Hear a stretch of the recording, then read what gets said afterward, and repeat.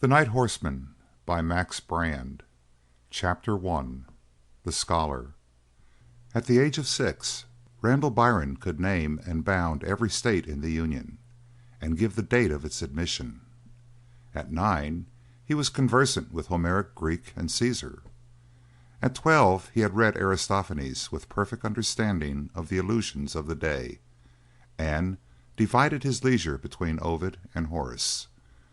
At 15, wearied by the simplicity of Old English and 13th century Italian, he dipped into the history of philosophy, and passed from that, naturally, into calculus and the higher mathematics. At 18, he took an A.B. from Harvard, and, while idling away a pleasant summer with Hebrew and Sanskrit, he delved lightly into biology and its kindred sciences. Having reached the conclusion that truth is greater than goodness or beauty, because it comprises both, and the whole is greater than any of its parts, at 21 he pocketed his Ph.D., and was touched with the fever of his first practical enthusiasm, surgery.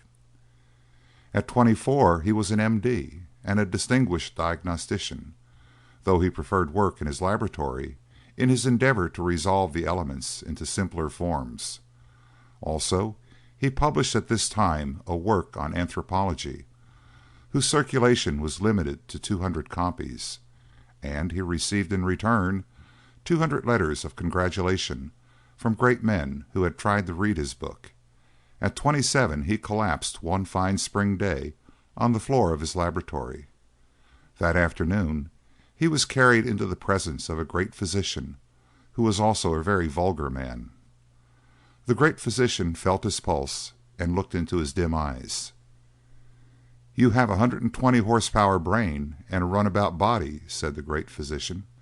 "I have come," answered Randall Byron faintly, "for the solution of a problem, not for the statement thereof." "I'm not through," said the great physician. "Among other things, you are a damned fool." Randall Byron rubbed his eyes. "What steps do you suggest I consider?" he queried. The great physician spat noisily. "Marry a farmer's daughter," he said brutally. "But," said Randall Byron vaguely. "I am a busy man, and you've wasted 10 minutes of my time," said the great physician, turning back to his plate-glass window. "My secretary will send you a bill for $1,000. Good day." And therefore, 10 days later, Randall Byron sat in his room in the hotel at Elkhead. He had just written to his friend Swinnerton Loughburne, M.A., Ph.D., LL.D., incontrovertibly the introduction of the personal equation leads to lamentable inversions, and the perceptive faculties, when contemplating phenomena through the lens of ego, too often conceive an accidental connotation or manifest distortion to be actuality. For the physical, or personal, too often beclouds the power of inner vision, which so unerringly penetrates to the inherent truths of incorporeity and the extra-mundane. Yet this problem, to your eyes, I fear, not essentially novel, or peculiar involute, holds for my contemplative faculties an extraordinary fascination, to wit, wherein does the mind, in itself a muscle, escape from the laws of the physical, and wherein and wherefore do the laws of the physical exercise so inexorable a jurisdiction over the processes of the mind, so that a disorder of the visual nerve actually distorts the asymatis and veils the pneumatoscopic. Your pardon, dear Loughburne, for these lapses from the general to the particular, but in a lighter moment of idleness, I pray you give some careless thought to a problem now painfully my own, though rooted inevitably so deeply in the dirt of the commonplace.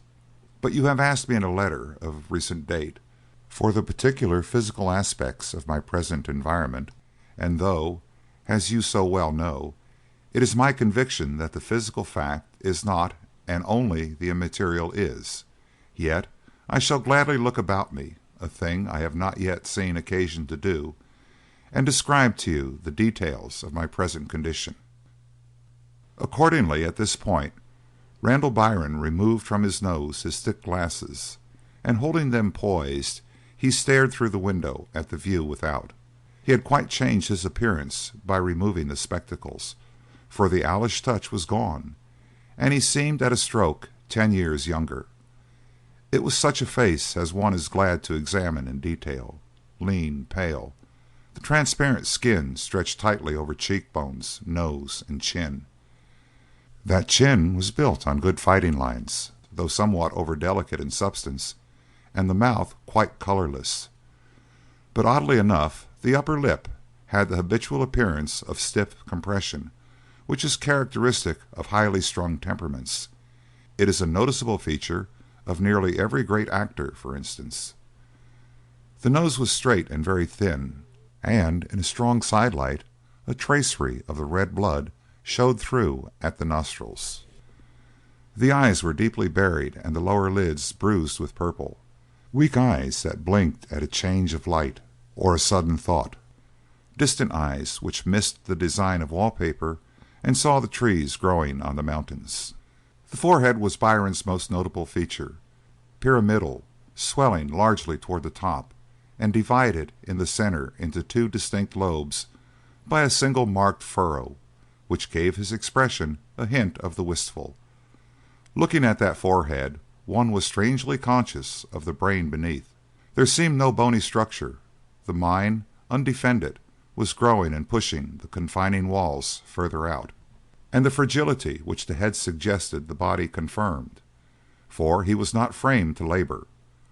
The burden of the noble head had bowed the slender throat and crooked the shoulders, and when he moved his arm, it seemed the arm of a skeleton too loosely clad.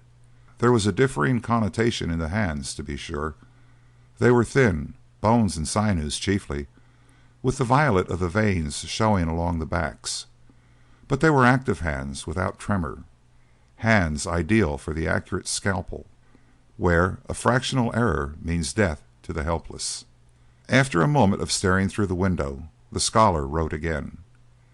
The major portion of Elkhead lies within plain sight of my window. I see a general merchandise store, 27 buildings of a comparatively major and 11 of a minor significance, and 5 saloons. The streets, however, were not described at that sitting, for at this juncture a heavy hand knocked and the door of Randall Byron's room was flung open by Hank Dwight, proprietor of Elkhead's saloon, a versatile man, expert behind the bar or in a blacksmith shop. "Doc," said Hank Dwight, "you're wanted." Randall Byron placed his spectacles more firmly on his nose to consider his host. "What?" he began, but Hank Dwight had already turned on his heel. "Her name is Kate Cumberland. A little speed, Doc. She's in a hurry." "If no other physician is available," protested Byron, following slowly down the stairs, "I suppose I must see her." "If there was another within 10 miles, do you suppose I'd call on you?" asked Hank Dwight. So saying, he led the way out onto the veranda, where the doctor was aware of a girl in a short riding skirt, who stood with one gloved hand on her hip, while the other slapped a quirt idly against her riding boots. End of Chapter 1. Chapter 2. Words and Bullets. "Here's a gent that calls himself a doc," said Hank Dwight, by way of an introduction. "If you can use him, Miss Cumberland, fly to it." And he left them alone. Now the sun lay directly behind Kate Cumberland, and in order to look at her closely, the doctor had to shade his weak eyes and pucker his brows, for from beneath her wide sombrero there rolled a cloud of golden hair, as bright as the sunshine itself, a sad strain upon the visual nerve of Dr. Randall Byron. He repeated her name, bowed, and when he straightened, blinked again. As if she appreciated the strain upon his eyes, she stepped closer and entered the shadow. "Dr. Hardin is not in town," she said, "and I have to bring a physician out to the ranch at once. My father is critically ill." Randall Byron rubbed his lean chin. "I'm not practicing at present," he said reluctantly. Then he saw that she was watching him closely, weighing him with her eyes, and it came to the mind of Randall Byron that he was not a large man and might not incline the scale far from the horizontal. "I am hardly equipped," began Byron. "You will not need equipment," she interrupted. "His trouble lies in his nerves and the state of his mind." A slight gleam lighted the eyes of the doctor. "Ah," he murmured, "the mind. Yes." He rubbed his bloodless hands slowly together, and when he spoke his voice was sharp and quick and wholly impersonal. "Tell me the symptoms." "Can't we talk those over on the way to the ranch? Even if we start now, it will be dark before we arrive." "But," protested the doctor, "I have not yet decided.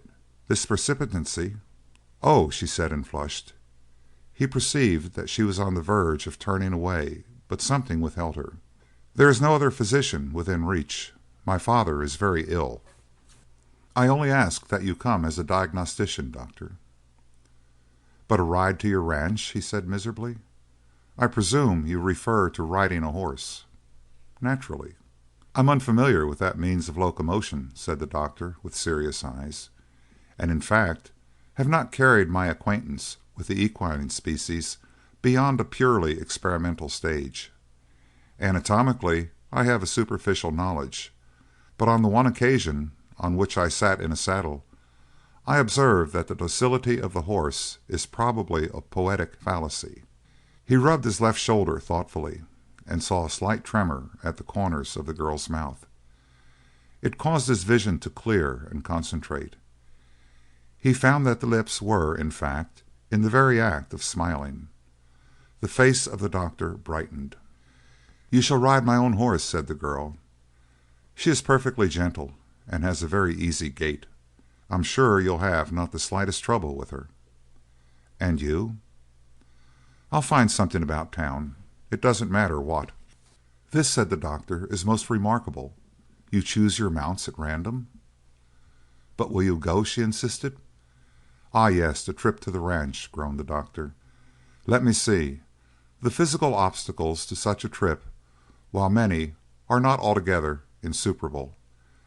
I may say, in the meantime, the moral urge which compels me toward the ranch seems to be of the first order."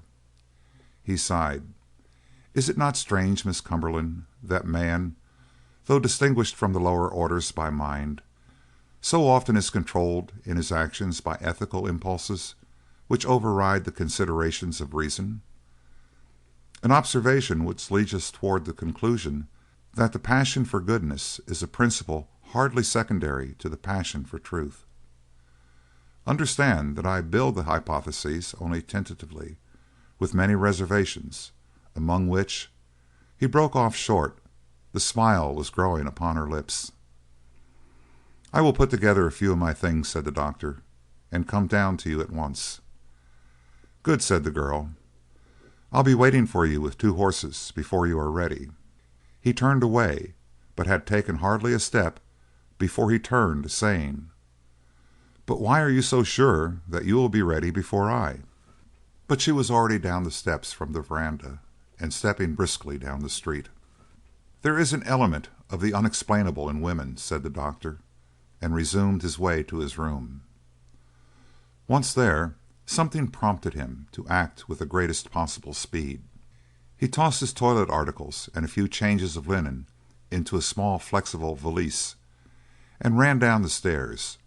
He reached the veranda again, panting, and the girl was not in sight. A smile of triumph appeared on the grave, colourless lips of the doctor. "Feminine instinct, however, is not infallible," he observed to himself, and to one of the cowboys, lounging loosely in a chair near by. He continued his train of thought aloud, though the verity of the feminine intuition has already been thrown in a shade of doubt by many thinkers, as you will undoubtedly agree. The man thus addressed allowed his lower jaw to drop, but after a moment he ejaculated, "Now what in the hell do you mean by that?" The doctor already turned away, intent upon his thoughts, but he now paused and again faced the cowboy. He said, frowning, "There is unnecessary violence in your remarks, sir." "Duck your glasses," said the worthy in question. "You ain't talking to a book. You're talking to a man." "And in your attitude," went on the doctor, "there is an element of offence which, if carried farther, might be corrected by physical violence." "I don't follow your words," said the cattleman, "but from the drift of your tune I gather you're a bit peeved, and if you are—" His voice had risen to a ringing note as he proceeded, and he now slipped from his chair and faced Randall Byron, a big man, brown, hard-handed. The doctor crimsoned. "Well," he echoed, but in place of a deep ring his words were pitched in a high squeak of defiance. He saw a large hand contract to a fist, but almost instantly the big man grinned, and his eyes went past Byron. "Oh, hell," he grunted, and turned his back with a chuckle. For an instant there was a mad impulse in the doctor to spring at this fellow, but a wave of impotence overwhelmed him. He knew that he was white around the mouth, and there was a dryness in his throat. The excitement of imminent physical contest and personal danger, he diagnosed swiftly, causing acceleration of the pulse and attendant weakness of the body, a state unworthy of the balanced intellect. Having brought back his poise by this quick interposition of reason, he went his way down the long veranda. Against a pillar leaned another tall cattleman, also brown and lean and hard. "May I inquire," he said, "if you have any information, direct or casual, concerning a family named Cumberland which possesses ranch property in this vicinity?" "You may," said the cowpuncher, and continued to roll a cigarette. "Well," said the doctor, "do you know anything about them?" "Sure," said the other, and having finished his cigarette he introduced it between his lips. It seemed to occur to him instantly, however, that he was committing an inhospitable breach, for he produced his Durham and brown papers with a start and extended them toward the doctor. "Smoke?" he asked. "I use tobacco in no form," said the doctor. The cowboy stared with such fixity that the match burned down to his fingertips and singed them before he had lighted his cigarette. "'S a fact?" he queried when his astonishment found utterance. "What'd he do to kill time?" "Well, I've been thinking about knocking off the stuff for a while. Mamie gets sore at me for having my fingers all stained up with nicotine like this." He extended his hand, the first and second fingers of which were painted a bright yellow. "Soap won't take it off," he remarked. "A popular but inexcusable error," said the doctor. "It is the tarry by-products of tobacco which cause that stain. Nicotine itself, of course, is a volatile alkaloid base of which there is only the merest trace in tobacco. It is one of the deadliest nerve poisons and is quite colourless. There is enough of that stain upon your fingers, if it were nicotine, to kill a dozen men. To hell, you say. Nevertheless, it is an indubitable fact. A lump of nicotine the size of the head of a pin, placed on the tongue of a horse, will kill the beast instantly." The cowpuncher pushed back his hat and scratched his head. "This is worth knowing," he said, "but I'm some glad that Mamie ain't heard it." "Concerning the Cumberlands," said the doctor, "I—" "Concerning the Cumberlands?" repeated the cattleman. "It's best to leave 'em to their own concerns." And he started to turn away, but the thirst for knowledge was dry in the throat of the doctor. "Do I understand," he insisted, "that there is some mystery connected with them?" "From me," replied the other, "you understand nothing." And he lumbered down the steps and away. Be it understood that there was nothing of the gossip in Randall Byrne, but now he was paradoxically excited, and perceiving the tall form of Hank Dwight in the doorway, he approached his host. "Mr. Dwight," he said, "I am about to go to the Cumberland ranch. I gather that there is something of an unusual nature concerning them." "There is," admitted Hank Dwight. "Can you tell me what it is?" "I can." "Good," said the doctor, and he almost smiled. "It's always well to know the background of a case which has to do with mental states. Now, just what do you know?" "I know—" began the proprietor, and then paused and eyed his guest dubiously. "I know," he continued, "a story." "Yes?" "Yes, about a man and a hoss and a dog." "The approach seems not quite obvious, but I shall be glad to hear it." There was a pause. "Words," said the host at length, "is worse'n bullets. You never know what they'll hit." "But the story?" persisted Randall Byrne. "The story?" said Hank Dwight. "I may tell to my son before I die." "This sounds quite promising." "But I'll tell nobody else." "Really?" "It's about a man, a hoss, and a dog. The man ain't possible. The hoss ain't possible. The dog is a wolf." He paused again and glowered on the doctor. He seemed to be drawn two ways, by his eagerness to tell a yarn and his dread of consequences. "I know," he muttered, "because I've seen 'em all. I've seen—" He looked far, as though striking a silent bargain with himself concerning the sum of the story, which might safely be told. "I've seen a hoss that understood a man's talk like you and me does, or better. I've heard a man whistling like a singing bird. Yep, that ain't no lie. You jest imagine a bald eagle that could lick anything between the earth and the sky and was able to sing. That's what the whistling was like. It made you glad to hear it, and it made you look to see if your gun was in good working shape. It wasn't very loud, but it travelled pretty far, like it was coming from up above you." "That's the way this strange man of the story whistles?" asked Byron, leaning closer. "Man of the story," echoed the proprietor with some warmth. "Friend, if he ain't real, then I'm a ghost. And they's them in Elkhead that's got the scars of his comin' and goin'." "Ah, an outlaw, a gunfighter?" queried the doctor. "Listen to me, son," observed the host, and to make his point he tapped the hollow chest of Byron with a rigid forefinger. "Around these parts you know jest as much as you see, and a lot of times you don't even know that much. What you see is sometimes your business, but mostly it ain't," he concluded impressively. "Words is worse'n bullets." "Well," mused Byron, "I can ask the girl these questions. It will be medically necessary." "Ask the girl? Ask her?" echoed the host with a sort of horror.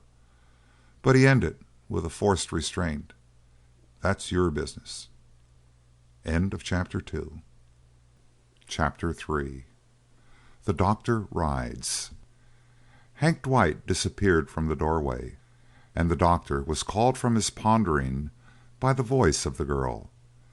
There was something about that voice which worried Byron, for it was low and controlled and musical, and it did not fit with the nasal harshness of the cattleman. When she began to speak it was like the beginning of a song. He turned now and found her sitting a tall bay horse, and she led a red roan mare beside her. When he went out she tossed her reins over the head of her horse and strapped his valise behind her saddle. "You won't have any trouble with that mare," she assured him when the time came for mounting.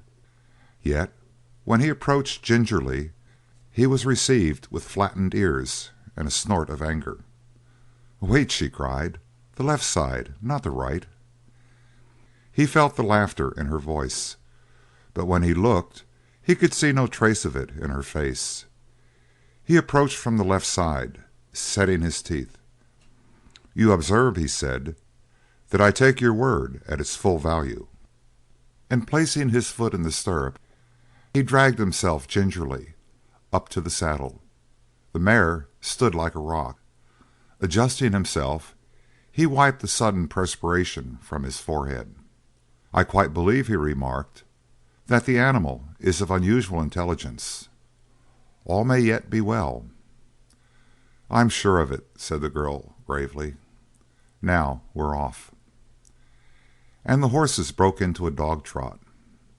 Now the gait of the red roan mare was a dream of softness, and her flexible ankles gave a play of whole inches to break the jar of every step, the sure sign of the good saddle horse. But the horse has never been saddled whose trot is really a smooth pace. The hat of Dr. Byron began to incline toward his right eye, and his spectacles toward his left ear. He felt a peculiar lightness in the stomach and a heaviness in the heart. The trot," he ventured to his companion, "is a damn—" "Dr. Byron!" she cried. "Whoa!" called Dr. Bryan, and drew mightily upon the reins. The red mare stopped as a ball stops when it meets a stout wall. The doctor sprawled along her neck, clinging with arms and legs. He managed to clamber back into the saddle. "There are vicious elements in the nature of this brute," he observed to the girl. "I'm very sorry," she murmured. He cast a sidelong glance, but found not the trace of a smile. "The word upon which I—" "Stopped," she suggested. "Stopped," he agreed, "was not, as you evidently assumed, an oath. On the contrary, I was merely remarking that the trot is a damaging gait, but through an interrupted articulation." His eyes dared her, but she was utterly grave. He perceived that there was, after all, a certain kinship between this woman of the mountain desert and the man thereof. Their silences were filled with eloquence. "We'll try a canter," she suggested, "and I think you'll find that easier." So she gave the word, and her bay sprang into a lope from a standing start. The red mare did likewise, nearly flinging the doctor over the back of the saddle, but by the grace of God he clutched the pommel in time and was saved. The air caught at his face. They swept out of the town and onto a limitless level stretch. "Speed," gasped the doctor, "has never been a passion with me." He noted that she was not moving in the saddle. The horse was like the bottom of a wave, swinging violently back and forth. She was the calm crest, swaying slightly and graciously with a motion as smooth as the flowing of water. And she spoke as evenly as if she were sitting in a rocking chair. "You'll be used to it in a moment," she assured him. He learned, indeed, that if one pressed the stirrups as the shoulders of the horse swung down, and leaned a trifle forward when the shoulders rose again, the motion ceased to be jarring, for she was truly a matchless creature, and gaited like one of those fabulous horses of old, sired by the swift western wind. In a little time a certain pride went beating through the veins of the doctor. The air blew more deeply into his lungs. There was a different tang to the wind, and a different feel to the sun, a peculiar richness of yellow warmth. And the small head of the horse, and the short, sharp, pricking ears tossed continually, and now and then the mare threw her head a bit to one side and glanced back at him with what he felt to be a reassuring air. Life and strength and speed were gripped between his knees. He flashed a glance at the girl, but she rode with face straight forward, and there was that about her which made him turn his eyes suddenly away and look far off. It was a jagged country, for in the brief rainy season there came sudden and terrific downpours which lashed away the soil and scoured the face of the underlying rock, and in a single day might cut a deep arroyo where before had been smooth plain. This was the season of grass, but not the dark, rank green of rich soil and mild air. It was a yellowish green, a color at once tender and glowing. It spread everywhere across the plains about Elkhead, broken here and there by the projecting boulders which flashed in the sun. So a great battlefield might appear, pockmarked with shell holes and all the scars of war freshly cut upon its face. And in truth the mountain desert was like an arena ready to stage a conflict, a titanic arena with space for earth giants to struggle. And there in the distance were the spectator mountains, high, lean-flanked mountains they were, not clad in forest, but rather bristling with stubby growth of the few trees which might endure in the precarious soil and bitter weather, but now they gathered the dignity of distance about them. The grass of the foothills was a faint green mist about their feet. Cloaks of exquisite blue hung around the upper masses, but their heads were naked to the pale skies.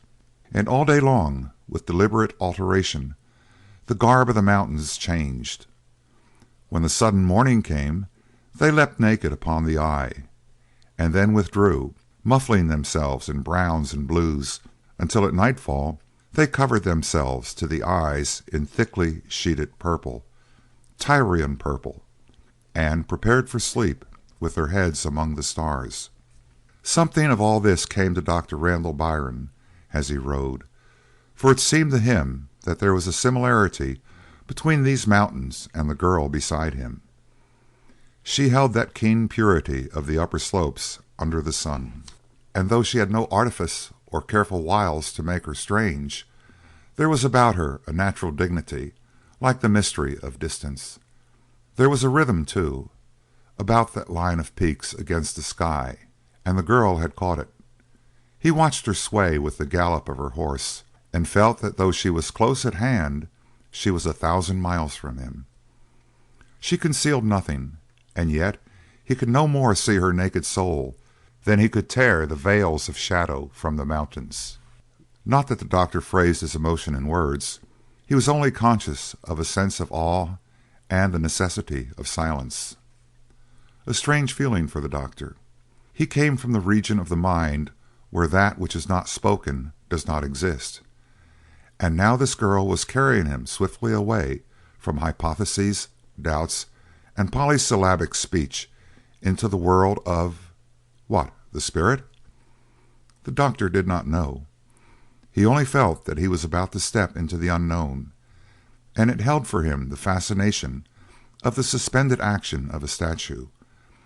Let it not be thought that he calmly accepted the sheer necessity for silence. He fought against it, but no words came. It was evening. The rolling hills about them were already dark. Only the heads of the mountains took the day, and now they paused at the top of a rise, and the girl pointed across the hollow. "There we are," she said. It was a tall clump of trees, through which broke the outlines of a two-storied house, larger than any the doctor had seen in the mountain desert. And outside the trees lay long sheds, a great barn, and a widespread wilderness of corrals. It struck the doctor with its apparently limitless capacity for housing man and beast. Coming in contrast with the rock-strewn desolation of the plains, this was a great establishment. The doctor had ridden out with a waif of the desert, and she had turned into a princess at a stroke. Then, for the first time since they left Elkhead, he remembered with a start that he was to care for a sick man in that house. "You were to tell me," he said, "something about the sickness of your father, the background behind his condition, but we've both forgotten about it." "I have been thinking how I could describe it every moment of the ride," she answered. Then, as the gloom fell more thickly around them every moment, she swerved her horse over to the mare, as if it were necessary that she read the face of the doctor while she spoke. "6 months ago," she said, "my father was robust and active, in spite of his age. He was cheerful, busy, and optimistic. But he fell into a decline. It has not been a sudden sapping of his strength. If it were that, I should not worry so much. I'd attribute it to disease. But every day some of the vitality goes from him. He is fading almost from hour to hour, as slowly as the hour hand of a clock. You can't notice the change, but every 12 hours the hand makes a complete revolution. It's as if his blood were evaporating, and nothing we can do will supply him with fresh strength." "Is this attended by irritability?" "He is perfectly calm, and seems to have no care for what becomes of him." "Has he lost interest in things which formerly attracted and occupied him?" "Yes, he minds nothing now. He has no care for the condition of the cattle, or for profit or loss in the sales. He has simply stepped out of every employment." "Ah, gradual diminution of the faculties of attention." "In a way, yes, but also he is more alive than he has ever been. He seems to hear with uncanny distinctness, for instance." The doctor frowned. "I was inclined to attribute his decline to the operation of old age," he remarked, "but this is unusual. This inner acuteness is accompanied by no particular interest in any one thing?" As she did not reply for the moment, he was about to accept the silence for acquiescence, but then, through the dimness, he was arrested by the lustre of her eyes, fixed, apparently, far beyond him. "One thing," she said at length. "Yes, there is one thing in which he retains an interest." The doctor nodded brightly. "Good," he said. "And that?" The silence fell again, But this time he was more roused, and he fixed his eyes keenly upon her through the gloom. She was deeply troubled. One hand gripped the horn of her saddle strongly. Her lips had parted. She was like one who endures inescapable pain. He could not tell whether it was the slight breeze which disturbed her blouse, or the rapid panting of her breath. "Of that," she said, "it is hard to speak. It is useless to speak." "Surely not," protested the doctor. "The cause, my dear madam, though perhaps apparently remote from the immediate issue, is of the utmost significance in diagnosis." She broke in rapidly. "This is all I can tell you. He is waiting for something which will never come. He has missed something from his life which will never come back into it." "Then why should we discuss what it is that he has missed?" "To the critical mind," replied the doctor calmly, and he automatically adjusted his glasses closer to his eyes, "nothing is without significance." "It is nearly dark," she exclaimed hurriedly. "Let us ride on." "First," he suggested, "I must tell you that before I left Elkhead I heard a hint of some remarkable story concerning a man and a horse and a dog. Is there anything—" But it seemed that she did not hear. He heard a sharp, low exclamation which might have been addressed to her horse, and the next instant she was galloping swiftly down the slope.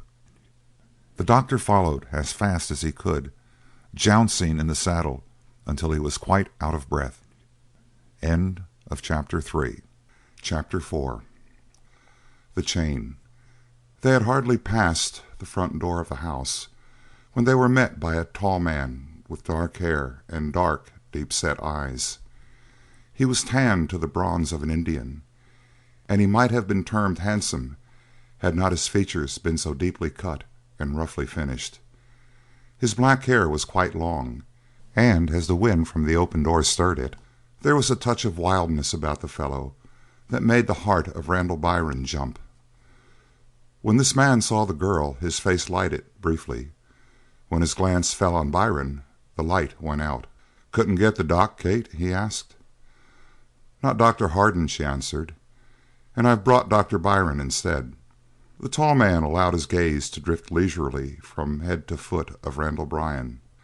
Then, "How are you, Doc?" he said, and extended a big hand. It occurred to Byron that all these men of the mountain desert were big. There was something intensely irritating about their mere physical size. They threw him continually on the defensive, and he found himself making apologies to himself and summing up personal merits. In this case there was a more direct reason for his anger. It was patent that the man did not weigh the strange doctor against any serious thoughts. "And this," she was saying, "is Mr. Daniels. Buck, is there any change?" "Nothing much," answered Buck Daniels. "Come along towards evening, and he said he was feeling kind of cold, so I wrapped him up in a rug. Then he sat as usual, one hand inside the other, looking steady at nothing. But a while ago he began getting sort of nervous." "What did he do?" "Nothing. I just felt he was getting excited. The way you know when your hoss is going to shy. Do you want to go to your room first, Doctor, or will you go in to see him now?" "Now," decided the doctor, and followed her down the hall through a door. The room reminded the doctor more of a New England interior than of the mountain desert. There was a round rag rug on the floor, with every imaginable colour woven into its texture, but blended with a rude design, reds toward the centre and blue-greys toward the edges. There were chairs upholstered in green, which looked mouse-coloured where the high light struck along the backs and arms, shallow-seated chairs that made one's knees project foolishly high and far. Byron saw a cabinet at one end of the room, filled with seashells and knickknacks, and above it was a memorial cross surrounded by a wreath inside a glass case. Most of the wall space thronged with engravings whose subjects ranged from Niagara Falls to Lady Hamilton. One end of the entire room was occupied by a painting of a neck-and-neck finish in a race. and the artist had conceived the blooded racers as creatures with tremendous round hips and mighty muscled shoulders, while the legs tapered to a fawn-like delicacy. These animals were spread-eagled in the most amazing fashion, their forehoofs reaching beyond their noses, and their rear hoofs striking out beyond the tips of the tails. The jockey in the lead sat quite still, but he who was losing had his whip drawn, and looked like an automatic doll, so pink were his cheeks. Beside the course, in attitudes of graceful ease, stood men in very tight trousers and very high stocks, and ladies in dresses which pinched in at the waist and flowed out at the shoulders. They leaned upon canes or twirled parasols, and they had their backs turned upon the racetrack, as if they found their own negligent conversation far more exciting than the breathless driving finish. Under the terrific action and still more terrific quiescence of this picture lay the sick man, propped high on a couch and wrapped to the chest in a Navajo blanket. "Dad," said Kate Cumberland, "Dr. Hardin was not in town. I've brought out Dr. Byron, the newcomer." The invalid turned his white head slowly toward them, and his shaggy brows lifted and fell slightly, a passing shadow of annoyance. It was a very stern face, and framed in the long white hair it seemed surrounded by an atmosphere of arctic chill. He was thin, terribly thin, not the leanness of Byron, but a grim emaciation which exaggerated the size of the tall forehead and made his eyes supernally bright. It was in the first glance of those eyes that Byron recognized the restlessness of which Kate had spoken, and he felt almost as if it were an inner fire which had burned and was still wasting the body of Joseph Cumberland. To the attentions of the doctor the old man submitted with patient self-control, and Byron found a pulse feeble, rapid, but steady. There was no temperature. In fact, the heat of the body was a trifle subnormal, considering that the heart was beating so rapidly. Dr. Byron started. Most of his work had been in laboratories, and the horror of death was not yet familiar. But old Joseph Cumberland was dying. It was not a matter of moment. Death might be a week or a month away, but die soon he inevitably must, for the doctor saw that the fire was still raging in the hollow breast of the cattleman, but there was no longer fuel to feed it. He stared again and more closely. Fire without fuel to feed it! Dr. Byron gave what seemed to be an infinitely muffled cry of exultation, so faint that it was hardly a whisper. Then he leaned closer and pored over Joe Cumberland with a lighted eye. One might have thought the doctor was gloating over the sick man. Suddenly he straightened and began to pace up and down the room, muttering to himself. Kate Cumberland listened intently, and she thought that what the man muttered so rapidly over and over to himself was, "Eureka! Eureka! I have found it!" Found what? The triumph of mind over matter. On that couch was a dead body. The flutter of the heart was not the strong beating of the normal organ. The hands were cold. Even the body was chilled. Yet the man lived. Or rather his brain lived, and compelled the shattered and outworn body to comply with its will. Dr. Byron turned and stared again at the face of Cumberland. He felt as if he understood now, the look which was concentrated so brightly on the vacant air. It was illumined by a steady and desperate defiance, for the old man was denying his body to the grave. The scene changed for Randall Byron. The girl disappeared. The walls of the room were broken away. The eyes of the world looked in upon him, and the wise men of the world kept pace with him up and down the room, shaking their heads and saying, "It is not possible." But the fact lay there to contradict them. Prometheus stole fire from heaven and paid it back to an eternal death. The old cattleman was refusing his payment. It was no state of coma in which he lay. It was no prolonged trance. He was vitally, vividly alive. He was concentrating with a bitter and exhausting vigor day and night, and fighting a battle the more terrible because it was fought in silence. A battle in which he could receive no aid, no reinforcement. A battle in which he could not win, but in which he might delay defeat. Aye, the wise men would smile and shake their heads when he presented this case to their consideration. But he would make his account so accurate and particular, and so well witnessed, that they would have to admit the truth of all he said. And science, which proclaimed that matter was indestructible, and that the mind was matter, and that the brain needed nourishment like any other muscle, science would have to hang the head and wonder. The eyes of the girl brought him to a halt in his pacing, and he stopped, confronting her. His excitement had transformed him.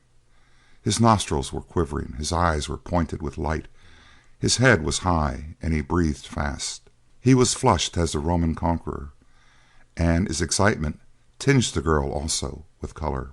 She offered to take him to his room as soon as he wished to go. He was quite willing. He wanted to be alone, to think. But when he followed her, she stopped him in the hall. Buck Daniels lumbered slowly after them in a clumsy attempt at sauntering. "Well?" asked Kate Cumberland. She had thrown a blue mantle over her shoulders when she entered the house, and the touch of boyish self-confidence which had been hers on the ride was gone. In its place there was something even more difficult for Randall Byrne to face.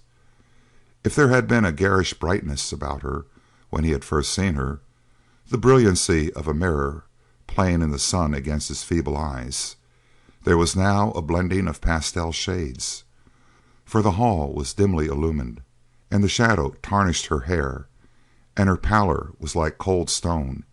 Even her eyes were misted by fear. Yet a vital sense of her nearness swept upon Byron, and he felt as if he were surrounded by a danger. "Opinions," said the doctor, "based on so summary an examination, are necessarily inexact. Yet the value of a first impression is not negligible.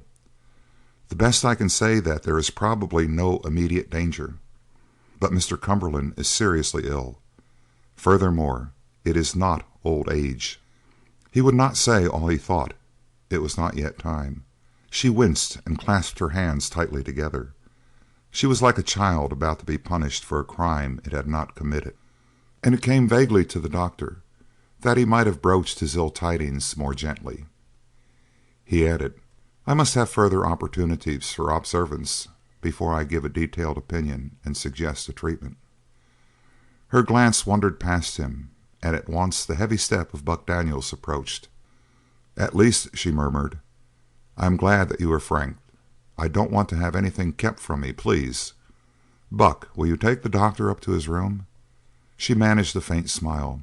"This is an old-fashioned house, Dr. Byron, but I hope we can make you fairly comfortable. You will ask for whatever you need?" The doctor bowed, and was told that they would dine in half an hour. Then the girl went back towards the room in which Joe Cumberland lay. She walked slowly, with her head bent, and her posture seemed to Byron the very picture of a burden-bearer. Then he followed Daniels up the stairs, led by the jingling of the spurs, great rowelled spurs that might grip the side of a refractory horse like teeth. A half-light guided them, and from the hall Buck Daniels entered a room and fumbled above him until he had lighted a lamp which was suspended by two chains from the ceiling, a circular burner which cast a glow as keen as an electric globe. It brought out every detail of the old-fashioned room, the bare painted floor, the bed, in itself a separate and important piece of architecture, with its 4 tall posts, a relic of times when beds were built, not simply made. And there was a chest of drawers with swelling, hospitable front, and a rectangular mirror above with its date in gilt paint on the upper edge. A rising wind shook the window, and through some crack stirred the lace curtains. It was a very comfortable retreat, and the doctor became aware of aching muscles and a heavy brain when he glanced at the bed. The same gust of wind which rattled the window pane now pushed, as with invisible and ghostly hand, a door which opened on the side of the bedroom, and as it swung mysteriously and gradually wide, the doctor found himself looking into an adjoining chamber. All he could see clearly was a corner on which struck the shaft of light from the lamp. And lying on that floor in the corner was something limp and brown.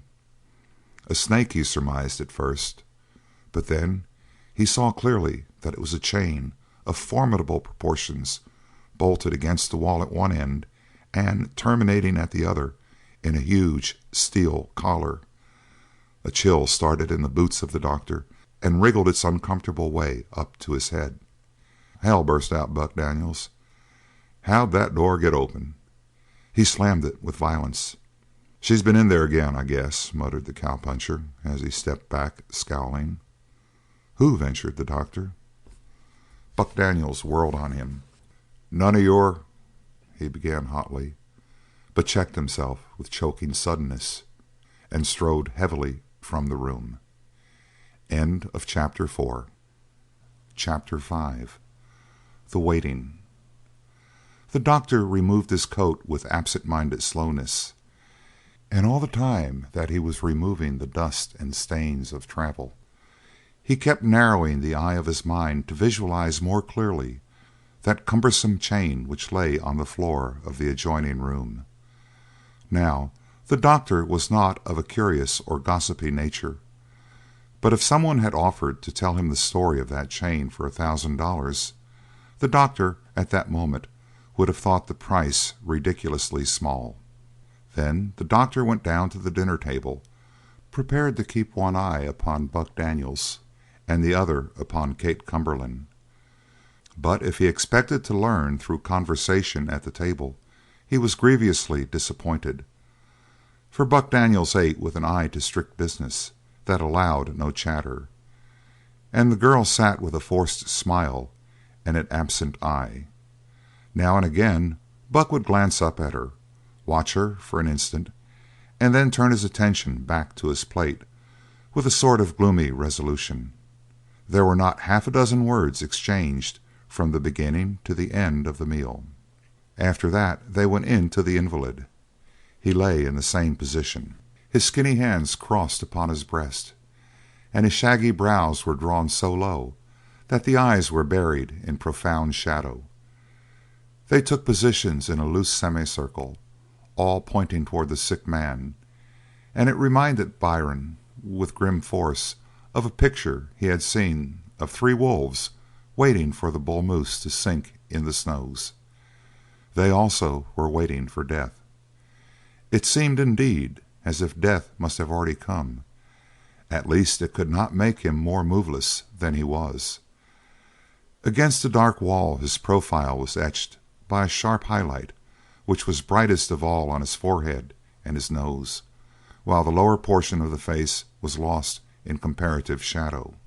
So perfect and so detailed was the resemblance to death, indeed, that the lips in the shadow smiled fixedly.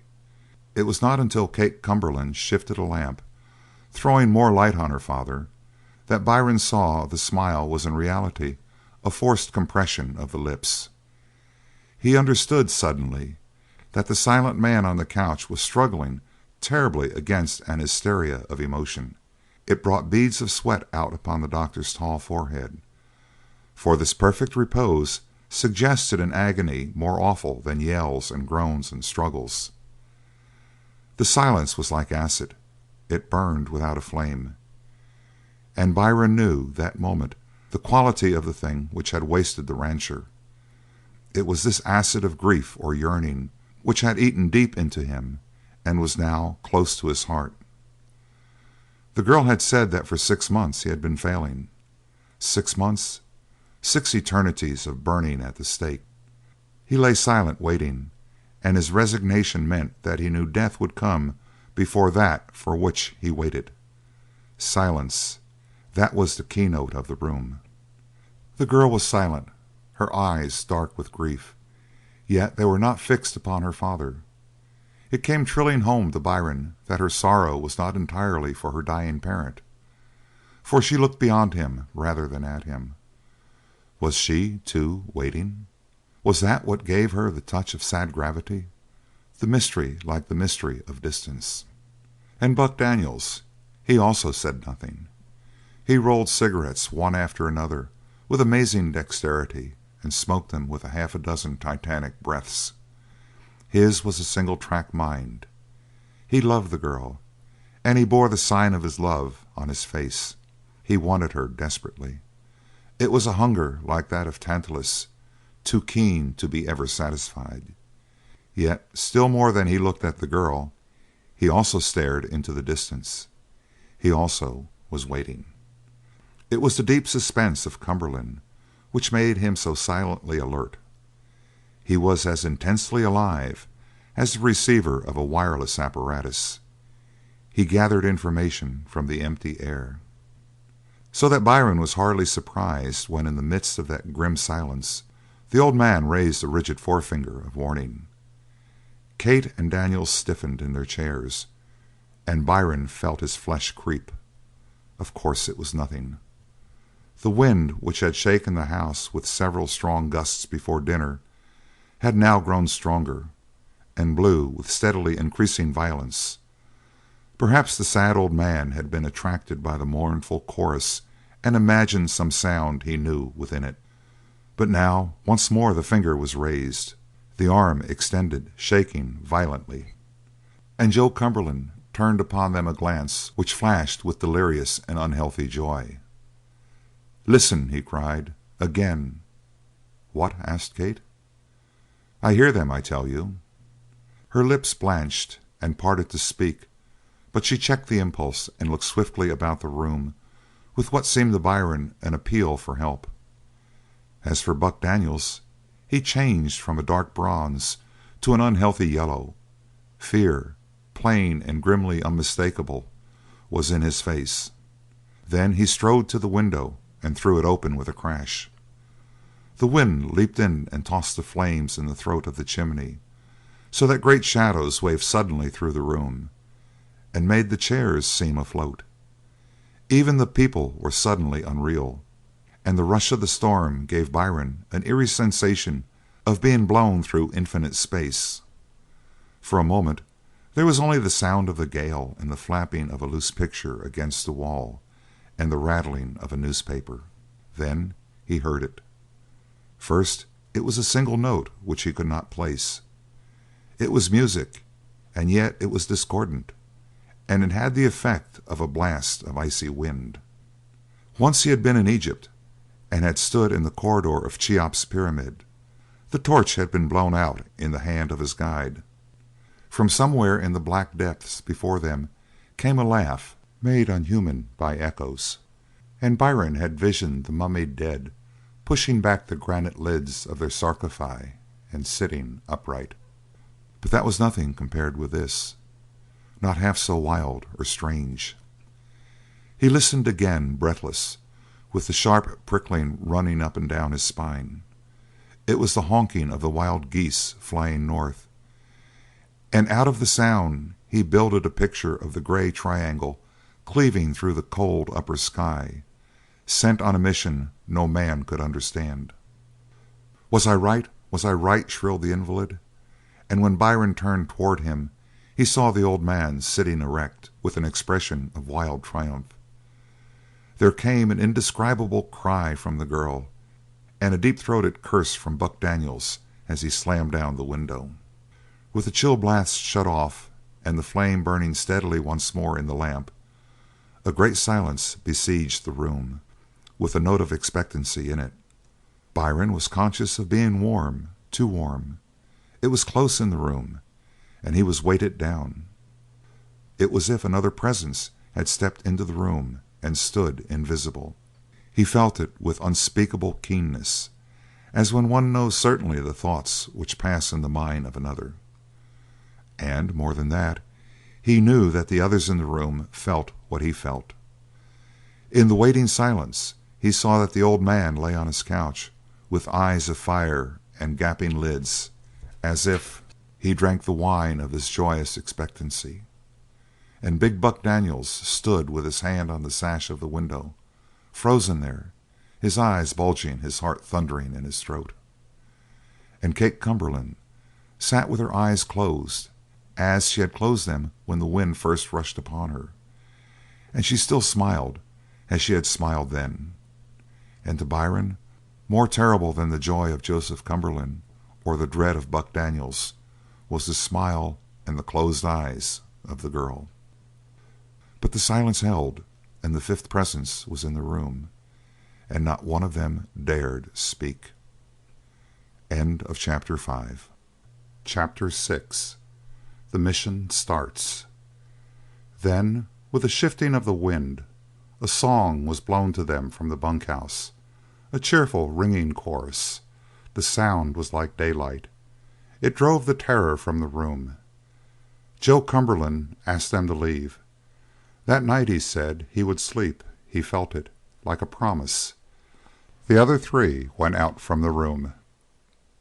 In the hall, Kate and Daniels stood close together under a faint light from the wall lamp, and they talked as if they had forgotten the presence of Byron. "It had to come," she said. "I knew it would come to him sooner or later, but I didn't dream it would be as terrible as this, Buck.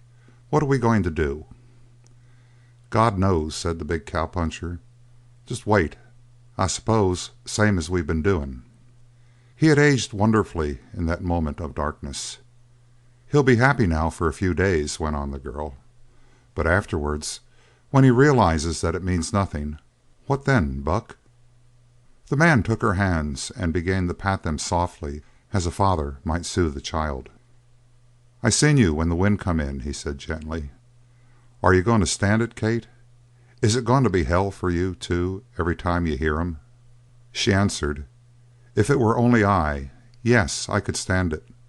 Lately I've begun to think that I can stand anything. But when I see Dad it breaks my heart. And you, oh, Buck, it hurts, it hurts." She drew his hands impulsively against her breast. "If it were only something we could fight outright." Buck Daniels sighed. "Fight?" he echoed hopelessly. "Fight? Against him? Kate, you're all tired out. Go to bed, honey, and try to stop thinking. And God help us all." She turned away from him and passed the doctor blindly. Buck Daniels had set his foot on the stairs when Byron hurried after him and touched his arm. They went up together. "Mr. Daniels," said the doctor, "it is necessary that I speak with you alone. Will you come into my room for a few moments?" "Doc," said the cattleman, "I'm short of my feed, and I don't feel a pile like talking. Can't you wait till morning?" "There has been a great deal too much waiting, Mr. Daniels," said the doctor. "What I have to say to you must be said now. Will you come in?" "I will," nodded Buck Daniels, "but cut it short." Once in his room, the doctor lighted the lamp and then locked the door. "What's all this mystery and hush stuff?" growled Daniels, and with a gesture he refused the proffered chair. "Cut loose, Doc, and make it short."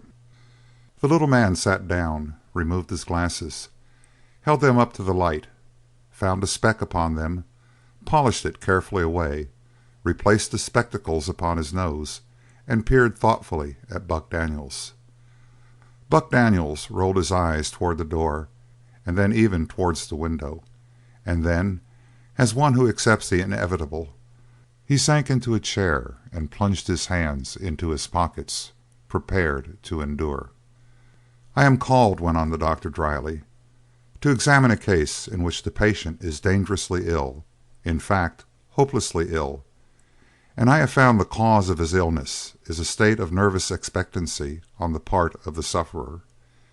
It being obviously necessary to know the nature of the disease and its cause before that cause may be removed, I have asked you to sit here this evening to give me whatever explanation you may have for it." Buck Daniels stirred uneasily.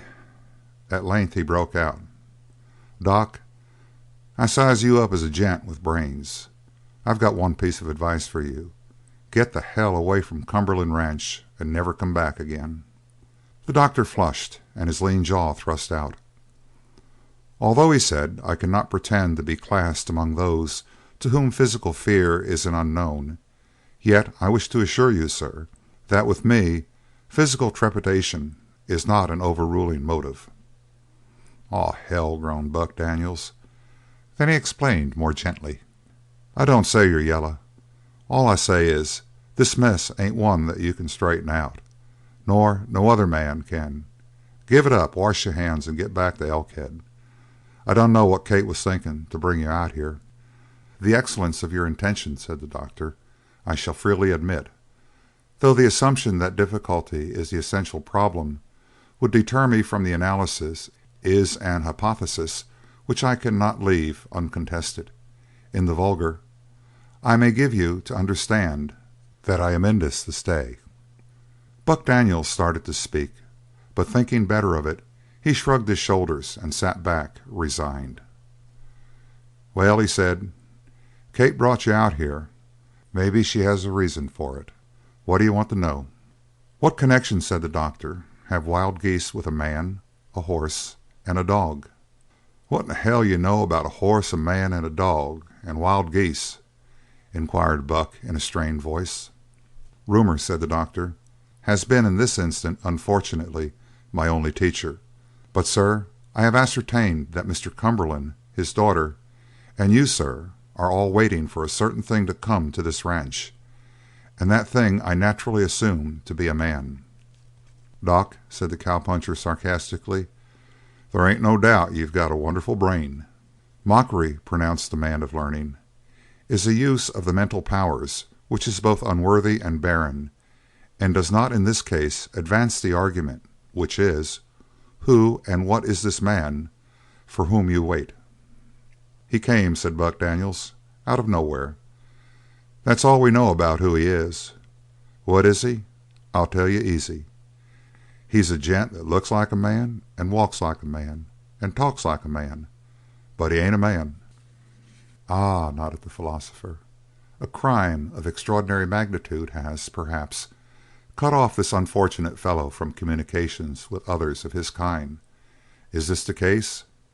"It ain't," replied Buck. "Doc, tell me this. Can a wolf commit a crime?" "Admitting this definition, that crime is the breaking of law, and that law is a force created by reason to control the rational, it may be granted that acts of the lower animals lie outside of categories framed according to ethical precepts. To directly answer your not incurious question, I believe that a wolf cannot commit a crime." Buck Daniels sighed. "Do you know, Doc," he said gravely, "that you remind me of a side hill goat?" "Ah," murmured the man of learning, "is it possible? And what, Mr. Daniels, is the nature of a side hill goat?" "It's a goat that's got legs of one side shorter than the legs on the other side, and the only way he can get to the top of the hill is to keep trotting round and round the hill like a 5% grade. He goes a mile to get 10 feet higher." "This fact," said Byron, as he rubbed his chin thoughtfully, "is not without interest, though I fail to perceive the relation between me and such a creature, unless, perhaps, there are biological similarities of which I have at present no cognition." "I didn't think you'd follow me," replied Buck with equal gravity, "but you can lay to this, Doc. This gent we're waiting for ain't committed any more crimes than a wolf has." "I see," murmured the doctor. "A man so near the brute that his enormities pass beyond—" "Get this straight," said Buck, interrupting him with a sternly pointed finger. "There ain't a kinder or gentler man in the mountain desert than him. He's got a voice softer than Kate Cumberland's, which is some soft voice, and as for his heart, Doc, I've seen him get off his horse to put a wounded rabbit out of its pain." A ring of awe came in the throat of Daniels as he repeated the incredible fact. He went on: "If I was in trouble, I'd rather have him beside me than 10 other men. If I was sick, I'd rather have him than the 10 best doctors in the world. If I wanted a pal that would die for them that done him good, and go to hell to get them that done him bad, I'd choose him first, and there ain't none that come second." The panegyric was not a burst of imagination. Buck Daniels was speaking seriously, hunting for words, and if he used superlatives it was because he needed them. "Extraordinary," murmured the doctor, and he repeated the word in a louder tone. It was a rare word for him. In all his scholastic career and in all his scientific investigations He had found occasion to use so strong a term not more than half a dozen times at the most. He went on cautiously, and his weak eyes blinked at Daniels. "And there is a relation between this man and a horse and a dog?" Buck Daniels shuddered, and his colour changed. "Listen," he said, "I've talked enough. You ain't going to get another word out of me except this. Doc, have a good sleep. Get on your hoss tomorrow morning and beat it. Don't even wait for breakfast. Because if you do wait, you may get a hand in this little hell of ours. You may be waiting too." A sudden thought brought him to his feet. He stood over the doctor. "How many times," he thundered, "have you seen Kate Cumberland?" "Today, for the first time." "Well," said Daniels, growling with relief, "you've seen her enough, I know." And he turned towards the door. "Unlock," he commanded. "I'm tired out and sick of talking about him." But the doctor did not move. "Nevertheless," he stated, "you will remain. There is something further which you know, and which you will communicate to me." Buck Daniels turned at the door. His face was not pleasant.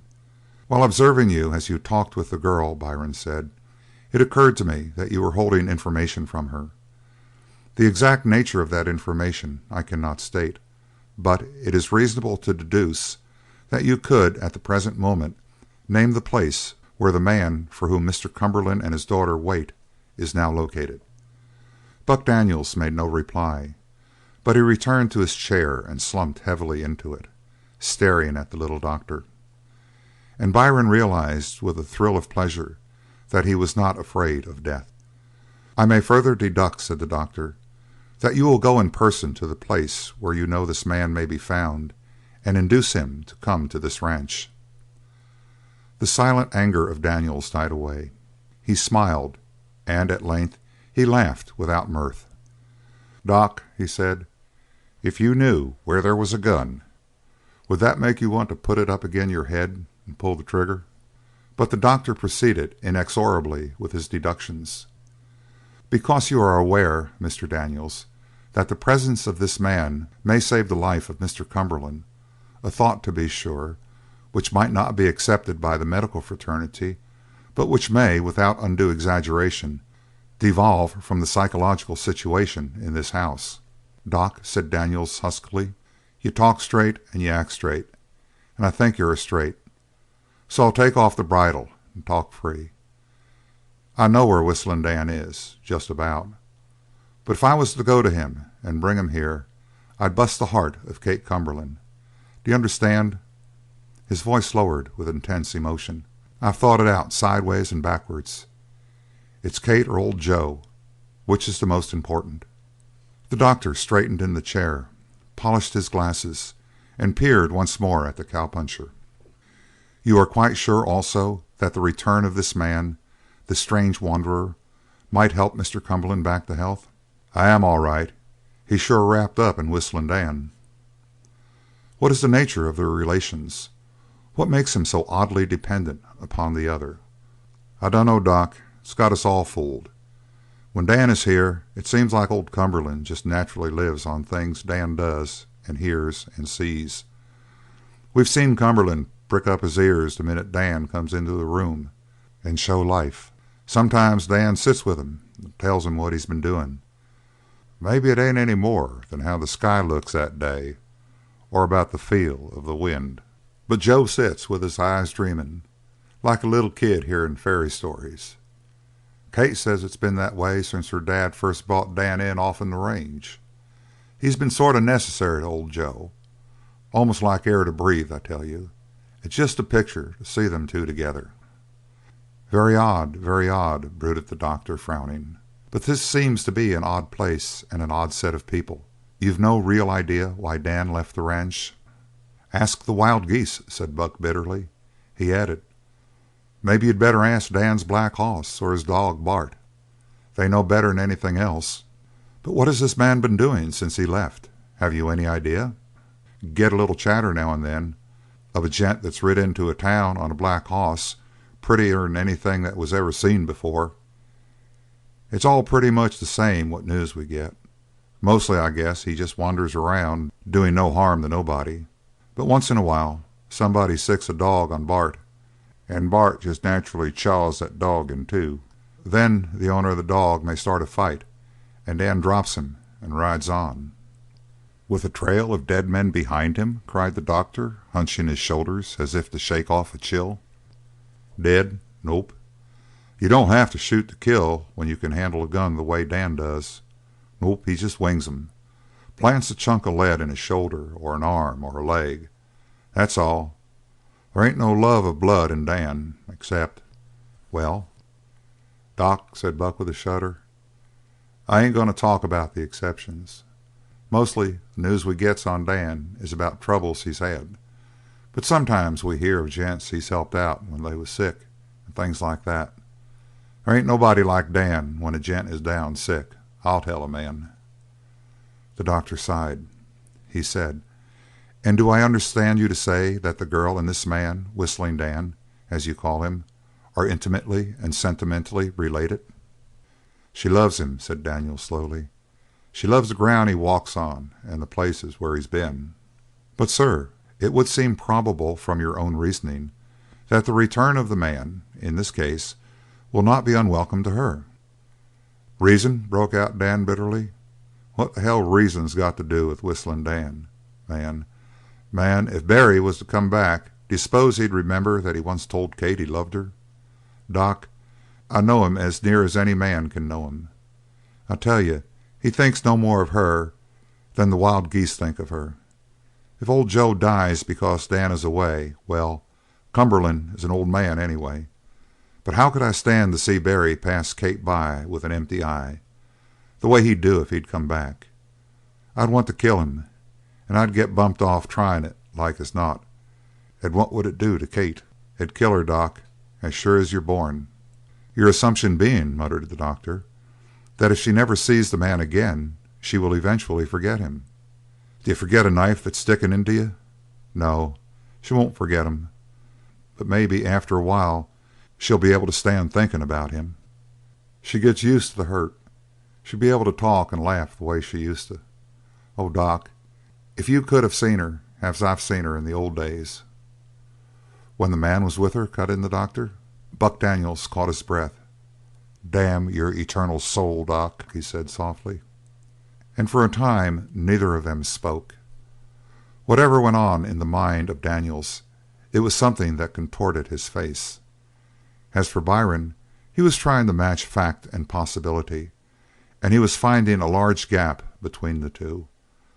For he tried to visualize the man whose presence had been food to old Joe Cumberland, and whose absence had taken the oil from the lamp so that the flame now flickered dimly, nearly out.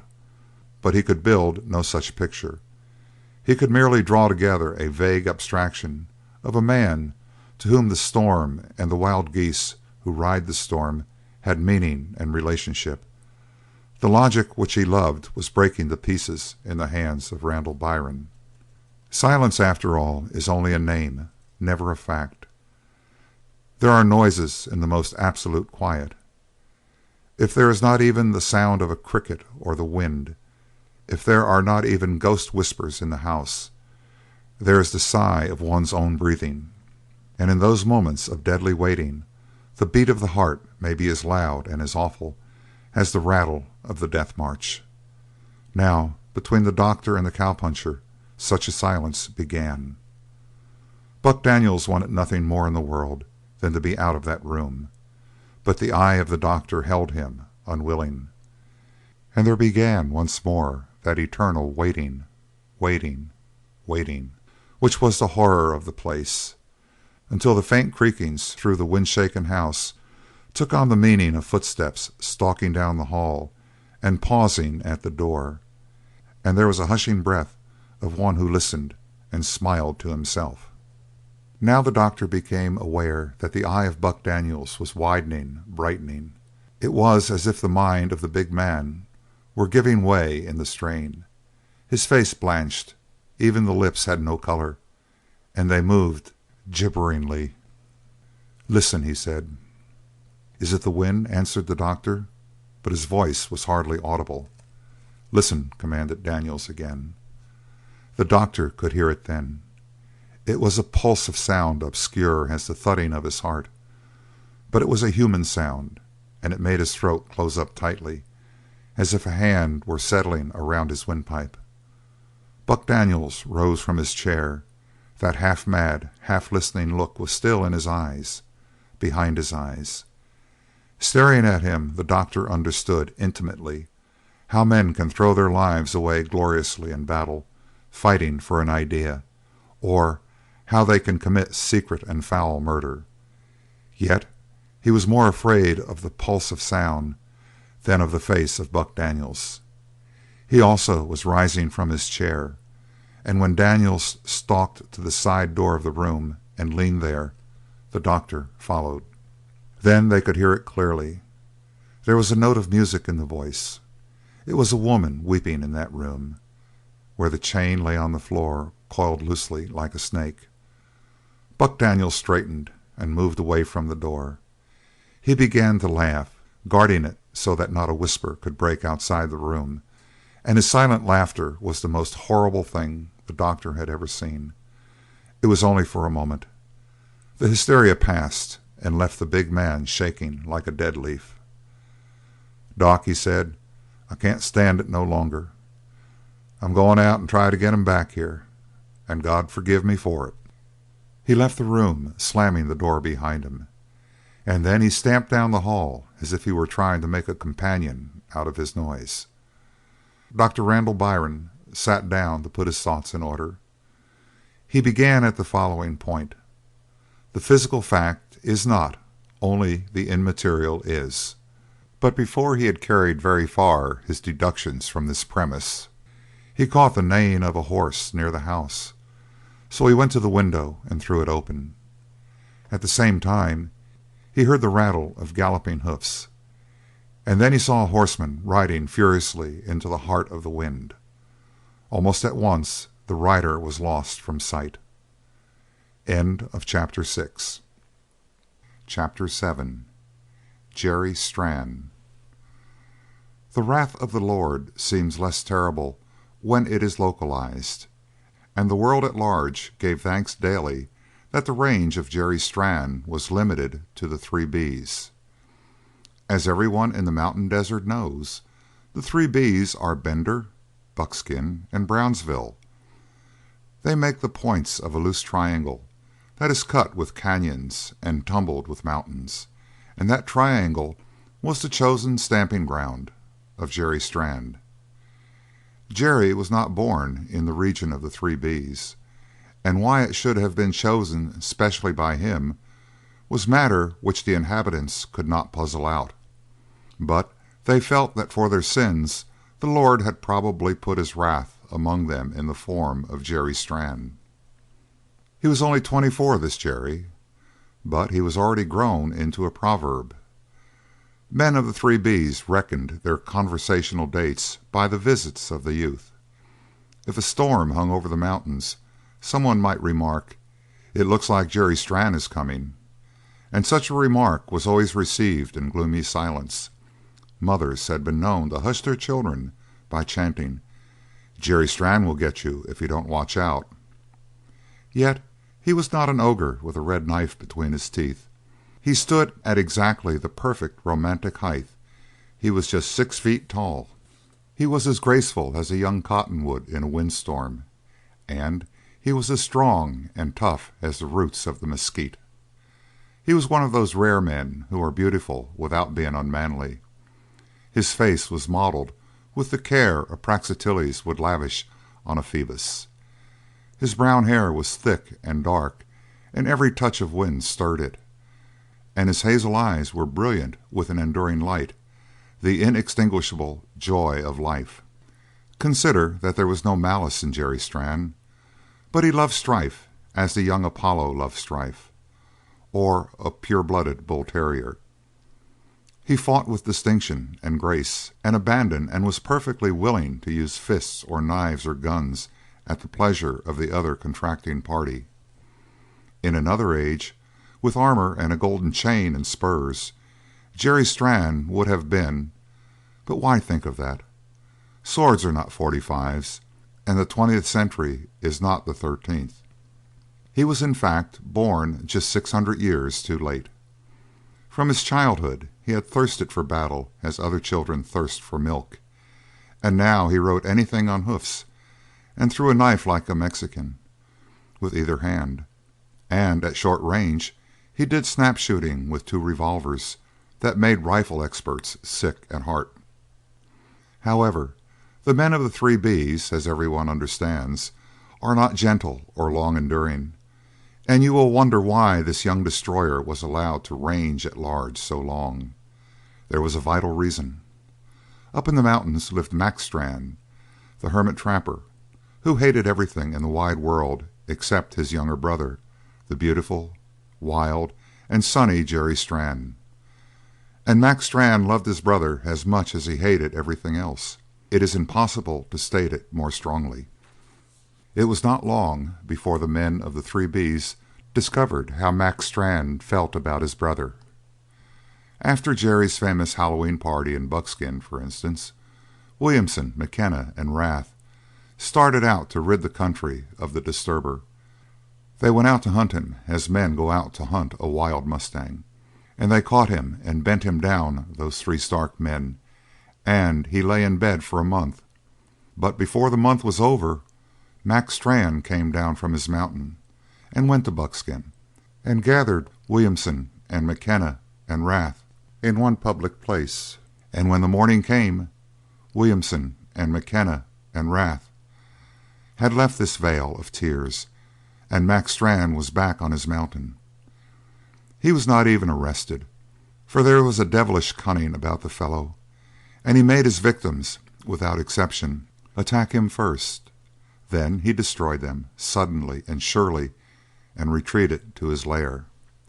Things like this happened once or twice, and then the men of the Three B's understood that it was not wise to lay plots for Jerry Strann. They accepted him, as I have said before, as men accept the wrath of God. Let it not be thought that Jerry Strann was a solitary like his brother. When he went out for a frolic, the young men of the community gathered around him, for Jerry paid all scores, and the red-eye flowed in his path like wine before the coming of Bacchus. Where Jerry went, there was never a dull moment, and young men love action. So it happened that when he rode into Brownsville this day, he was the leader of a cavalcade. Rumor rode before them, and doors were locked, and windows were darkened, and men sat in the darkness with their guns across their knees. For Brownsville lay at the extreme northern tip of the triangle, and it was rarely visited by Jerry. And it is well established that men fear the unfamiliar more than the known. As has been said, Jerry headed the train of revelers, partially because it was most unwise to cut in ahead of Jerry, and partially because there was not a piece of horseflesh in the Three B's which could outfoot his chestnut. It was a gelding out of the loins of the north wind, and sired by the devil himself, and its spirit was one with the spirit of Jerry Strann, perhaps because they both served one master. The cavalcade came with a crash of racing hoofs in a cloud of dust. But in the middle of the street, Jerry raised his right arm stiffly overhead with a whoop, and brought his chestnut to a sliding stop. The cloud of dust rolled lazily on ahead. The young men gathered quickly around the leader, and there was silence as they waited for him to speak. A silence broken only by the wheezing of the horses, and the stench of sweating horseflesh was in every man's nostrils. "Who owns that hoss?" asked Jerry Strann, and pointed. He had stopped just opposite O'Brien's hotel, store, blacksmith shop, and saloon, and by the hitching rack was a black stallion. Now, there are some men who carry tidings of their inward strength stamped on their foreheads and written in their eyes. In times of crisis, crowds will turn to such men and follow them as soldiers follow a captain, for it is patent at a glance that this is a man of men. It is likewise true that there are horses which stand out among their fellows, and this was such a horse. He was such a creature that, if he had been led to a barrier, the entire crowd at the racetrack would rise as one man and say, What is that horse?" There were points in which some critics would find fault. Most of the men of the mountain desert, for instance, would have said that the animal was too lightly and delicately limbed for long endurance. But as the man of men bears the stamp of his greatness in his forehead and his eyes, so it was with the black stallion. When the thunder of the cavalcade had rushed upon him down the street, he had turned with cat-like grace and raised his head to see, and his forehead and his eyes arrested Jerry Strann like a levelled rifle. Looking at that proud head, one forgot the body of the horse, the symmetry of curves exquisite beyond the sculptor's dream, the arching neck and the steel muscles. One was only conscious of the great spirit. In human beings, we refer to it as personality. After a little pause, seeing that no one offered a suggestion as to the identity of the owner, Strann said softly, "That hoss is mine." It caused a stir in the crowd of his followers. In the mountain desert one may deal lightly with a man's wife and lift a random cow or two and settle the score, at need, with a snug .45 chunk of lead. But with horses it is different. A horse in the mountain desert lies outside of all laws and above all laws. It is greater than honor and dearer than love, and when a man's horse is taken from him, the men of the desert gather together and hunt the thief, whether it be a day or whether it be a month. And when they have reached him, they shoot him like a dog and leave his flesh to the buzzards and his bones to the merciless stars. For all of this there is a reason. But Jerry Strann swung from his mount, tossed the reins over the head of the chestnut, and walked toward the black with hungry eyes. He was careless also, and venturing too close, the black whirled with his sudden cat-like agility, and two black hoofs lashed within a hair's breadth of the man's shoulder. There was a shout from the crowd, but Jerry Strann stepped back and smiled so that his teeth showed. "Boys," he said, but he was really speaking to himself, "there's nothing in the world I want as bad as I want that hoss. Nothing. I'm going to buy him. Where's the owner?" "Don't look like a hoss a man would want to sell, Jerry," came a suggestion from the cavalcade, who had dismounted and now pressed behind their leader. Jerry favored the speaker with another of his enigmatic smiles. "Oh," he chuckled, "he'll sell all right. Maybe he's inside. You gents stick out here and watch for him. I'll step inside." And he strode through the swinging doors of the saloon.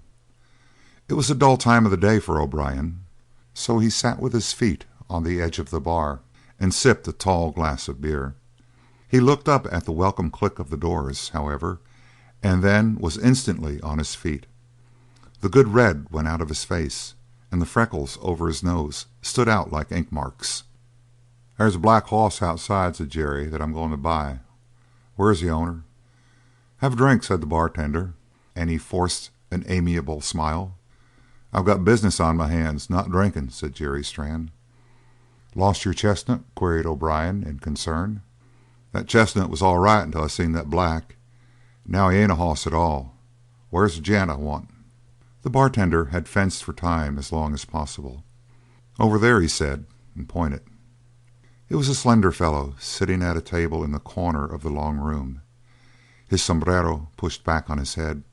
He was playing solitaire, and his back was towards Jerry Strann, who now made a brief survey, hitched his cartridge belt, and approached the stranger with a grin. The man did not turn. He continued to lay down his cards with monotonous regularity, and while he was doing it he said in the gentlest voice that had ever reached the ear of Jerry Strann, "Better stay where you are, stranger. My dog don't like you." And Jerry Strann perceived under the shadow of the table a blacker shadow, huge and formless in the gloom, and two spots of incandescent green twinkling toward him. He stopped. He even made a step back, and then he heard a stifled chuckle from the bartender. If it had not been for that untimely mirth of O'Brien's, probably nothing of what followed would have passed into the history of the Three B's. End of Chapter 7. Chapter 8. The Gift Horse. "Your dog is your own dog," remarked Jerry Strann, still to the back of the card-laying stranger. "But he ain't your backyard. Keep your eye on him, or I'll fix him so he won't need watching." So saying, he made another step forward, and it brought a snarl from the dog. Not one of those high whining noises, but a deep guttural that sounded like indrawn breath. The gun of Jerry Strann leaped into his hand. "Bart," said the gentle-voiced stranger, "lie down and don't talk." And he turned in his chair, pulled his hat straight, and looked mildly upon the gunman. An artist would have made much of that picture, for there was in this man, as in Strann, a singular portion of beauty.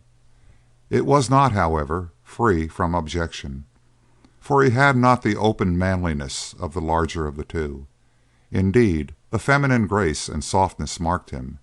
His wrists were as round as a girl's, and his hands as slender and as delicately finished. Whether it be the white hot sun of summer or the hurricane snows of winter, the climate of the mountain desert roughens the skin, and it cuts away spare flesh, hewing out the face in angles. But with this man there were no rough edges, but all was smoothed over and rounded with painful care, as if nature had concentrated in that birth to show what she could do.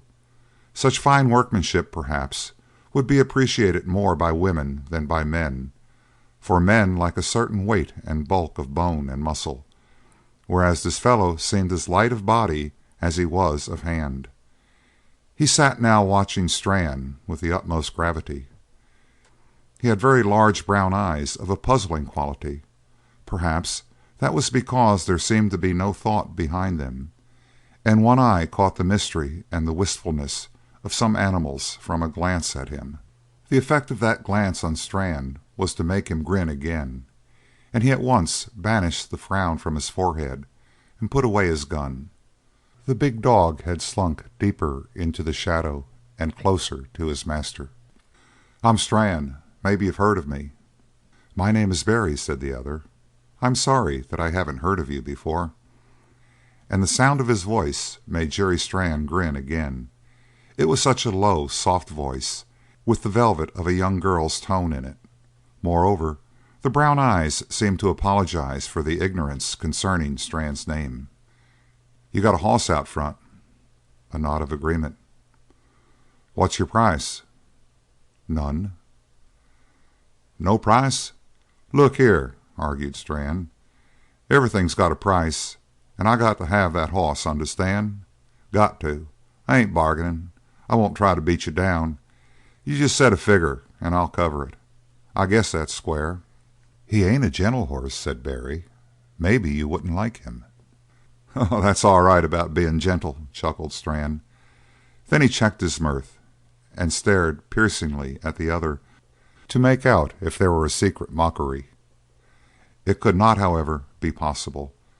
The eyes were as gravely apologetic as ever. He continued, "I seen the hell fire in 'em. That's what stopped me like a bullet.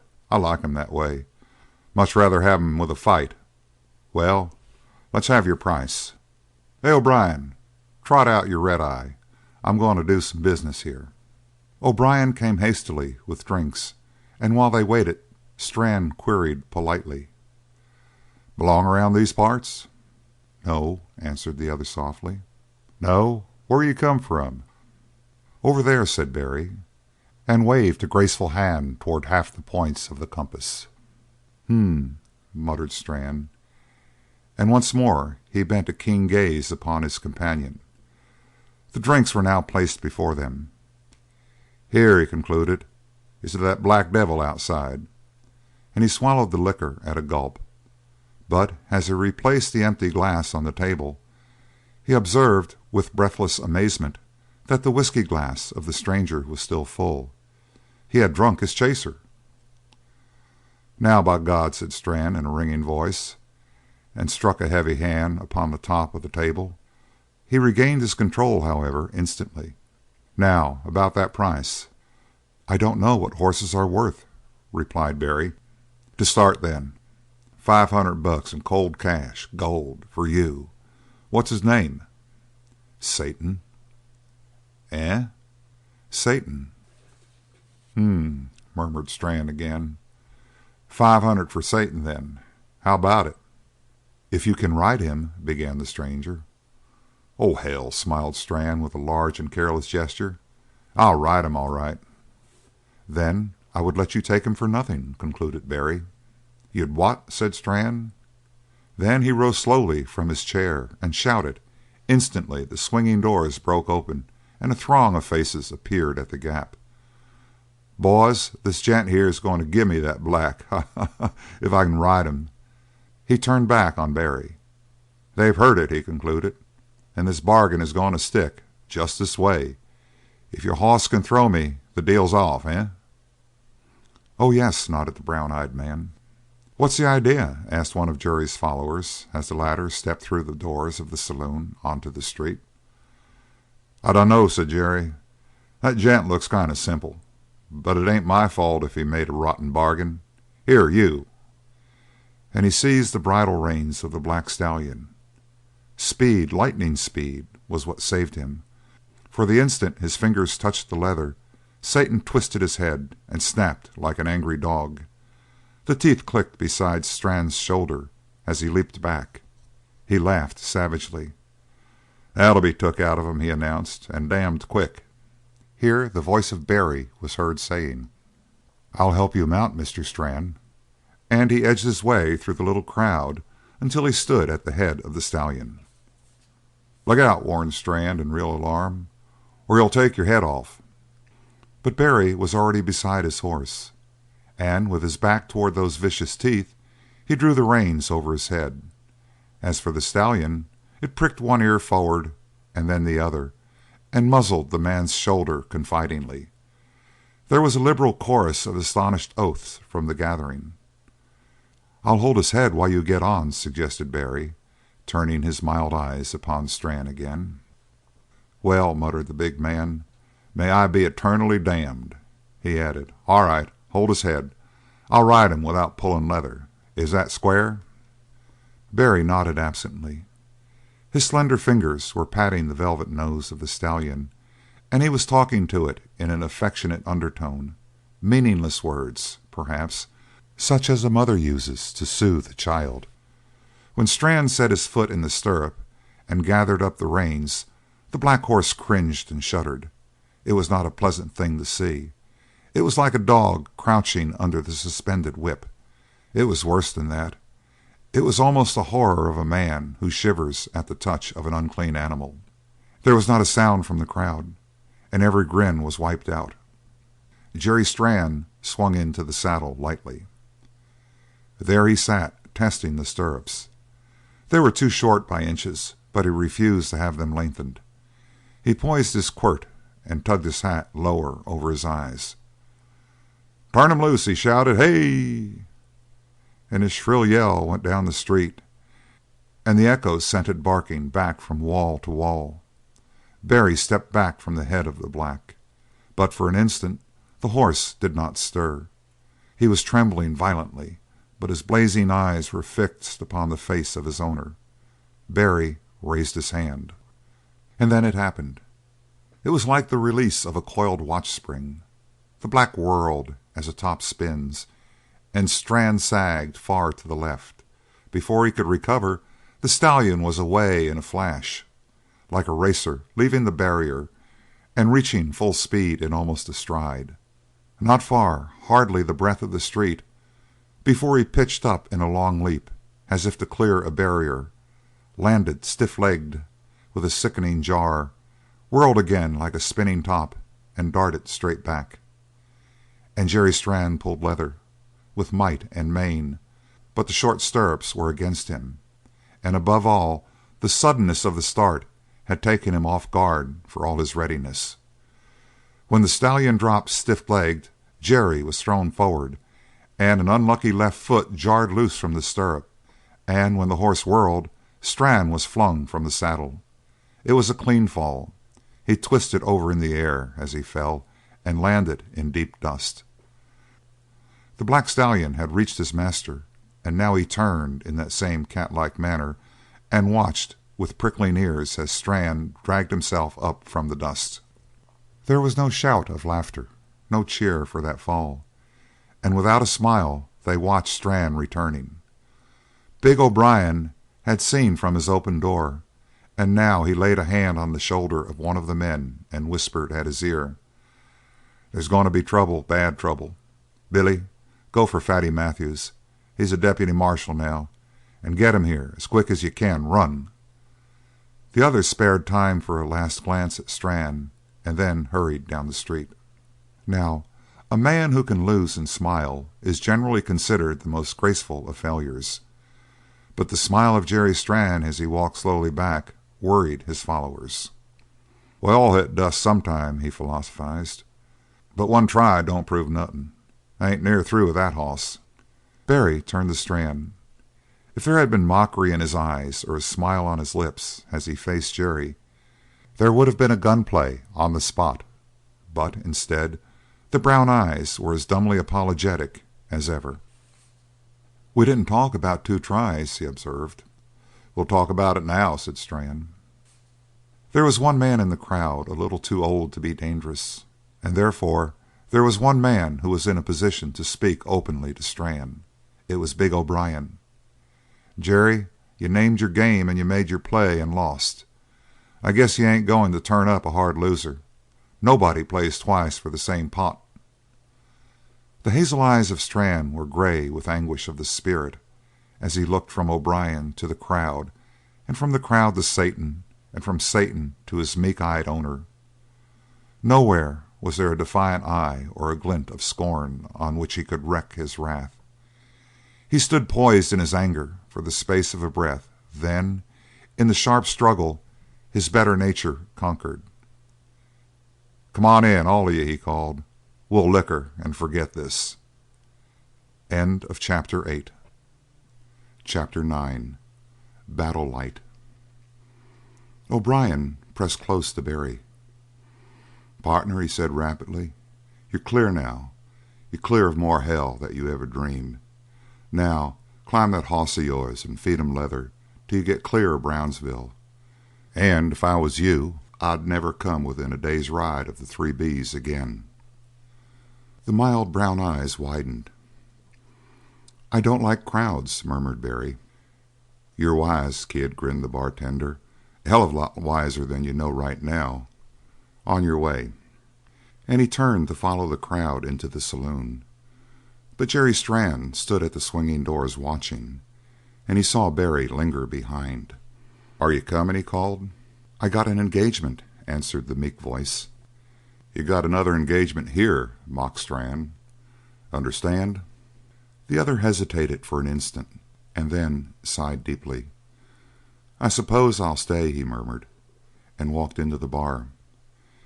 Jerry Strann was smiling in the way that showed his teeth. As Barry passed, he said softly, "I see we ain't going to have no trouble, you and me." And he moved to clap his strong hand on the shoulder of the smaller man. Oddly enough, the hand missed, for Barry swerved from beneath it as a wolf swerves from the shadow of a falling branch. No perceptible effort, no sudden start of tensed muscles, but a movement so smooth that it was almost unnoticeable. But the hand of Strann fell through thin air. "You're quick," he said. "If you was as quick with your hands as you are with your feet." Barry paused, and the melancholy brown eyes dwelt on the face of Strann. "Oh, hell!" snorted the other, and turned on his heel to the bar. "Drink up," he commanded. A shout and a snarl from the further end of the room. "A wolf, by God!" yelled one of the men. The owner of the animal made his way with unobtrusive swiftness the length of the room, and stood between the dog and a man who fingered the butt of his gun nervously. "He won't hurt you none," murmured that softly assuring voice. "Hell he won't," responded the other. "He took a pass at my leg just now and damn near took it off. Got teeth like the blades of a pocket knife." "You're on a cold trail, Sam," broke in one of the others. "That ain't any wolf. Look at him now." The big, shaggy animal had slunk to the feet of his master, and with head abased stared furtively up into Barry's face. A gesture served as sufficient command, and he slipped shadow-like into the corner and crouched with his head on his paws, and the incandescent green of his eyes glimmering. Barry sat down in a chair near by. O'Brien was happily spinning bottles and glasses the length of the bar. There was a chiming of glass and the rumble of contented voices. "Red eye all around," said the loud voice of Jerry Strann. "But there's one out." "Who's out?" "Oh, it's him. Hey, O'Brien, lemonade for the lady." It brought a laugh, a deep, good-natured laugh, and then a chorus of mockery. But Barry stepped unconfused to the bar, accepted the glass of lemonade, and when the others downed their firewater, he sipped his drink thoughtfully. Outside the wind had risen, and it shook the hotel and carried a score of faint voices as it whirled round the corners and through cracks. Perhaps it was one of those voices which made the big dog lift its head from its paws and whine softly. Surely it was something he heard which caused Barry to straighten at the bar and cant his head slightly to one side. But as certainly no one else in the barroom heard it. Barry set down his glass. "Mr. Strann," he called, and the gentle voice carried faintly down through the uproar of the bar.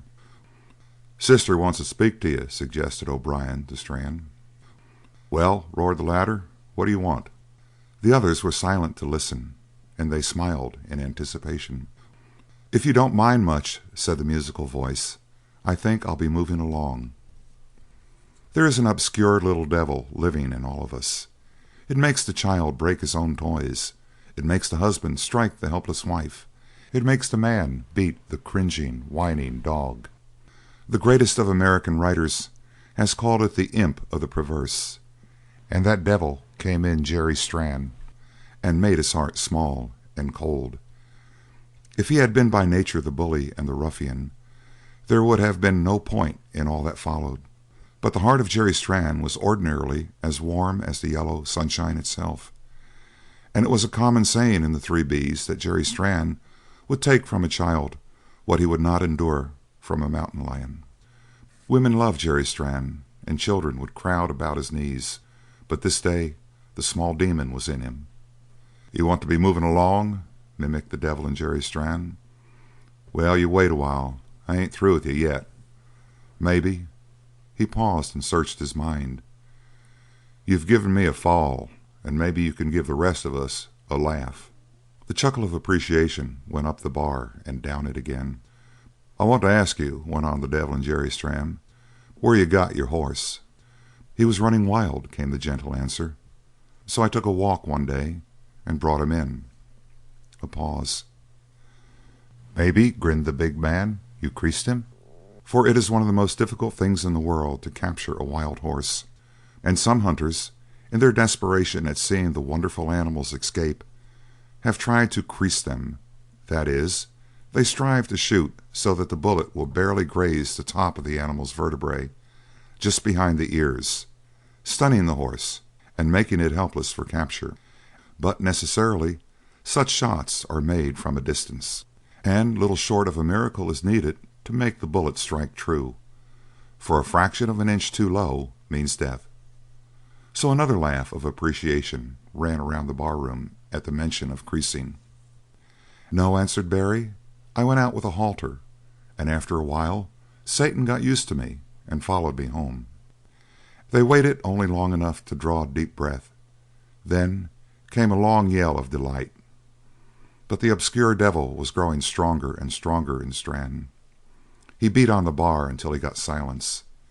Then he leaned over to meet the eyes of Barry. "That," he remarked through his teeth, "is a damned lie." There's only one way of answering that word in the mountain desert, and Barry did not take it. The melancholy brown eyes widened. He sighed, and raising his glass of lemonade, sipped it slowly. Came a sick silence in the barroom. Men turned their eyes toward each other, and then flashed them away again. It is not good that one who has the eyes and the tongue of a man should take water from another, even from Jerry Strann. And even Jerry Strann withdrew his eyes slowly from his prey and shuddered. The sight of the most grisly death is not so horrible as cowardice. And the devil, which was still strong in Strann, made him look about for a new target. Barry was removed from all danger by an incredible barrier. He found that new target at once, for his glance reached to the corner of the room and found there the greenish, glimmering eyes of the dog. He smote upon the bar. "Is this a damned kennel?" he shouted. "Do I got a drink in a barnyard? What's that dog doing here?" And he caught up the heavy little whiskey glass and hurled it at the crouching dog. It thudded heavily, but it brought no yelp of pain. Instead, a black thunderbolt leaped from the corner and lunged down the room. It was the silence of the attack that made it terrible, and Strann cursed and pulled his gun. He could never have used it. He was a whole half second too late. But before the dog sprang, a voice cut in. "Bart!" It checked the animal in its very leap. It landed on the floor and slid on stiffly extended legs to the feet of Strann. "Bart!" rang the voice again. And the beast, flattening to the floor, crawled backwards inch by inch. It was slavering, and there was a raving madness in its eyes. "Look at it!" cried Strann. "By God, it's mad!" And he raised his gun to draw the bead. "Wait!" called the same voice which had checked the spring of the dog. Surely it could not have come from the lips of Barry. It held a resonance of chiming metal.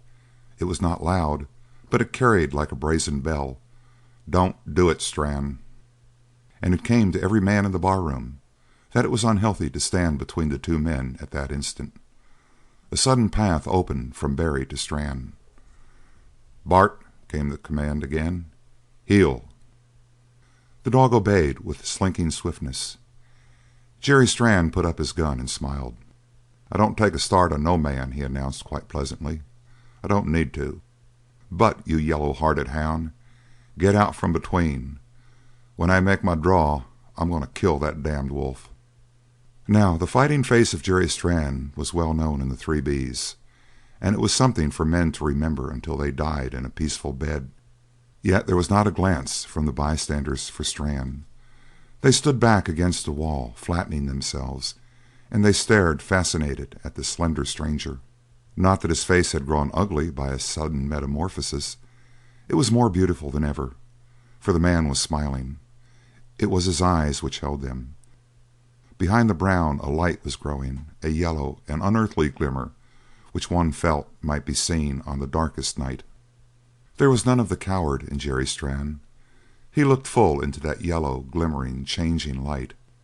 He looked steadily, and a strange feeling swept over him. No, it was not fear. Long experience had taught him that there was not another man in the Three B's, with the exception of his own terrible brother, who could get a gun out of the leather faster than he. But now it seemed to Jerry Strann that he was facing something more than mortal speed and human strength and surety. He could not tell in what the feeling was based, but it was a giant, dim foreboding, holding dominion over other men's lives, and it sent a train of chilly weakness through his blood. "It's a habit of mine," said Jerry Strann, "to kill mad dogs when I see 'em." And he smiled again. They stood for another long instant facing each other. It was plain that every muscle in Strann's body was growing tense. The very smile was frozen on his lips. When he moved at last, it was a convulsive jerk of his arm, and it was said afterward that his gun was all clear of the leather before the calm stranger stirred. No eye followed what happened. Can the eye follow such speed as the cracking lash of a whip? There was only one report. The forefinger of Strann did not touch his trigger, but the gun slipped down and dangled loosely from his hand. He made a pace forward, with his smile grown to an idiotic thing, and a patch of red sprang out in the centre of his breast. Then he lurched headlong to the floor. End of Chapter 9. Chapter 10. Sweet Adeline. Fatty Matthews came panting through the doors.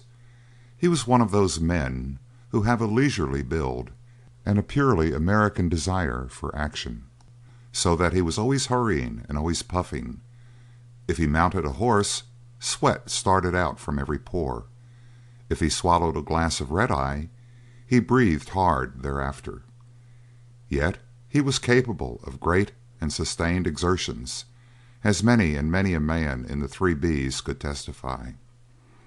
He was ashamed of his fat. Imagine the soul of a bald eagle in the body of a Poland China sow, and you begin to have some idea of Fatty Matthews.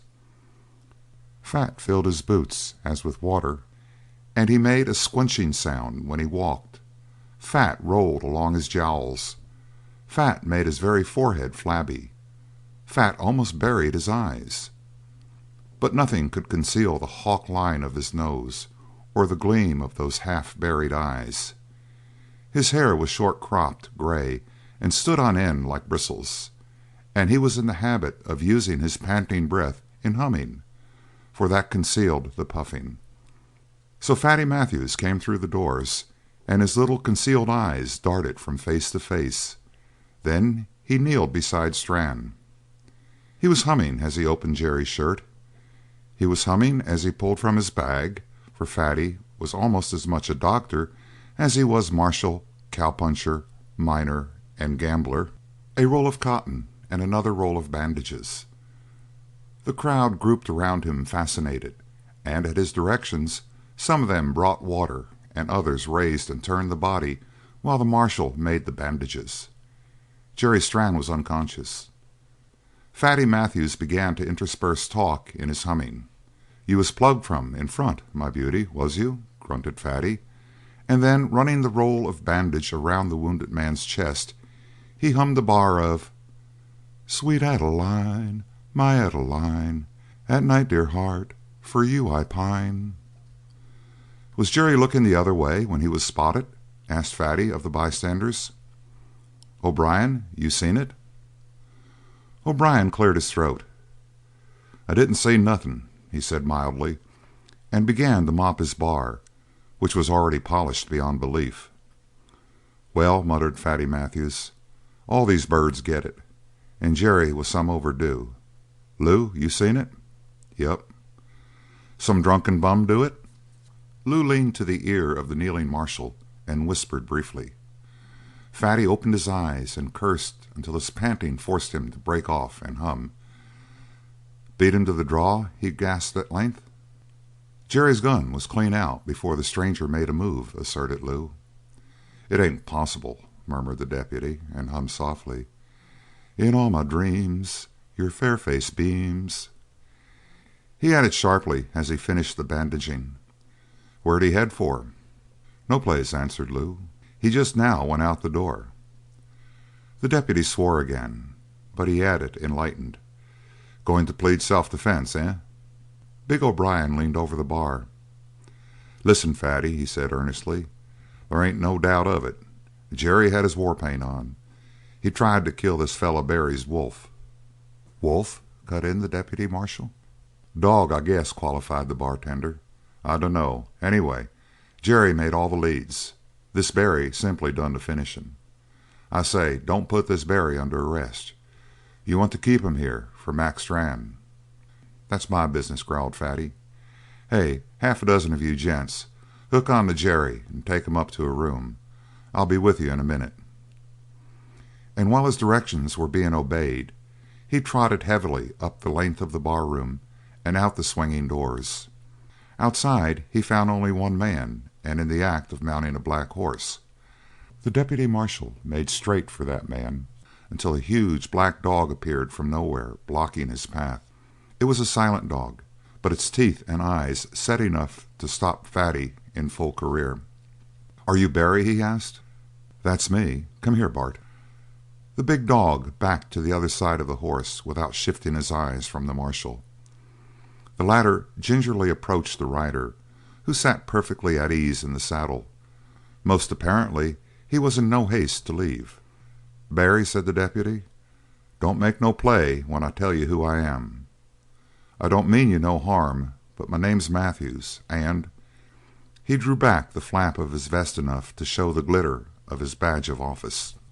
All the time his little beady eyes watched Barry with bird-like intentness. The rider made not a move. And now Matthews noted more in detail the feminine slenderness of the man and the large, placid eyes. He stepped closer and dropped a confidential hand on the pommel of the saddle. "Son," he muttered, "I hear you made a clean play inside. Now, I know Strann and his way. He was in wrong. There ain't a doubt of it. And if I held you, you'd get clear on self-defense. So I ain't going to lay a hand on you. You're free. But one thing more. You cut off there, see? And bear away north from the Three B's. You got a hoss, that is, and believe me, you'll need him before you're through." He lowered his voice, and his eyes bulged with the terror of his tidings. "Feed him the leather. Ride to beat hell. Never stop while your hoss can raise a trot. And then slide off your hoss and get another. Son, in 3 days Mac Strann will be on your trail." He stepped back and waved his arms. "Now, vamonos." The black stallion flicked back its ears and winced from the outflung hands, but the rider remained imperturbed. "I never heard of Mac Strann," said Barry. "You never heard of Mac Strann?" echoed the other. "But I'd like to meet him," said Barry. The deputy marshal blinked his eyes rapidly, as though he needed to clear his vision. "Son," he said hoarsely, "I can see your game, but don't make a foul play. If Mac Strann gets you, he'll California like a yearling. You won't have no chance. You've done for Jerry, there ain't a doubt of that. But Jerry to Mac is like a tame cat to a mountain lion, lad. I can see you're a stranger to these parts. But ask me your questions and I'll tell you the best way to go." Barry slipped from the saddle. He said, "I'd like to know the best place to put up my hoss." The deputy marshal was speechless. "But I suppose," went on Barry, "I can stable him over there behind the hotel."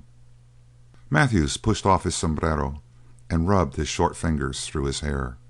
Anger and amazement still choked him, but he controlled himself by a praiseworthy effort. "Barry," he said, "I don't make you out. Maybe you figure to wait till Mac Strann gets to town before you leave. Maybe you think your hoss can outrun anything on 4 feet, and maybe it can. But listen to me. Mac Strann ain't fast on a trail, but the point about him is that he never leaves it. You can go through rain and over rocks, but you can't never shake Mac Strann, not once he gets the wind of you." "Thanks," returned the gentle-voiced stranger. "I guess maybe he'll be worth meeting." And so saying, he turned on his heel and walked calmly towards the big stables behind the hotel, and at his heels followed the black dog and the black horse. As for Deputy Marshal Matthews, he moistened his lips to whistle, but when he pursed them, not a sound came. He turned at length into the barroom, and as he walked, his eye was vacant. He was humming brokenly, "Sweet Adeline, my Adeline, at night, dear heart, for you I pine." Inside, he took firm hold upon the bar with both pudgy hands. "O'Brien," he said, "red eye." He pushed away the small glass which the bartender spun towards him, and seized in its place a mighty water tumbler. "O'Brien," he explained, "I need strength, not encouragement." And filling the glass nearly to the brim, he downed the huge potion with a single draught. End of chapter 10. Chapter 11. The Buzzard. Most animals have their human counterparts, and in that room where Jerry Strann had fallen, a whimsical observer might have termed Jerry, with his tawny head, the lion, and O'Brien behind the bar, a shaggy bear, and the deputy marshal a wolverine, fat but dangerous. And here stood a man as ugly and hardened as a desert cayuse, and there was Dan Barry, sleek and supple as a panther. But among the rest this whimsical observer must have noticed a fellow of prodigious height and negligible breadth, a structure of sinews and bones that promised to rattle in the wind, a long, narrow head, a nose like a beak, tiny eyes set close together and shining like polished buttons, and a vast Adam's apple that rolled up and down the scraggy throat. He might have done for the spirit of famine in an old play, but every dweller of the mountain desert would have found an apter expression by calling him the buzzard of the scene. Through his prodigious ugliness he was known far and wide as Haw Haw Langley, for on occasion Langley laughed, and his laughter was an indescribable sound that lay somewhere between the braying of a mule and the cawing of a crow. But Haw Haw Langley was usually silent, and he would sit for hours without words, twisting his head and making little pecking motions as his eyes fastened on face after face. All the bitterness of the mountain desert was in Haw Haw Langley. If his body looked like a buzzard, his soul was the soul of the vulture itself, and therefore he had followed the courses of Jerry Strann up and down the range. He stuffed his gorge with the fragments of his leader's food. He fed his soul with the dangers which Jerry Strann met and conquered.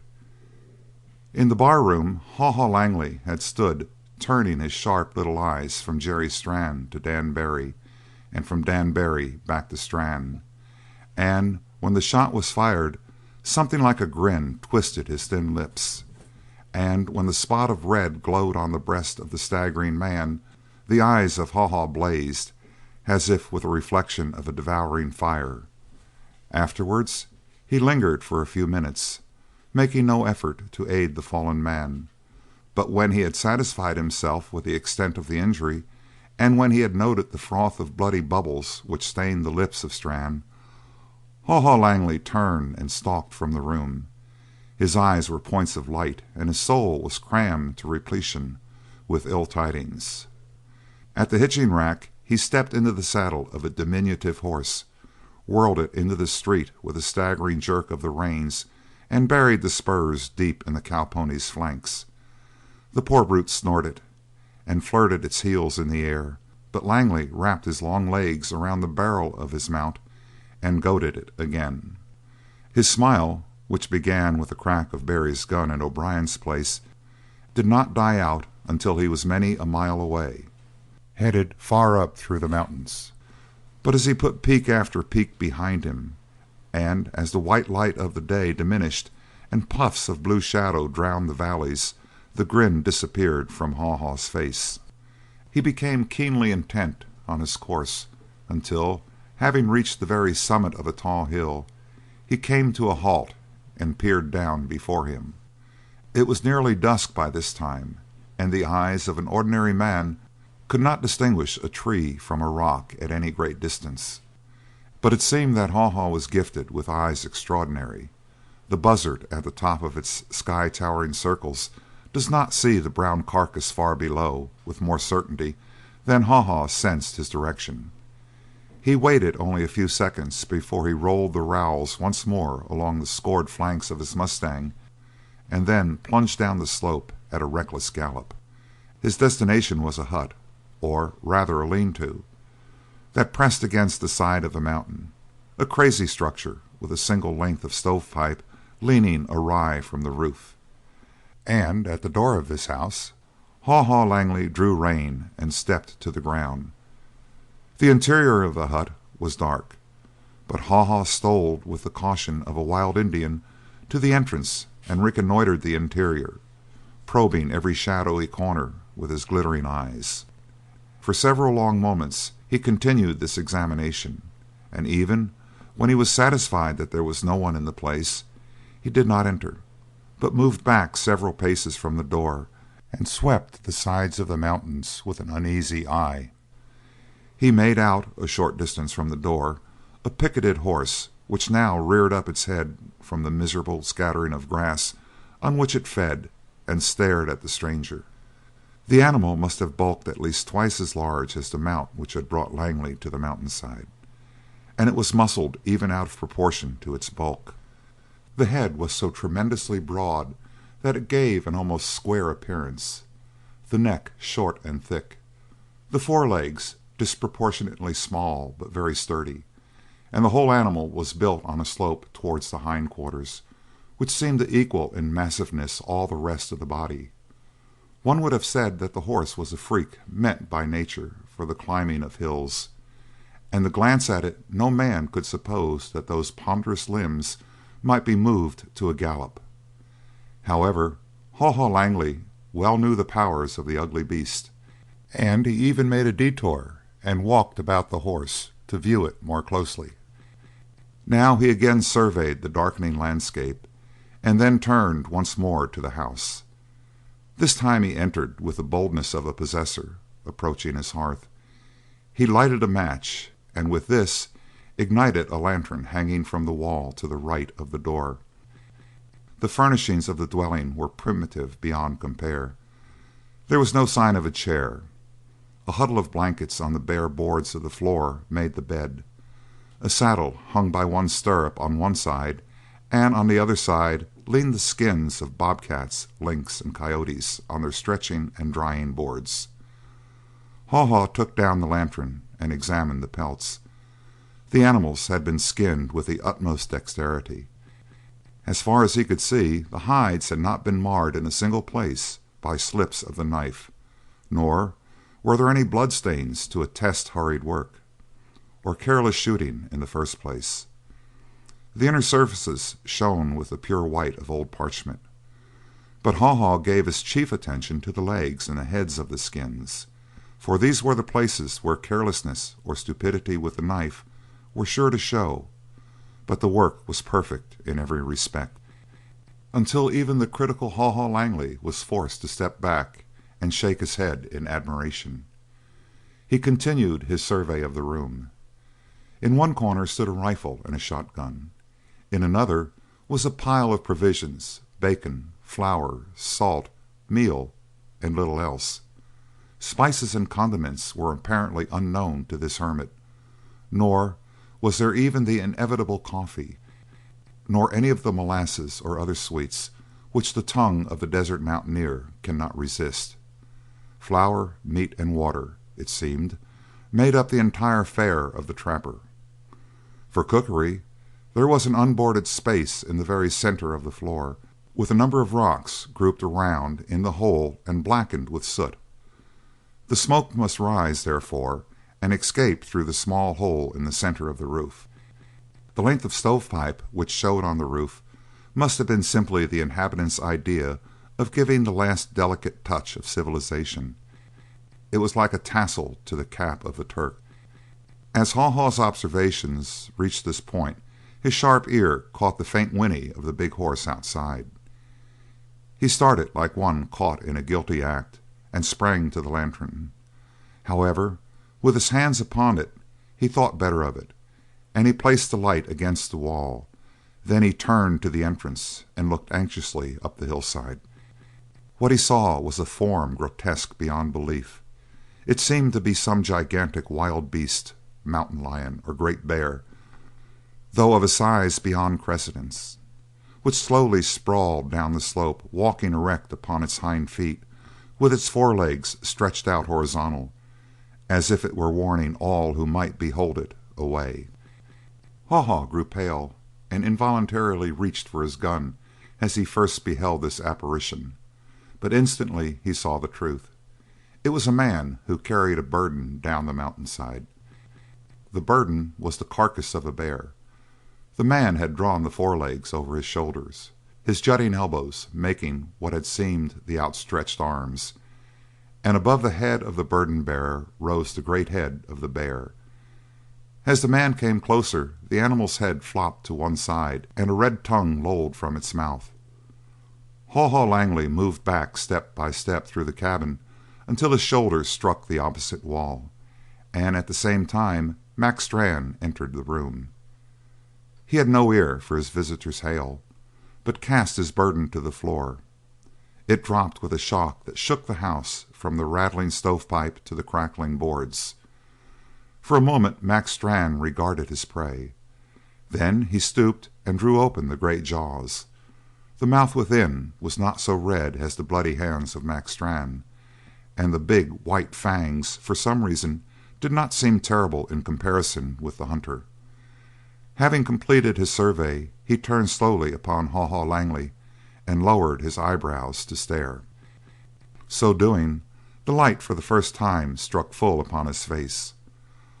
Haw Haw Langley bit his thin lips and his eyes widened almost to the normal. For the ugliness of Mac Strann was the most terrible species of ugliness. Not disfigured features, but a discord which pervaded the man and came from within him like a sound. Feature by feature his face was not ugly. The mouth was very large, to be sure, and the jaw too heavily square, and the nose needed somewhat greater length and less width for real comeliness. The eyes were truly fine, being very large and black, though when Mac Strann lowered his bush of brows his eyes were practically reduced to gleams of light in the consequent shadow. There was a sharp angle in his forehead, the lines of it meeting in the centre and shelving up and down. One felt, unpleasantly, that there were heavy muscles overlaying that forehead. One felt that to touch it would be a pad of flesh, and it gave to Mac Strann, more than any other feature, a peculiar impression of resistless physical power. In the catalogue of his features, indeed, there was nothing severely objectionable, but out of it came a feeling of too much strength. A glance at his body reassured the first thought. It was not normal. His shirt bulged tightly at the shoulders with muscles. He was not tall, inches shorter than his brother Jerry, for instance, but the bulk of his body was incredible. His torso was a veritable barrel that bulged out both in the chest and the back, and even the tremendous thighs of Mac Strann were perceptibly bowed out by the weight which they had to carry, and there was about his management of his arms a peculiar awkwardness which only the very strongest of men exhibit, as if they were burdened by the weight of their mere dangling hands. This giant, having placed his eyes in shadow, peered for a long moment at Haw Haw Langley, but very soon his glance began to waver. It flashed towards the wall. It came back and rested upon Langley again. He was like a dog, restless under a steady stare, and as Haw Haw Langley noted this, a glitter of joy came into his beady eyes. "You're Jerry's man," said Mac Strann at length. There was about his voice the same fleshy quality that was in his face. It came literally from his stomach, and it made a peculiar rustling sound, such as comes after one has eaten sticky, sweet things. People could listen to the voice of Mac Strann and forget that he was speaking words. The articulation ran together in a sort of glutinous mass. "I'm a friend of Jerry," said the other. "I'm Langley." The big man stretched out his hand. The hair grew black down to the knuckles. The blood of the bear still streaked it. It was large enough to be an organism with independent life, but when Langley, with some misgiving, trusted his own bony fingers within that grasp, it was only as if something fleshy, soft, and bloodless had closed over them. When his hand was released, he rubbed it covertly against his trouser leg, to remove dirt, restore the circulation. He did not know why. "Who's bothering Jerry?" asked Mac Strann. "And where is he?" He went to the wall without waiting for an answer, and took down the saddle. Now the cowpuncher's saddle is a heavy mass of leather and steel, and the saddle of Mac Strann was far larger than the ordinary. Yet he took down the saddle as one might remove a card from a rack. Haw Haw Langley moved towards the door to give himself a free space for exit. "Jerry's hurt," he said, and he watched. There was a ripple of pain on the face of Mac Strann. "Hoss kicked him? Fall on him?" he asked. "It weren't a horse." "Huh? A cow?" "Weren't no cow. It weren't no animal." Mac Strann faced full upon Langley. When he spoke it seemed as if it were difficult for him to manage his lips. They lifted an appreciable space before there was any sound. "What was it?" "A man." Langley edged back towards the door. "With what?" "A gun." And Langley saw the danger that was coming even before Mac Strann moved. He gave a shrill yelp of terror and whirled and sprang for the open. But Mac Strann sprang after him and reached. His whole body seemed to stretch like an elastic thing, and his arm grew longer. The hand fastened on the back of Langley. plucked him up and jammed him against the wall. Haw Haw crumpled to the floor. He gasped, "It weren't me, Mac. For God's sake, it weren't me!" His face was a study. There was abject terror in it, and yet there was also a sort of grisly joy, and his eyes feasted on the silent agony of Mac Strann. "Where?" asked Mac Strann. "Mac," pleaded the vulture, who cringed on the floor, "gimme your word you ain't going to hold it against me." "Tell me," said the other, and he framed the face of the vulture between his large hands. If he pressed the heels of those hands together, bones would snap, and Haw Haw Langley knew it. And yet nothing but a wild delight could have set that glitter in his little eyes, just as nothing but a palsy of terror could have set his limbs twitching so. "Who shot him from behind?" demanded the giant. "It wasn't from behind," croaked the bearer of ill tidings. "It was from the front." "While he wasn't looking?" "No, he was beat to the draw." "You're lying to me," said Mac Strann slowly. "So help me God!" cried Langley. "Who done it?" "A little feller. He ain't half as big as me. He's got a voice like Kitty Jackson, the schoolmarm, and he's got eyes like a starved pup. It was him that done it." The eyes of Mac Strann grew vaguely meditative. "Nope," he mused in answer to his own thoughts. "I won't use no rope. I'll use my hands. Where'd the bullet land?" A fresh agony of trembling shook Langley, and a fresh sparkle came in his glance. "Betwixt his ribs, Mac, and right on through, and it come out his back." But there was not an answering tremor in Mac Strann. He let his hands fall away from the face of the vulture, and he caught up the saddle. Langley straightened himself. He peered anxiously at Strann as if he feared to miss something. "I dunno whether he's living right now or not," suggested Haw Haw. But Mac Strann was already striding through the door. Sweat was pouring from the lather-flecked bodies of their horses when they drew rein at last at the goal of their long, fierce ride, and Haw Haw slunk behind the broad form of Mac Strann when the latter strode into the hotel. Then the two started for the room in which, they were told, lay Jerry Strann. "There it is," whispered Haw Haw as they reached the head of the stairs. "The door's open. If he was dead the door would be closed, most like." They stood in the hall and looked in upon a strange picture. For flat in the bed lay Jerry Strann, his face very white and oddly thin, and over him leaned the man who had shot him down. They heard Dan Barry's soft, gentle voice query, "How are you feeling now, partner?" He leaned close beside the other, his fingers upon the wrist of Jerry. "A pile better," muttered Jerry Strann. "Seems like I got a more fighting chance to pull through now." "Just you keep lying here quiet," advised Dan Barry, "and don't stir around none. Don't start no worrying. You're going to live long as you don't lose no more blood. Keep your thoughts quiet. There ain't no cause for you to do nothing, but just keep your eyes closed and breathe, and think of yellow sunshine and green grass in the spring, and the wind lazing the clouds along across the sky. That's all you got to think about. Just keep quiet, partner. It's easy to do it now you're with me. Seems like there's a pile of strength running into me from the tips of your fingers, my friend. And I was some fool to start that fight with you, Barry." "Just forget all that," murmured the other, "and keep your voice down. I've forgot it. You forget it. It ain't never happened." "What's it mean?" frowned Mac Strann, whispering to Haw Haw. The eyes of the latter glittered like beads. "That's him that shot Jerry," said Haw Haw. "Him." "Hell!" snarled Mac Strann, and went through the door. At the first sound of his heavy footfall the head of Barry raised and turned in a light, swift movement. The next instant he was on his feet.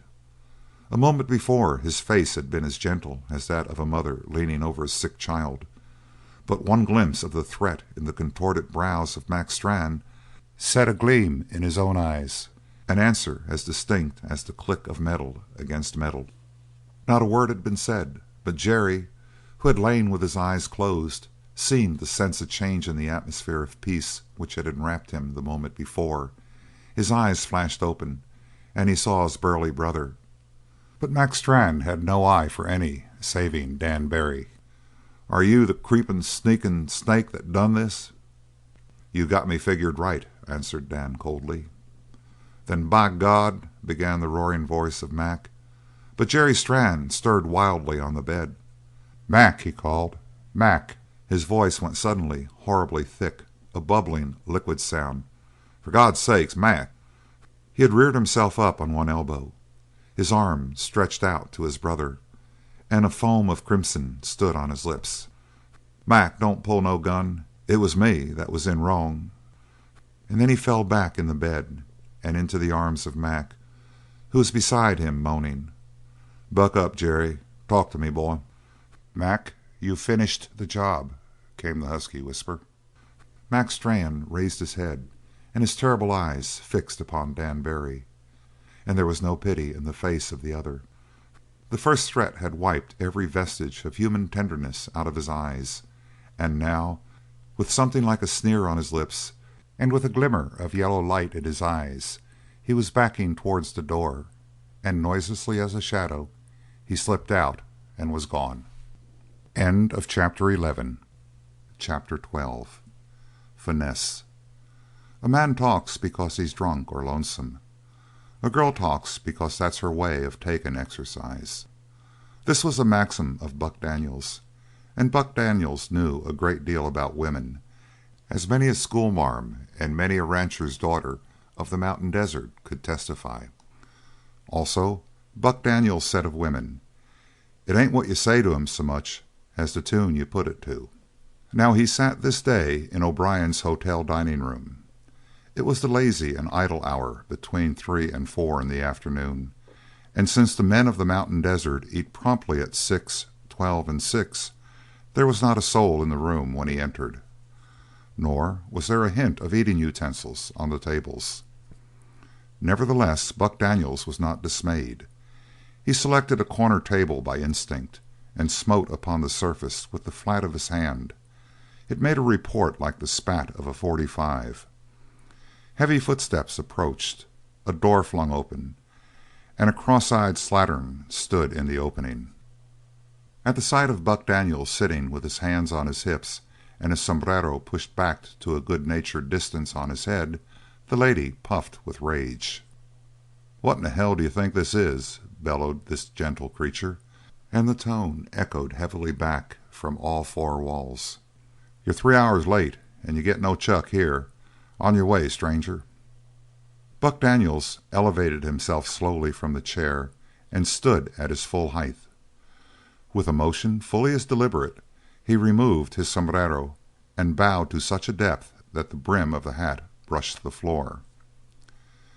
"Lady," he said humbly, "I was thinking that some gent run this here eatin' place, which if you'll excuse me half a minute I'll ramble outside and sluice off some of the dust. If I'd known you was here I wouldn't of thought of comin' in here like this." The lady with the defective eyes glared fiercely at him. Her judgment wavered two ways. Her first inclination was to hold that the fellow was jibing at her covertly, and she followed her original impulse far enough to clasp a neighbouring sugar bowl in a large, capable hand. A second and more merciful thought entered her brain and stole slowly through it, like a faint echo in a great cave. "You don't have to make yourself pretty to talk to me," she said thoughtfully, "but if you're here for chow you're too late." "Ma'am," said Buck Daniels instantly, "when I come in here I was hungry enough to eat nails, but I'll forget about chuck if you'll sit down and chin with me a while." The large hand of the cross-eyed lady stole out once more and rested upon the sugar bowl. "Do you mind saying that over again?" she queried. "Lonesomeness is worse than hunger," said Buck Daniels, and he met her gaze steadily with his black eyes. The hand released the sugar bowl once more. Something resembling colour stole into the brown cheeks of the maiden. She said relentingly: "Maybe you've been off by yourself mining, stranger." Buck Daniels drew a long breath. "Mines?" he said, and then laughed bitterly. "If that was all I been doing " he began darkly, and then stopped. The waitress started. "Maybe this here is my last chance to get chuck for days and days. Well, let it go. If I stayed here with you I'd be talking too much." He turned slowly towards the door. His step was very slow indeed. "Wait a minute," called the maiden. "There ain't any call for that play. If you're in wrong somewhere, well, stranger, just take that chair and I'll have some ham in front of you inside of a minute." She slammed through the door before Buck turned, and he sat down, smiling pleasantly to himself. Half of a mirror decorated the wall beside his table, and into this Buck peered. His black locks were sadly disarrayed, and he combed them into some semblance of order with his fingers. He had hardly finished this task when the door was kicked open with such force that it whacked against the wall, and the waitress appeared with an armful of steaming food. Before Buck's widening eyes she swiftly set forth an array of bread, butter in chunks, crisp French fried potatoes, a large slab of ham on one plate, and several fried eggs on another. And above all, there was a mighty pewter cup of coffee, blacker than the heart of night. Yearning seized upon Buck Daniels, but policy was stronger than hunger in his subtle mind. He rose again. He drew forth the chair opposite his own. "Ma'am," said Buck Daniels, "ain't you going to favour me by sitting down?" The lady blinked her unfocused eyes. "Ain't I what?" she was finally able to ask. "I know," said Buck Daniels swiftly, "that you're terrible busy, which you ain't got time to waste on a stranger like me." She turned upon Buck those uncertain and wistful eyes. It was a generous face. Mouth, cheekbones, and jaw were of vast proportions, while the forehead, eyes, and nose were as remarkably diminutive. Her glance lowered to the floor. She shrugged her wide shoulders and began to wipe the vestiges of dishwater from her freckled hands. "You men are terrible foolish," she said. "There ain't no tellin' what you mean by what you say." And she sank slowly into the chair. It gave voice in sharp protest at her weight. Buck Daniels retreated to the opposite side of the table and took his place. "Ma'am," he began, "don't I look honest?" So saying, he slid half a dozen eggs and a section of bacon from the platter to his plate. "I dunno," said the maiden, with one eye upon him and the other plunging into the future. "There ain't no trustin' men. Take 'em by the lot, and they're awful forgetful." "If you knowed me better," said Buck sadly, disposing of a slab of bread spread thick with the pale butter, and following this with a pile of fried potatoes astutely balanced on his knife, "if you knowed me better, ma'am, you wouldn't have no suspicions." "What might it be that you've been doing?" asked the girl. Buck Daniels paused in his attack on the food and stared at her. He quoted deftly from a magazine which had once fallen in his way. "Some day maybe I can tell you. There's something about your eyes that tells me you'd understand." At the mention of her eyes the waitress blinked and stiffened in her chair, while a huge red fist balled itself in readiness for action. But the expression of Buck Daniels was as blandly open as the smile of infancy. The lady relaxed, and an unmistakable blush tinged even her nose with colour. "It ain't after my nature to be asking questions," she announced. "You don't have to tell me no more'n you want to." "Thanks," said Buck instantly. "I knew you was that kind. It ain't hard," he went on smoothly, "to tell a lady when you see one. I can tell you this much to start with. I'm looking for a quiet town where I can settle down permanent, and, as far as I can see, Brownsville looks sort of quiet to me." So saying, he disposed of the rest of his food by an act akin to legerdemain, and then fastened a keen eye upon the lady. She was in the midst of a struggle of some sort, but she could not keep the truth from her tongue. "Take it by and large," she said at length, "Brownsville is as peaceable as most, but just now, stranger, it's all set for a big bust." She turned heavily in her chair and glanced about the room. Then she faced Daniels once more and cupped her hands about her mouth. "Stranger," she said in a stage whisper, "Mac Strann is in town."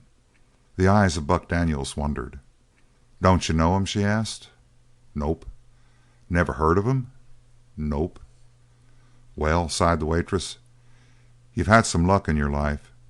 Take a cross between a bulldog and a mustang and a mountain lion. That's Max Strand. He's in town, and he's here for killing." "You don't say, ma'am. And why don't they lock him up?" "Because he ain't done nothing yet to be locked up about. That's the way with him. And when he does a thing he always makes the man he's after pull his gun first. Smart? I'll say he's just like an Indian, that Max Strand." "But who's he after?" "The feller that plugged his brother, Jerry." "Kind of looks like he had a reason for killing, then." "Nope. Jerry had it coming to him. He was always raising trouble, Jerry was. And this time he pulled his gun first. Everybody seen him."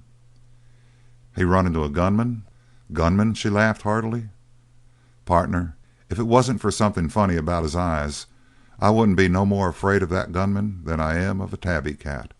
And me a weak woman. The quietest looking sort that ever come to Brownsville. But there's something queer about him. He knows that Max Strand is here in town. He knows that Max Strand is waiting for Jerry to die. He knows that when Jerry dies Mac will be out for a killing. And this here stranger is just sitting around and waiting to be killed. Can you beat that?" Buck Daniels had grown strangely excited. "What did you say there was about his eyes?" he asked sharply. She grew suddenly suspicious. "D'you know him?" "No, but you was talking about his eyes." "I dunno what it is.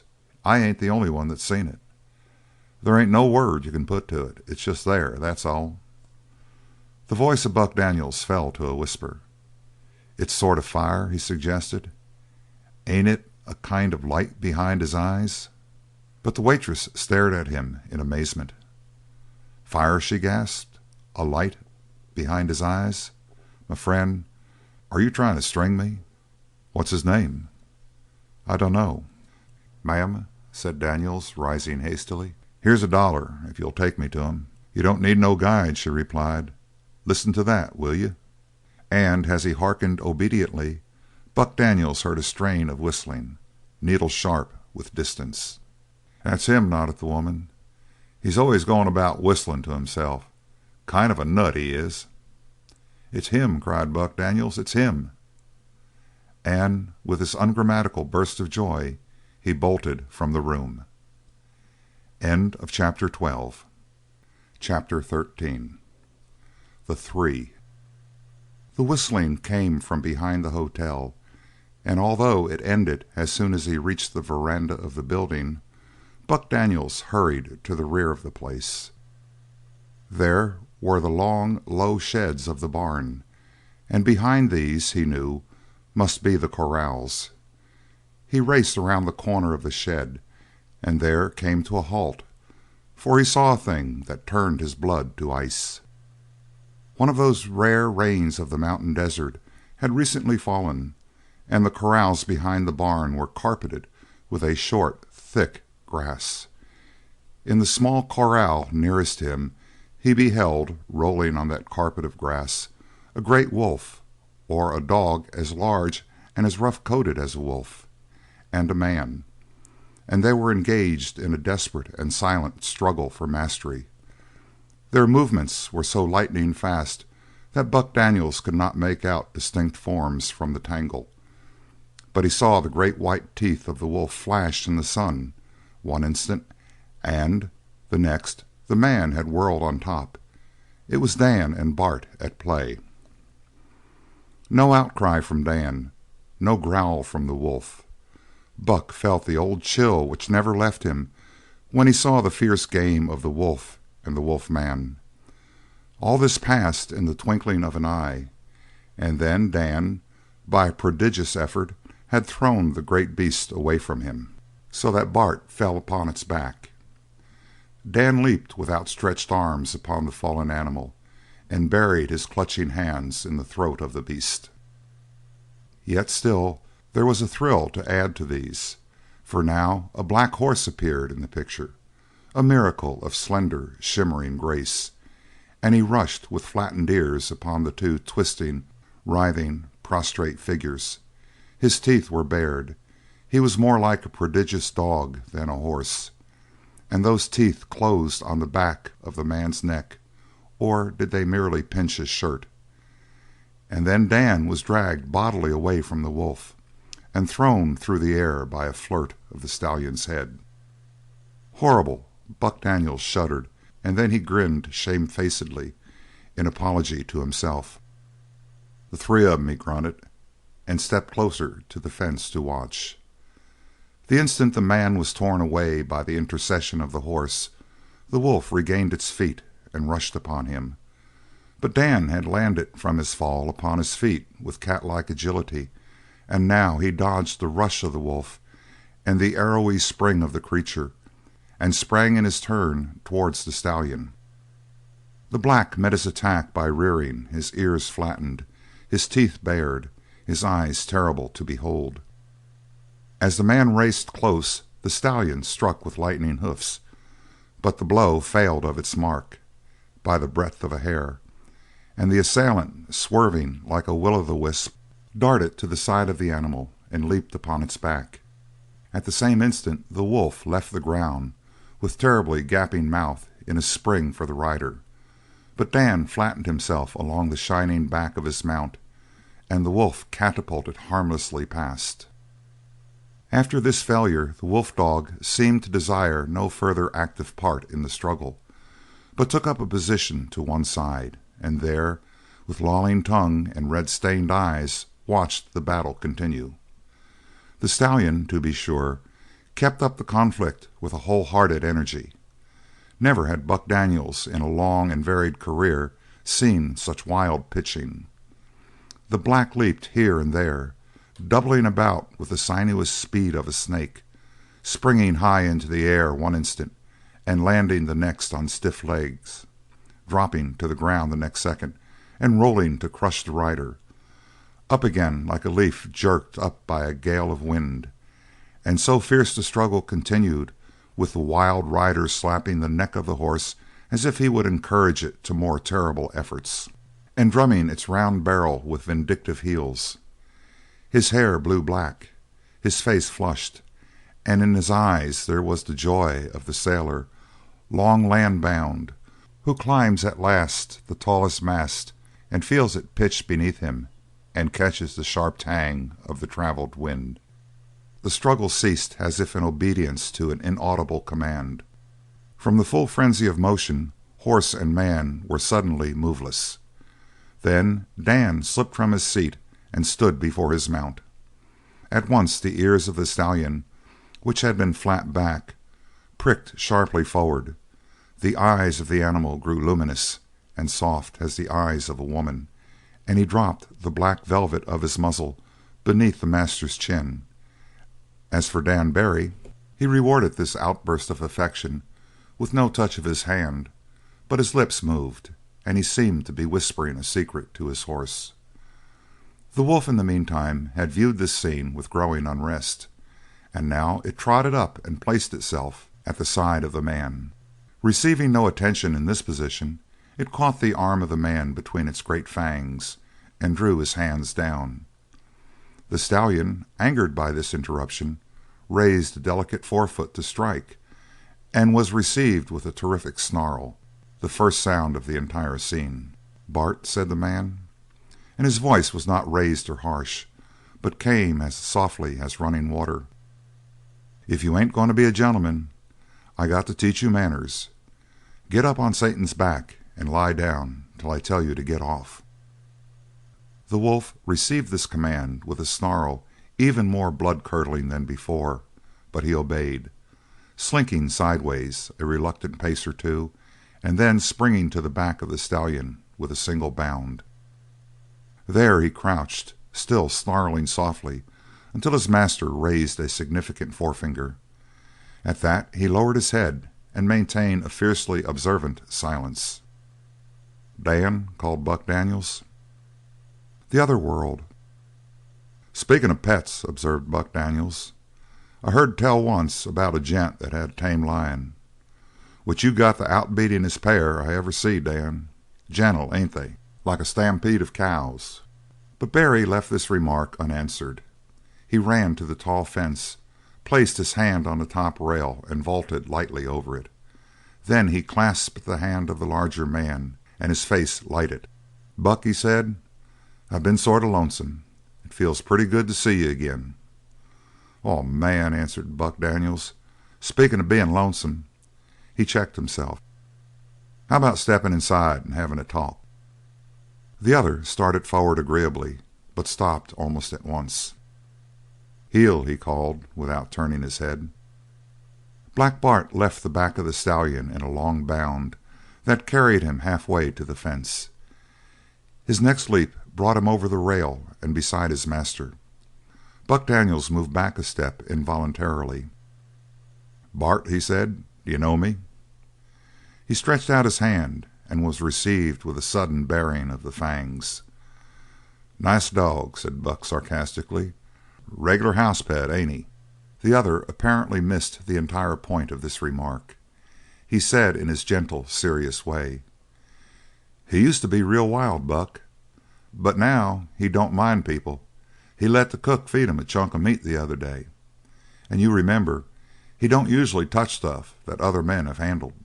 "Yep," grunted Buck. "Sure is disgusting to have a dog as tame as that. I bet he ain't killed another dog for a whole day, maybe." And still Barry saw no irony in this. He answered as gravely as before: "No, it was the day before yesterday. Somebody come to town and got drunk. He had two dogs and sicked 'em on Bart." Buck Daniels controlled an incipient shudder. "Both dead?" "I was inside the house," said Dan sadly, "and it took me a couple of seconds to get outside. Of course, by that time Bart had cut their throats." "Of course. Didn't the drunk guy try to pot Bart?" "Yes, he got out his gun, but Mr. O'Brien, the bartender, persuaded him out of it. I was glad there wasn't no trouble." "My God!" exclaimed Buck Daniels, and then: "Well, let's go inside. We'll take your man-eater dog along if you want to." A shadow came into the eyes of Barry. "Can't we just talk out here? What's the matter with finding some chairs?" "Because I don't like to get inside walls. You know how four walls seem like so many pairs of eyes standing round you." "No," said Buck bluntly, "I don't know nothing of the kind. What do you mean?" "I dunno," answered Barry, depressed. "It just seems that way. Ain't you noticed how sort of close it is in a house? Hard to breathe. Like you had on a shirt too small for you." "We'll stay out here, then." The other nodded, smiled, and made a gesture to the dog behind him. Black Bart crouched on the ground, and Dan Barry sat down cross-legged, his shoulders leaning against the shaggy pelt of Bart. Daniels followed the example with less grace. He was thinking very hard and fast, and he rolled a Durham cigarette to fill the interlude. "I s'pose you're busting to find out the news about the folks," he said dryly at last. The other sat with his hands loosely clasped in his lap. His wide eyes looked far away, and there was about his lips that looseness, that lack of compression, which one sees so often in children. He might have sat in that posture for the statue of thoughtlessness. "What folks?" he asked at last. Buck Daniels had lighted a match, but now he sat staring blank until the match burned down to his fingers. With an oath he tossed the remnant away and lighted another. He had drawn down several long breaths of smoke to the bottom of his lungs before he could speak again. "Some people you used to know. I suppose you've forgotten all about 'em, eh?" His eyes narrowed. There was a spark of something akin to dread in them. "Kate Cumberland?" he queried. A light came in the face of Dan Barry. "Kate Cumberland?" he repeated. "How is she, Buck? Lately I've been thinking about her every day." A trembling took the body and the voice of Daniels. His errand, after all, might meet some success. "Kate?" he repeated. "Oh, ay, she's well enough. But Joe Cumberland ain't." "No." "He's dying, Dan." And Dan replied calmly: "He's kind of old, I suppose." "Old?" said Buck with a sort of horror. "Yes, he's old right enough. Do you know why he's dying? It's because you went away the way you done, Dan. That's what's killing him." Something of thought came into the face of Barry. "Maybe I understand," he said slowly. "If I was to lose Satan or Bart," here the great dog whined at the mention of his name and Barry dropped a slender hand across the scarred forehead of his servant. "If I was to lose 'em, I'd sort of mourn for 'em, maybe." Buck Daniels set his teeth. "I don't suppose it seems possible," he said, "that a man could miss another man the way you could miss your dog, eh? But it is. Joe Cumberland is dying for you, Dan, as sure as you've put a bullet in his bowels." The other hesitated, and then frowned and made a gesture of vague dismissal. "Don't you figure on doing nothing about it?" asked Buck softly. "What could I do?" "My God Almighty, ain't you got no human feelings?" "I don't know what you mean," said the soft voice. "This. Can't you get on your hoss and ride back with me to Cumberland Ranch? Stay with the old man till he gets back on his feet. Ain't that easy to do? Is your time so damn valuable you can't spare a few days for that?" "But I am going back," answered Dan in a rather hurt voice. "There ain't no need for cussin' me, Buck. I been thinkin' of Kate every day, almost." "Since when?" "I dunno." Dan stirred uneasily. He looked up and far above Buck, following the direction of Dan's eyes, and saw a pattern of wild geese. "I been sort of drifting north toward the Cumberland Ranch and Kate," went on Dan. He sighed. "I been thinking of her eyes, which is blue, Buck, and her hair and the soft sound of her voice. They been hanging in my ears, staying behind my eyes lately, and I been drifting up that way, steady." "Why, man," cried Buck, "what's there to keep you here? Jump on your hoss and we'll head north in 10 minutes." "I will," said Dan, full as eagerly. "We'll start full speed." "Come on, then." "Wait a minute," said Dan, his voice growing suddenly cold. "I been forgetting something." Buck Daniels turned and found his companion strangely changed. There was a set expression of coldness about his face and a chill glitter in his eyes. "I got to wait here for something." "What's that?" "There's a man in town that may want to see me." "Mac Strann? I've heard about him. Dan, are you going to let Joe Cumberland die because you want to stay here and fight it out with a dirty cutthroat?" "I don't want to fight," protested Barry. "No, there ain't nothing I like less than fighting." Buck Daniels cursed softly and continuously to himself. "Dan," he said, "can you sit there and lie to me like that? Ain't I seen you in action? Don't I remember the way you trailed Jim Silent? Don't I remember how we all got down and prayed you'd keep away from Jim? Don't I remember how you threw everything to hell so you could get your hands on Jim? My God Almighty, man, didn't I see your face when you had your fingers in Silent's throat?" An expression of unutterable revulsion rippled over the face of Dan Barry. "Stop!" he commanded softly, and raised his slender hand. "Don't keep on talking about it. It makes me sick all through. Oh, Buck, there's a tingle in the tips of my fingers still from the time I had 'em in his throat.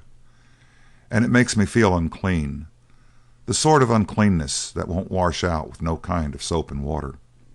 Buck, I'd most rather die myself than fight a man." A vast amazement overspread the countenance of Buck Daniels as he listened to this outburst. It was as if he had heard a healthy man proclaim that he had no desire for bread and meat. Something rose to his lips, but he swallowed it. "Then it looks kind of simple to me," he said. "You hate fighting?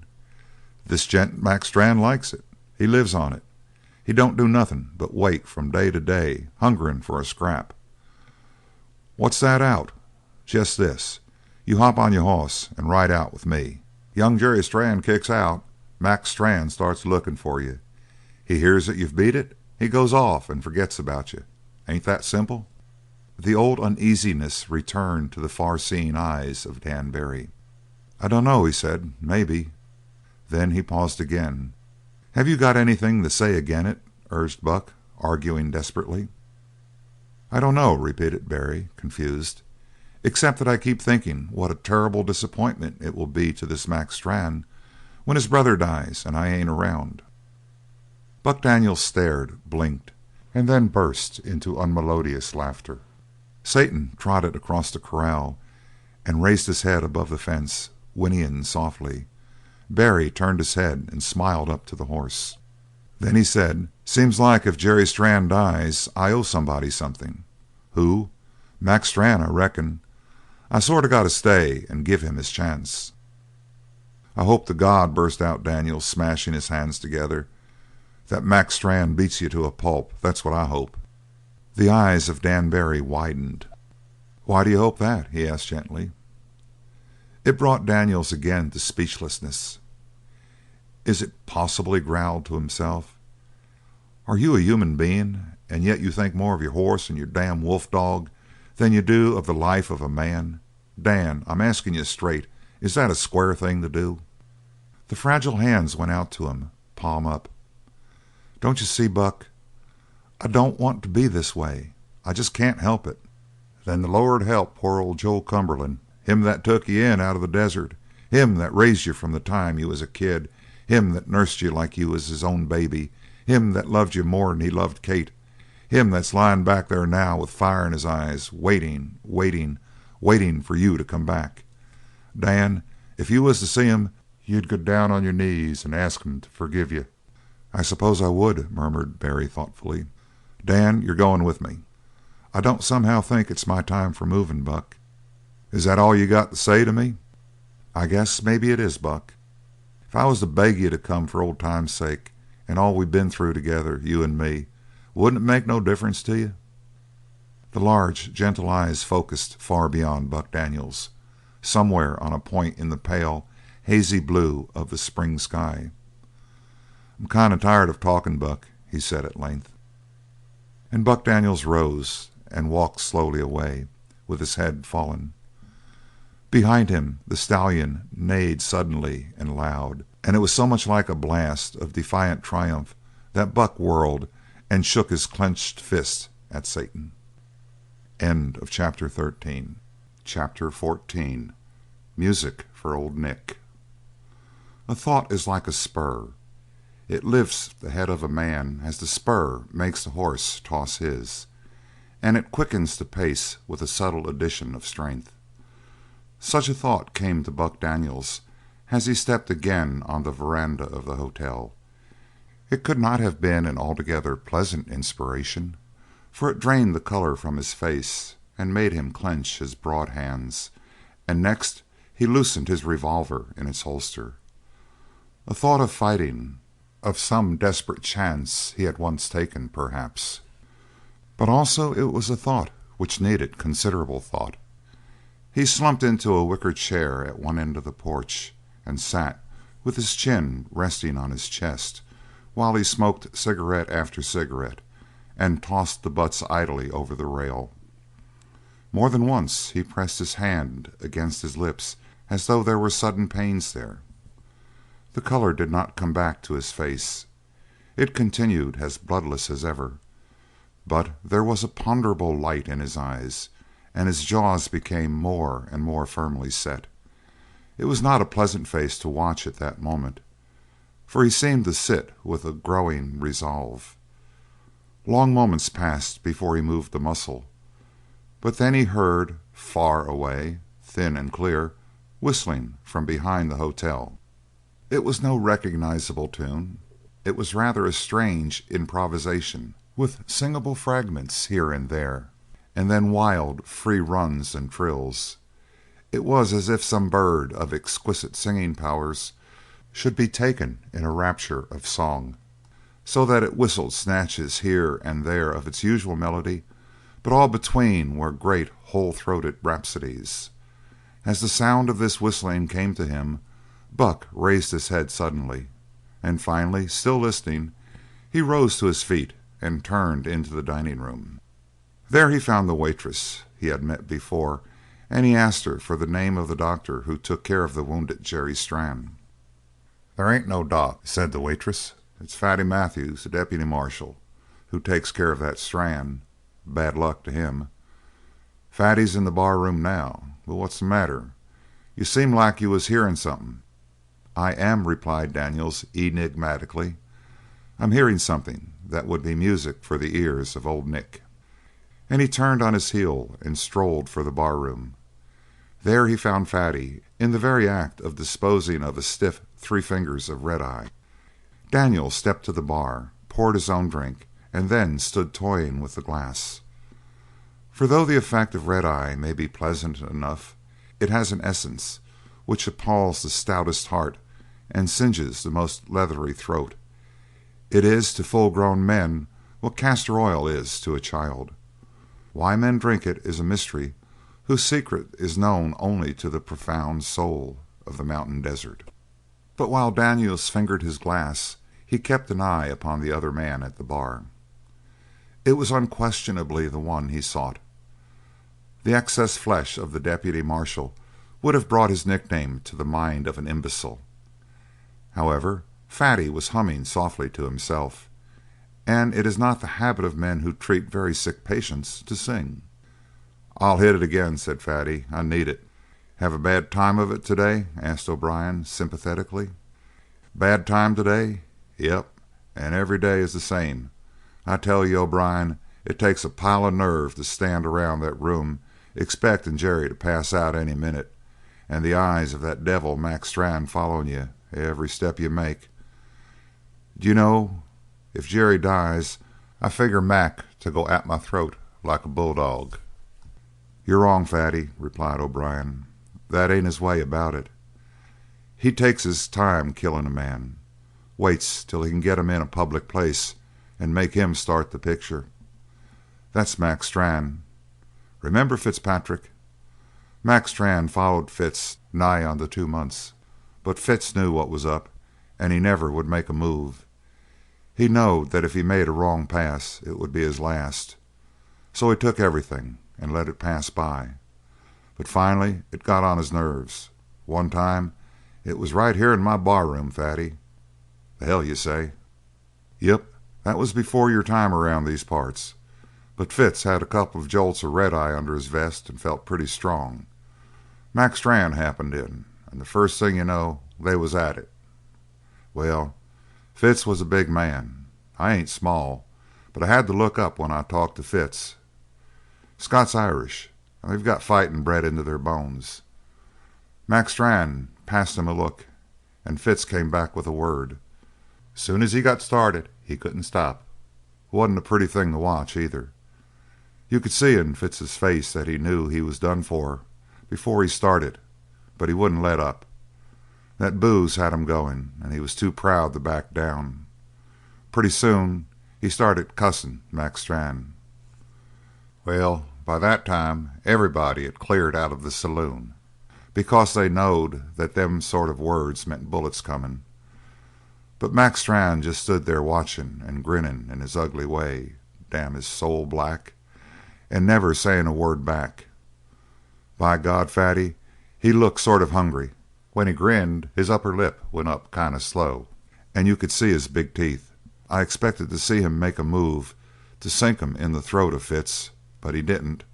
Nope, he didn't make a move, and all the time Fitz raving and getting worse and worse. Finally Fitz made the move. Yep, he pulled his gun and had it damn near clean on Mac Strann before that devil would stir. But when he did, it was just a flash of light.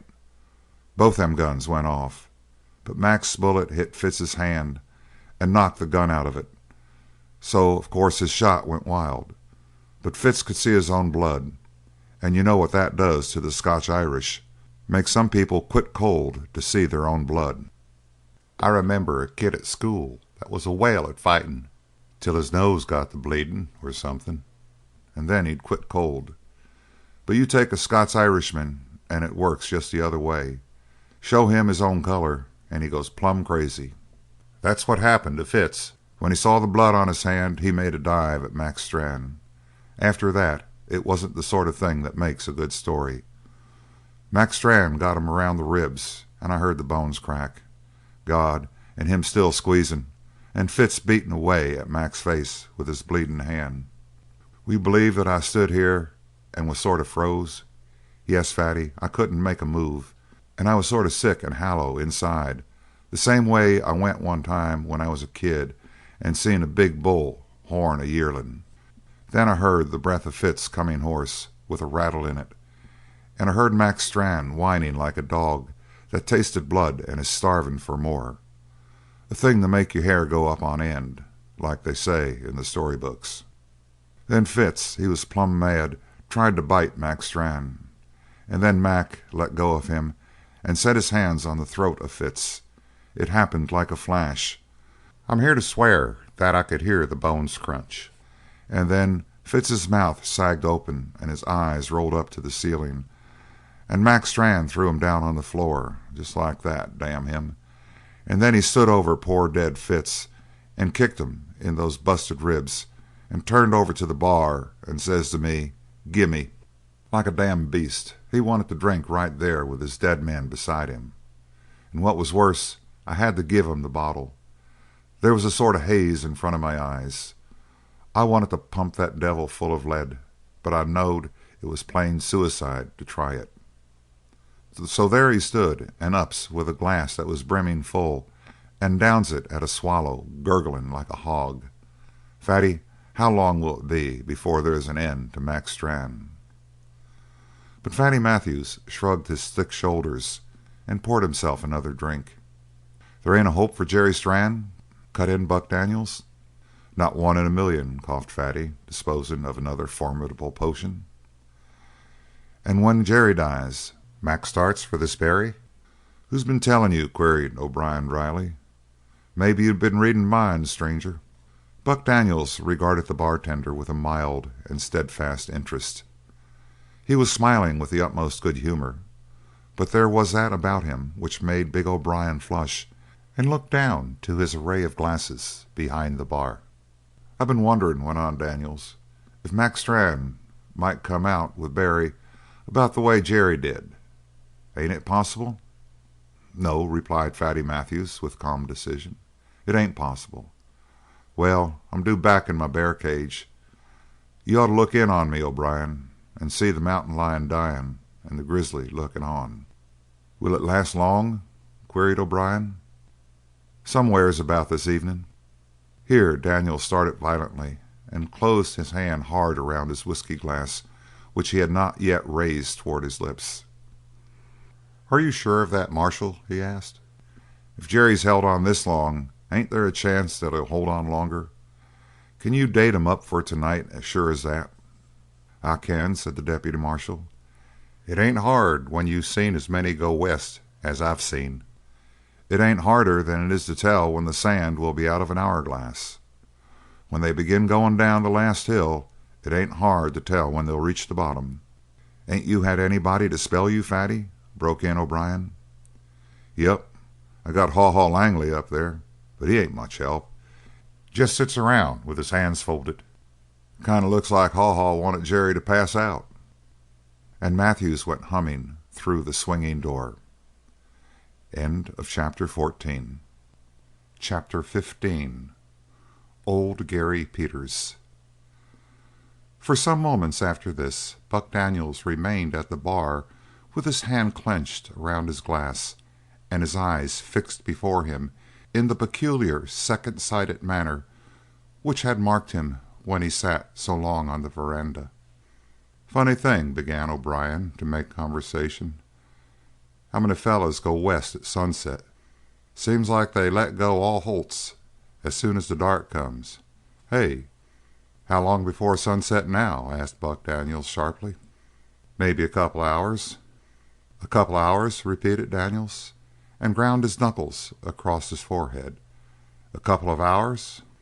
He raised his glass with a jerky motion and downed the contents. The chaser stood disregarded before him, and O'Brien regarded his patron with an eye of admiration. "You long for these parts?" he asked. "No, I'm strange to this range. Riding up north pretty soon, if I can get someone to tell me the lay of the land. Do you know it?" "Never been further north than Brownsville." "Couldn't name me someone that's travelled about, I suppose?" "Old Gary Peters knows every rock within 3 days' riding. He keeps the blacksmith shop across the way." "So? Thanks. I'll look him up." Buck Daniels found the blacksmith seated on a box before his place of business. It was a slack time for Gary Peters, and he consoled himself for idleness by chewing the stem of an unlighted corn cob. whose bowl was upside down. His head was pulled down and forward, as if by the weight of his prodigious sandy mustache, and he regarded a vague horizon with misty eyes. "Seen you comin' out of O'Brien's," said the blacksmith, as Buck took possession of a nearby box. "What's the news?" "Ain't any news," responded Buck dejectedly. "Too much talk. No news." "That's right," nodded Gary Peters. "O'Brien is the out talkingest man I ever seen. Ain't nobody on Brownsville can get his tongue around so many words as O'Brien." So saying, he blew through his pipe, picked up a stick of soft pine, and began to whittle it to a point. "In my part of the country," went on Buck Daniels, "they don't lay much by a man that talks a pile." Here the blacksmith turned his head slowly, regarded his companion for an instant, and then resumed his whittling. "But," said Daniels with a sigh, "if I could find a man that knowed the country north of Brownsville and had a hobble on his tongue, I could give him a night's work that'd be worth while." Gary Peters removed his pipe from his mouth and blew out his dropping mustache. He turned one wistful glance upon his idle forge. He turned a sadder eye upon his companion. "I could name you a silent man or two in Brownsville," he said, "but there ain't only one man that knows the country right." "That so? And who might that be?" "Me." "You?" echoed Daniels in surprise. He turned and considered Gary as if for the first time. "Maybe you know the lay of the land up as far as Hawkins Arroyo?" "Me? Son, I know every cactus clear to Bald Eagle." Muttered Daniels. "I suppose maybe you could name some of the outfits from here on a line with Bald Eagle. Say you put 'em 10 miles apart." "Nothing easier. I could find 'em blindfold. First, due out, there's McCauley's. Then lay a bit west of north and you hit the Circle K Bar. That's about 12 miles from McCauley's. Hit her up dead north again by east and you come 8 miles to Three Roads. Go on to—" "Partner," cut in Daniels, "I could do business with you." "Maybe you could." "My name's Daniels." "I'm Gary Peters. How are you?" They shook hands. "Peters," said Buck Daniels, "you look square, and I need you in square game. But there ain't any questions that go with it. 20 iron men for one day's riding and one day's silence." "My friend," murmured Peters, "in my day I've gone 3 months without speaking to anything in boots, and I wasn't hired for it, neither." "You know them people up the line?" said Daniels. "Do they know you?" "I'll tell a man they do. Know Gary Peters?" "Partner, this is what I want. I want you to leave Brownsville inside of 10 minutes and start riding for Elkhead. I want you to ride, and I want you to ride like hell. Every 10 miles or so I want you to stop at some place where you can get a fresh horse. Get your fresh hoss and leave the one you got off, and tell them to have that hoss you leave ready for me any time tonight. It'll take you clear till tomorrow night to reach Elkhead, even with relayin' your hosses. Round about that, if I ride like hell, what do I take with me? Nothing. Nothing but the coin I give you to hire someone at every stop to have that hoss you left ready for me. Better still, if you can have 'em, get a fresh hoss. Would they trust you with hosses that way, Gary?" "Give me the coin, and where they won't trust me, I'll pay cash. I can do it. It'll about bust me, but I can do it." "You going to try for a record between Brownsville and Elkhead, eh? Got a bet up, eh?" "Biggest bet you ever heard of," said Daniels grimly. "You can tell the boys along the road that I'm trying for time. Have you got a fast hoss to start with?" "Got a red mare that ain't much for running cattle, but she's greased lightning for a short burst." "Then get her out. Saddle her up and be on your way. Here's my stake. I'll keep back 120 for accidents. First, give me a list of the places you'll stop for the relays." He produced an old envelope and a stub of soft pencil, with which he jotted down Gary Peters' directions. "And every second," said Buck Daniels in parting, "that you can cut off your own time will be a second cut off of mine, because I'm liable to be on your heels when you ride into Elkhead." Gary Peters lifted his eyebrows and then restored his pipe. He spoke through his teeth. "You ain't got a piece of money to bet on that, partner?" he queried softly. "10 extra if you get the elk head before me." "They's limits to hoss flesh," remarked Peters. "What time you riding against?" "Against a cross between a bullet and a nor'easter. Gary, I'm going back to drink to your luck." A promise which Buck Daniels fulfilled, for he had need of even borrowed strength. He drank steadily until a rattle of hoofs down the street entered the saloon, and then someone came in to say that Gary Peters had started out of town to beat all hell on his red mare. After that Buck started out to find Dan Barry. His quarry was not in the barn nor in the corral behind the barn. There stood Satan and Black Bart, but their owner was not in sight. But a thought came to Buck while he looked rather mournfully at the stallion's promise of limitless speed. "If I can hold him up just half a minute," murmured Buck to himself, "just half a minute till I get a start, I got a rabbit's chance of living out the night." From the door of the first shed he took a heavy chain with the key in the padlock. The chain he looped around the post and the main timber of the gate, snapped the padlock, and threw the key into the distance.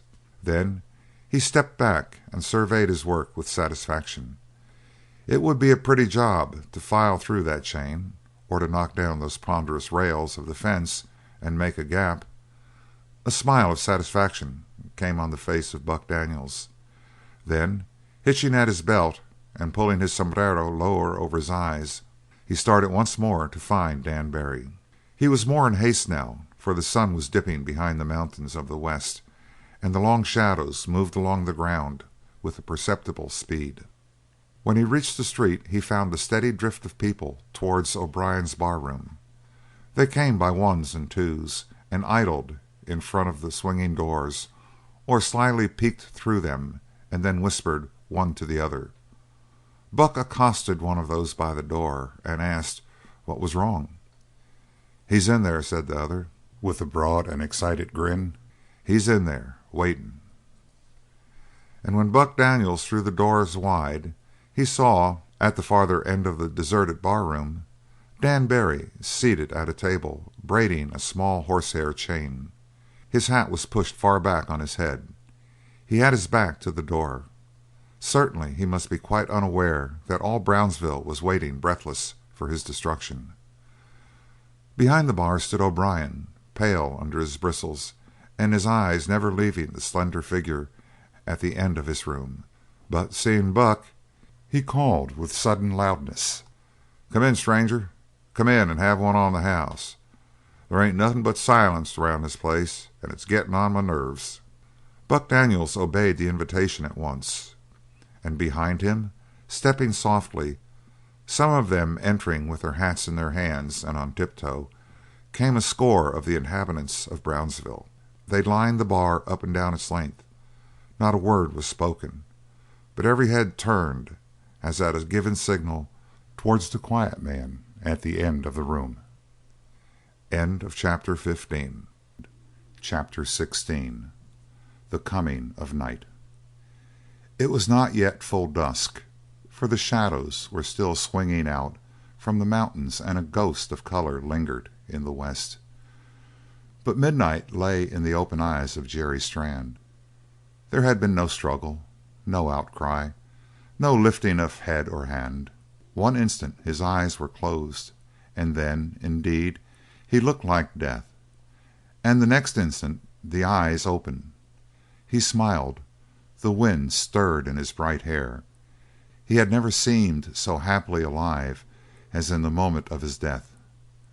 Fatty Matthews held the mirror close to the faintly parted lips, examined it, and then drew slowly back towards the door, his eyes steady upon Mac Strann.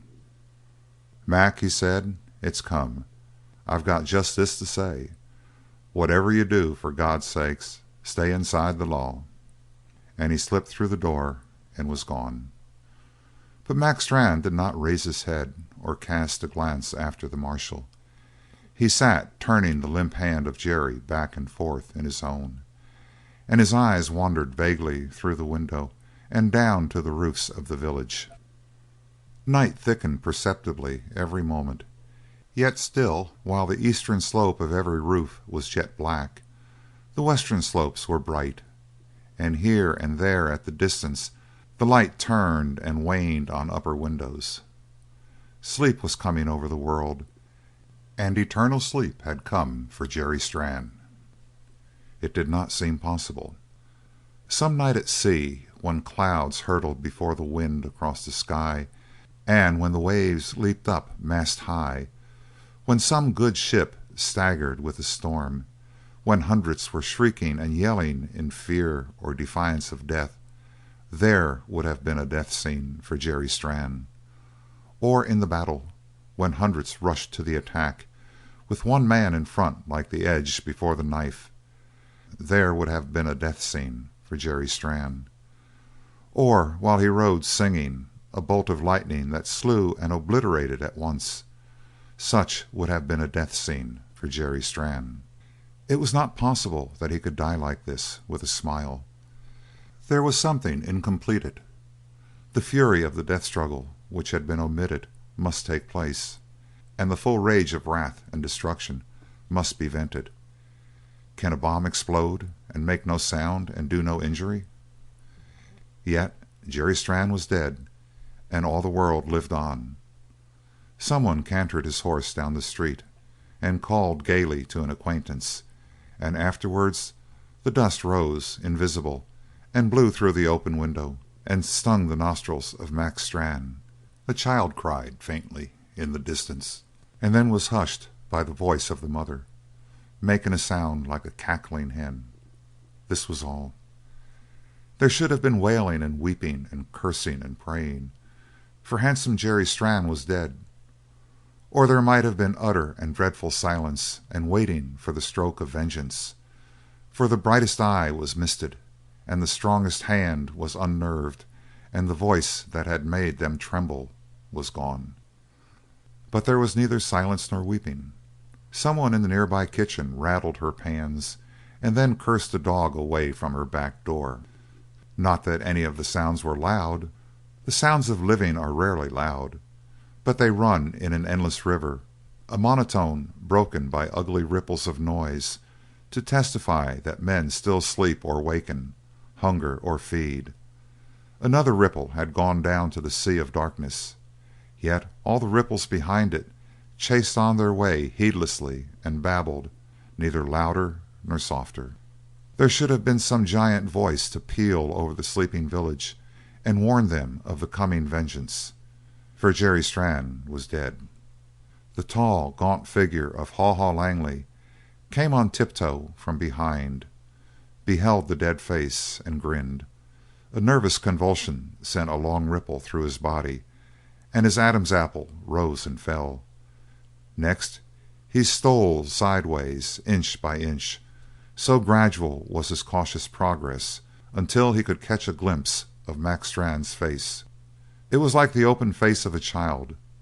There was in it no expression except wonder. At length a hoarse voice issued from between the grinning lips of Haw Haw. "Ain't you going to close the eyes, Mac?" At this the great head of Max Strann rolled back, and he raised his glance to Haw Haw, who banished the grin from his mouth by a vicious effort.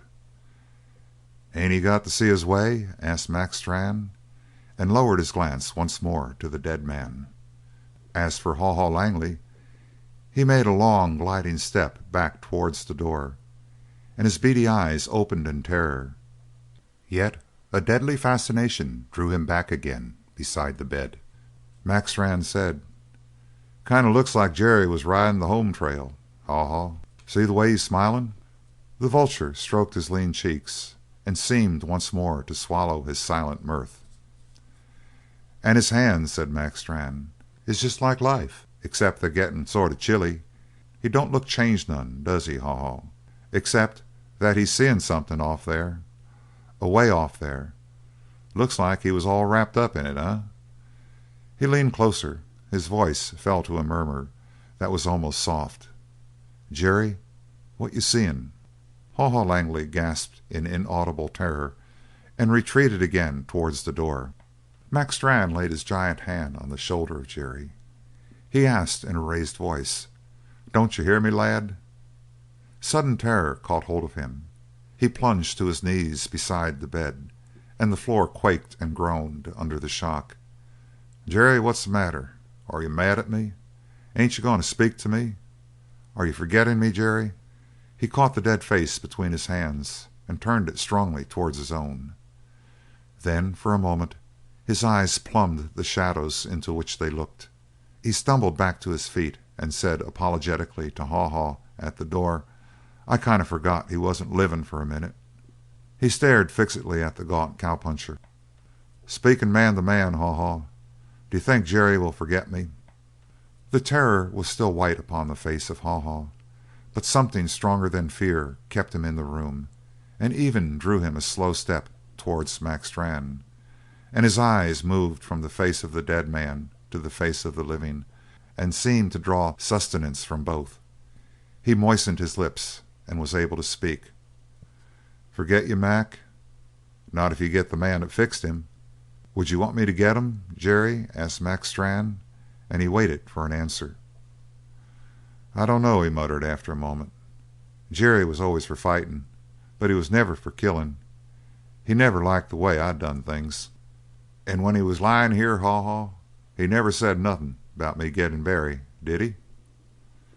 Astonishment froze the lips of Haw Haw. He managed to stammer, "Ain't you going to get Barry? Ain't you going to bust him up, Mac?" "I dunno," repeated the big man heavily. "Seems like I've got no heart for killing. Seems like there's enough death in the world." He pressed his hand against his forehead and closed his eyes. "Seems like they's something dead in me. There's an ache that goes ringing in my head. They's sort of a hollow feeling inside me, and I keep thinking about times when I was a kid and got hurt and cried." He drew a deep breath. "Oh, my God, Haw Haw, I'd give most anything if I could bust out crying now." While Mac Strann stood with his eyes closed, speaking his words slowly, syllable by syllable, like the tolling of a bell, Haw Haw Langley stood with parted lips, like the spirit of famine drinking deep. Joy unutterable was glittering in his eyes. "If Jerry wanted me to get this Barry, he'd have said so," repeated Mac Strann, "but he didn't." He turned towards the dead face. "Look at Jerry now. He ain't thinking about killing. Nope, he's thinking about some quiet place for sleep. I know the place. There's a spring that comes out in a holler between two mountains, and the wind blows up the valley all the year. And there's a tree that stands over the spring. That's where I'll put him. He loved the sound of running water, and the wind'll be on his face, and the tree'll sort of mark the place. Jerry, lad, would you like that?" Now, while Mac Strann talked, inspiration came to Haw Haw Langley, and he stretched out his gaunt arms to it and gathered it into his heart. "Mac," he said, "don't you see no reason why Jerry wouldn't ask you to go after Barry?" "Eh?" queried Mac Strann, turning. But as he turned, Haw Haw Langley glided towards him and behind him, as if he found it easier to talk when the face of Mac was turned away. And while he talked his hands reached out towards Mac Strann like one who is begging for alms. "Mac, don't you remember that Barry beat Jerry to the draw?" "What's that to do with it?" "But he beat him bad to the draw. I seen it. Barry waited for Jerry. Understand?" "What of that?" "Mac, you blind. Jerry knowed you'd be throwing yourself away if you went up against Barry." At this Mac Strann whirled with a suddenness surprising for one of his bulk. Haw Haw Langley flattened his gaunt frame against the wall. "Mac," he pleaded, "I didn't say you'd be throwing yourself away. It was Jerry's idea." "Did Jerry tell you that?" he asked. "So help me God." "Did Jerry want me to get Barry?" "Why wouldn't he?" persisted the vulture, twisting his bony hands together in an agony of alarm and suspense. "Ain't it natural, Mac?" Mac Strann wavered where he stood. "Somehow," he argued to himself, "it don't seem like killing is right here." The long hand of Langley touched his shoulder. He whispered rapidly. "You remember last night when you was out of the room for a minute? Jerry turned his head to me, just the way he's lying now, and I says, 'Jerry, is there anything I can do for you?' Mac Strann reached up, and his big fingers closed over those of Haw Haw. 'Haw Haw,' he muttered, 'you was his friend. I know that.' Haw Haw gathered assurance. He said, 'Jerry answers to me. Haw Haw, old pal, there ain't nothing you can do for me. I'm going west. But after I'm gone, keep Mac away from Barry.' I says, 'Why, Jerry?' 'Because Barry'll kill him sure,' says Jerry. 'I'll do what I can to keep him away from Barry,' says I. 'But don't you want nothing done to the man what killed you?' 'Oh, Haw Haw,' says Jerry, 'I ain't going to rest easy. I ain't going to sleep in heaven until I know Barry's been sent to hell. But for God's sake don't let Mac know what I want, or he'd be sure to go after Barry and get what I got.' Mac Strann crushed the hand of Haw Haw in a terrible grip.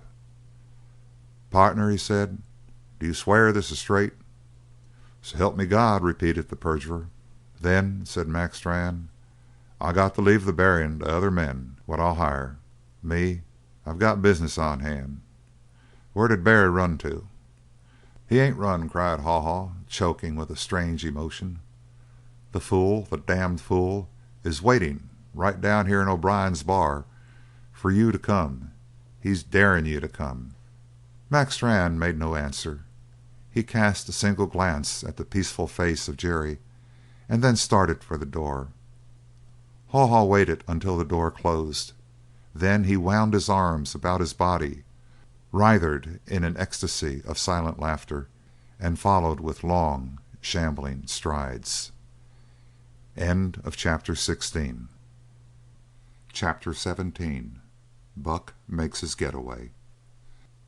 Straight from the room of the dead man, Fatty Matthews had hurried down to the bar, and there he stepped into the silence and found the battery of eyes all turned upon that calm figure at the end of the room. Upon this man he trotted, breathing hard, and his fat sides jostled up and down as he ran.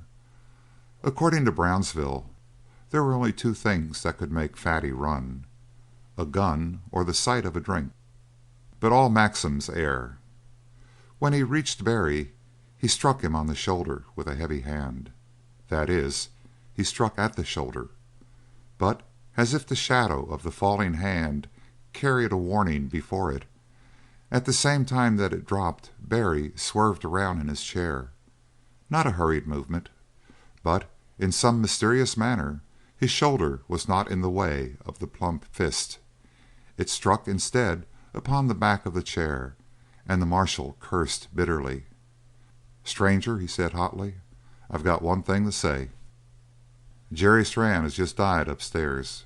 In 10 seconds Mac Strann will be down here looking for you." He stepped back, humming desperately to cover his wheezing, but Barry continued to braid the horsehair with deft fingers. "I got a double knot that's kind of new," he said. "Want to watch me tie it?" The deputy sheriff turned on the crowd. "Boys," he exclaimed, waving his arms, "he's crazy. You heard what he said. You know I've given him fair warning. If we've got to dig his grave in Brownsville, is it my fault? It ain't." He stepped to the bar and pounded upon it. "O'Brien, for God's sake, a drink." It was a welcome suggestion to the entire nervous crowd, but while the glasses spun across the bar, Buck Daniels walked slowly down the length of the bar room towards Barry. His face was a study which few men could have solved, unless there had been someone present who had seen a man walk to his execution. Beside Dan Barry he stopped and watched the agile hands at work. There was a change in the position of Barry now, for he had taken the chair facing the door and the entire crowd. Buck Daniels stood opposite. The horsehair plied back and forth, and Daniels noted the hands, lean, tapering like the fingers of a girl of 16. They were perfectly steady. They were the hands of one who had struggled in life with no greater foe than ennui.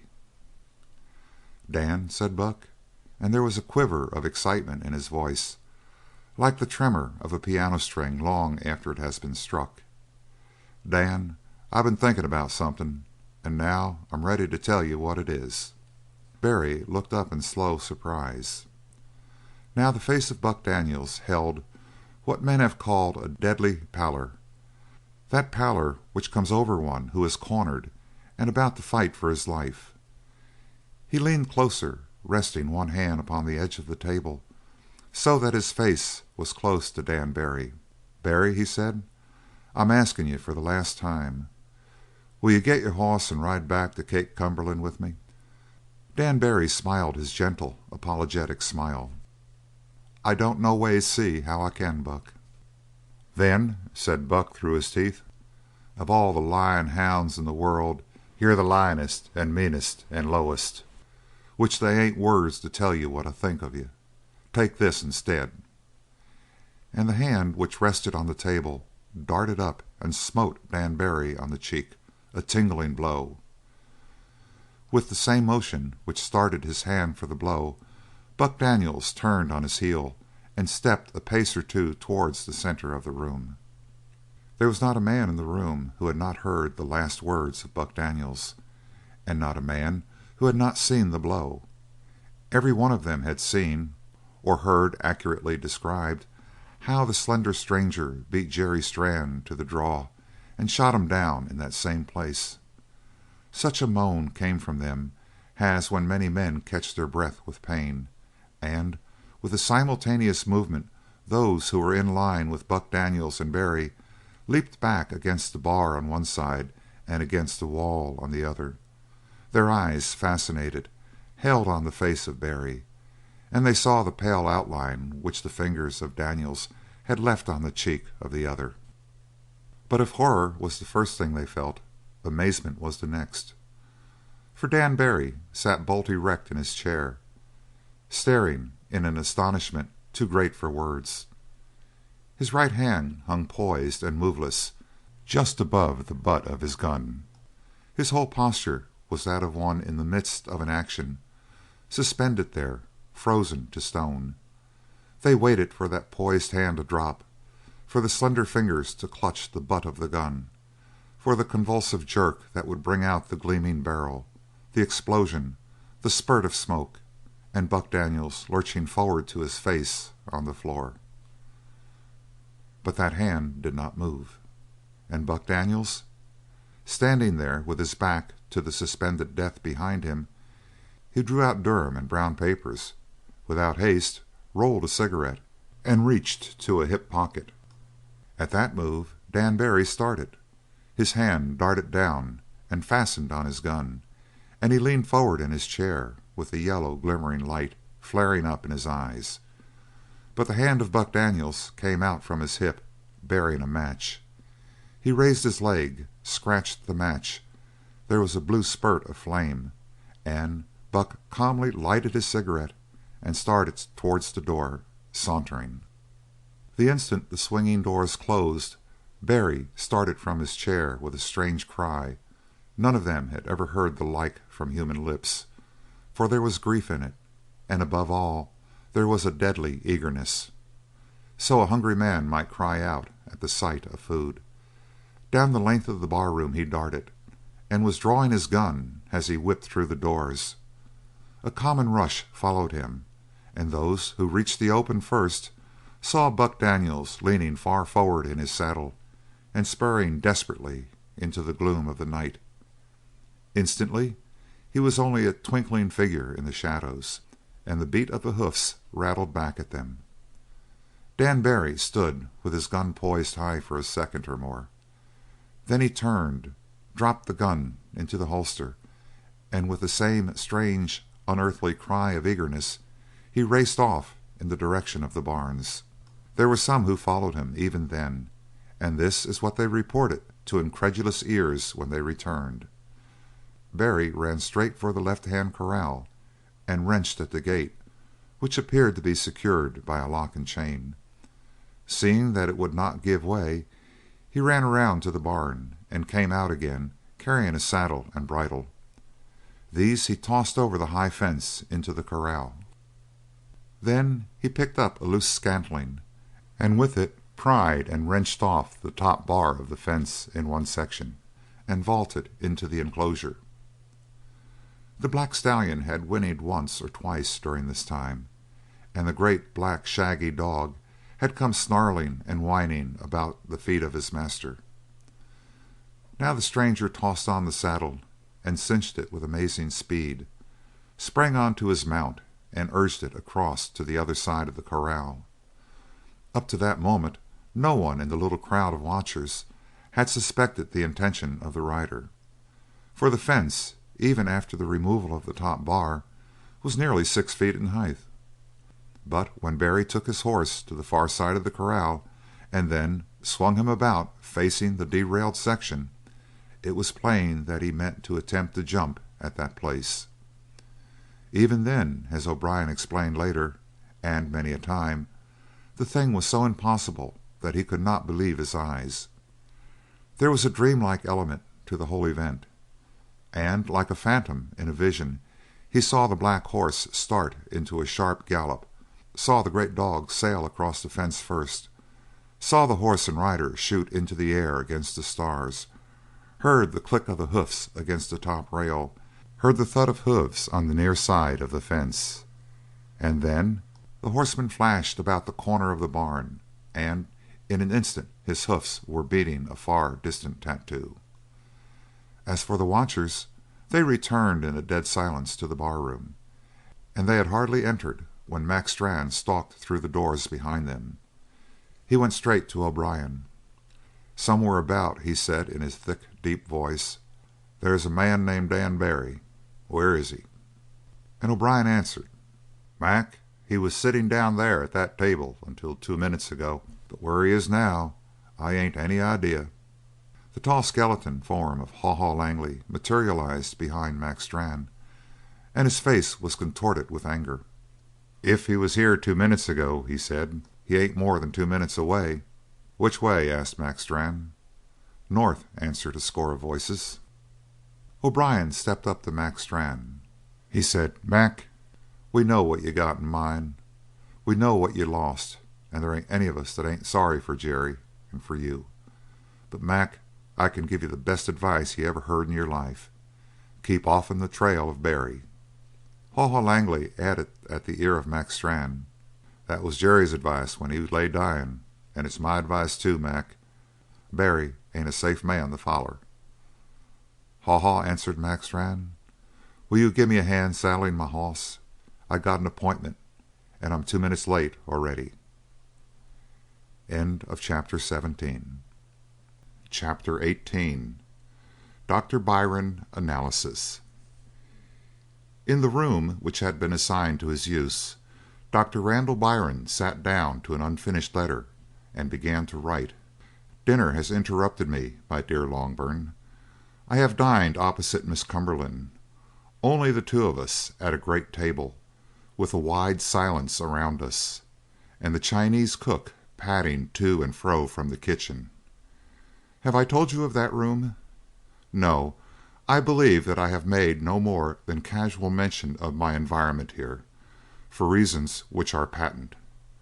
But tonight I wished that you might look in upon the scene. Along the walls hang a rope with which Mr. Cumberland won a roping and tying contest in his youth, a feat upon which he prides himself highly. At another place hang the six-shooters of a notorious desperado, taken from his dead body.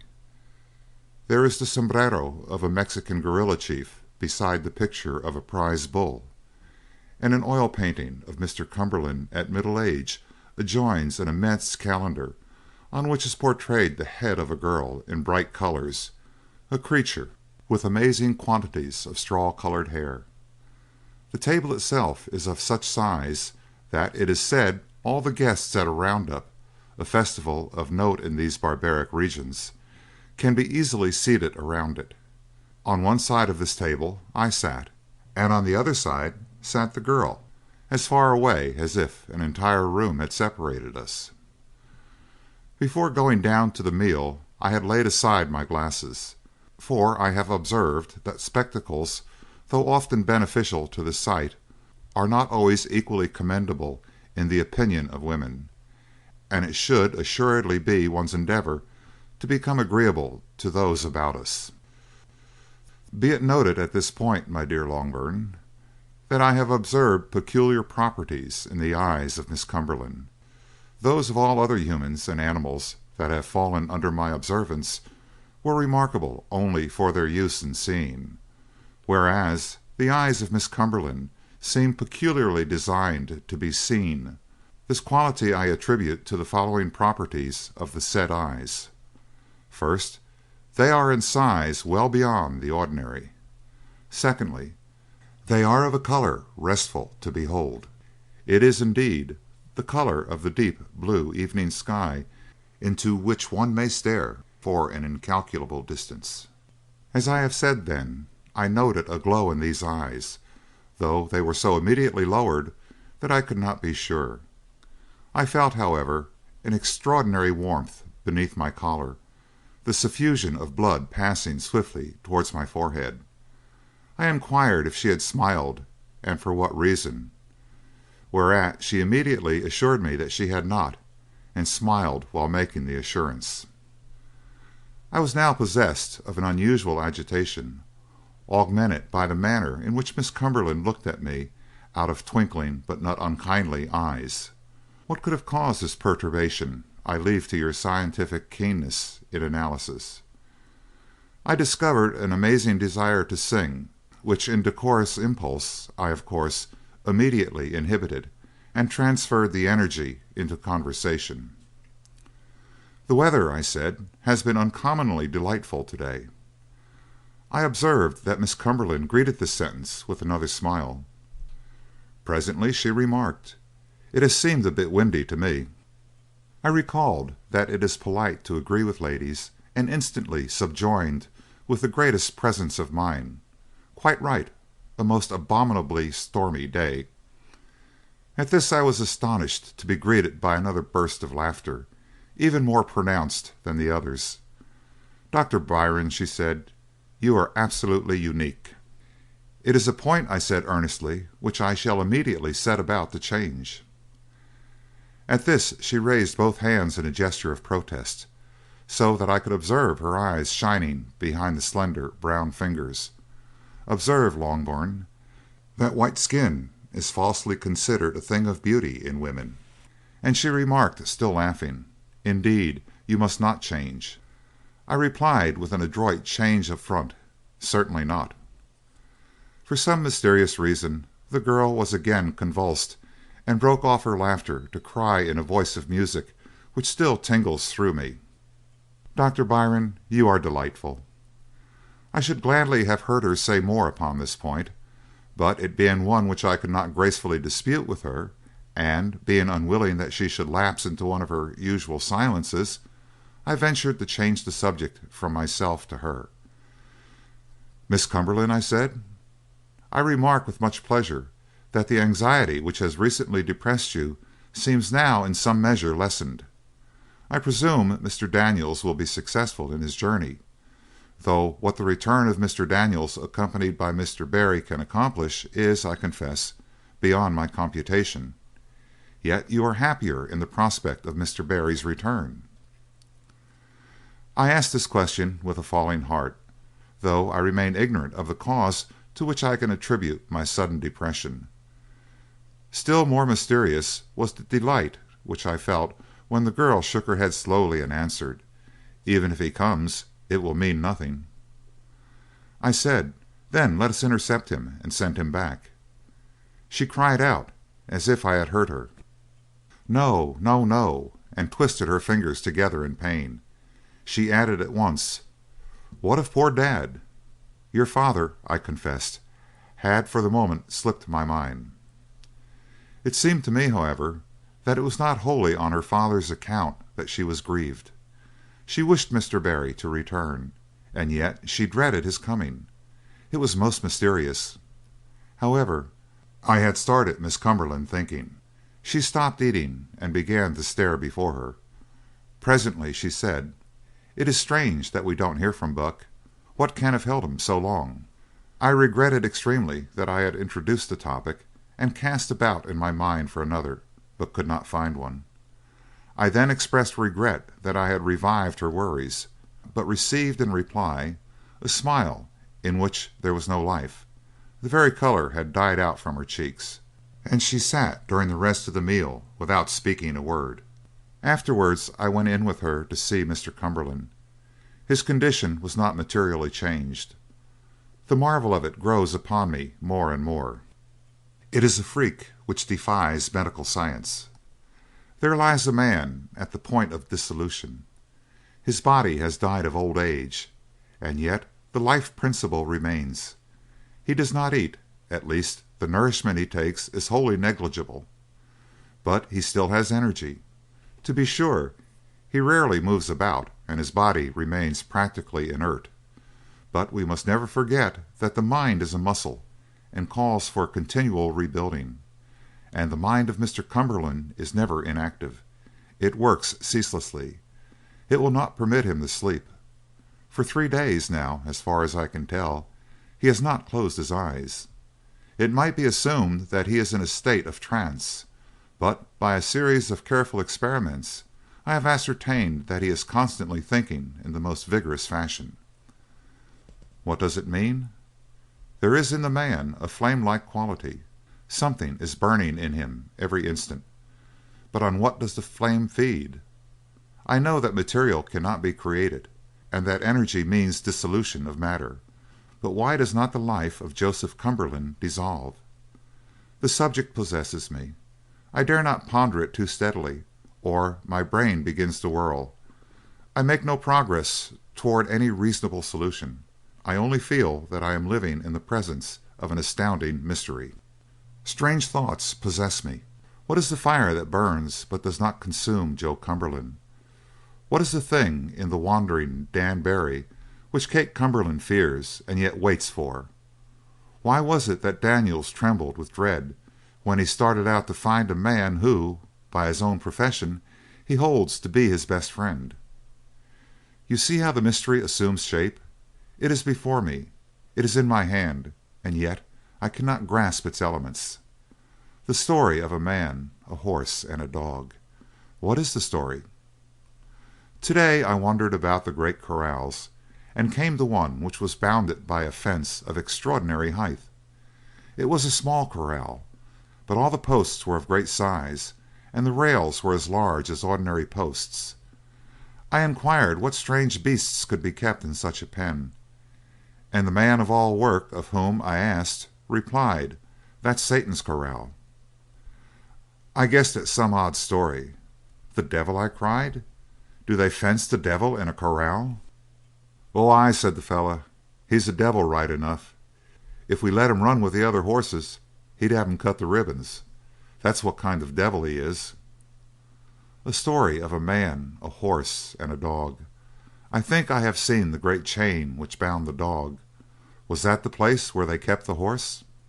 And if so, what bonds are used for the man, and what sort of man can he be? One of gigantic size, no doubt, to mate his horse and his dog. A fierce and intractable nature, for otherwise Kate Cumberland could not dread him. And yet a man of singular values, for all this place seems to wait for his return. I catch the fire of expectancy. It eats into my flesh. Dreams haunt me night and day. What will be the end? Now I am going down to see Mr. Cumberland again. I know what I shall see. The flickering of the fire behind his eyes, the lightning glances, the gentle, rare voice, the wasted face, and by him will be Kate Cumberland, and they both will seem to be listening. Listening. For what? No more tonight. But Longburn, you should be here. I feel that the like of this has never been upon the earth. Byron. End of chapter 18. Chapter 19. Suspense. He found them as he had expected, the girl beside the couch, and the old man prone upon it, wrapped to the chin in a gaudy Navajo blanket. But tonight his eyes were closed, a most unusual thing, and Byron could look more closely at the aged face. For on occasions when the eyes were wide, It was like looking into the throat of a searchlight to stare at the features. All was blurred. He discovered now wrinkled and purple-stained lids under the deep shadow of the brows, and eyes were so sunken that there seemed to be no pupils there. Over the cheekbones the skin was drawn so tightly that it shone, and the cheeks fell away into cadaverous hollows. But the lips beneath the shag of gray beard were tightly compressed. No, this was not sleep. It carried, as Byron gazed, a connotation of swifter, fiercer thinking than if the gaunt old man had stalked the floor and poured forth a triad of words. The girl came to meet the doctor. She said, "Will you use a narcotic?" "Why?" asked Byron. "He seems more quiet than usual." "Look more closely," she whispered. And when he obeyed, he saw that the whole body of Joe Cumberland quivered like an aspen, continually, so the finger of the duelist trembles on the trigger of his gun before he receives the signal to fire, a suspense more terrible than the actual face of death. "A narcotic," she pleaded, "something to give him just one moment of full relaxation." "I can't do it," said Byron. "If his heart were a shade stronger, I should, but as it is, the only thing that sustains him is the force of his will power. Do you want me to unnerve the very strength which keeps him alive?" She shuddered. "Do you mean that if he sleeps it will be death?" "I have told you before," said the doctor, "that there are phases of this case which I do not understand. I predict nothing with certainty, but I very much fear that if your father falls into a complete slumber he will never waken from it. Once let his brain cease functioning, and I fear the heart will follow suit." They stood on the farther side of the room and spoke in the softest of whispers, but now the deep, calm voice of the old man broke in. "Doc, there ain't no use of worrying. There ain't no use of medicine. All I need is quiet." "Do you want to be alone?" asked the girl. "No, not so long as you don't make no noise. I can most hear something, but your whispering shuts it off." They obeyed him with a glance at each other, and soon they caught the far-off beat of a horse in a rapid gallop. "Is it that?" cried Kate, leaning forward and touching her father's hand. "Is that horse what you hear?" "No, no," he answered impatiently. "That ain't what I hear. It ain't no hoss that I hear." The hoofbeats grew louder, stopped before the house. Steps sounded loud and rattling on the veranda. A door squeaked and slammed, and Buck Daniels stood before them. His hat was jammed down so far that his eyes were almost buried in the shadow of the brim. The bandana at his throat was twisted so that the knot lay over his right shoulder. He carried a heavy quirt in a hand that trembled so that the long lash seemed alive. 1,000 bits of foam had dried upon his vest and stained it. The rowels of his spurs were caked and enmeshed with horsehair. Dust covered his face and sweat furrowed it, and a keen scent of horse sweat passed from him through the room. For a moment he stood at the door bracing himself, with legs spread wide apart, and stared wildly about. Then he reeled drunkenly across the room and fell into a chair, sprawling at full length. No one else moved. Joe Cumberland had turned his head. Kate stood with her hand at her throat. The doctor had placed his hand behind his head, and there it stayed. "Gimme smoke, quick," said Buck Daniels. "Run out of Durham years ago." Kate ran into the next room and returned instantly with papers and a fresh sack of tobacco. On these materials Buck seized frantically, but his big fingers were shaking in a palsy, and the papers tore, one after another, as soon as he started to roll his smoke. "God!" he cried in a burst of childish desperation, and collapsed again in the chair. But Kate Cumberland picked up the papers and tobacco which he had dashed to the floor and rolled a cigarette with deft fingers. She placed it between his lips and held the match by which he lighted it. Once, twice, and again he drew great breaths of smoke into his lungs, and then he could open his eyes and look at them. They were not easy eyes to meet. "You're hungry, Buck," she said. "I can see it at a glance. I'll have something for you in an instant." He stopped her with a gesture. "I done it," said Buck Daniels. "He's comin'." The doctor flashed his glance upon Kate Cumberland, for when she heard the words she turned pale, and her eyes and her lips framed a mute question; but Joe Cumberland drew in a long breath and smiled. "I knowed it," he said softly. The wind whistled somewhere in the house, and it brought Buck Daniels leaping to his feet and into the centre of the room. "He's here!" he yelled. "God help me! Where'll I go now? He's here!" He had drawn his revolver and stood staring desperately about him as if he sought for a refuge in the solid wall. Almost instantly he recovered himself, however, and dropped the gun back into the holster. "No, not yet," he said, more to himself than the others. "It ain't possible, even for Dan." Kate Cumberland rallied herself, though her face was still white. She stepped to Buck and took both his hands. "You been working yourself to death," she said gently. "Buck, you're hysterical. What have you to fear from Dan? Isn't he your friend? Hasn't he proved it 1,000 times?" Her words threw him into a fresh frenzy. "If he gets me, it's blood on your head, Kate. It was for you I done it." "No, no, Buck. For Dan's sake alone. Isn't that enough?" "For his sake?" Buck threw back his head and laughed, a crazy laughter. "He could rot in hell for all of me. He could follow his wild geese around the world, Kate. It was for you." "Hush!" she pleaded. "Buck, dear." "Do I care who knows it? Not I. I got an hour, a half hour to live. And while I live the whole damn world can know I love you, Kate. From your spurs to the blue of your eyes. For your sake I brung him, and for your sake I'll fight him, damn him, in spite." The wind wailed again far off, and Buck Daniels cowered back against the wall. He had drawn Kate with him, and now he kept her before him towards the door. He began to whisper swiftly, with a horrible tremble in his voice: "Stand between me, Kate. Stand between me and him. Talk for me, Kate. Will you talk for me?" He drew himself up and caught a long, shuddering breath. "What have I been doing? What have I been raving about?" He looked about as if he saw the others for the first time. "Sit here, Buck," said Kate, with perfect quiet. "Give me your hat. There's nothing to fear. Now tell us." "A whole day and a whole night," he said. "I been riding with the fear of him behind me, Kate. I ain't myself. And if I been saying things " "No matter.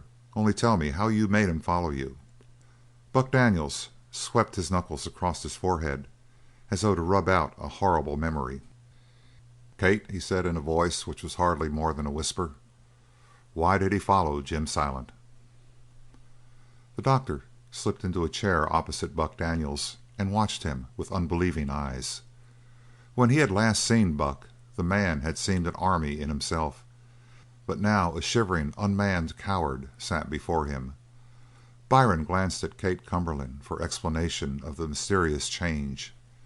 She also was transformed with horror, and she stared at Buck Daniels as at one already among the dead. "Buck, you didn't strike him?" Buck Daniels nodded jerkily. "I'll try to tell you straight from the beginning. I found Dan in Brownsville. I begged him to come back with me, but he wouldn't stir. This was why. A gunman had come to town looking for trouble, and when he run across Dan he found plenty of it. No, don't look like that, Kate. It was self-defense, pure and simple. They didn't even arrest Dan for it. But this dying man's brother, Max Brand, come down from the hills and sat beside Jerry Strahan, waiting for him to go west before he started out to clean up on Dan. Yesterday evening Jerry was near dead, and everybody in Brownsville was waiting to see what would happen, because Dan wouldn't budge till Max Strand had had his chance to get back at him. So I sent a fellow ahead to fix a relay of hosses to Elkhead, because I made up my mind I was going to make Dan Barry chase me out of that town. I walked into the saloon where Dan was sitting, braiding a little horsehair strand. My God, Kate, think of him sitting there doing that, with 100 fellows standing about waiting for him to kill or be killed. I went up to him. I picked a fight, and then I slapped him in the face." The sweat started on Daniels' forehead at the thought. "But you're still alive!" cried Kate Cumberland. "Had you handled his gun first?" No. As soon as I hit him I turned my back to him and took a couple of steps away from him. "Oh, Buck, Buck," she cried, her face lighting. "You knew he wouldn't shoot you in the back?" "I didn't know nothing. I couldn't even think, and my body was numb as a dead man's all below the hips. There I stood like I was chained to the floor. You know how it is in a nightmare when something chases you and you can't run. That was the way with me." "Buck, and he was sitting behind you while you stood there?" "Aye, sitting there with my death sitting on his trigger finger. But I knowed that if I showed the white feather, if I let him see me shake, he'd be out of his chair and on top of me. No, gun, he don't need nothing but his hands. And what was in front of my eyes was a death like Jim Silent's." He squinted his eyes closed and groaned. Once more he roused himself. "But I couldn't move a foot without my knees buckling, so I takes out my makin's and rolls a cigarette. And while I was doing it I was praying that my strength would come back to me before he come back to himself and started." "It was surprise that held him, Buck.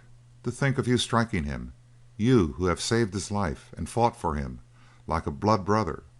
Oh, Buck, of all the men in the world you're the bravest and the noblest."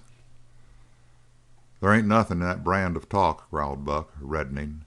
"Anyway, at last I started for the door. It wasn't farther away than from here to that wall. Outside was my hoss and a chance for living, but that door was 1,000 years away, and 1,000 times while I walked towards it I felt Dan's gun click and bang behind me and felt the lead go tearing through me, and I didn't dare to hurry because I knew that might wake Dan up. So finally I got to the doors, and just as they were swinging to behind me I heard a sort of moan behind me." "From Dan?" whispered the white-faced girl. "I know.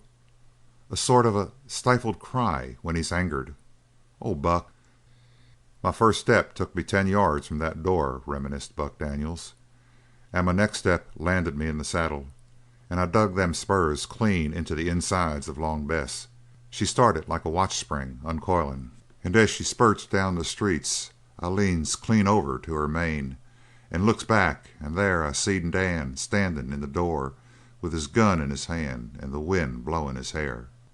But he didn't shoot because the next second I was swallowed up in the dark and couldn't see him no more." "But it was no use," cried the girl.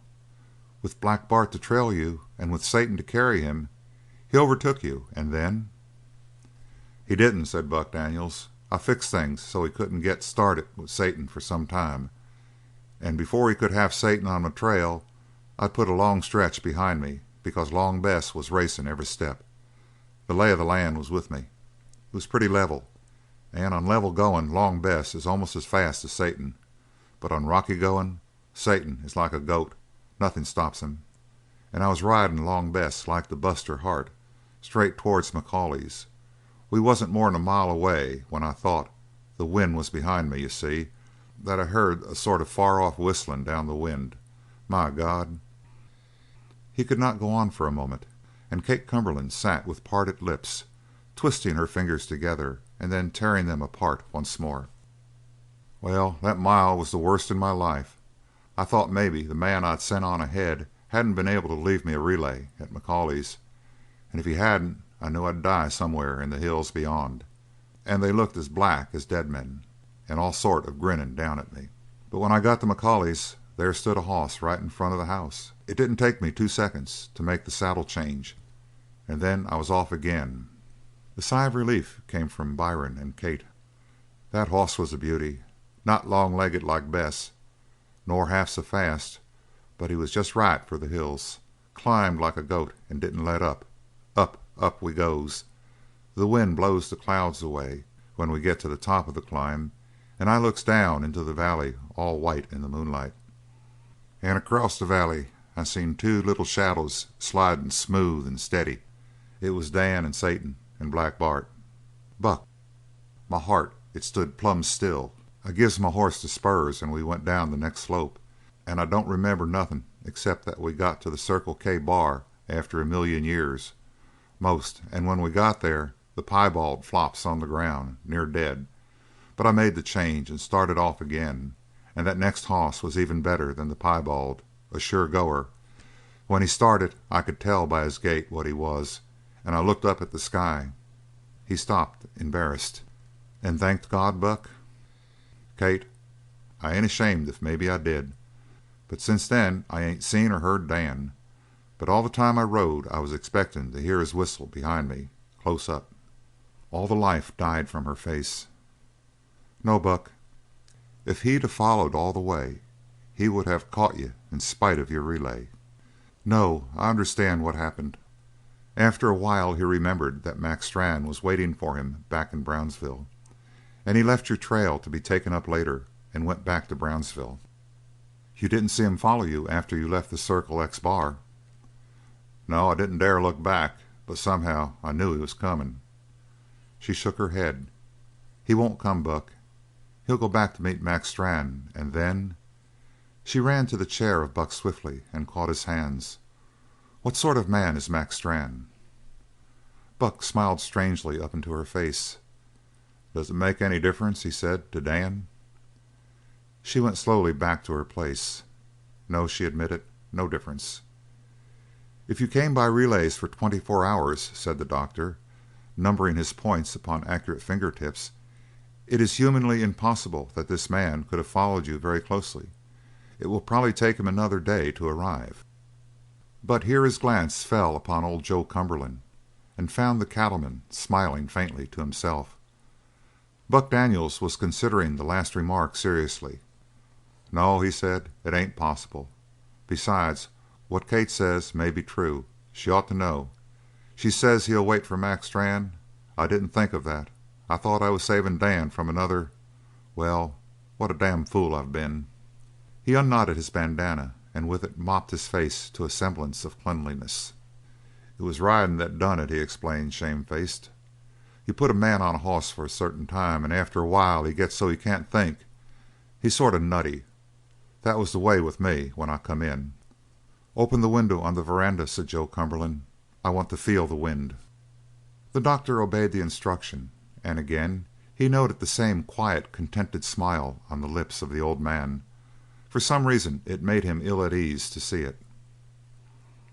"He won't get here for 8 or 10 hours," went on Buck Daniels, easing himself into a more comfortable position and raising his head a little higher.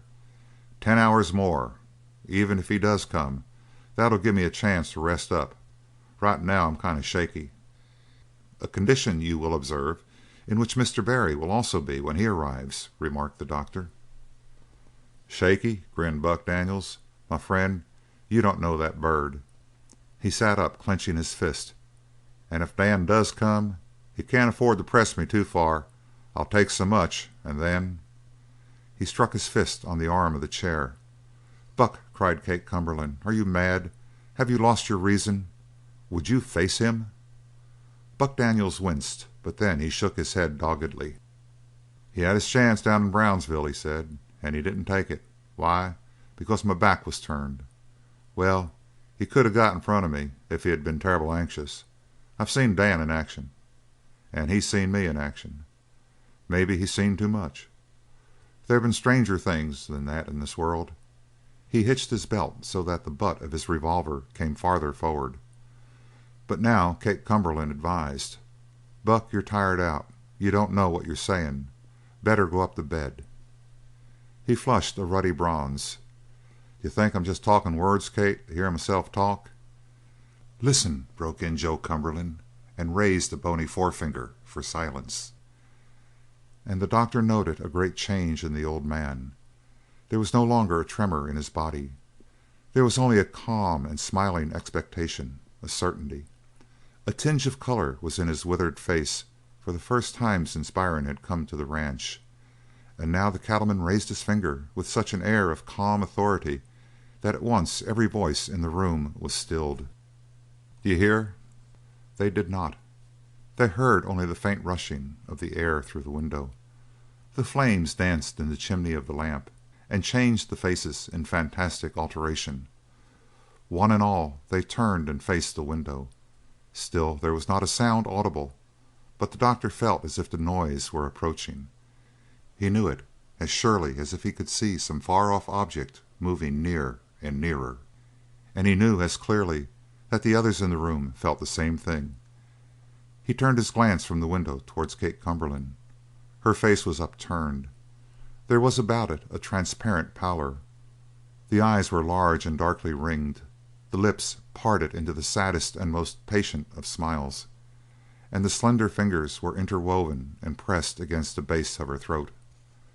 For the first time he saw how the fire that was so manifest in the old man had been consuming her also. It left no mark of the coming of death upon her, but it had burned her pure and left her transparent as crystal. Pity swelled in the throat of Byron as he realized the anguish of her long waiting. Fear mingled with his pity.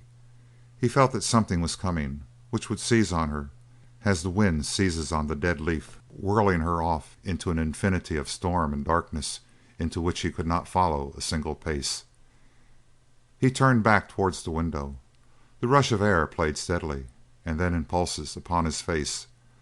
Then even the wind ceased, as if it too were waiting. Not a sound, but silence has a greater voice than discord or music. It seemed to Byron that he could tell how fast each heart was beating. The old man had closed his eyes again, and yet the rigid forefinger remained raised, and the faint smile touched at the corners of his mouth. Buck Daniels sat lunging forward in his chair, his knees supporting his elbows, and scowled up at the window with a sort of sullen terror. Then Byron heard it, so small a voice that at first he thought it was only part of the silence. It grew and grew. In a sudden burst it was clear to every ear, the honking of the wild geese. And Byron knew the picture they made. He could see them far up in the sky, a dim triangle of winter gray, moving with the beat of lightning wings, each in an arrowy flight north and north and north. Creatures for sport all the world over. Here alone, in all the earth, in the heart of this mountain desert, they were in some mysterious wise messengers. Once more the far discord showered down upon them, died as they rose, perhaps, to a higher level, and was heard no more. End of chapter 19. Chapter 20. The Coming. Then a padding step, lighter than the sound of the softest thought. It was passing near. The faint breeze blew the sound to them, around them, behind them. Each man felt as if some creature were stalking him unseen. Next it appeared by magic against the blue-black of the night, the head of a great wolf, quite black, shaggy, with sharply pointed ears, and the eyes stared at them, green eyes with lights that swirled as the flame jumped in the throat of the lamp. For a long moment the horror lasted. Then the head, as it had come, disappeared, and the light footfall faded away. Buck Daniels had risen now. The sound of his whisper made them start. "I'm going up to my room and lock the door. For God's sake, keep 'em away." And so he stole soundlessly away, and then they heard the creaks which announced his progress up the stairs. Not Buck Daniels alone. In the deadly silence Kate rose to her feet, and the old man, the invalid, he with the dead body and the living brain, rose from his couch and stood as erect as a soldier on parade. The doctor was conscious of repeating to himself, hurriedly, a formula something like this: "The thing which is coming is human. It cannot be more than human.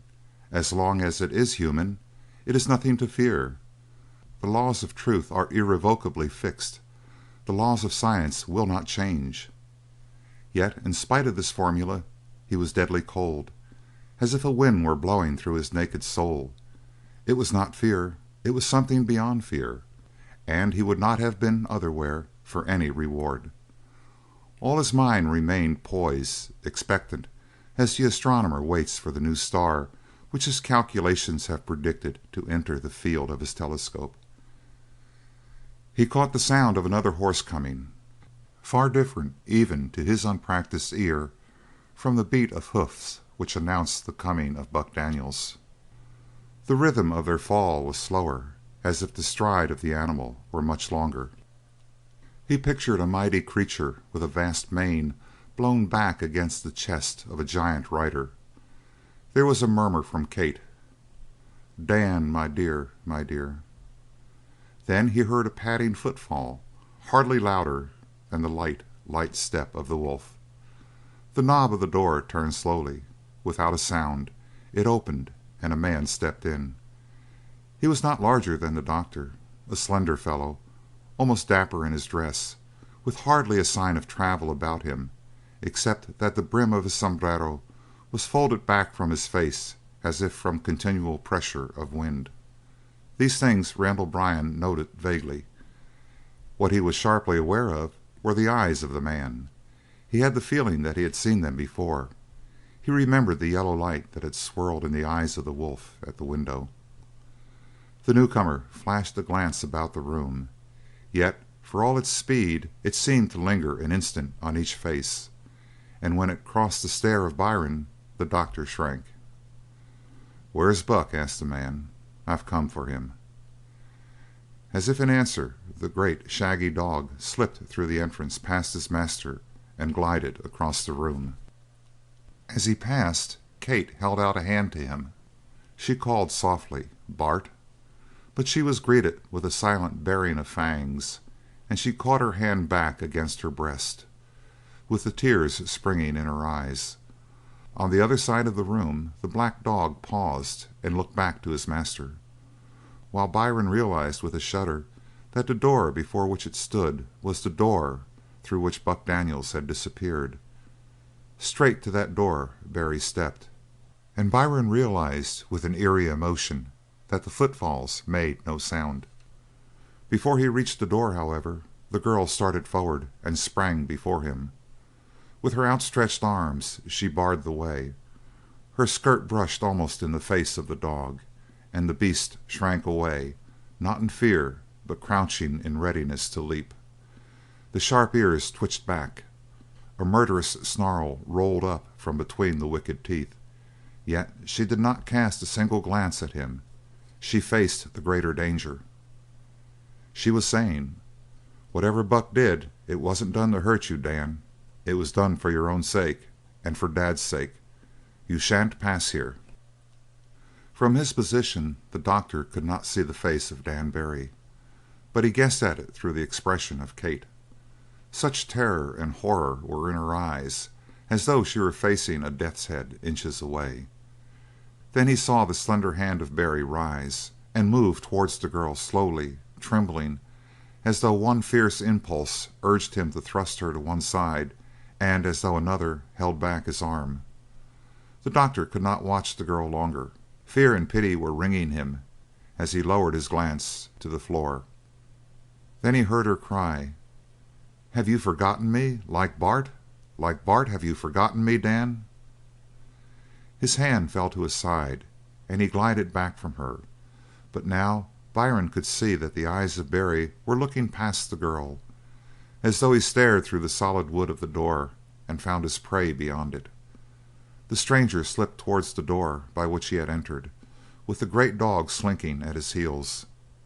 Kate Cumberland leaned heavily against the wall, her arm thrown across her face, but there was no consciousness of her in the face of Barry. Yet at the very door he paused and straightened. Byron saw that he was staring towards Joe Cumberland, and the old man reached a bony hand out. "Oh, lad," he said softly, "I've been waiting for you years and years, seems like." Barry crossed the room as noiselessly, as swiftly as a flying shadow.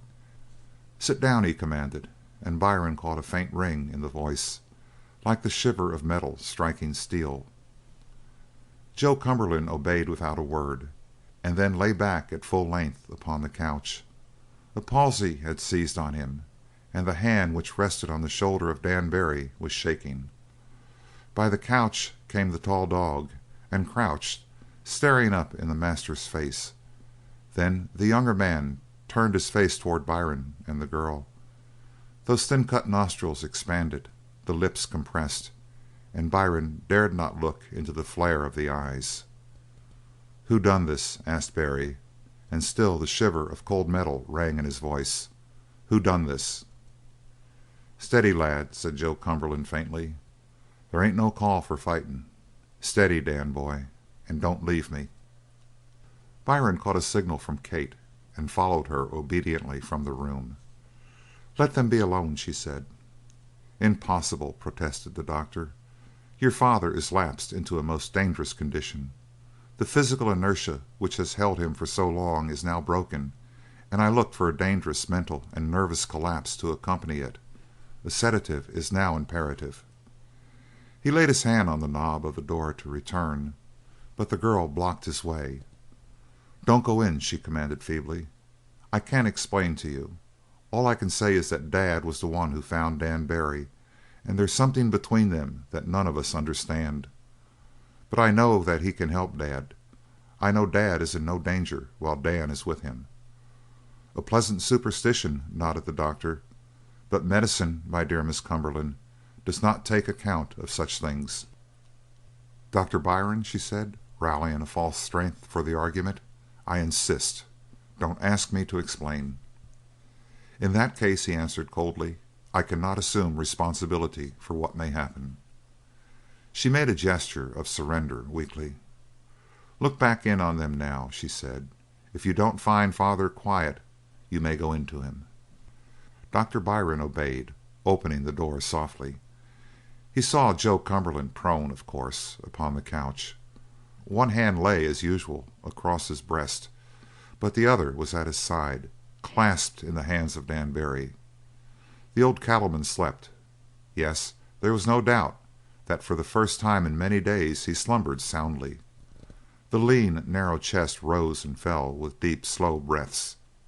The eyes were closed, and there was no twitching of muscles to betray ragged nerves or a mind that dreamed fiercely while the body slept. Far over the sleeping man leaned the stranger, as if he were peering closely into the closed eyes of Joe Cumberland.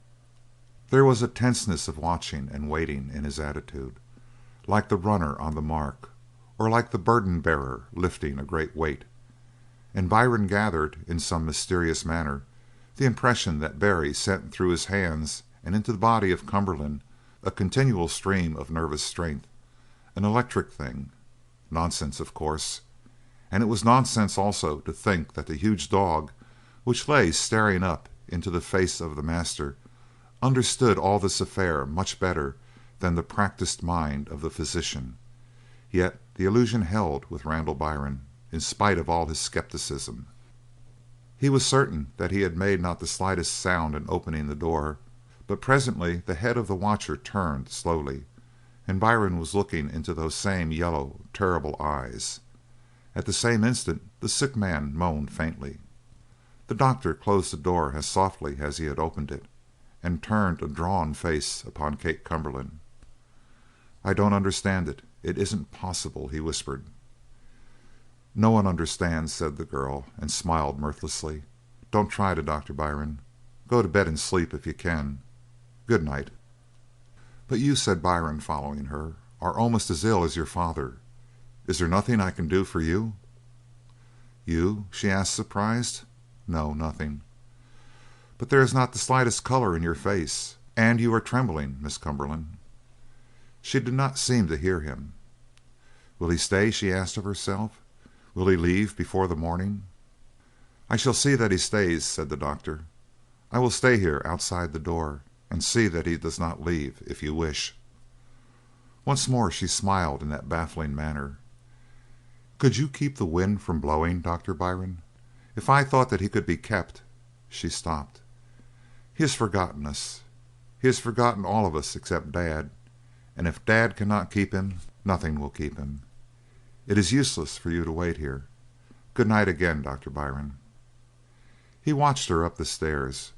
By the dim light he saw her hand catching at the balustrade as if she were drawing herself up step by step. When she reached the landing and turned half towards him, he saw that her head was fallen. "Not a glance, not a thought for me," murmured the doctor. "But if the stranger does leave—" Instead of finishing the muttered sentences, he drew a chair back against the wall and sat down with folded hands to wait. Chapter 21. Chapter 21. Max Strand Decides to Keep the Law. It was hours later that night when Haw Haw Langley and Max Strand sat their horses on the hill to the south. Before them, on the nearest rise of ground, a clump of tall trees and the sharp triangle of a roof split the sky, while down towards the right spread a wide huddle of sheds and barns. "That's where the trail ends," said Max Strand, and started his horse down the slope. Haw Haw Langley urged his little mount hurriedly alongside the squat bulk of his companion. He looked like the skeleton reality, and Max Strand the blunt, deformed shadow. "You ain't going in the house looking for him, Mac?" he asked, and he lowered his voice to a sharp whisper in spite of the distance. "Maybe there's a pile of men in that house. It's got room for a whole army. You ain't going in there by yourself, Mac?" "Haw Haw," explained the big man quietly, "I ain't going after Barry. I'm going to make him come after me." Haw Haw considered this explanation for a dazed moment. It was far too mysterious for his comprehension. "What you going to do?" he asked again. "Would you know that black hoss again if you seen him?" asked Max Strand. "In 1,000. That hoss has had a long ride, and Barry has put him in one of them barns, there ain't no doubt. Most like the dog is with the hoss." "It looks considerable like a wolf," muttered Langley. "I wouldn't choose meeting up with that dog in the dark. Besides, what good is it going to do you to find the dog?" "If you hurt a man's dog," explained Max Strand calmly, "you're hurting a man, ain't you? I'm going to hurt this man's dog. Afterwards, the dog will bring the man to me. There ain't no doubt of that. I ain't going to kill the dog. I'm just going to nick him so he'll get well and then hit my trail." "What sense is they in that?" "If Barry comes to me, ain't he the one that's breaking the law? If I kill him, then, won't it be in self-defense? I ain't no lawbreaker, Haw Haw. It ain't any good being a lawbreaker. Them lawyers can talk a man right into a grave. They's worse nor poison. I'd rather be caught in a bear trap 100 miles from my shack than have a lawyer fastened onto my leg right in the middle of Brownsville. No, Haw Haw, I ain't going to break any law. But I'm going to fix that wolf so he'll know me, and when he gets well he'll hit my trail, and when he hits my trail he'll have Barry with him, and when Barry sees me, then—" He raised his arms above him in the dark. "Then," breathed Max Strand, "Jerry can start sleeping sound for the first time." Haw Haw Langley wrapped his long arms about himself. "And I'll be there to watch. I'll be there to see fair play. Don't you never doubt it, Mac. Why, didn't I never go with you before? Why, Jerry never done anything to touch this. But be careful, Mac. Don't make no slip-up tonight. If they's trouble, I ain't a fighting man, Mac. I ain't no ways built for it." "Shut your mouth," said Max Strand bluntly. "I need quiet now." For they were now close to the house. Max Strand brought his horse to a jog trot and cast a semicircle skirting the house and bringing him behind the barns. Here he retreated to a little jutting point of land, from behind which the house was invisible, and there dismounted. Haw Haw Langley followed example reluctantly. He complained: "I ain't never heard of a man leaving his hoss behind him. It ain't right and it ain't policy." His leader, however, paid no attention to this grumbling. He skirted back behind the barns, walking with a speed which extended even the long legs of Haw Haw Langley. Most of the stock was turned out in the corrals. Now and then a horse stamped or a bull snorted from the fenced enclosures, but from the barns they heard not a sound. Now Max Strand paused. They had reached the largest of the barns, a long, low structure. "This here," said Max Strand, "is where the hoss must be. They wouldn't run a horse like that with the others. They'd keep him in a big stall by himself. We'll try this one, Haw Haw." But Haw Haw drew back at the door. The interior was black as the hollow of a throat as soon as Max Strand rolled back the sliding door, and Haw Haw imagined evil eyes glaring and twinkling at him along the edges of the darkness. "The wolf," he cautioned, grasping the shoulder of his companion. You ain't going to walk onto that wolf, Mac?" The latter struck down Haw Haw's hand. "A wolf makes a noise before it jumps," he whispered, "and that warning is all the light I need." Now their eyes grew somewhat accustomed to the dark, and Haw Haw could make out vaguely the posts of the stalls to his right. He could not tell whether or not some animal might be lying down between the posts, but Mac Strann, pausing at every stall, seemed to satisfy himself at a glance. Right down the length of the barn they passed until they reached a wall at the farther end. "He ain't here," sighed Haw Haw with relief. "Mac, if I was you, I'd wait till they was light before I went hunting that wolf." "He ought to be here," growled Mac Strann, and lighted a match. The flame spurted in a blinding flash from the head of the match and then settled down into a steady yellow glow. By that brief glow Mac Strann looked up and down the wall. The match burned out against the calloused tips of his fingers. "That wall," mused Strann, "ain't made out of the same timbers as the side of the barn. That wall is whole years newer, Haw Haw. That ain't the end of the barn. They's a hollow space beyond it." He lighted another match and then cursed softly in delight. "Look," he commanded. At the farther side of the wall was the glitter of metal, the latch of a door opening in the wooden wall. Mac Strann set it ajar, and Haw Haw peered in over the big man's shoulder. He saw first a vague and formless glimmer. Then he made out a black horse lying down in the centre of a box stall. The animal plunged at once to its feet, and crowding as far as possible away against the wall, turned its head and stared at them with flashing eyes. "It's him," whispered Haw Haw. "It's Barry's black. They ain't another hoss like him on the range, and that wolf, thank God, ain't with him." But Mac Strann closed the door of the stall, frowning thoughtfully. And thought on the face of Mac Strann was a convulsion of pain. He dropped the second match to his feet, where it ignited a wisp of straw that sent up a puff of light. "Ah," drawled Mac Strann, "the wolf ain't here, but we'll soon have him here, and the thing that brings him here will get rid of the black hoss. Are you going to steal the hoss?" "Steal him? He couldn't carry me 2 miles, a skinny hoss like that. But if Barry ever gets away again on that hoss, I ain't never going to catch him. That hoss has got to die." Haw Haw Langley caught his breath with a harsh gurgle. For men of the mountain desert sometimes fall very low indeed, but in their lowest moments it is easier for him to kill a man than a horse. There is the story, for instance, of the cattleman who saw the bullfight in Juarez, and when the bull gorged the first horse, the cowpuncher rose in the crowd and sent a bullet through the picador to square the deal. So Haw Haw sighed. "Mac," he whispered, "has it got to be done? Ain't there any other way? I've seen that hoss. When the sun hits him, it sets him on fire, he's that sleek. And his legs is like drawn iron, they're that fine. And he's got a head that's finer than a man's head, Mac." "I've seen him close enough," answered Mac Strann grimly. "And I followed him for a day and a half, damn near. S'pose Barry finds out I'm on his trail. S'pose he won't follow the wolf when the wolf tries to lead him to me. S'pose he gets on this hoss and cuts away. Can I follow the wind, Haw Haw? This horse has got to die."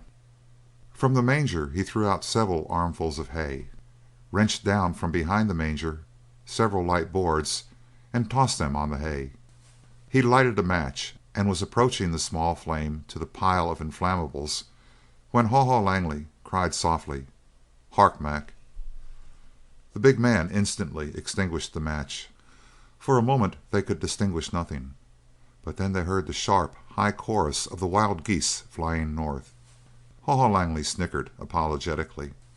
"That was what I heard a minute ago," he said, "and it sounded like voices coming." A snarl of contempt from Mac Strann. Then he scratched another match, and at once the flame licked up the side of the hay and cast a long arm up the wooden wall. "Out of this, quick!" commanded Mac Strann, and they started hastily down the barn towards the door. The fire behind them, after the puff of flame from the hay, had died away to a ghastly and irregular glow with the crackle of the slowly catching wood. It gave small light to guide them, only enough, indeed, to deceive the eye. The posts of the stalls grew into vast shadowy images. The irregularities of the floor became high places and pits alternately. But when they were halfway to the door, Haw Haw Langley saw a form too grim to be a shadow, blocking their path. It was merely a blacker shape among the shades, but Haw Haw was aware of the two shining eyes, and stopped short in his tracks. "The wolf," he whispered to Mac Strann. "Mac, what are we going to do?" The other had not time to answer, for the shadow at the door of the barn now leaped towards them, silently, without growl or yelp or snarl. As if to guide the battle, the kindling wood behind them now ignited and sent up a yellow burst of light. By it, Haw Haw Langley saw the great beast clearly, and he leaped back behind the sheltering form of Mac Strann. As for Mac, he did not move or flinch from the attack. His revolver was in his hand, levelled, and following the swift course of Black Bart. End of chapter 21. Chapter 22. Patience. There is one patience greater than the endurance of the cat at the hole of the mouse, or the wolf which waits for the moose to drop, and that is the patience of the thinking man. The measure of the Hindoo's moveless contemplation of nirvana is not in hours, but in weeks or even in months. Randall Byron sat at his sentinel post with his hands folded and his grave eyes steadily fixed before him, and for hour after hour he did not move. Though the wind rose now and again and whistled through the upper chambers or mourned down the empty halls, Randall Byron did not stir so much as an eyelash in observance. Two things held him fascinated. One was the girl who had passed up yonder stairs so wearily without a single backward glance at him. The other was the silent battle which went on in the adjoining room. Now and then his imagination wandered away to secondary pictures. He would see Barry meeting Buck Daniels at last and striking him down as remorselessly as the hound strikes the hare, or he would see him riding back towards Elkhead and catch a bright, sad vision of Kate Cumberland waving a careless adieu to him, and then hear her singing carelessly as she turned away. Such pictures as these, however, came up but rarely in the mind of Byron. Mostly he thought of the stranger leaning over the body of old Joe Cumberland, reviving him, storing him with electric energy, paying back, as it were, some ancient debt. And he thought of the girl as she had turned at the landing place of the stairs, her head fallen, and he thought of her lying in her bed with her arm under the mass of bright hair, trying to sleep, very tired, but remorselessly held awake by that same power which was bringing Joe Cumberland back from the verge of death. It was all impossible. This thing could not be. It was really as bad as the yarn of the Frankenstein monster.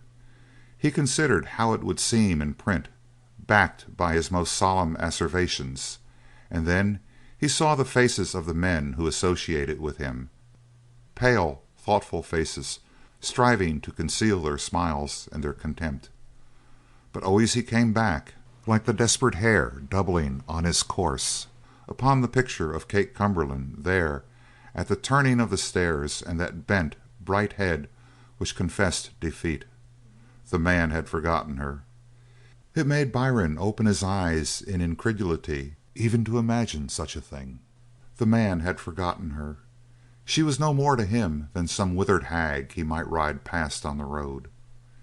His ear, subconsciously attentive to everything around him, caught a faint sound from the next room. It was a regular noise. It had the rhythm of a quick footfall, but in its nature it was more like the sound of a heavily beating pulse. Randall Byron sat up in his chair. A faint creaking attested that it was, indeed, a footfall, traversing the room to and fro steadily. The stranger, then, no longer leaned over the couch of the old cattleman. He was walking up and down the floor with that characteristic, softly padding step. Of what did he think as he walked? It carried Byron automatically out into the darkest night, with the wind in his face and the rhythm of a long striding horse carrying him on to a destination unknown. Here he heard a soft scratching repeated at the door. When it came again he rose and opened the door. At once the tall, shaggy dog slipped through the opening and glided past him. It startled Byron oddly to see the animal stealing away, as if Barry himself had been leaving. He called to the beast, but he was met by a silent baring of white fangs that stopped him in his tracks. The great dog was gone without a sound, and Byron closed the door again without casting a look inside. He was stupidly, foolishly afraid to look within. After that, the silence had a more vital meaning. No pictures crowded his brain. He was simply keyed to a high point of expectancy, and therefore, when the door was opened silently, he sprang up as if in acknowledgment of an alarm and faced Barry. The latter closed the door behind him and glided after the big dog. He had almost crossed the big room when Byron was able to speak. "Mr. Barry," he called. The man hesitated. "Mr. Barry," he repeated. And Dan Barry turned. It was something like the act of the wolf the moment before, a swift moment, a flash of the eyes, and something like defiance. "Mr. Barry, are you leaving us?" "I'm going outside." "Are you coming back?" "I don't know." A great joy swelled in the throat of Dr. Byron. He felt like shouting in triumph. Yet he remembered once more how the girl had gone up the stairs wearily with fallen head. He decided that he would do what he could to keep the stranger with them. And though Randall Byrne lived to be 100, he would never do a finer thing than what he attempted then. He stepped across the room and stood before Barry, blocking the way. "Sir," he said gravely, "if you go now, you will work a great sorrow in this house." A glint of anger rose in the eyes of Barry. "Joe Cumberland is sleeping sound," he answered. "He'll be a pile rested when he wakes up. He don't need me no more." "He's not the only one who needs you," said Byron. "His daughter has been waiting impatiently for your coming, sir." The sharp glance of Barry wavered away. "I'd kind of like to stay," he murmured, "but I got to go." A dull voice called from the next room. "It's Joe Cumberland," said Byron. "You see, he is not sleeping." The brow of Barry clouded, and he turned gloomily back. "Maybe I'd better stay," he agreed. Yet before he made a step Byron heard a far-away honking of the wild geese, that musical discord carrying for uncounted miles through the windy air. The sound worked like magic on Barry. He whirled back. "I got to go," he repeated. And yet Byron blocked the way. It required more courage to do that than to do anything he had ever attempted in his life. The sweat poured out from under his armpits as the stranger stepped near. The blood rushed from his face as he stared into the eyes of Barry, eyes which now held an uncanny glimmer of yellow light. "Sir," said Byron huskily, "you must not go. Listen. Old Cumberland is calling to you again. Does that mean nothing? If you have some errand out in the night, let me go for you." "Partner," said the soft voice of Barry, "stand aside. I got no time. I'm wanted." Every muscle of Randall Byrne's body was set to repulse the stranger in any effort to pass through that door, and yet, mysteriously, against his will, he found himself standing to one side and saw the other slip through the open door. "Dan, are you there?" called a louder voice from the room beyond. There was no help for it. He himself must go back and face Joe Cumberland, with a lie, no doubt. He would say that Dan had stepped out for a moment and would be back again. That might put Cumberland safely to sleep. In the morning, to be sure, he would find out the deception, but let every day bury its dead. Here was enough trouble for one night. He went slowly but steadily enough towards the door of what had now become a fatal room to the doctor. In that room he had seen his dearest doctrines cremated. Out of that room he had come bearing the ashes of his hopes in his hands. Now he must go back once more to try to fill with science a gap which science could never take cognizance. He lingered another instant with his hand on the door. Then he cast it wide bravely enough and stepped in. Joe Cumberland was sitting up on the edge of his couch. There was colour in the old man's face. It almost seemed to the incredulous eyes of Byron that the face was filled out a trifle. Certainly the fire of the old cattleman's glance was less unearthly. "Where's Dan?" he called. "Where'd he go?" It was no longer the deep, controlled voice of the stoic. It was the almost whining complaint of vital weakness. "Is there anything I can do for you?" parried Byron. "Anything you need or wish?" "Him," answered the old man explosively. "Damn it, I need Dan. Where is he? He was here. I felt him here while I was sleeping. Where is he?" "He has stepped out for an instant," answered Byron smoothly. "He will be back shortly." "He has stepped out?" echoed the old man slowly. Then he rose to the full of his gaunt height. His white hair, his triangle of beard and pointed moustache gave him a detached, a medieval significance. A portrait by Van Dyck had stepped from its frame. "Doc, you're lying to me. Where has he gone?" A sudden, almost hysterical burst of emotion swept Doctor Byron. "Gone to heaven or hell!" he cried with startling violence. "Gone to follow the wind and the wild geese, God knows where!" Like a period to his sentence, a gun barked outside. There was a howl of demonic pain and rage, and then a scream that would tingle in the ear of Doctor Randall Byron till his dying day. End of chapter 22. Chapter 23. How Max Strand Kept the Law. For when the dog sprang, Max Strand fired, and the wolf was jerked up in the midst of his leap by the tearing impact of the bullet. It was easy for Strand to dodge the beast, and the great black body hurled past him and struck heavily on the floor of the barn. It missed Max Strand, indeed, but it fell at the very feet of Haw Haw Langley, and a splash of blood flirted across his face. He was too terrified to shriek, but fell back against the wall of the barn, gasping.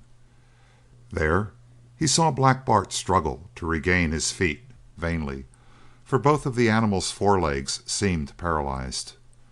Now the yellow light of the fire rose brightly, and by it Haw Haw marked the terrible eyes and the lolling, slavering tongue of the great beast, and the fangs like ivory daggers. It could not regain its feet, but it thrust itself forward by convulsive efforts of the hind legs towards Max Strand. Haw Haw Langley stared for a single instant in white-faced fear, but when he realized that Black Bart was helpless as a toothless old dog, the tall cowpuncher twisted his lean fingers with a silent joy. Once more Bart pushed himself towards Max Strand, and then Haw Haw Langley stepped forward and with all the force of his long leg smashed his heavy riding boot into the face of the dog. Black Bart toppled back against the base of the manger, struggled vainly to regain his poise, and it was then that he pointed his nose up and wailed like a lost soul, wailed with the fury of impotent hate. Max Strand caught Haw Haw by the arm and dragged him back towards the door. "I don't want to kill the dog," he repeated. "Get out of here, Haw Haw. Barry'll be coming any minute." He could have used no sharper spur to urge on the laggard. Haw Haw Langley raced out of the barn a full stride before Max Strand. They hurried together to the little rise of ground behind which they had left their horses, and as they ran, the scream which had curdled the blood of Randall Byron rang through the night. In 1,000 years he could never have guessed from what that yell issued. His nearest surmise would have been a score of men screaming in unison under the torture, but Max Strand and Haw Haw Langley knew the sound well enough. When they mounted their saddles they could look over the top of the little hill and observe everything easily without being seen, for the hilltop commanded a range of the corrals and a view of the fronts of the barns and sheds which opened upon the fenced enclosures. The largest and longest of these buildings was now plainly visible, for a long arm of fire reached above the roof on one side of the low shed, and by this growing light the other barns, the glimmering-eyed horses and cattle of the corrals, the trees about the house itself, were in turn visible, though vaguely, and at times, as the flame lapsed, all were lost in a flood of swift darkness. Once more that unhuman shriek echoed from hill to hill and from building to building. It was Satan in his box stall. The flames were eating through the partition, and the stallion was mad with fear. Light flashed here and there. In the big ranch house and from the bunkhouse on the farther side of the corrals rose a volley of curses and yells of dismay. The cattle began milling blindly, bellowing and stamping, and the horses ranged at a mad gallop back and forth across their corrals, wild-eyed with terror. It was like the tumult of a battle, and sharper than a trumpet a new sound cut through the din.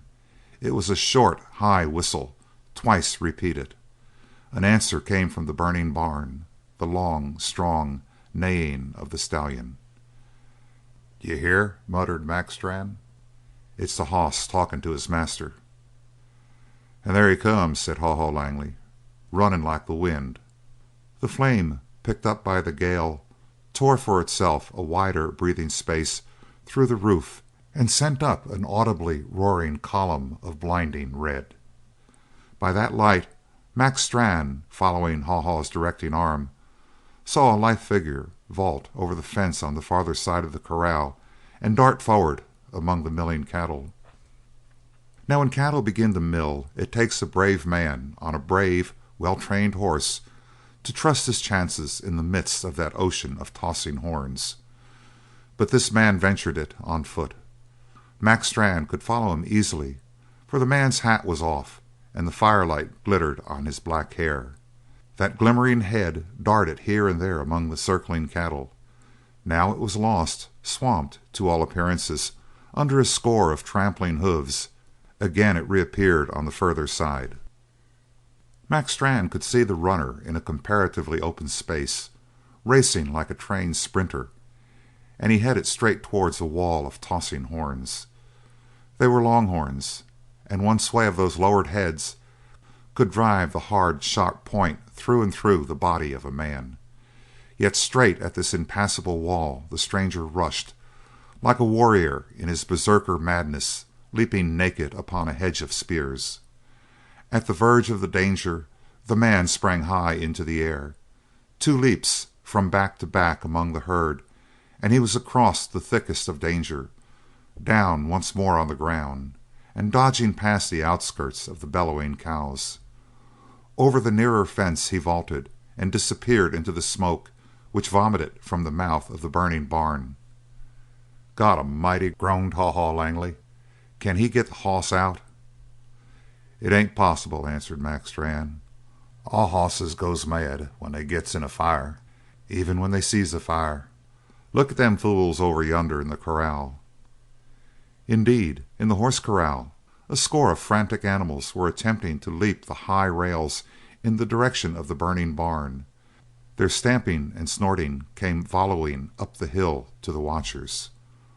"All hosses go mad," concluded Max Strand, "and Barry get tramped under the feet of his own hoss, even if he gets to the stall, which he won't. Look there!" Out of the rush of fire and smoke at the door of the barn, Dan Barry stumbled blindly and fell back upon the ground. Haw Haw Langley began to twist his cold hands together in an ecstasy. "The hoss is gone, and the wolf is gone, and Barry is dead," he chuckled to himself. "Mac, I wouldn't have missed this for a 10 days' ride. It's worth it. But see the gal and that new gent, Mac?" For when the clamour arose outside the house, Buck Daniels had run to the window. For many reasons he had not taken off his clothes this night, but had lain down on the bed and folded his hands behind his head to wait. With the first outcry he was at the window, and there he saw the flames curling above the roof of the barn, and next, by that wild light, how Dan Barry raced through the dangerous corral, and then he heard the shrill neighing of Satan and saw Dan disappear in the smoking door of the barn. Fear drew Buck Daniels one way, but a fine impulse drew him another. He turned away from the window with a curse. He turned back to it with a curse, and then muttering, "He went through hell for me, and him and me together will go through hell again," he ran from the room and thundered down the crazy stairs. As he left the house he found Kate Cumberland, and they went on together, running without a word to each other. Only when he came beside her she stopped short and flashed one glance at him. By that glance he knew that she understood why he was there, and that she accepted his sacrifice. They hurried around the outer edge of the corrals, and as they approached the flaming barn from one side, the men from the bunkhouse rushed up from the other. It was Buck Daniels who reached Dan as the latter stumbled back from the door of the barn, surrounded by a following cloud of smoke, and fell stumbling to the ground. And Buck raised him. The girl was instantly beside them. She had thrown on a white dressing gown when she rose from bed. It was girded high across her breast, and over it showered her bright hair, flashing like liquid gold in growing light.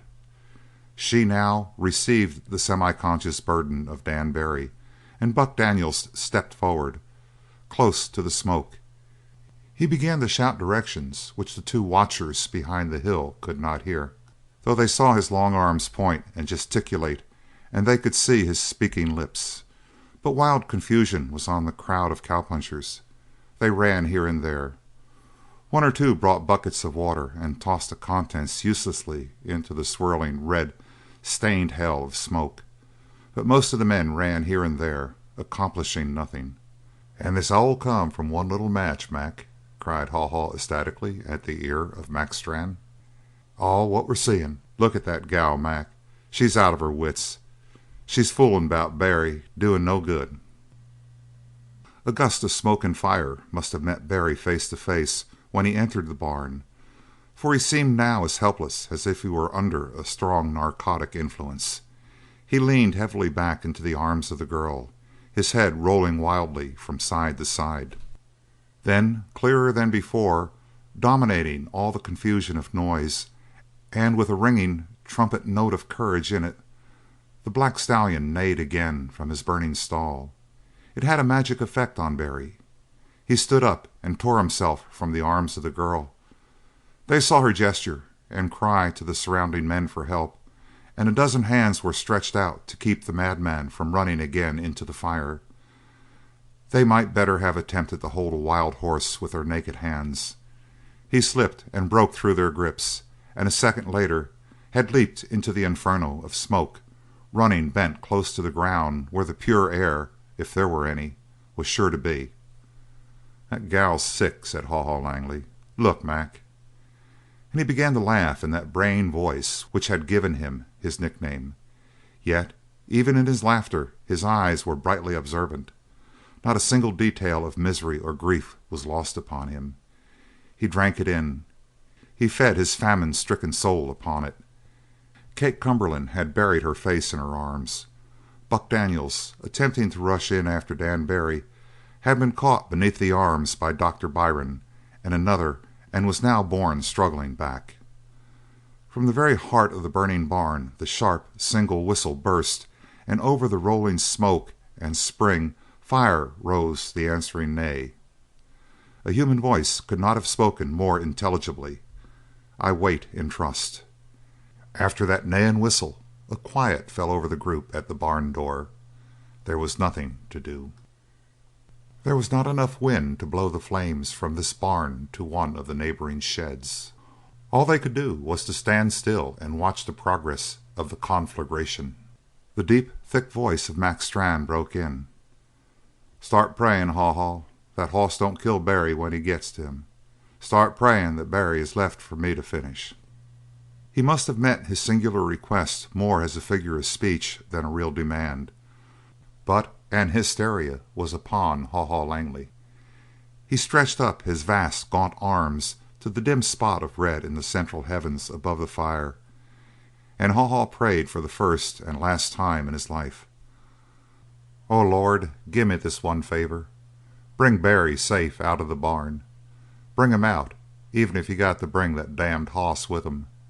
Bring him out and save him for Mac Strann to meet. And God Almighty, let me be around somewhere when they meet." This strange exhibition Mac Strann watched with a glowering eye. "But it ain't possible," he said positively. "I been in fires. Barry can't live through the fire, and if he does, the hoss will finish him. It ain't possible for him to come out." From half the roof of the shed flames now poured, but presently a great shower of sparks rose at the farther end of the barn, and then Haw Haw heard the sound of a beating and crashing. "Hi!" he screamed. "Barry reached the black hoss, and the black hoss is beating him into the floor." "You fool," answered Mac Strann calmly. "Barry has got a beam or something, and he's smashing down the burning partition of the box stall. That's what he's doing. Listen!" High over the fire once again rose the neighing of the black horse, a sound of unspeakable triumph. "You're right," groaned Haw Haw, downcast. "He reached the hoss." He had hardly finished speaking when Mac Strann said: "Anyway, he'll never get out. This end wall of the barn is falling in." Indeed, the outer wall of the barn nearest the door was wavering in a great section and slowly tottering in. Another moment or two it would crash to the floor and block the way of Dan Barry coming out with a flaming ruin. Next the watchers saw a struggle among the group which watched. 3 men were struggling with Buck Daniels, but presently he wrenched his arms free, struck down 2 men before him with swinging blows of his fists, and leaped into the smoke. "He's gone nutty like a crazy hoss with the sight of the fire," said Mac Strann quietly.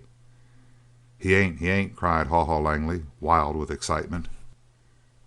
"He's holding back the burning wall to keep the way cleared, damn him!" Indeed, the towering wall, not having leaned to a great angle, was now pushed back by some power from inside of the barn and kept erect, though now and again it swayed in as though the strength which held it was faltering under the strain. Now the eyes of the watchers were called to the other end of the barn by a tremendous crashing. The entire section of that part of the roof fell in, and a shower of sparks leaped up into the heart of the sky, lighting the distant hills and drawing them nearer like watchers of the horror of the night. "That's the end," said Mac Strann. "Haw Haw, there wasn't any good in your prayer." "I ain't a professional praying man," answered Haw Haw defensively, "but I done my best. If—" He was cut short by a chorused cry from the watchers near the door of the barn, and then through the vomited smoke and the fire leaped the unsaddled body of Satan, bearing on his back the crouched figure of Dan Barry, and in the arms of Barry, limp, his head hanging down loosely, was the body of the great black dog, Bart. A fearful picture. The smoke swept following around the black stallion, and a great tongue of flame licked hungrily after the trio. But the stallion stood with head erect and ears flattened, pawing the ground. With that cloud of destruction blowing him, he stood like the charger which the last survivor might ride through the ruin of the universe in the twilight of the gods. At the same instant another smoke-clad figure lunged from the door of the barn, his hands outstretched as though he felt and fumbled his way through utter darkness.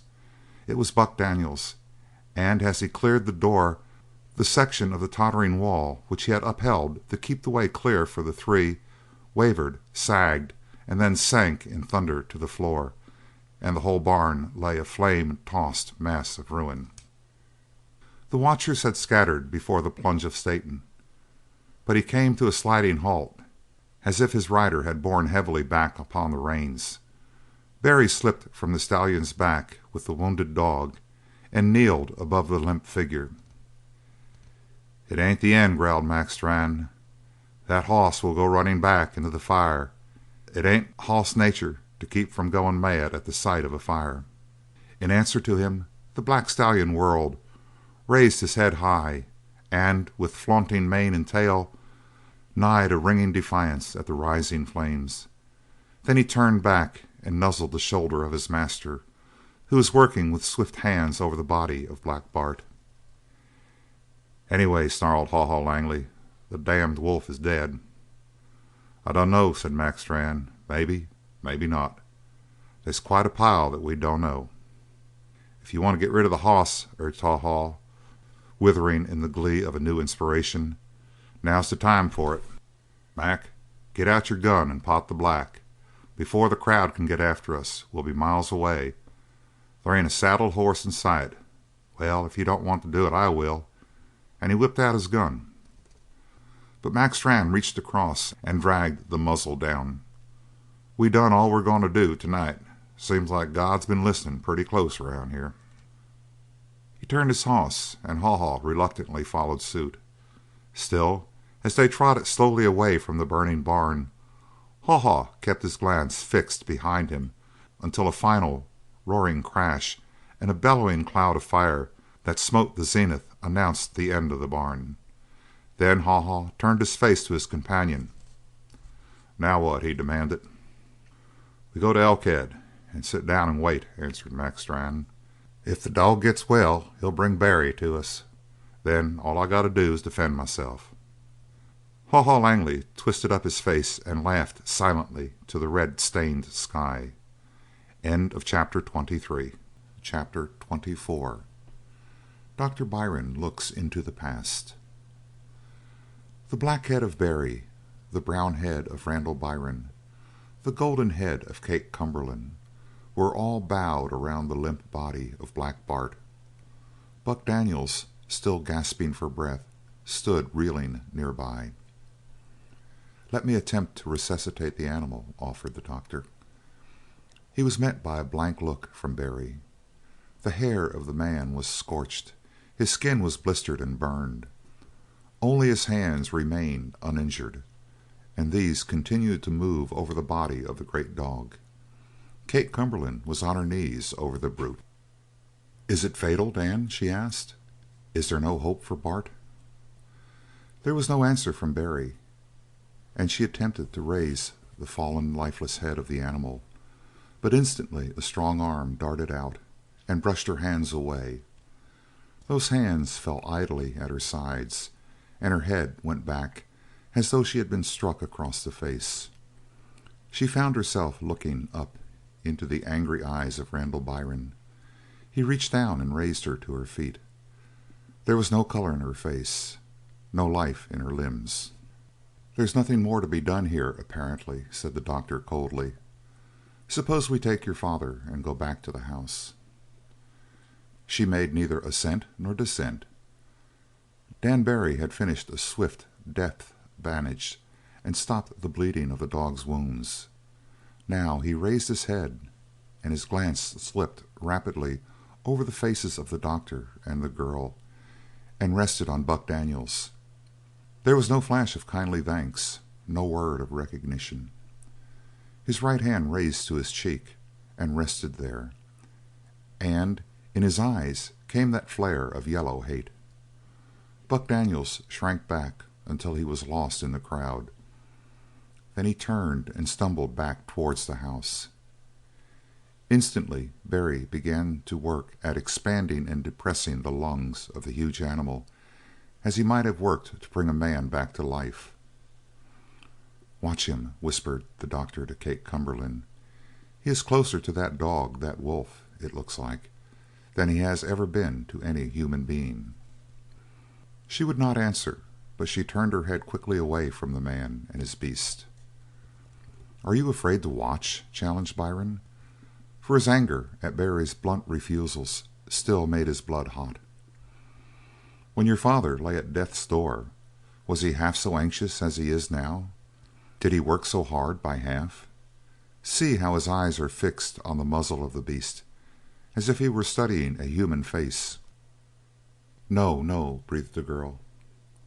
"I tell you, look," commanded the doctor, "for there's the solution of the mystery. No mystery at all. Barry is simply a man who is closer akin to the brute forces in nature. See, by the eternal heavens, he's dragging that beast, that dumb beast, back from the door of death." Barry had ceased his rapid manipulations and turned the big dog back upon its side. Now the eyes of Black Bart opened and winked shut again. Now the master kneeled at the head of the beast and took the scarred, shaggy head between his hands.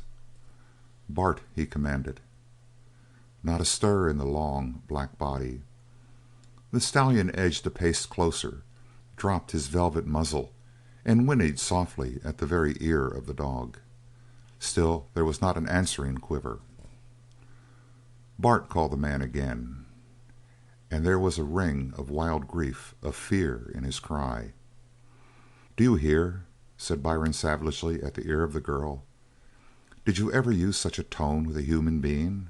Ever?" "Take me away," she murmured. "I'm sick, sick at heart. Take me away." Indeed, she was scarcely sure of her poise, and tottered where she stood. Dr. Byron slipped his arm about her and led her away, supporting half her weight. They went slowly by small, soft steps toward the house, and before they reached it he knew that she was weeping. But if there was sadness in Byron, there was also a great joy. He was afire, for there is a flame-like quality in hope. Loss of blood and the stifling smoke, rather than a mortal injury or the touch of fire, had brought Black Bart close to death. But now that his breathing was restored and almost normal, he gained rapidly. One instant he lingered on the border between life and death. The next, the brute's eyes opened and glittered with dim recognition up towards Dan, and he licked the hand which supported his head. At Dan's direction a blanket was brought, and after Dan had lifted Black Bart upon it, 4 men raised the corners of the blanket and carried the burden towards the house. One of the cowpunchers went ahead bearing the light. This was the sight which Dr. Byron and Kate Cumberland saw from the veranda of the ranch house as they turned and looked back before going in. "A funeral procession?" suggested the doctor. "No," she answered positively. "If Black Bart were dead, Dan wouldn't allow any hands save his own to touch the body. No, Black Bart is alive. Yet it is impossible." The word impossible, however, was gradually dropping from the vocabulary of Randall Byron. True, the wolf dog had seemed dead past recovery, and across the eyes of Byron came a vision of the dead rising from their graves. Yet he merely shook his head and said nothing. "Ah," she broke in, "look."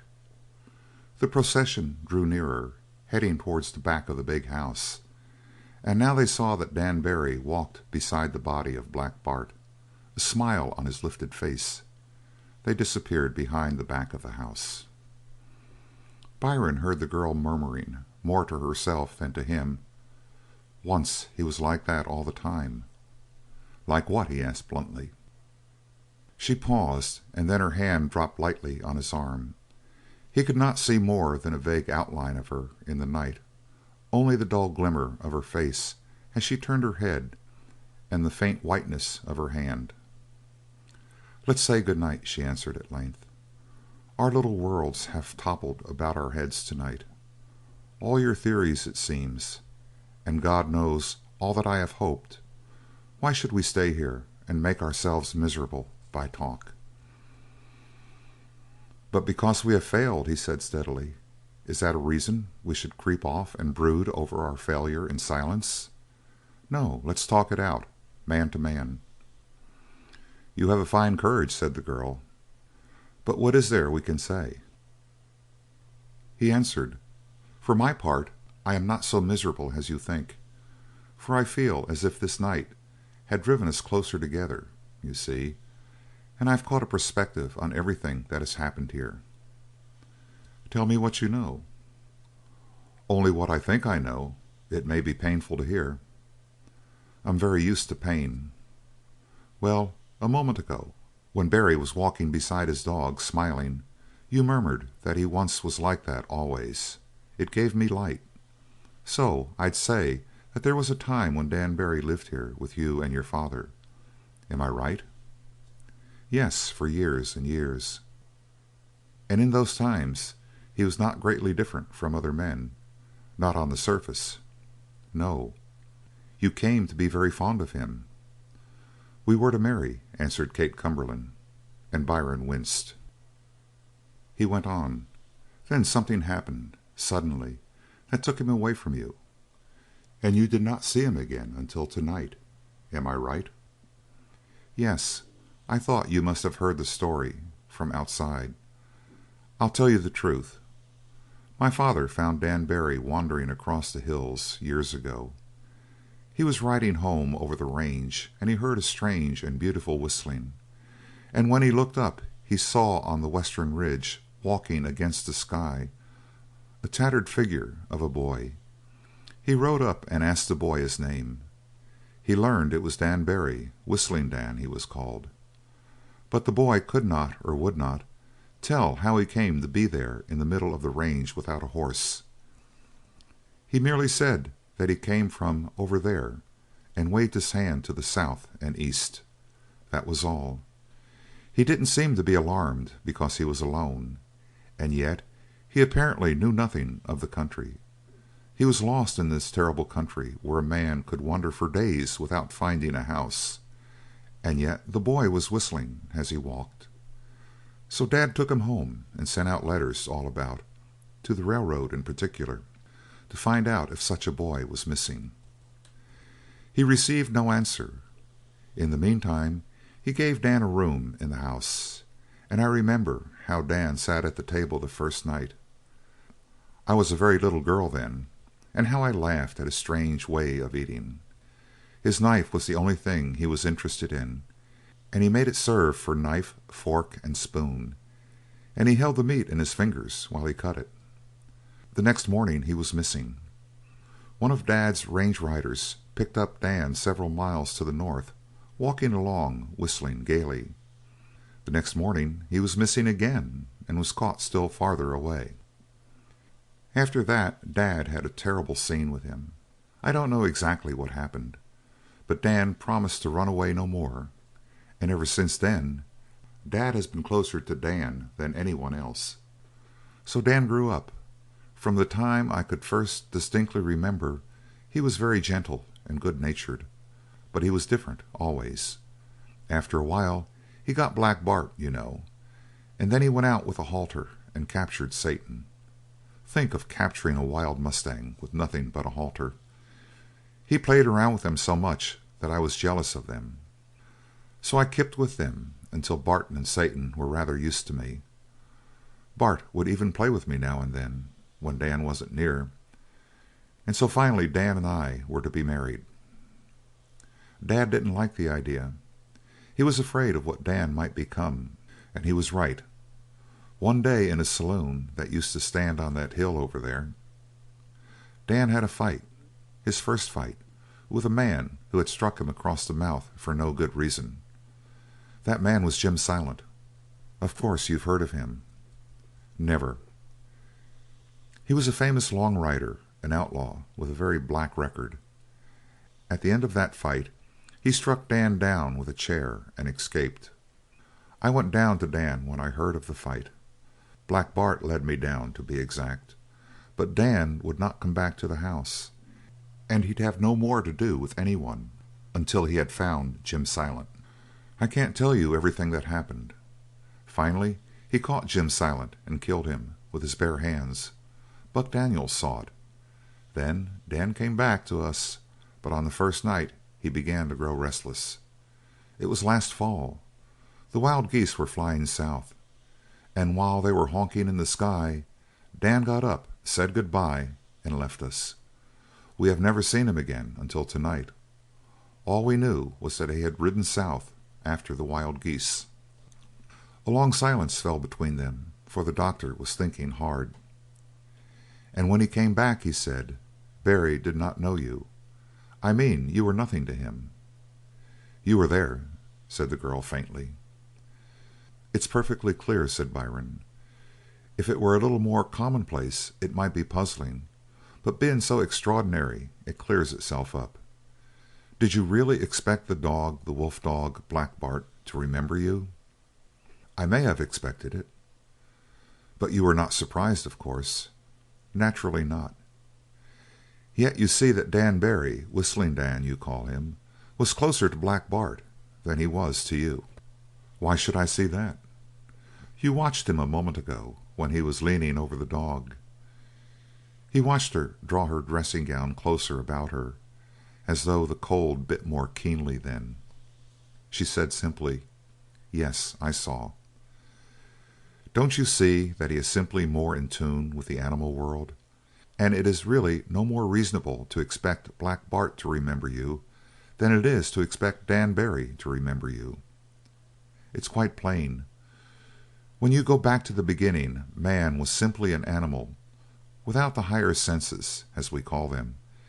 He was simply a brute, living in trees or in caves. Afterwards, he grew into the thing we all know. But why not imagine a throwback into the earlier instincts?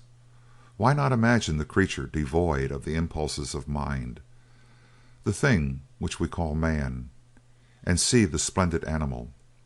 You saw in Dan Barry simply a biological sport, the freak, the thing which retraces the biological progress and comes close to the primitive. But of course you could not realize this.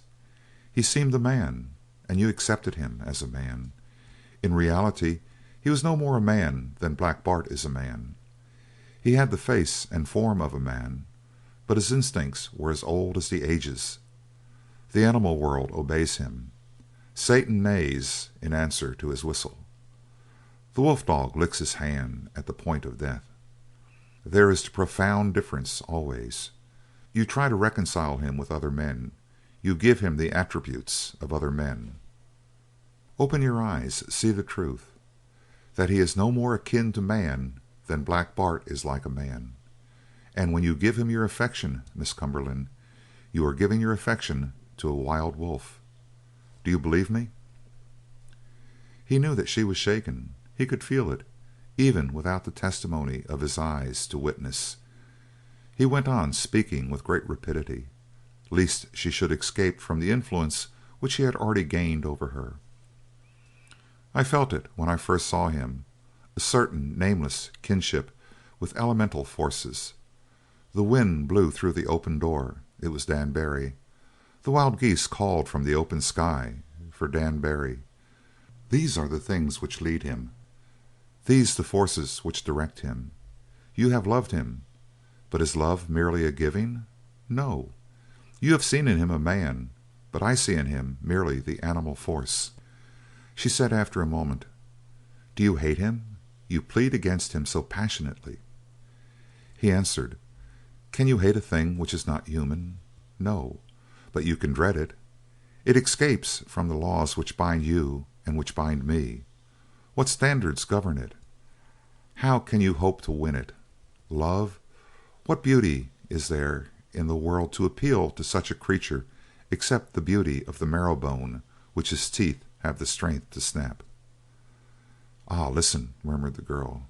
"Here is your answer."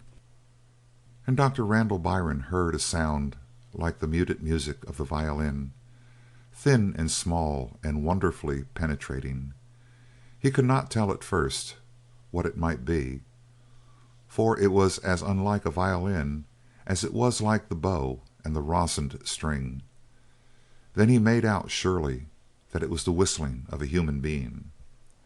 It followed no tune, no reasoned theme. The music was beautiful in its own self. It rose straight up like the skylark from the ground, sheer up against the white light of the sky, and there it sang against heaven's gate. He had never heard harmony like it. He would never again hear such music, so thin and yet so full that it went through and through him until he felt the strains take a new, imitative life within him. He would have whistled the strains himself, but he could not follow them.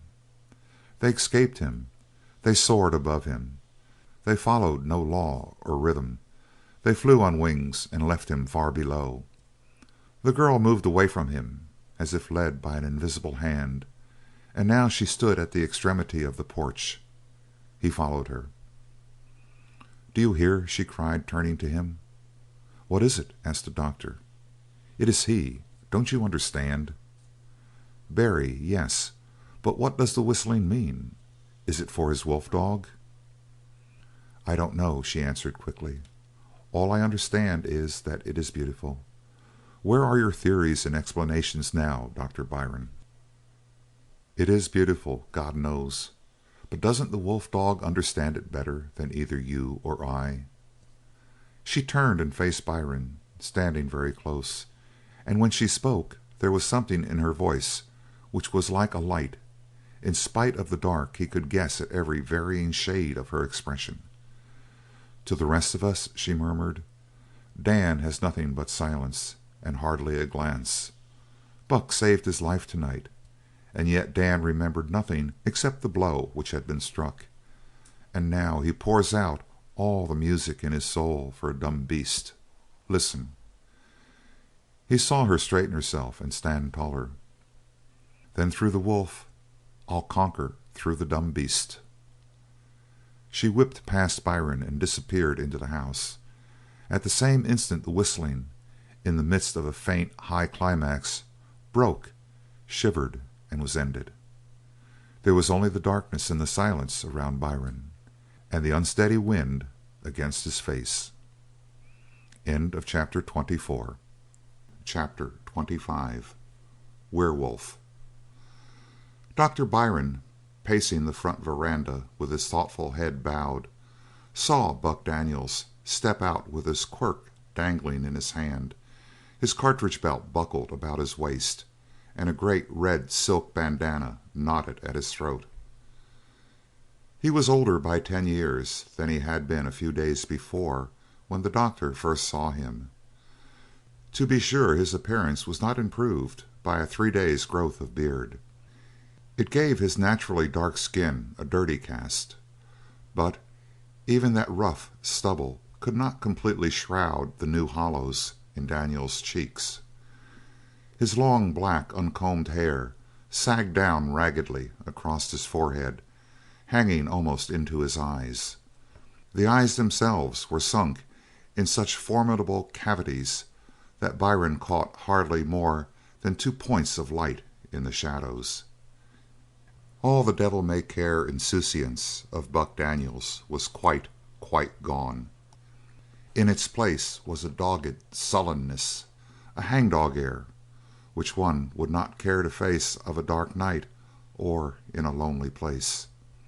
His manner was that of a man whose back is against the wall, who, having fled some keen pursuit, has now come to the end of his tether and prepares for desperate, even if hopeless, battle. There was that about him which made the doctor hesitate to address the cowpuncher. At length he said, "You're going out for an outing, Mr. Daniels?" Buck Daniels started violently at the sound of this voice behind him, and whirled upon the doctor with such a set and contorted expression of fierceness that Byron jumped back. "Good God, man!" cried the doctor. "What's up with you?" "Nothin'," answered Buck, gradually relaxing from his first show of suspicion. "I'm beatin' it, that's all." "Leaving us?" "Yes." "Not really." "Do you think I ought to stay?" asked Buck, with something of a sneer. The doctor hesitated, frowning in a puzzled way. At length he threw out his hands in a gesture of mute abandonment. "My dear fellow," he said with a faint smile, "I've about stopped trying to think." At this Buck Daniels grinned mirthlessly. "Now you're talking sense," he nodded. "There ain't no use in thinking." "But why do you leave so suddenly?" Buck Daniels shrugged his broad shoulders. "I am sure," went on Byron, "that Miss Cumberland will miss you." "She will not," answered the big cowpuncher. "She's got her hands full with him." "Exactly. But if it is more than she can do, if she makes no headway with that singular fellow, she may need help." He was interrupted by a slow, long-drawn, deep-throated curse from Buck Daniels. "Why in hell should I help her with him?" "There is really no reason," answered the doctor, alarmed, "except, I suppose, old friendship." "Damn old friendship!" burst out Buck Daniels. "There's an end to all things, and my friendship is worn out. on both sides. It's done." He turned and scowled at the house. "Help her to win him over? I'd rather stick the muzzle of my gun down my throat and pull the trigger. I'd rather see her marry a man about to hang. Well, to hell with this place. I'm through with it. So long, Doc." But Dr. Byron ran after him and halted him at the foot of the steps down from the veranda. "My dear Mr. Daniels," he urged, touching the arm of Buck, "you really mustn't leave so suddenly as this. There are 1,000 questions on the tip of my tongue." Buck Daniels regarded the professional man with a hint of weariness and disgust. "Well," he said, "I'll hear the first couple of hundred. Shoot." "First, the motive that sends you away." "Dan Barry." "Aha! Fear of what he may do?" "Damn the fear. At least, it's him that makes me go." "It seems an impenetrable mystery," sighed the doctor. "I saw you the other night step into the smoking hell of that barn and keep the way clear for this man. I knew, before that, how you rode and risked your life to bring Dan Barry back here. Surely those are proofs of friendship." Buck Daniels laughed unpleasantly. He laid a large hand on the shoulder of the doctor and answered: "If them was the only proofs, Doc, I wouldn't feel the way I do. Proofs of friendship? Dan Barry has saved me from the rope, and he saved me from dying by the gun of Jim Silent. He took me out of a rotten life and made me a man that could look honest men in the face." He paused, swallowing hard, and the doctor's misty, overworked eyes lighted with some comprehension. He had felt from the first a certain danger in this big fellow, a certain reckless disregard of laws and rules which commonly limit the actions of ordinary men. Now part of the truth was hinted at. Buck Daniels, on a time, had been outside the law, and Barry had drawn him back to the ways of men. That explained some of the singular bond that lay between them. "That ain't all," went on Buck. "Blood is thick, and I've loved him better nor a brother. I've gone to hell and back for him. For him I took Kate Cumberland out of the hands of Jim Silent and left myself in her place. I took her away, and all so's she could go to him, damn him. And now on account of him I got to leave this place." His voice rose to a ringing pitch. "D'you think it's easy for me to go? D'you think it ain't like tearing a fingernail off the flesh for me to go away from Kate? God knows what she means to me, God knows, but if he does, he's forgotten me." Anguish of spirit set Buck Daniels shaking, and the doctor looked on in amazement. He was like one who reaches in his pocket for a copper coin and brings out a handful of gold pieces. "Kind feelin's don't come easy to me," went on Buck Daniels. "I been raised to fight. I been raised to hard riding and dust in the throat. I been raised on whiskey and hate. And then I met Dan Barry, and his voice was softener than a girl's voice, and his eyes didn't hold no doubt about me. Me that had sneaked in on him at night and was going to kill him in his sleep because my chief had told me to. That was the Dan Barry what I first knew. He give me his hand, and he give me the trust of his eyes, and after he left me I sat down and took my head between my hands, and my heart was like to burst inside me. It was like the clouds had blowed away from the sun and let it shine on me for the first time in my life.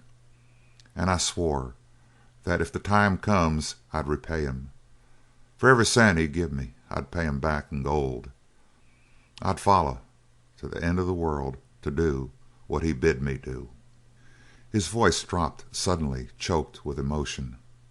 "Oh, Doc, they was tears come into my eyes, and I felt sort of clean inside, and I wasn't ashamed of them tears. That's what Dan Barry done for me. And I did pay him back as much as I could.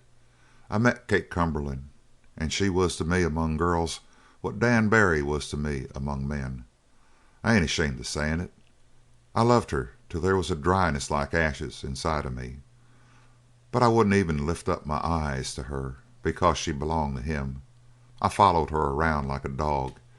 I done her bidding. I asked no questions. What she wanted, that was law to me, and all the law I wanted. All that I done for the sake of Dan Barry, and I took my life in my hands for him, not once, but day after day. Then he rode off and left her, and I stayed behind. Do you think it's been easy to stay here? Man, man, I've had to hear her talking about Dan Barry day after day and never a word for me. And I had to tell her stories about Dan and what he used to do, and she'd sit with her eyes miles away from me, listening and smiling, and me there hungering for just one look out of her eyes, hungering like a dying dog for water. And then for her and Joe I rode down south, and when I met Dan Barry, do you think there was any light in his eyes when he seen me? No, he'd forgotten me, the way even a hoss won't forget his master. Forgot me after a few months, and after all that'd gone between us. Not even Kate, even she was nothing to him.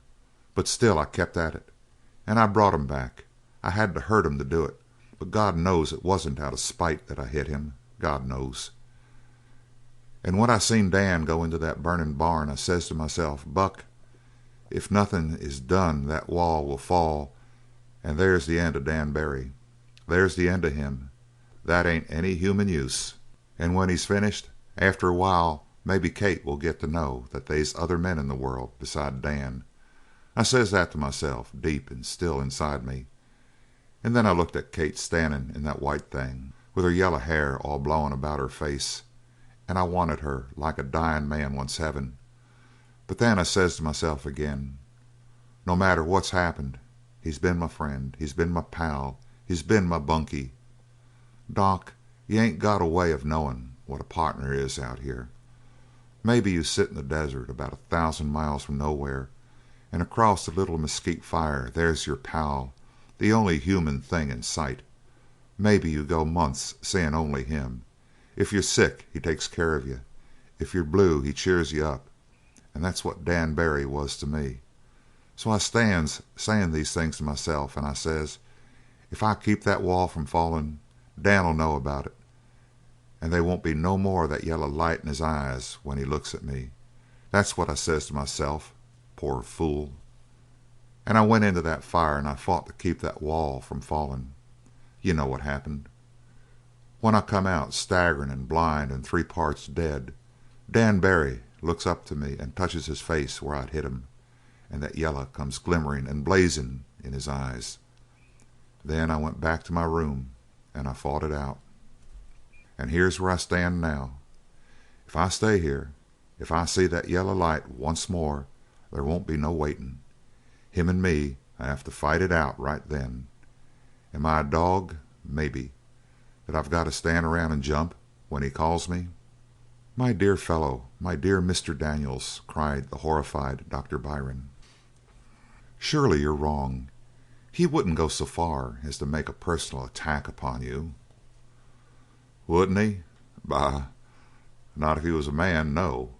I tell you, he ain't a man. He's what the Canucks up north call a werewolf. There ain't no mercy or kindness in him. The blood of a man means nothing to him.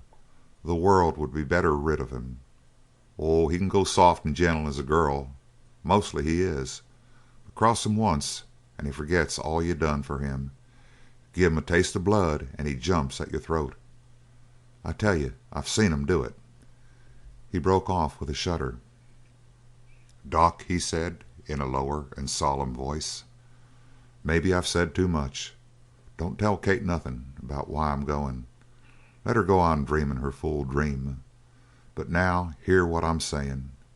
If Dan Barry crosses me once more, one of us two dies, and dies damned quick. It may be me, it may be him, but I've come to the end of my rope.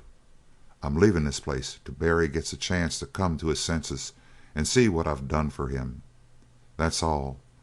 I'm leaving this place because there's a blight on it, and that blight is Dan Barry.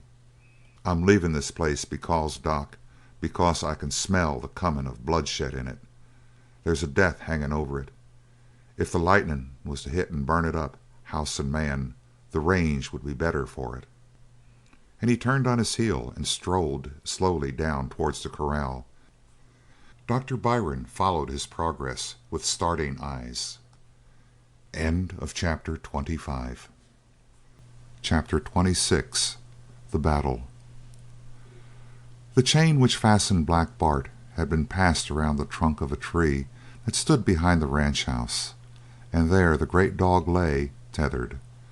Dr. Byron had told Whistling Dan, with some degree of horror, that the open air was in the highest degree dangerous to wounds, but Whistling Dan had returned no answer.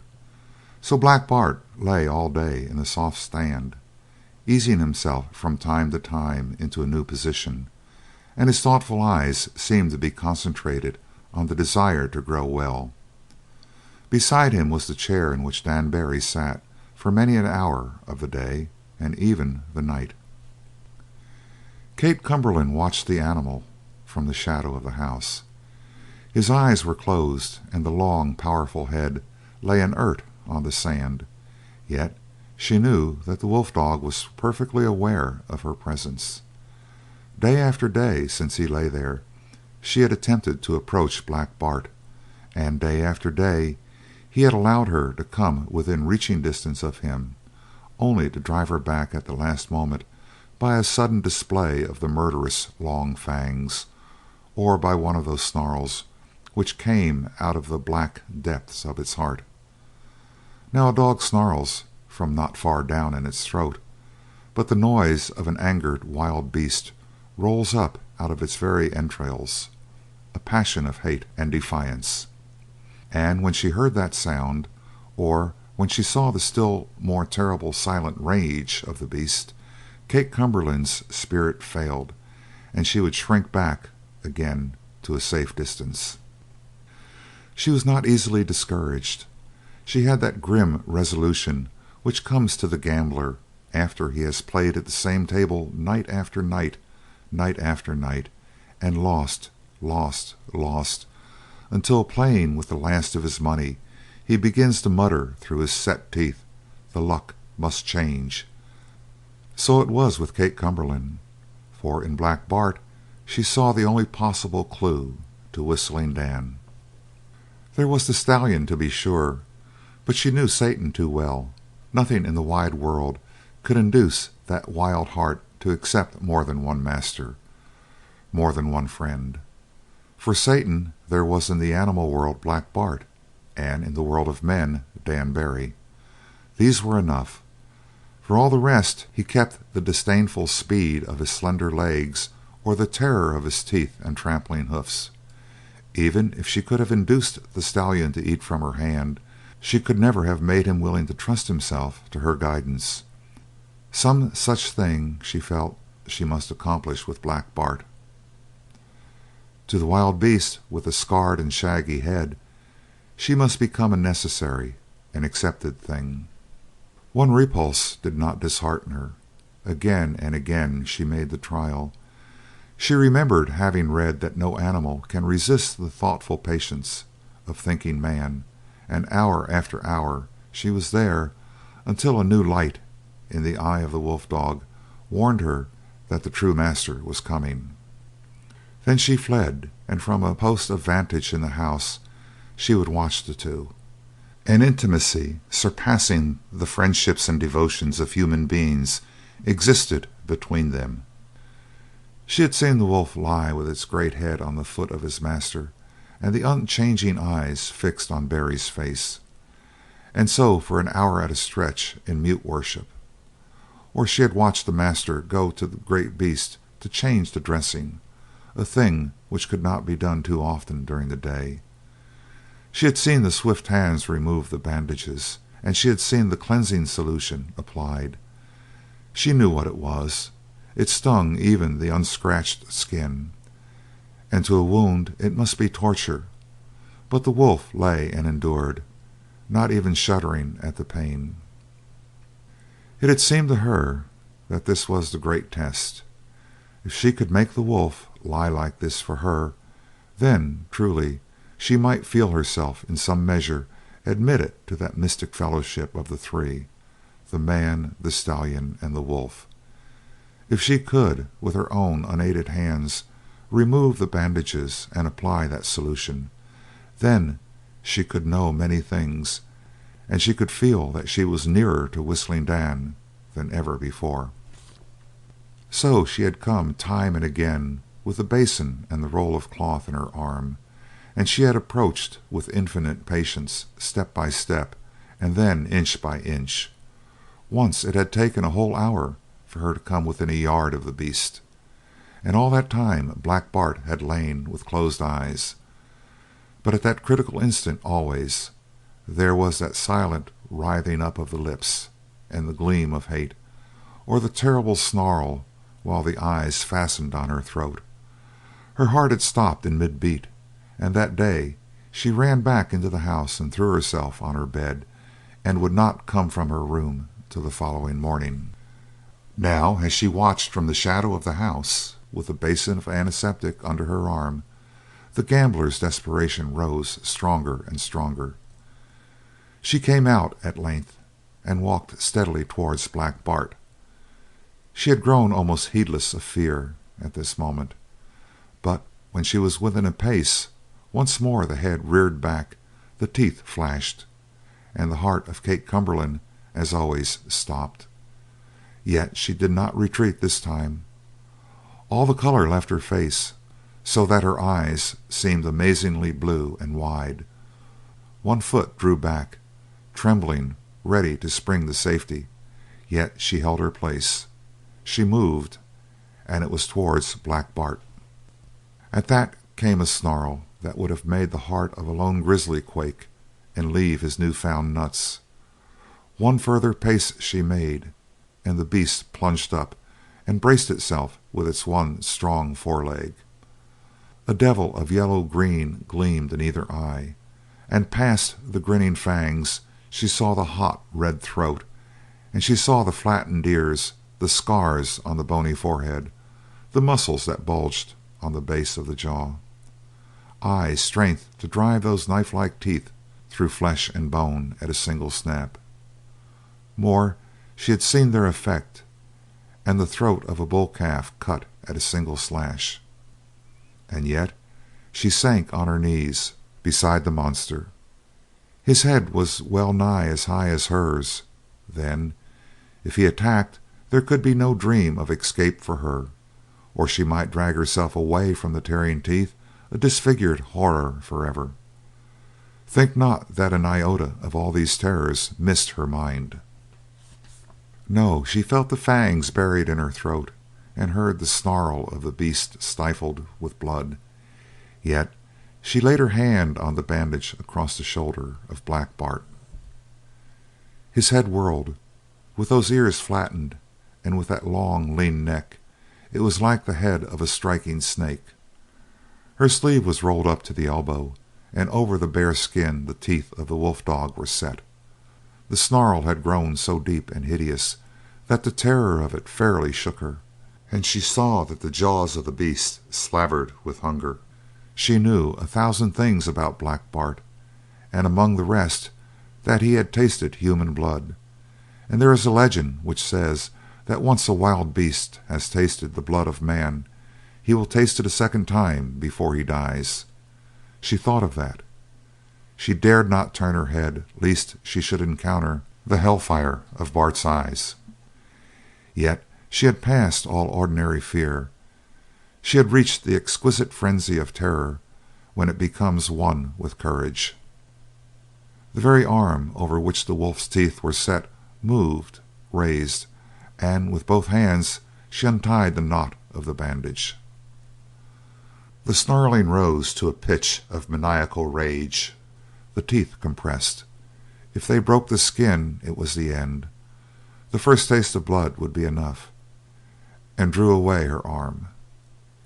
If she had started then, all the devil in the creature would be loosed, for her terror taught her that, and by some mysterious power that entered her at that moment, she was able to turn her head slowly and look deep into those terrible eyes. Her arm was released, but Black Bart crouched, and the snake-like head lowered.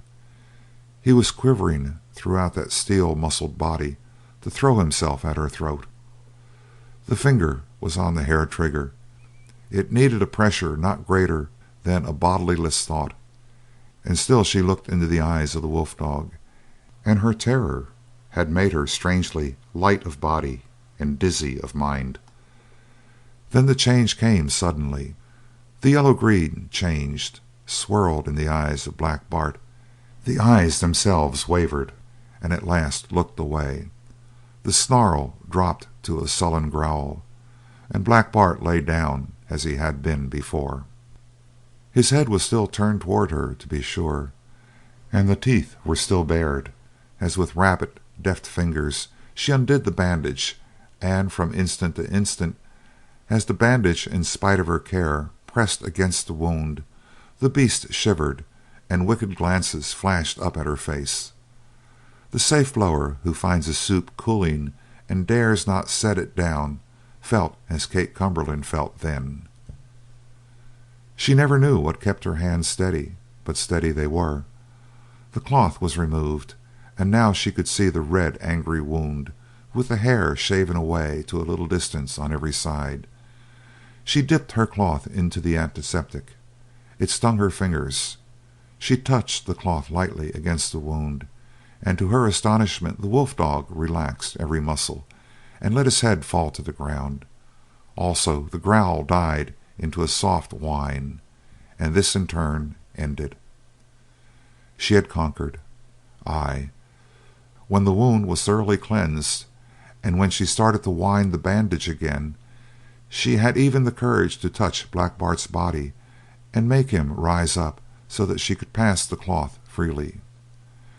At her touch he shuddered, to be sure, as a man might shudder at the touch of an unclean thing, but there was no snarl, and the teeth were not bared. As she tied the knot which secured the bandage in its place, she was aware that the eyes of Bart, no longer yellow-green, watched her, and she felt some vague movement of the wonder that was passing through the brute mind. Then the head of the wolf dog jerked up. He was staring at something in the distance, and there was nothing under heaven that Bart would raise his head to look at in this manner, except one thing. The fingers of Kate grew stiff and trembled. Slowly, in a panic, she finished the knot, and then she was aware of someone who had approached without a sound and now stood behind her. She looked up, at length, before she rose to her feet. Thankfulness welled up warm in her heart to find her voice steady and commonplace when she said, "The wound is much better. Bart will be well in a very few days now." Whistling Dan did not answer, and his wondering eyes glanced past her own.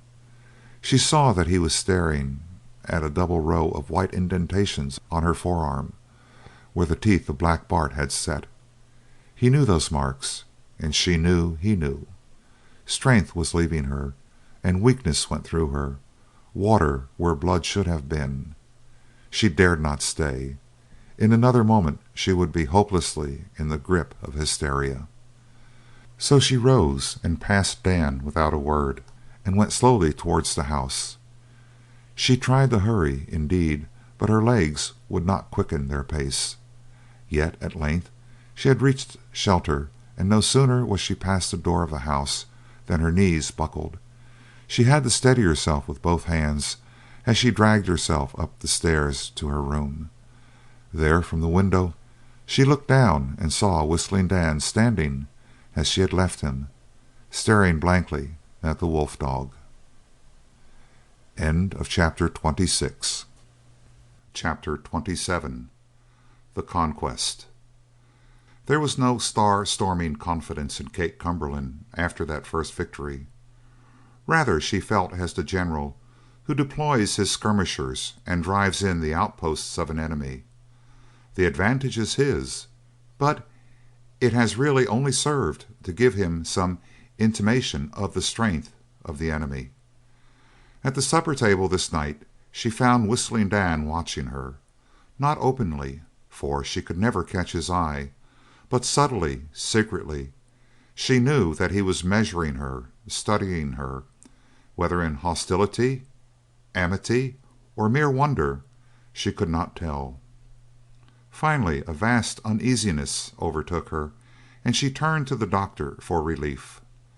Dr. Randall Byron held a singular position in the intention of Kate. Since the night of the fire and her open talk with him, the doctor knew everything, and women are troubled in the presence of a man who knows the details of the past. The shield behind which they hide in social intercourse is a touch of mystery, or at least a hope of mystery. The doctor, however, was not like other men. He was more similar to a precocious child, and she comforted herself in his obvious talent for silence. If he had been alert, strong, self-confident, she might have hated him because he knew so much about her. But when she noted the pale, thoughtful face, the vast forehead outbalancing the other features, and the wistful, uncertain eyes, she felt nothing towards him stronger than pity. It is good for a woman to have something which she may pity, a child, an aged parent, or a house dog. It provides in a way the background against which she acts. So Kate, when in doubt, turned to the doctor, as on this night. There was a certain cruelty in it, for when she smiled at him, the poor doctor became crimson, and when she talked to him, his answers stumbled on his tongue. And when she was silent and merely looked at him, that was the worst of all, for he became unable to manage knife and fork, and would sit crumbling bread and looking frightened. Then he was apt to draw out his glasses and make a move to place them on his nose, but he always caught and checked himself in time, which added to his embarrassment. These small maneuvers had not lasted long before the girl became aware that the silent attention of Whistling Dan had passed from her to the doctor, and held steadily upon him. She did not go so far as to call it jealousy, but certainly it was a grave and serious consideration that measured the doctor up and down and back again, and it left her free to examine the two men in contrast. For the first time it struck her that they were much alike in many ways. Physically, for instance, there was the same slenderness, the same delicacy with which details were finished, the same fragile hands, for instance. The distinction lay in a suggestion of strength and inexhaustible reserve of energy which Dan Barry possessed. The distinction lay still more in their faces. That of Byron was worn and pallid from the long quest and struggle for truth. The body was feeble, the eyes were uncertain, but within there was a powerful machine which could work infallibly from the small to the large and the large to the small. With Whistling Dan there was no suggestion at all of mental care. She could not imagine him worrying over a problem. His knowledge was not even communicable by words. It was more impalpable than the instinct of a woman, and there was about him the wisdom and the coldness of Black Bart himself. The supper ended too soon for Kate. She had been rallying Randall Byron, and as soon as he could graciously leave, the poor fellow rose with a crimson face and left the room, and behind him, sauntering apparently in the most casual manner, went Whistling Dan. As for Kate Cumberland, she could not put all the inferences together. She dared not, but when she lay in her bed that night it was a long time before she could sleep, for there was a voice inside her singing. She chose her time the next day. Dan alternated between Black Bart and old Joe Cumberland during most of the day, and no sooner had he left the wolf dog in the morning than she went out to Bart. As always, Black Bart lay with his head flattened against the sand, dreaming in the sun, and not an eyelid quivered when she approached, yet she understood perfectly that the animal knew every move she made. She would have attempted to dress the wound again, but the memory of the ordeal of yesterday was too terrible. She might break down in the midst of her effort, and the first sign of weakness, she knew, was the only spur which Black Bart needed. So she went instead to the chair where Dan often sat for hours near the dog, and there she took her place, folded her hands on her lap, and waited. She had no particular plan in mind, more than that she hoped to familiarize the great brute with the sight of her. Once he had known her well enough, but now he had forgotten all that passed before as completely, no doubt, as Whistling Dan himself had forgotten. While she sat there musing, she remembered a scene that had occurred not many a month before.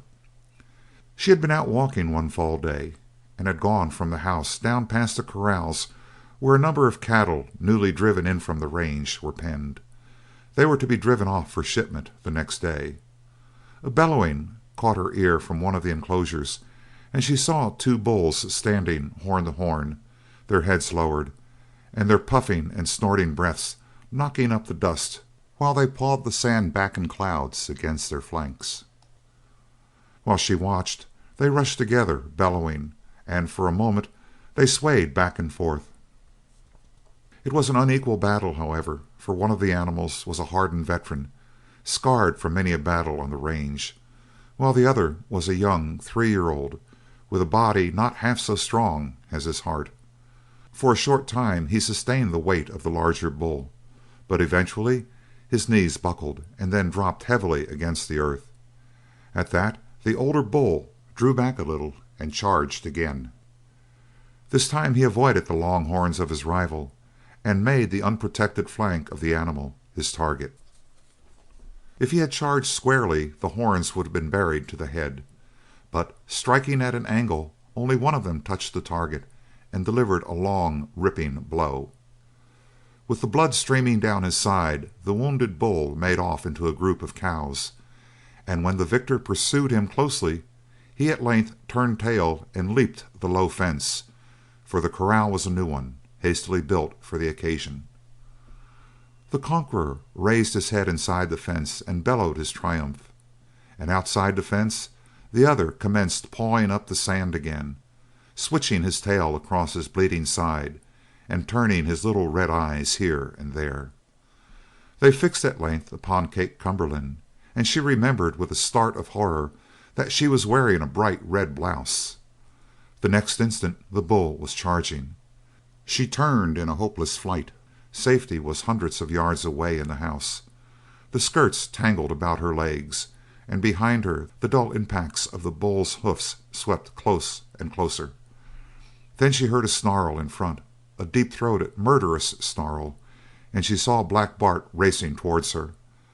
He whizzed by her like a black thunderbolt. There was a roar and bellow behind her, and at the same time she stumbled over a fence board and fell upon her knees. But when she cast a glance of terror behind her, she saw the bull lying on its side with lolling tongue and glazing eyes, and the fangs of Black Bart were buried in its throat.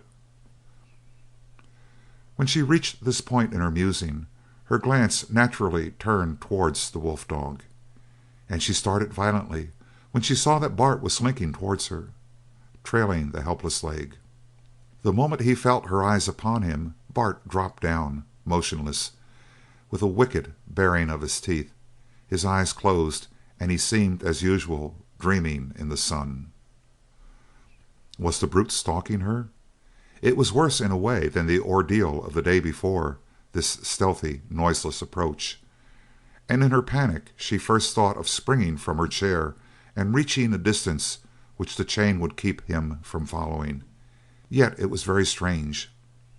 Black Bart, in his wildest days, after Dan brought him to the ranch, had never been prone to wantonly attack human beings, infringe upon his right, come suddenly upon him, and then, indeed, there was a danger to all saving his master. But this daylight stalking was stranger than words could tell. She forced her eyes to look straight ahead and sat with a beating heart, waiting.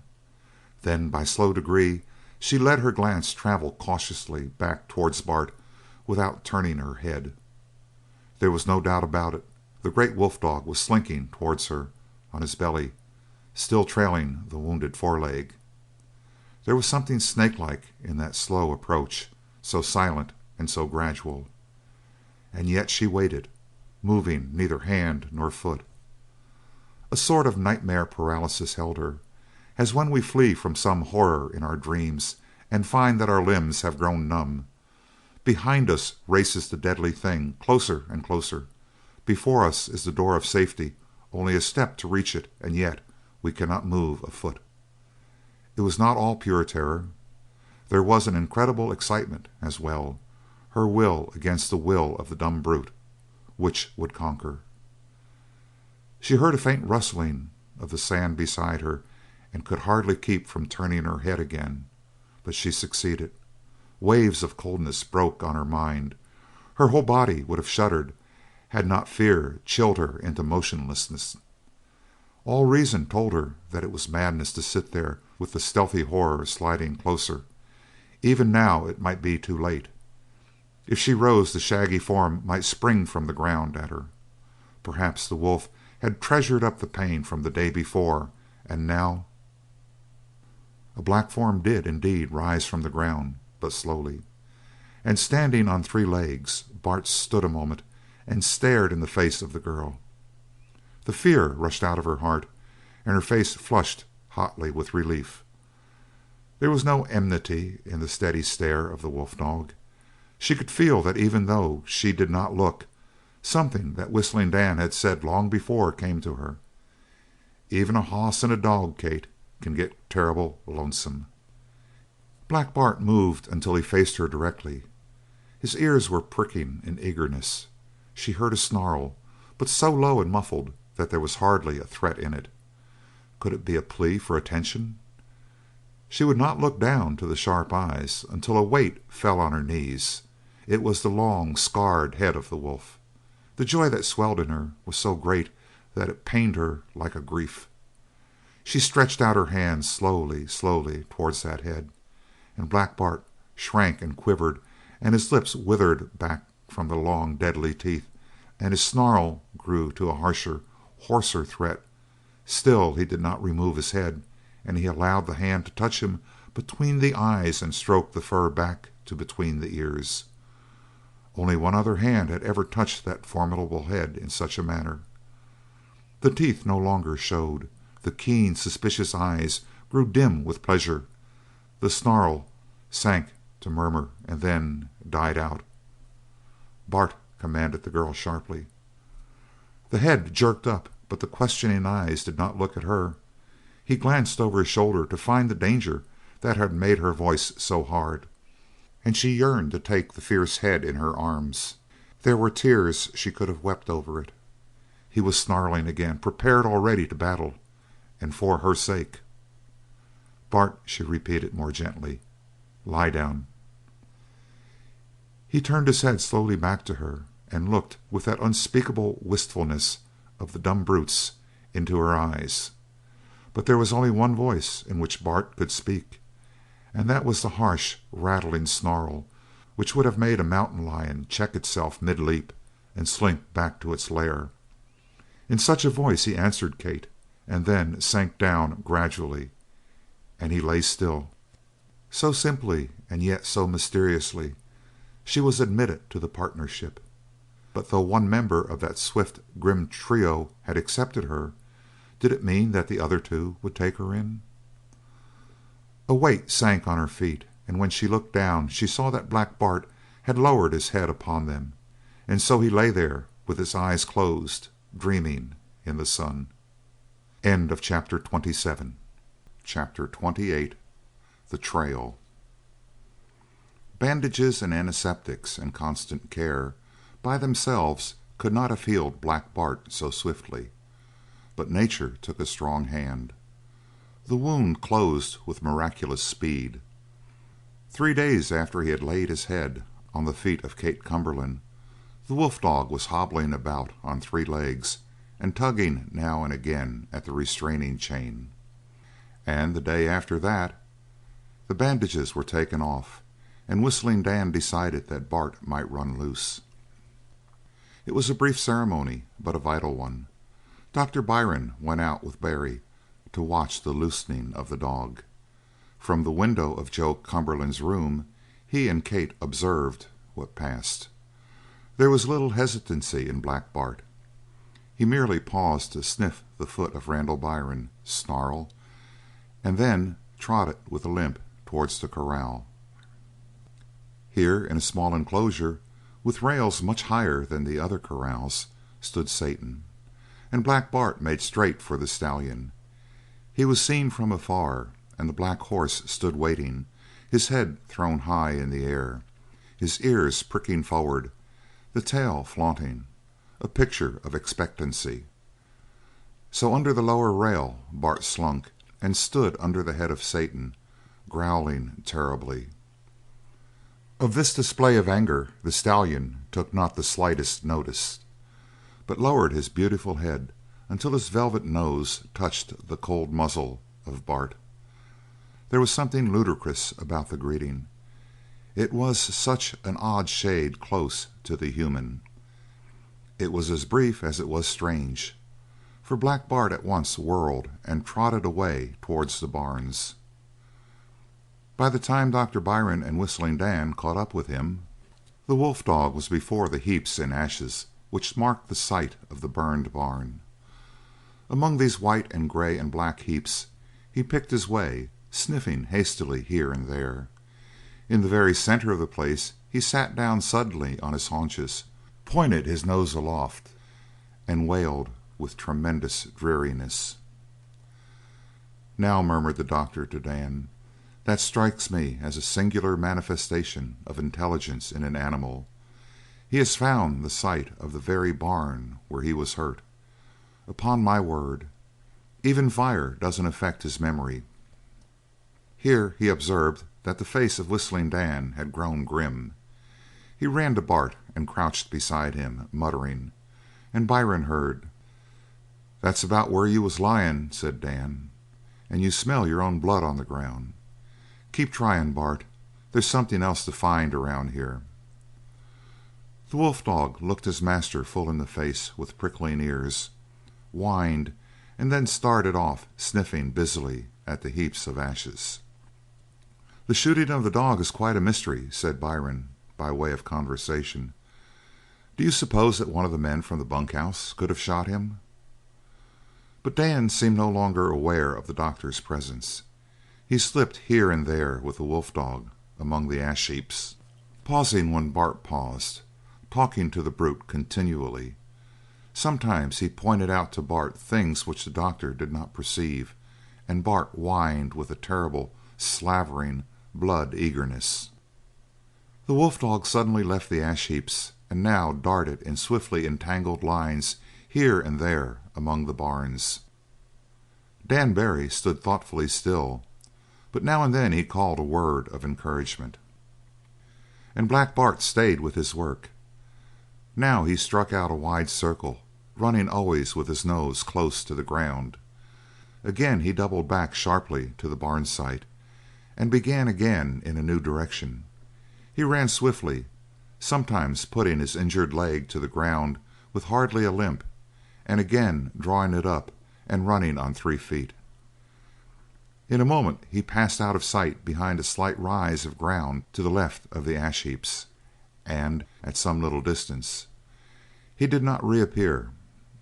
Instead, a long, shrill wail came wavering toward the doctor and Dan Barry. It raised the hair on the head of the doctor and sent a chill through his veins, but it sent Whistling Dan racing towards the place behind which Black Bart had disappeared. The doctor hurried after as fast as he might, and came upon the wolf dog making small, swift circles, his nose to the ground, and then crossing to and fro out of the circle. And the face of the master was black while he watched. He ran again to Bart and began talking swiftly. "Do you see?" he asked, pointing. "From behind this here hill you could get a pretty good sight of the barn, and you wouldn't be seen, hardly, from the barn. Someone must have waited here. Look about, Bart. You'll be finding a pile of signs around here. It means that them that done the shooting and the firing of the barn stood right here behind this hilltop and watched the barn burn, and was hoping that Satan and you wouldn't ever come out alive. That's the story." He dropped to his knees and caught Bart as the big dog ran by. "Find 'em, Bart," he whispered. "Find 'em." And he struck sharply on the scar where the bullet had ploughed its way into Bart's flesh. The answer of Bart was a yelp too sharp and too highly pitched to have come from the throat of any mere dog. Once more he darted out and ran here and there, and Dr. Byron heard the beast moaning as it ran. Then Bart ceased circling and cut down the slope away from the hill at a sharp trot. A cry of inarticulate joy burst from Dan, and then, "You found it! You have it!" and the master ran swiftly after the dog. He followed the latter only for a short distance down the slope, and then stood still and whistled. He had to repeat the call before the dog turned and ran back to his master, where he whined eagerly about the man's feet. There was something uncanny and horrible about it. It was as if the dumb beast was asking for a life, and the life of a man. The doctor turned back and walked thoughtfully to the house. At the door he was met by Kate and a burst of eager questions, and he told simply all that he had seen. "You'll get the details from Mr. Barry," he concluded. "I know the details," answered the girl.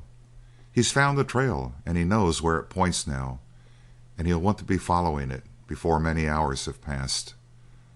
Dr. Byron, I need you now, terribly. You must convince Dan that if he leaves us it will be a positive danger to Dad. Can you do that?" "At least," said the doctor, "there will be little deception in that. I will do what I can to persuade him to stay." "Then," she said hurriedly, "sit here, and I shall sit here. We'll meet Dan together when he comes in." They had hardly taken their places when Barry entered, the wolf at his heels. At the door he paused to flash a glance at them, and then crossed the room. On the farther side he stopped again. "I might be telling you," he said in his soft voice, "that now Bart's got well, I got to be travelling again. I start in the morning." The pleading eyes of Kate raised Byron to his feet. "My dear Mr. Barry," he called. The other turned again and waited. "Do you mean that you will leave us while Mr. Cumberland is in this critical condition?" A shadow crossed the face of Barry. "I'd stay if I could," he answered, "but it ain't possible." "What takes you away is your affair, sir," said the doctor. "My concern is Mr. Cumberland. He is in a very precarious condition. The slightest nerve shock may have fatal results." Dan Barry sighed. "Seems to me," he answered, "that he was bucking up considerable. Don't look so thin, Doc." "His body may be well enough," said the doctor calmly, "but his nerves are wrecked. I'm afraid to prophesy the consequences if you leave him." It was apparent that a great struggle was going on in Barry. He answered at length: "How long would I have to stay? One rain could wipe out all the sign and make me like a blind man in the desert. Doc, how long would I have to stay?" "A few days," answered Byron, "may work wonders with him." "I'll go up and talk with him," he said, "and what he wants I'll do." Chapter 29. Talk. He was long in getting his answer. The hours dragged on slowly for Kate and the doctor, for if Joe Cumberland could hold Dan it was everything to the girl, and if Barry left at once there might be some root for the hope which was growing stronger and stronger every day in the heart of Randall Byron. Before evening a not unwelcome diversion broke the suspense somewhat. It was the arrival of no less a person than Marshal Jeff Calkins. His shoulders were humped, and his short legs bowed from continual riding, and his head was slung far forward on a gaunt neck, so that when he turned his head from one to another in speaking, it was with a peculiar pendulum motion. The marshal had a reputation which was strong over the 300 miles and more of a mountain desert. This was strange, for the marshal was a very talkative man, and talkative men are not popular on the desert, but it has been discovered that on occasion his 6-gun could speak as rapidly and much more accurately than his tongue, so Marshal Calkins waxed in favor. He set the household at ease upon his arrival by announcing that They had nothing for him there. All he wanted was a place to bunk in, some chow, and feed for the horse. His trail led past the Cumberland ranch many and many a dreary mile. The marshal was a politic man, and he had early in life discovered that the best way to get along with any man was to meet him on his own ground. His opening blast of words at Dr. Byron was a sample of his art. "So you're a doc, eh? Well, sir, when I was a kid I had a colt that stuck its foreleg in a hole and busted it short, and when that colt had to be shot there was no holding me. No, sir, I could have cleaned up on the whole family. And ever since then I've had a hankering to be a doc. Something about the idea of cutting into a man that always sort of tickled me. There's only one main thing that holds me back.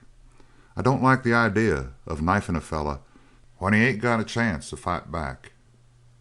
To this Dr. Randall Byron bowed, rather dazed, but returned no answer. "And how's your patient, Doc?" pursued the irresistible marshal. "How's old Joe Cumberland? I remember when me and Joe used to trot about the range together. I was sort of a kid then. But think of old Joe being down in bed, sick. Why, I ain't never been sick a day in my life. Sick? I'd laugh myself plumb to death if anybody ever wanted me to go to bed. What's the matter with him, anyway?" "His nerves are a bit shaken about," responded the doctor, "to which I might add that there is superimposed an arterial condition—" "Cut it short, Doc," cried the marshal good-naturedly. "I ain't got a dictionary handy. Nerves bad, eh?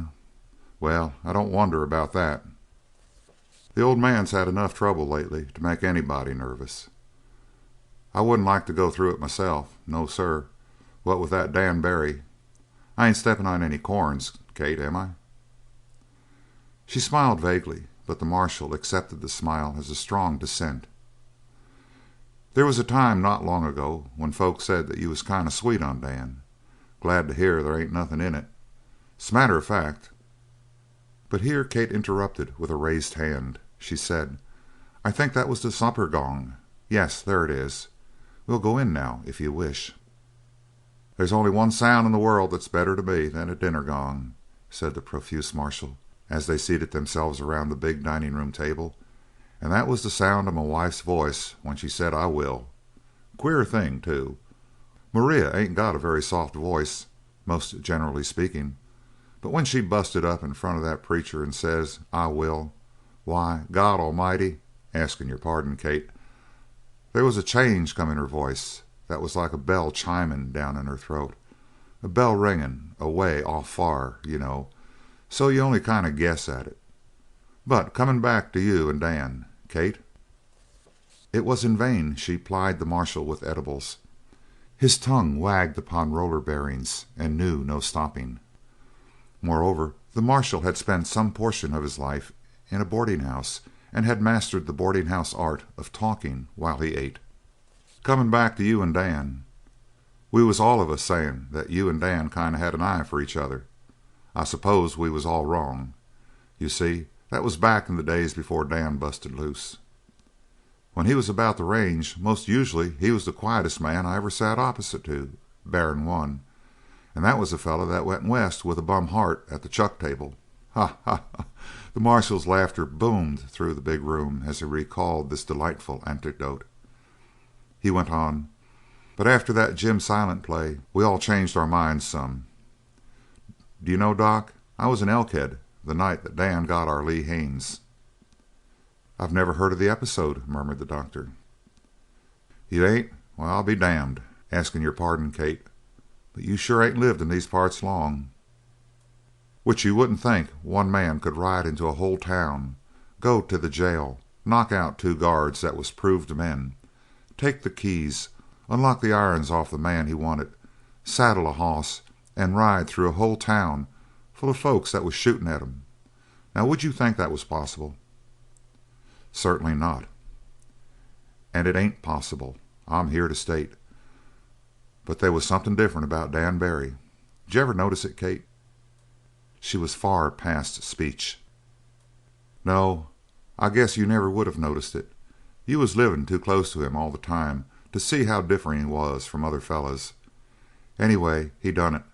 They say he got plugged while he was riding through the lines, and he bled all the way home, and he got there unconscious. Is that right, Kate?" He waited an instant, and then accepted the silence as an affirmative. "Funny thing about that, too. The place where he come to was Buck Daniels' house. Well, Buck was one of Jim Silent's men, and they say Buck had tried to plug Dan before that, but Dan let him go that time, and when Buck seen Dan ride in all covered with blood, he remembered that favour, and he kept Dan safe from Jim Silent and safe from the law until Dan was well. I seen Buck this morning over to Rafferty's place, and—" Here the marshal noted a singular look in the eyes of Kate Cumberland, a look so singular that he turned in his chair to follow it. He saw Dan Barry in the act of closing the door behind him, and Marshal Calkins turned a deep and violent red, varied instantly by a blotchy yellow, which in turn faded to something as near white as his tan permitted. "Dan Barry!" gasped the marshal, rising, and he reached automatically towards his hips before he remembered that he had laid his belt and guns aside before he entered the dining room, as etiquette is in the mountain desert, for it is held that shooting at the table disturbs the appetite. "Good evening," said Dan quietly. "Was it Buck Daniels that you seen at Rafferty's place, Marshal Calkins?" "Him," nodded the marshal hoarsely. "Yep, Buck Daniels." And then he sank into his chair, silent for the first time. His eyes followed Barry as though hypnotized. "I'm kind of glad to know where I can find him," said Barry, and took his place at the table. The silence continued for a while, with all eyes focused on the newcomer. It was the doctor who had to speak first. "You talked things over with Mr. Cumberland?" he asked. "We had a long talk," nodded Dan. "You was wrong about him, Doc. He thinks he can do without me." "What?" cried Kate. "He thinks he can do without me," said Dan Barry. "We talked it all over." The silence fell again. Kate Cumberland was staring blankly down at her plate, seeing nothing, and Doctor Byron looked straight before him and felt his pulse drumming in his throat. His chance then was to come. By this time the marshal had recovered his breath. He said to Dan: "Seems like you been away some time, Dan. Where you been hanging out?" "I've been riding about," answered Dan vaguely. "Well," chuckled the marshal, "I'm glad there ain't no more Jim Silents about these parts. Not while you're here and while I'm here. You kept things kind of busy for Glasgow, Dan." He turned to Kate, who had pushed back her chair. "What's the matter, Kate?" he boomed. "You ain't looking too tip-top sick." "I may be back in a moment," said the girl, "but don't delay supper for me." She went out of the room with a step poised well enough, but the moment the door closed behind her she fairly staggered to the nearest chair and sank into it, her head fallen back, her eyes dim, and all the strength gone from her body and her will. Several minutes passed before she roused herself, and then it was to drag herself slowly up the stairs to the door of her father's room. She opened it without knocking, and then closed it, and stood with her back against it, in the shadow. End of chapter 29. Chapter 30. The Voice of Black Bart. Her father lay propped high with pillows, among which his head lolled back. The only light in the room was near the bed, and it cast a glow upon the face of Joe Cumberland, and on the white linen, the white hair, the white pointed beard. All the rest of the room swam in darkness. The chairs were blotches, indistinct, uncertain. Even the foot of the bed trailed off to nothingness. It was like one of those impressionistic, very modern paintings, where the artist centers upon one point and throws the rest of his canvas into dull oblivion. The focus here was the face of the old cattleman. The bedclothes, never stirred, lay in folds sharply cut out with black shadows, and they had a solid seeming, as the mort cloth rendered in marble over the effigy. That suggested weight exaggerated the frailty of the body beneath the clothes. Exhausted by that burden, the old man lay in the arms of a deadly languor, so that there was a kinship of more than blood between him and Kate at this moment. She stepped to the side of the bed and stood staring down at him, and there was little gentleness in her expression. So cold was that settled gaze that her father stirred at length, shivered, and without opening his eyes, fumbled at the bedspread and drew it a little more closely about his shoulders. Even that did not give him rest. Presently the wrinkled eyelids opened, and he looked up at his daughter. A film of weariness, heavier than sleep, at first obscured his sight, but this in turn cleared away. He frowned a little to clear his vision, and then wagged his head slowly from side to side. "Kate," he said feebly, "I done my best. It simply wasn't good enough." She answered in a voice as low as his, but steadier. "What could have happened? Dad? What happened to make you give up every hold on Dan? What was it? You were the last power that could keep him here. You knew it. Why did you tell him he could go?" The monotone was more deadly than any emphasis of a raised word. "If you'd been here," pleaded Joe Cumberland, "you'd have done what I done. I couldn't help it. There he sat at the foot of the bed. See where them covers still kind of sagged down.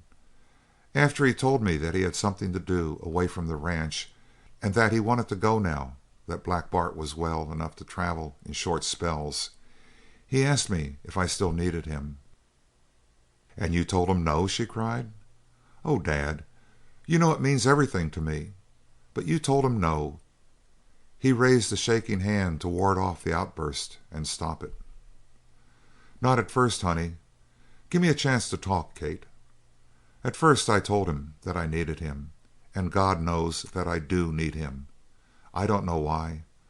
Not even Dr. Byron knows what there is about Dan that helps me.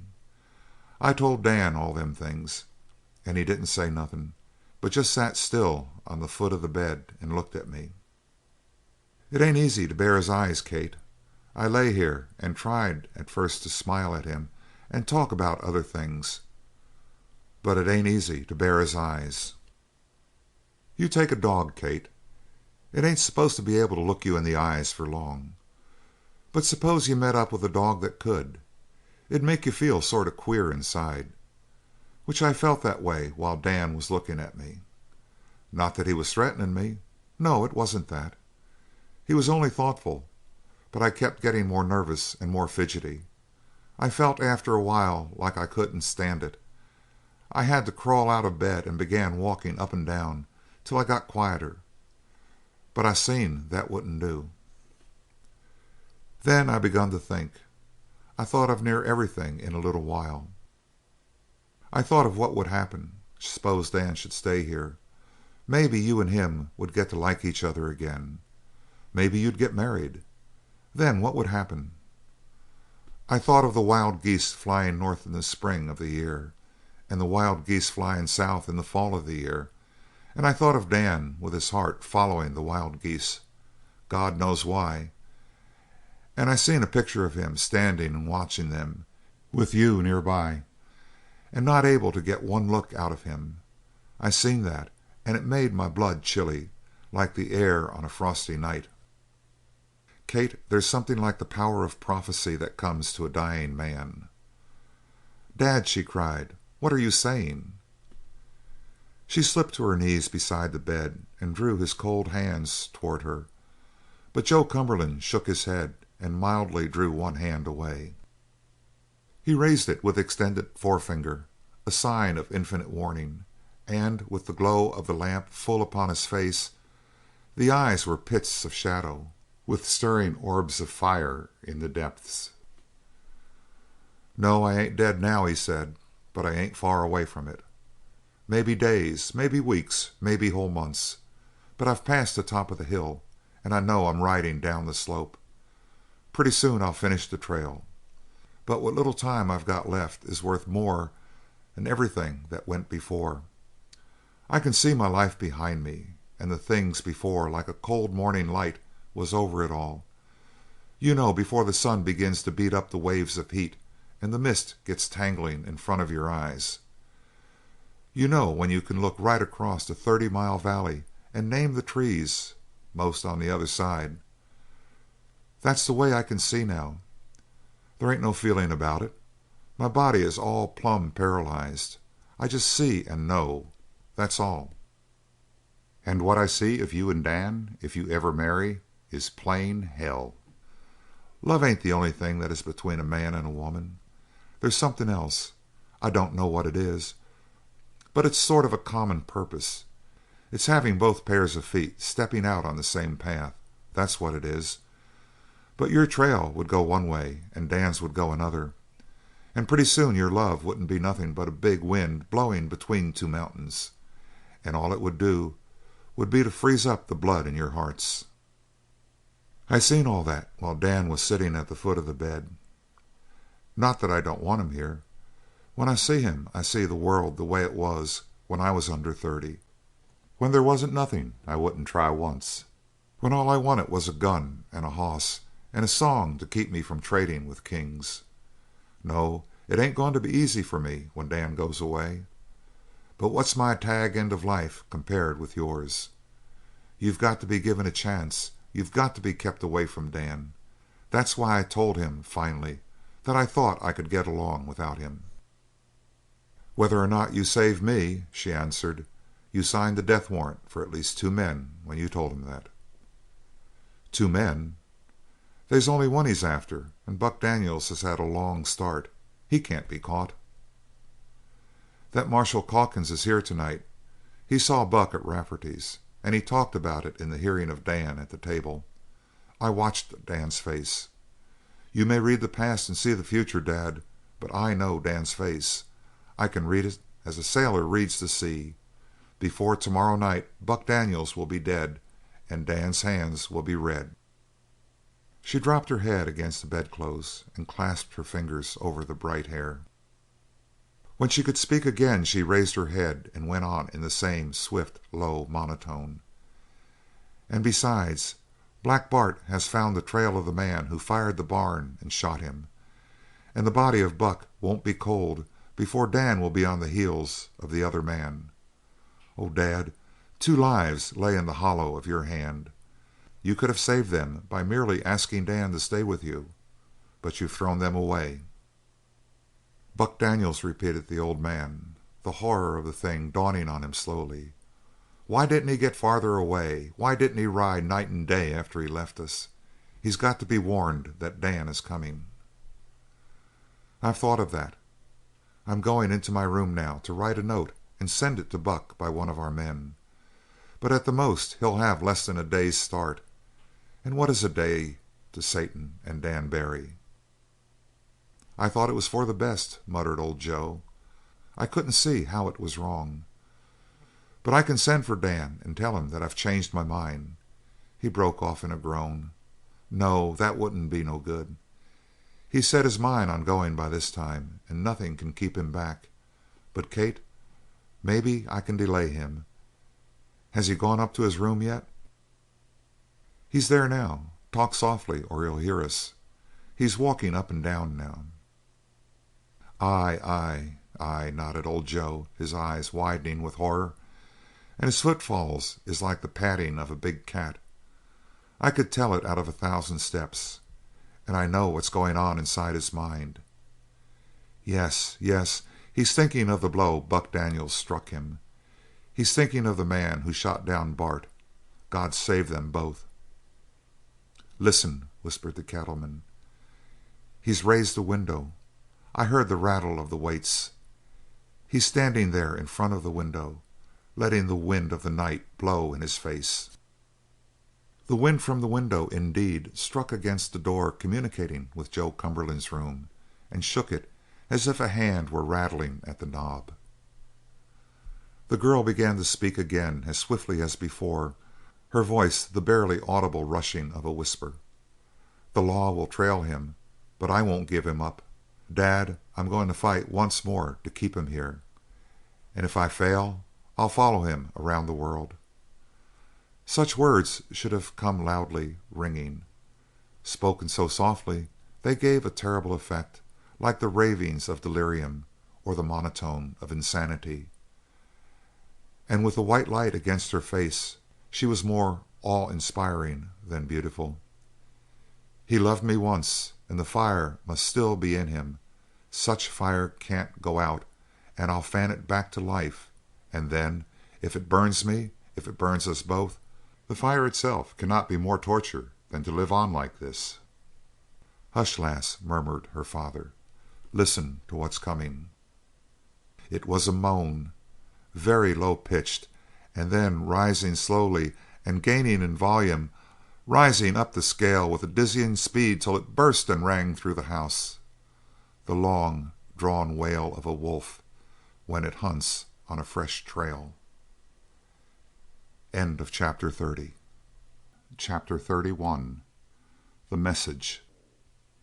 Buck Daniels opened his eyes and sat bolt upright in bed. He had dreamed the dream again, and this time, as always, he awakened before the end. He needed no rubbing of eyes to rouse his senses. If a shower of cold water had been dashed upon him, he could not have rallied from sound slumber so suddenly. His first movement was to snatch his gun from under his mattress. Not that he dreamed of needing it, but for some reason the pressure of the butt against his palm was reassuring. It was better than the grip of his friend, a strong man. It was the first gray of dawn, a light so feeble that it served merely to illuminate the darkness, so to speak. It fell with any power upon one thing alone, the bit of an old dusty bridle that hung against the wall, and it made the steel glitter like a watchful eye. There was a great dryness in the throat of Buck Daniels, and his whole big body shook with the pounding of his heart.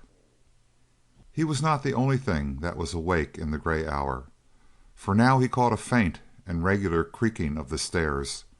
Someone was mounting with an excessively cautious and patient step, for usually the crazy stairs that led up to this garret room of the Rafferty house creaked and groaned a protest at every footfall.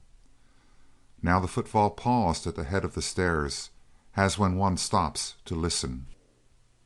Buck Daniels raised his revolver and leveled it on the door, but his hand was shaking so terribly that he could not keep his aim. The muzzle kept veering back and forth across the door. He seized his right hand with his left and crushed it with a desperate pressure. Then it was better. The quivering of the two hands counteracted each other, and he managed to keep some sort of a bead. Now the step continued again down the short hall. A hand fell on the knob of the door and pressed it slowly open. Against the deeper blackness of the hall beyond, Buck saw a tall figure, hatless. His finger curved about the trigger, and still he did not fire. Even to his hysterical brain it occurred that Dan Barry would be wearing a hat, and moreover the form was tall. "Buck," called a guarded voice. The muzzle of Daniels' revolver dropped. He threw the gun on his bed and stood up. "Jim Rafferty," he cried, with something like a groan in his voice, "what in the name of God are you doing here at this hour?" "Someone come here and banged on the door a while ago. He had a letter for you. Must have rid a long ways and come fast. While he was giving me the letter at the door, I heard his hoss panting outside.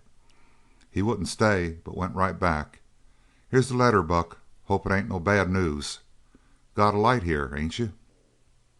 "All right, Jim," answered Buck Daniels, taking the letter. "I got a lantern. You get back to bed." The other replied with a noisy yawn and left the room, while Buck kindled the lantern. By that light he read his name upon the envelope and tore it open. It was very brief. "Dear Buck, last night at supper Dan found out where you are. In the morning he's leaving the ranch, and we know he intends to ride for Rafferty's place. He'll probably be there before noon. The moment you get this, saddle your horse and ride. Oh, Buck, why did you stay so close to us? Relay your horses. Don't stop until you're over the mountains. Black Bart is well enough to take the trail, and Dan will use him to follow you. You know what that means. Ride, ride, ride. Kate." He crumpled up the paper and sank back upon the bed. Why did you stay so close? He had wondered at that himself many times in the past few days. Like the hunted rabbit, he expected to find safety under the very nose of danger. Now that he was discovered, it seemed incredible that he could have followed so patently a foolish course. In a sort of a daze he uncrumpled the note again and read the wrinkled writing word by word. He had leaned close to read by the uncertain light, and now he caught the faintest breath of perfume from the paper. It was a small thing, smaller among scents than a whisper is among voices, but it made Buck Daniels drop his head and crush the paper against his face. It was a moment before he could uncrumple the paper sufficiently to study the contents of the note thoroughly. At first his dazed brain caught only part of the significance. Then it dawned on him that the girl thought he had fled from the Cumberland ranch through fear of Dan Barry. Aye, there had been fear in it. Every day at the ranch he had shuddered at the thought that the destroyer might ride up on that devil of black silk and grace, Satan. But every day he had convinced himself that even then Dan Barry remembered the past and was cursing himself for the ingratitude he had shown his old friend. Now the truth swept coldly home to Buck Daniels. Barry was as fierce as ever upon the trail, and Kate Cumberland thought that he, Buck Daniels, had fled like a cur from danger. He seized his head between his hands and beat his knuckles against the corrugated flesh of his forehead. She had thought that. Desire for action, action, action beset him like thirst. To close with this devil, this wolf man, to set his big fingers in the smooth, almost girlish throat, to choke the yellow light out of those eyes, or else to die, but like a man proving his manhood before the girl. He read the letter again, and then in agony he crumpled it to a ball and hurled it across the room. Catching up his hat and his belt, he rushed wildly from the room, thundered down the crazy stairs and out to the stable. Long Bess, the tall bay mare which had carried him through 3 years of adventure and danger and never failed him yet, raised her aristocratic head above the side of the stall and whinnied. For answer he shook his fist at her and cursed insanely. The saddle he jerked by one stirrup leather from the wall and flung it on her back, and when she cringed to the far side of the stall he cursed her again bitterly and drew up the cinch with a lunge that made her groan. He did not wait to lead her to the door before mounting, but sprang into the saddle. Here he whirled her about and drove home the spurs. Cruel usage for Long Bess had never denied him the utmost of her speed and strength. At the mere sound of his voice, now half mad with fear and surprise, she sprang forward at full gallop, slipped, and almost sprawled on the floor, and then thundered out of the door. At once the soft, sandy soil received and deadened the impact of her hoofs. Off she flew through the gray of the morning, soundless as a racing ghost. Long Bess, there was good blood in her. She was as delicately limbed as an antelope, and her heart was as strong as the smooth muscles of her shoulders and hips. Yet to Buck Daniels her fastest gait seemed slower than a walk. Already his thoughts were flying far before. Already he stood before the ranch house calling to Dan Barry. Aye, at the very door of the place they should meet, and one of them must die. And better by far that the blood of him who died should stain the hands of Kate Cumberland. End of chapter 31. Chapter 32. Victory. The gray light which Buck Daniels saw that morning hardly brightened as the day grew, for the sky was overcast with sheeted mist, and through it a dull evening radiance filtered to the earth. Wung Lu, his celestial slant eyes now yellow with cold, built a fire on the big hearth in the living room. It was a roaring blaze, for the wood was so dry that it flamed as though soaked in oil, and tumbled a mass of yellow fire up the chimney. So bright was the fire, indeed, that its light quite overshadowed the meagre day which looked in at the window, and every chair cast its shadow away from the hearth. Later on, Kate Cumberland came down the back stairs and slipped into the kitchen. "Have you seen Dan?" she asked the cook. "Wung Lu make nice fire," grinned the Chinaman. "Misser Dan in there." She thought for an instant. "Is breakfast ready, Wung?" "Pretty soon quick," nodded Wung Lu. "Then throw out the coffee or the eggs," she said quickly. "I don't want breakfast served yet.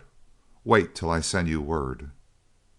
As the door closed behind her, the eyebrows of Wung rose into perfect Roman arches.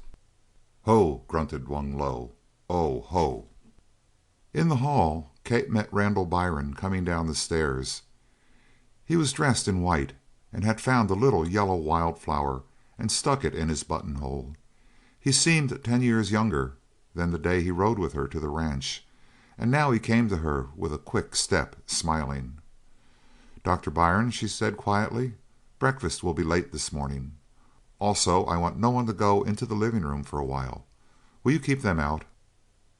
The doctor was instantly gone. "He hasn't gone yet?" he queried. "Not yet." The doctor sighed, and then, apparently following a sudden impulse, he reached his hand to her. "I hope something comes of it," he said. Even then she could not help a wan smile. "What do you mean by that, doctor?" The doctor sighed again. "If the inference is not clear," he said, "I'm afraid I cannot explain. But I'll try to keep everyone from the room." She nodded her thanks and went on, but passing the mirror in the hall, the sight of her face made her stop abruptly. There was no vestige of color in it, and the shadow beneath her eyes made them seem inhumanly large and deep. The bright hair, to be sure, waved over her head and coiled on her neck, but it was like a futile shaft of sunlight falling on a dreary moor in winter. She went on thoughtfully to the door of the living room, but there she paused again with her hand upon the knob, and while she stood there she remembered herself as she had been only a few months before, with the color flushing in her face and a continual light in her eyes. There had been little need for thinking then. One had only to let the wind and the sun strike on one and live. Then, in a quiet despair, she said to herself, "As I am, I must win or lose, as I am." And she opened the door and stepped in. She had been cold with fear and excitement when she entered the room to make her last stand for happiness. But once she was in, it was not so hard. Dan Barry lay on the couch at the far end of the room with his hands thrown under his head, and he was smiling in a way which she well knew. It had been a danger signal in the old days, and when he turned his face and said good morning to her, she caught the singular glimmer of yellow which sometimes came up behind his eyes. In reply to his greeting she merely nodded, and then walked slowly to the window and turned her back to him. It was a one-tone landscape. Sky, hills, barns, earth, all was a single mass of lifeless gray. In such an atmosphere old Homer had seen the wraiths of his dead heroes play again at the things they had done on earth. She noted these things with a blank eye, for 1,000 thoughts were leaping through her mind. Something must be done. There he lay in the same room with her. He had turned his head back, no doubt, and was staring at the ceiling as before, and the yellow glimmer was in his eyes again. Perhaps after this day she should never see him again. Every moment was precious beyond the price of gold, and yet there she stood at the window doing nothing. But what could she do? Should she go to him and fall on her knees beside him and pour out her heart, telling him again of the old days? No, it would be like striking on a wooden bell. No echo would rise, and she knew beforehand the deadly blackness of his eyes. So Black Bart lay often in the sun, staring at infinite distance and seeing nothing but his dreams of battle. What were appeals and what were words to Black Bart? What were they to Dan Barry? Yet once, by sitting still, the thought made her blood leap with a great joyous pulse that set her cheeks tingling. She waited till the first impulse of excitement had subsided, and then turned back and sat down in a chair near the fire. From a corner of her eye she was aware that Whistling Dan had turned his head again to await her first speech. Then she fixed her gaze on the wall of yellow flame. The impulse to speak to him was like a hand tugging to turn her around, and the words came up and swelled in her throat, but still she would not stir. In a moment of rationality she felt in an overwhelming wave of mental coldness the folly of her course, but she shut out the thought with a slight shudder. Silence to Dan Barry had a louder voice and more meaning than any words. Then she knew that he was sitting up on the couch. Was he about to stand and walk out of the room? For moment after moment he did not stir, and at length she knew with a breathless certainty that he was staring fixedly at her. The hand which was farthest from him and hidden, she gripped hard upon the arm of the chair. That was some comfort, some added strength. She now had the same emotion she had had when Black Bart slunk toward her under the tree. If a single perceptible tremor shook her, if she showed the slightest awareness of the subtle approach, she was undone. It was her only apparent unconsciousness which could draw either the wolf dog or the master. She remembered what her father had told her of hunting young deer, how he had lain in the grass and thrust up a leg above the grass in sight of the deer, and how they would first run away but finally come back step by step, drawn by an invincible curiosity, until at length they were within range for a point-blank shot. Now she must concentrate on the flames of the fireplace, see nothing but them, think of nothing but the swiftly changing domes and walls and pinnacles they made. She leaned a little forward and rested her cheek upon her right hand, and thereby she shut out the sight of Dan Barry effectually. Also it made a brace to keep her from turning her head towards him, and she needed every support, physical and mental. Still he did not move. Was he in truth looking at her, or was he staring beyond her at the gray sky which lowered past the window? The faintest creaking sound told her that he had risen slowly from the couch. Then not a sound, except that she knew, in some mysterious manner, that he moved, but whether towards her or towards the door she could not dream. But he stepped suddenly and noiselessly into the range of her vision and sat down on a low bench at one side of the hearth. If the strain had been tense before, it now became terrible, for there he sat almost facing her and looking intently at her, yet she must keep all awareness of him out of her eyes. In the excitement a strong pulse began to beat in the hollow of her throat, as if her heart were rising. She had won. She had kept him in the room. She had brought him to a keen thought of her, a Pyrrhic victory, for she was poised on the very edge of a cliff of hysteria. She began to feel a tremor of the hand which supported her cheek. If that should become visible to him, he would instantly know that all her apparent unconsciousness was a sham, and then she would have lost him truly. Something sounded at one of the doors, and then the door opened softly. She was almost glad of the interruption, for another instant might have swept away the last reserve of her strength. So this, then, was the end.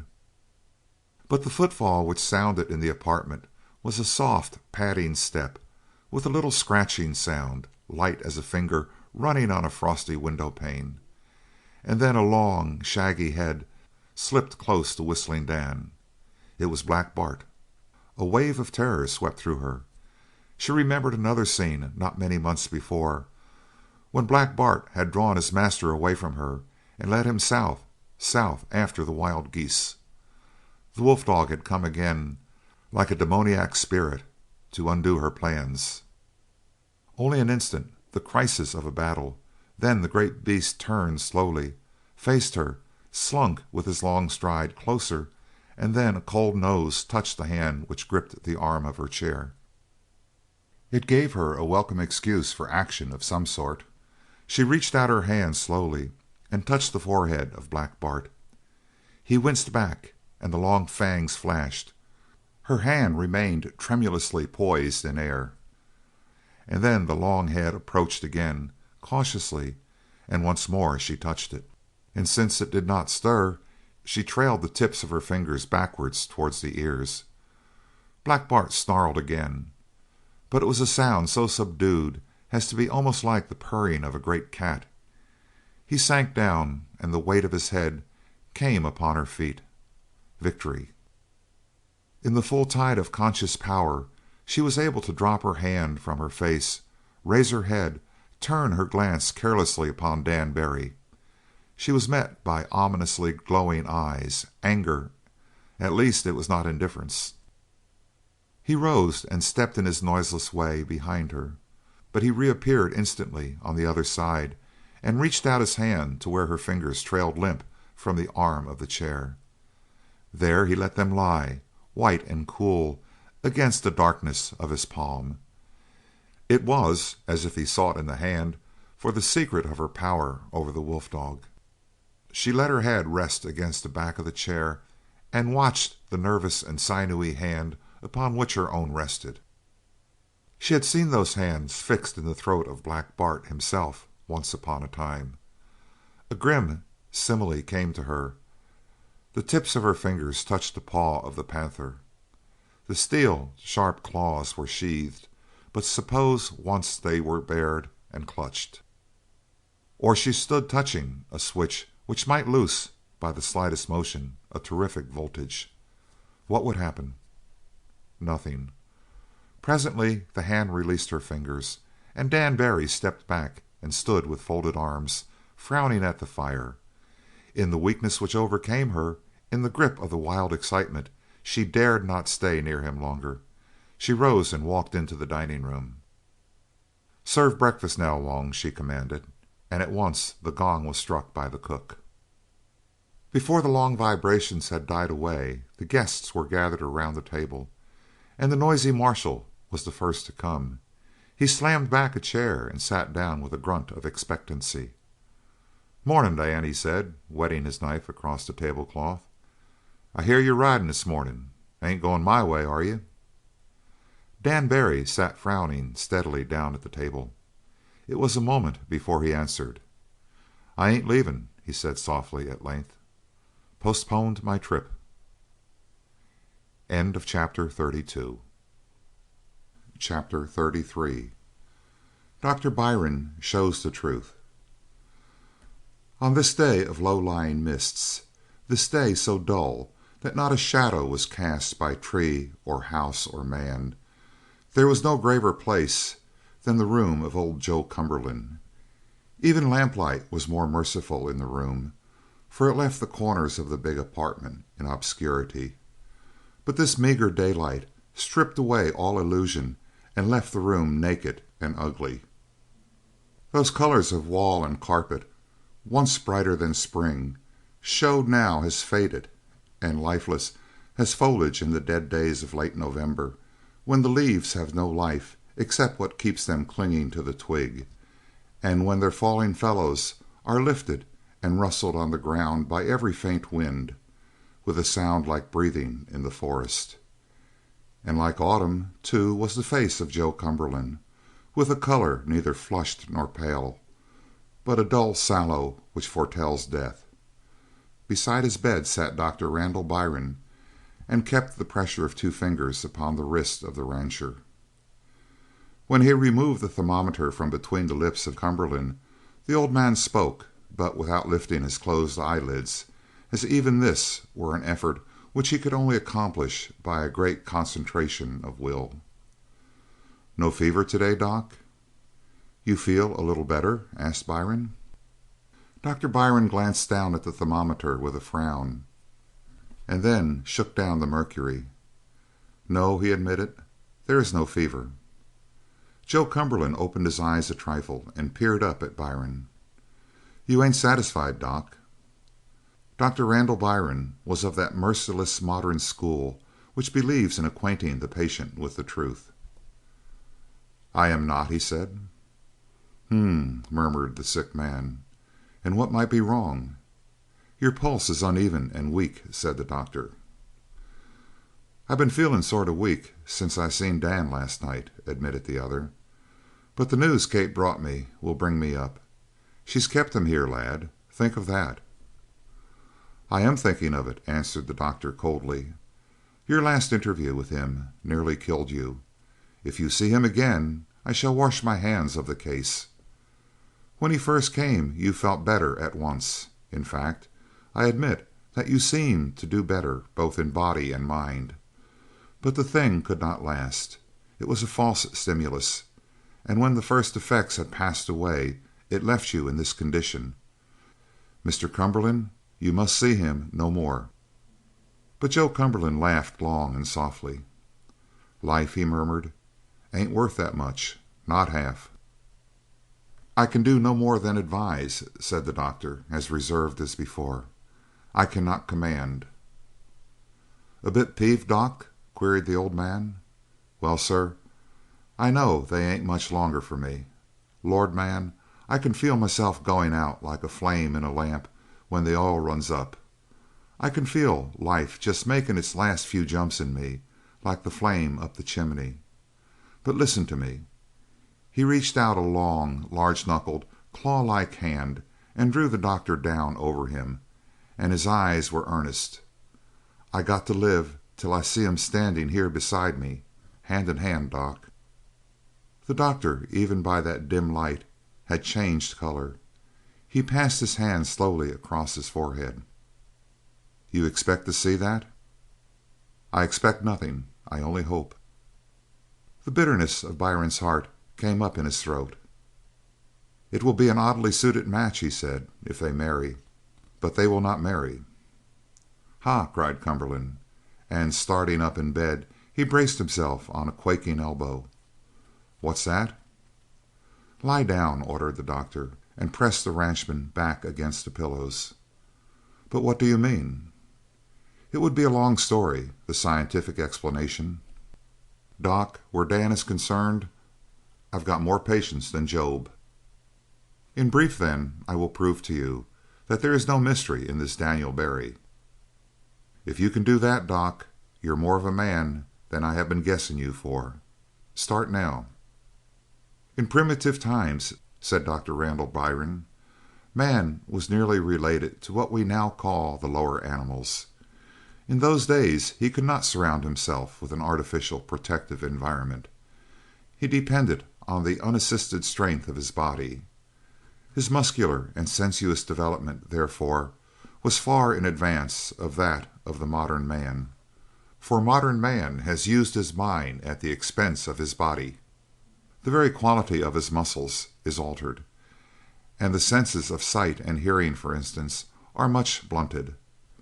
For in the primitive days the ear kept guard over man even when he slept, in terror of 1,000 deadly enemies, each stronger than he, and the eye had to be keenly attuned to probe the shadows of the forest for lurking foes. Now, sir, there is in biology the thing known as the sport. You will have heard that all living organisms undergo gradual processes of change. Season by season and year by year, environment affects the individual, yet these gradual changes are extremely slow. Between steps of noticeable change there elapse periods many times longer than the life of historic man. All speed in changes such as these comes in what we call sports. That is, a particular plant, for instance, gradually tends to have fewer leaves and a thicker bark. But the change is slight from age to age, until suddenly a single instance occurs of plant which realizes suddenly in a single step the ideal towards which the species has been striving. In a word, it has very, very few leaves and an extraordinarily thick bark. For a particular instance, one species of orange tended to have fewer and fewer seeds, but finally came an orange tree whose fruit had no seeds at all. That was the origin of the navel orange, and that was a typical sport. Now there is the reverse of the sport. Instead of jumping long distance ahead, an individual may lapse back towards the primitive. That individual is called an atavism. For instance, in this mountain desert there has for several generations been a pressure of environment calling for a species of man which will be able to live with comparative comfort in a waste region, a man, in a word, equipped with such powerful organisms that he will be as much at home in the heart of the desert as an ordinary man would be in a drawing room. You gather the drift of my argument? I have observed this man Barry carefully. I am thoroughly convinced that he is such an atavism. Among other men he seems strange. He is different, and therefore he seems mysterious. As a matter of fact, he is quite a common freak. I could name you others like him in differing from common men, though not differing from them in exactly the same manner. You see the result of this? Dan Barry is a man to whom the desert is necessary, because he was made for the desert. He is lonely among crowds, you have said it yourself, but he is at home in a mountain wilderness with a horse and a dog. "Doc, you talk well," broke in Joe Cumberland.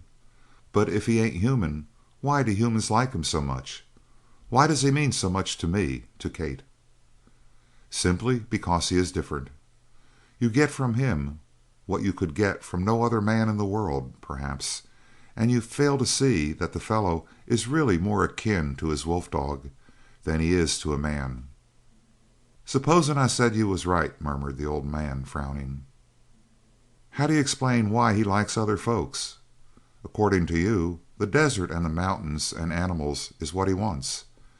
Then how is it that he took so much care of me when he come back this time? How is it that he likes Kate enough to give up a trail of blood to stay here with her?" "It's easy to explain the girl's attraction," said the doctor. "All animals wish to mate, Mr. Cumberland, and an age-old instinct is now working out in Dan Barry. But while you and Kate may please him, you are not necessary to him. He left you once before, and he was quite happy in his desert. And I tell you, Mr. Cumberland, that he will leave you again. You cannot tame the untamable. It is not habit that rules this man. It is instinct a million years old. The call which he will hear is the call of the wilderness, and to answer it he will leave father and wife and children and ride out with his horse and his dog." The old man lay quite motionless, staring at the ceiling. "I don't want to believe you," he said slowly, "but before God I think you're right. Oh, lad, why was I bound up in a tangle like this one? And Kate, what will she do?" The doctor was quivering with excitement. "Let the man stay with her. In time she will come to see the brute nature of Daniel Barry. That will be the end of him with her." "Brute, Doc? There ain't nobody as gentle as Dan." "Till he tastes blood. A lion can be raised like a house dog," answered the doctor. "Then she mustn't marry him. I felt it, just what you put into words. It's live and death for Kate if she marries him. She's kept him here today. Tomorrow something may cross him, and the minute he feels the pull of it, he'll be off on the trail. The blow of a man, the hollering of the wild geese, God knows what it'll take to start him wild again and forget us all, just the way a child forgets its parents." A voice broke in upon them, calling far away, "Dan? Dan Barry?" End of chapter 33. Chapter 34. The Acid Test. In the living room below they heard it, Dan and Kate Cumberland. All day she had sat by the fire which still blazed on the hearth, replenished from time to time by the care of Wung Lu.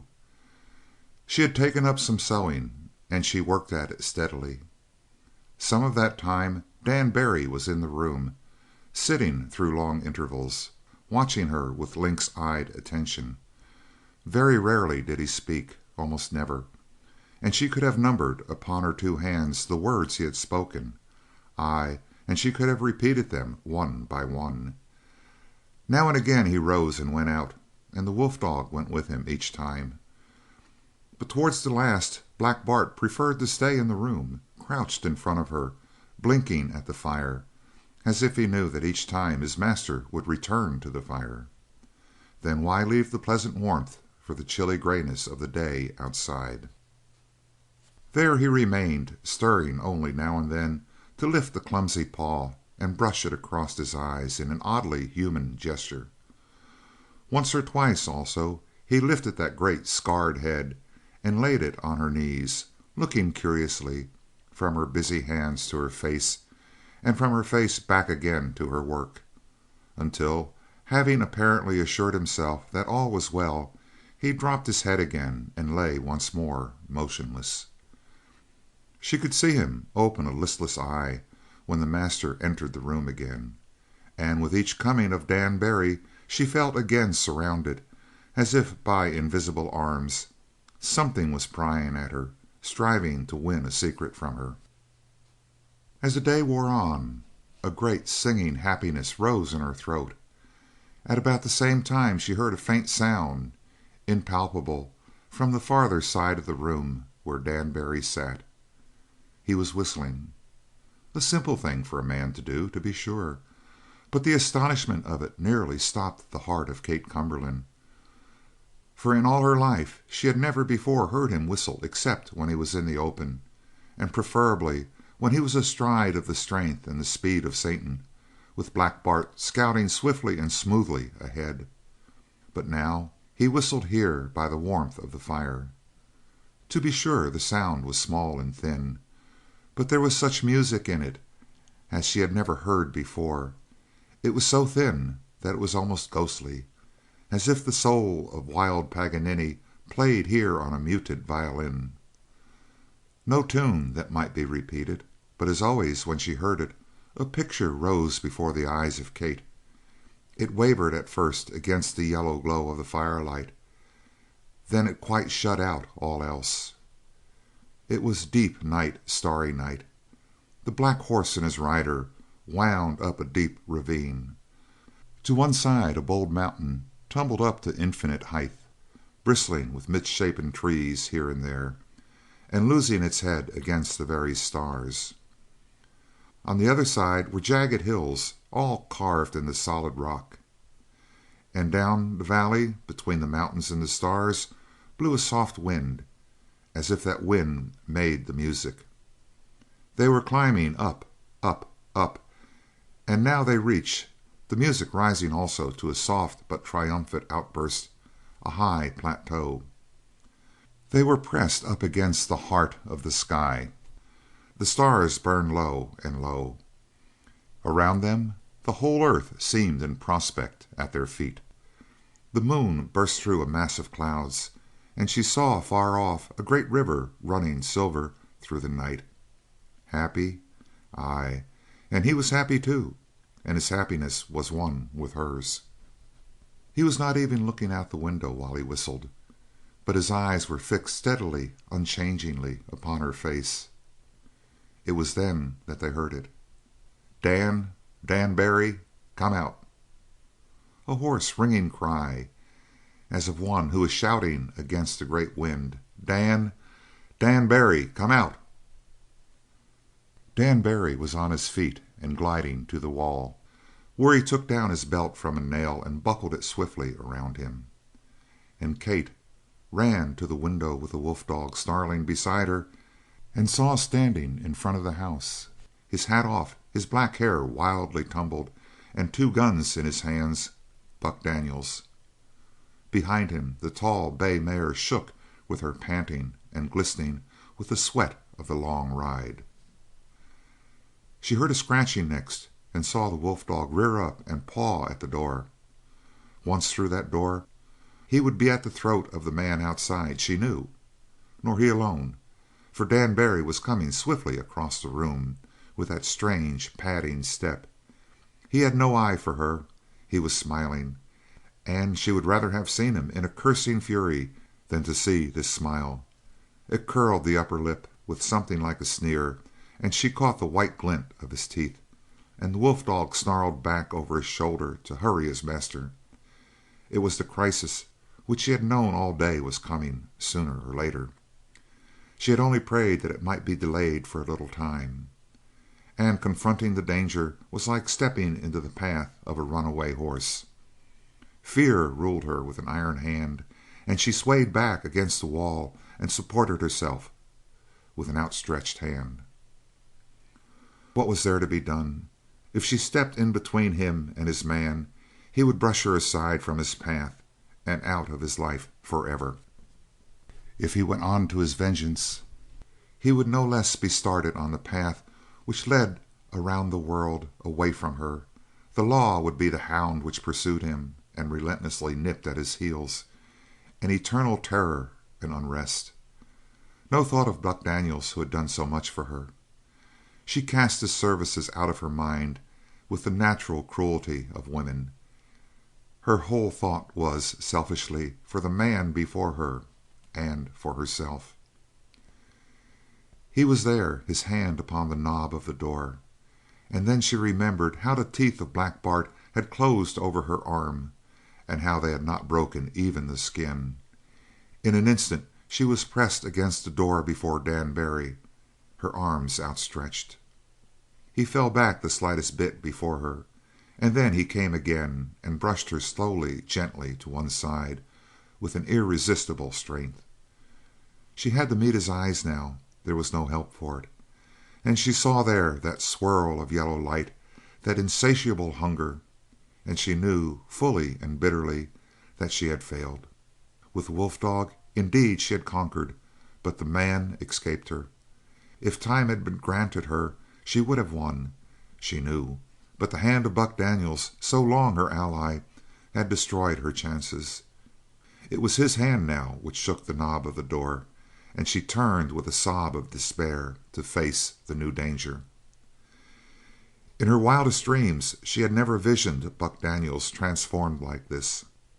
She knew that in his past, as one of those long riders who roamed the mountain desert, their hand against the hands of every man, Buck Daniels had been known and feared by the strongest. But all she had seen of Buck Daniels had been gentleness itself. Yet what faced her as the door flew wide was a nightmare thing with haggard face and shadow-buried, glittering eyes, unshaven, unkempt hair, his shirt open at the throat, his great hands clenched for battle. The wolf dog, at that familiar sight, whined a low greeting, but with a glance at his master knew that there was a change. The old alliance was broken. So he bared his white teeth and changed his whine to a snarl of hate. Then a strange terror struck Kate Cumberland. She had never dreamed that she could fear for Dan Barry at the hands of any man, but now the desperate resolve which breathed from every line of Buck Daniels chilled her blood at the heart. She sprang back before Dan Barry. Facing him, she saw that demoniac glitter of yellow rising momentarily brighter in his eyes, and he was smiling. No execration or loud-voiced curse could have contained the distilled malignancy of that smile. All this she caught in a single glimpse. The next instant she had whirled and stood before Dan, shielding him with outspread arms and facing Buck Daniels. The latter thrust back into the holster the gun which he had drawn when he entered the room. "Stand away from him, Kate," he commanded, and his eyes went past her to dwell on the face of Barry. "Stand away from him. It's been comin' for a long time, and now it's here. Barry, I'm takin' no start on you. Stand away from the girl and pull your gun, and I'll pump you full of lead." The softest of soft voices murmured behind her: "I been waiting for you, Buck, days and days and days. I ain't never been so glad to see anybody." And she felt Barry slip shadow-like to one side. She sprang in front of him again with a wild cry. "Buck," she begged, "don't shoot." Laughter, ringing and unhuman, filled the throat of Buck Daniels. "Is it him you're beggin' for?" he sneered at her. "Is it him you got your fears for? Ain't you got a word of pity for Buck Daniels that sneaked off like a whipped puppy? Bah, Dan Barry, the time has come. I've been leading the life of a hound dog for your sake, but it's ended. Pull your gun and get out from behind the skirts of that girl." As long as they faced each other with the challenge in their eyes, Nothing on earth could avert the fight, she knew. But if she could delay them for one moment. She felt that swift moving form behind her slipping away from behind her, and she could follow Barry's movements by the light in Daniels' eyes. "Buck!" she cried. "For God's sake, for my sake, turn away from him and roll another cigarette." For she remembered the story, how Daniels had turned under the very nose of danger and done this insane thing in the saloon at Brownsville, and in her despair she could think of no other appeal. It was the very strangeness of it that gave it point. Buck Daniels turned on his heel. "It's the last kindness I do you, Dan," he said, with his broad back to them. "But before you die you got to know why I'm killing you. I'm going to roll one cigarette and smoke it, and while I smoke it I'm going to tell you the concentrated truth about your worthless self, and when I'm done smoking I'm going to turn around and drop you where you stand. Do you hear?" "There's no need of waiting," answered the soft voice of Barry. "Talking don't mean much." But Kate Cumberland turned and faced him. He was fairly aquiver with eagerness, and the hate welled and blazed and flickered in his eyes. His face was pale, very pale, and it seemed to her that she could make out in the pallor the print of the fingers of Buck Daniels, and that blow those many days before, and she feared him as she had never feared him before, and yet she blocked his way still with the outspread arms. They could hear the crinkle of cigarette paper as Buck Daniels rolled his smoke. "No," said Buck, his voice suddenly altered to almost a casual moderation. "Talk don't mean nothing to you. Talk is human, and nothing human means nothing to you. But I got to tell you why you ought to die, Barry. I started out this morning hating the ground you walked on, but now I see there ain't no use to hate you.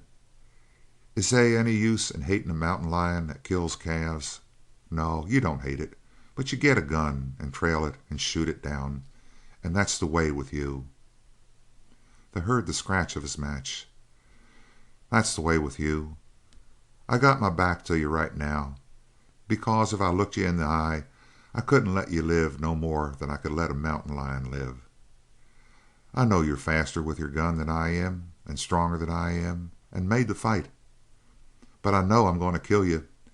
You've done your work. You've left hell on all sides of you. It's your time to die. I know it. You've been lying like a snake in the rocks with your poison ready for any man that walks past you.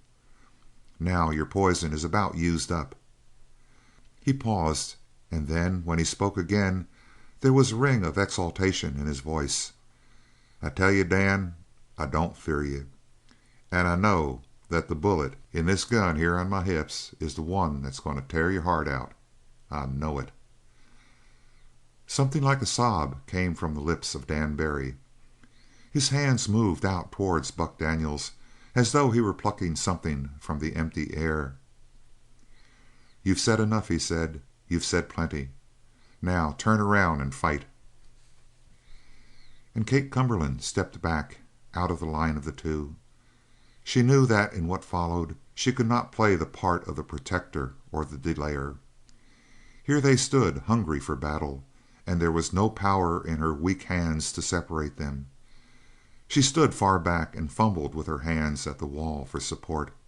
She tried to close her eyes, but the fascination of the horror forced her to watch against her strongest will, and the chief part of that dreadful suspense lay in the even, calm voice of Buck Daniels as he went on: "I'll turn around and fight soon enough. But Kate asked me to smoke another cigarette. I know what she means. She wants me to leave you the way I done in the saloon that day. I ain't going to leave, Dan. But I'm glad she asked me to turn away, because it gives me a chance to tell you some things you got to know before you go west. Dan, you've been like a fire that burns every hand that touches you." He inhaled a long breath of smoke and blew it up towards the ceiling. "You've busted the heart of the friend that followed you. You've busted the heart of the girl that loves you."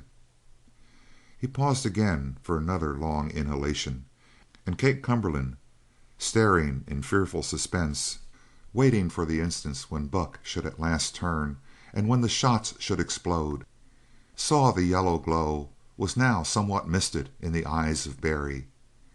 He frowned as one bewildered. "Think of her, Dan," went on Buck Daniels. "Think of her wasting herself on a no-good hound dog like you, a no-good wild wolf.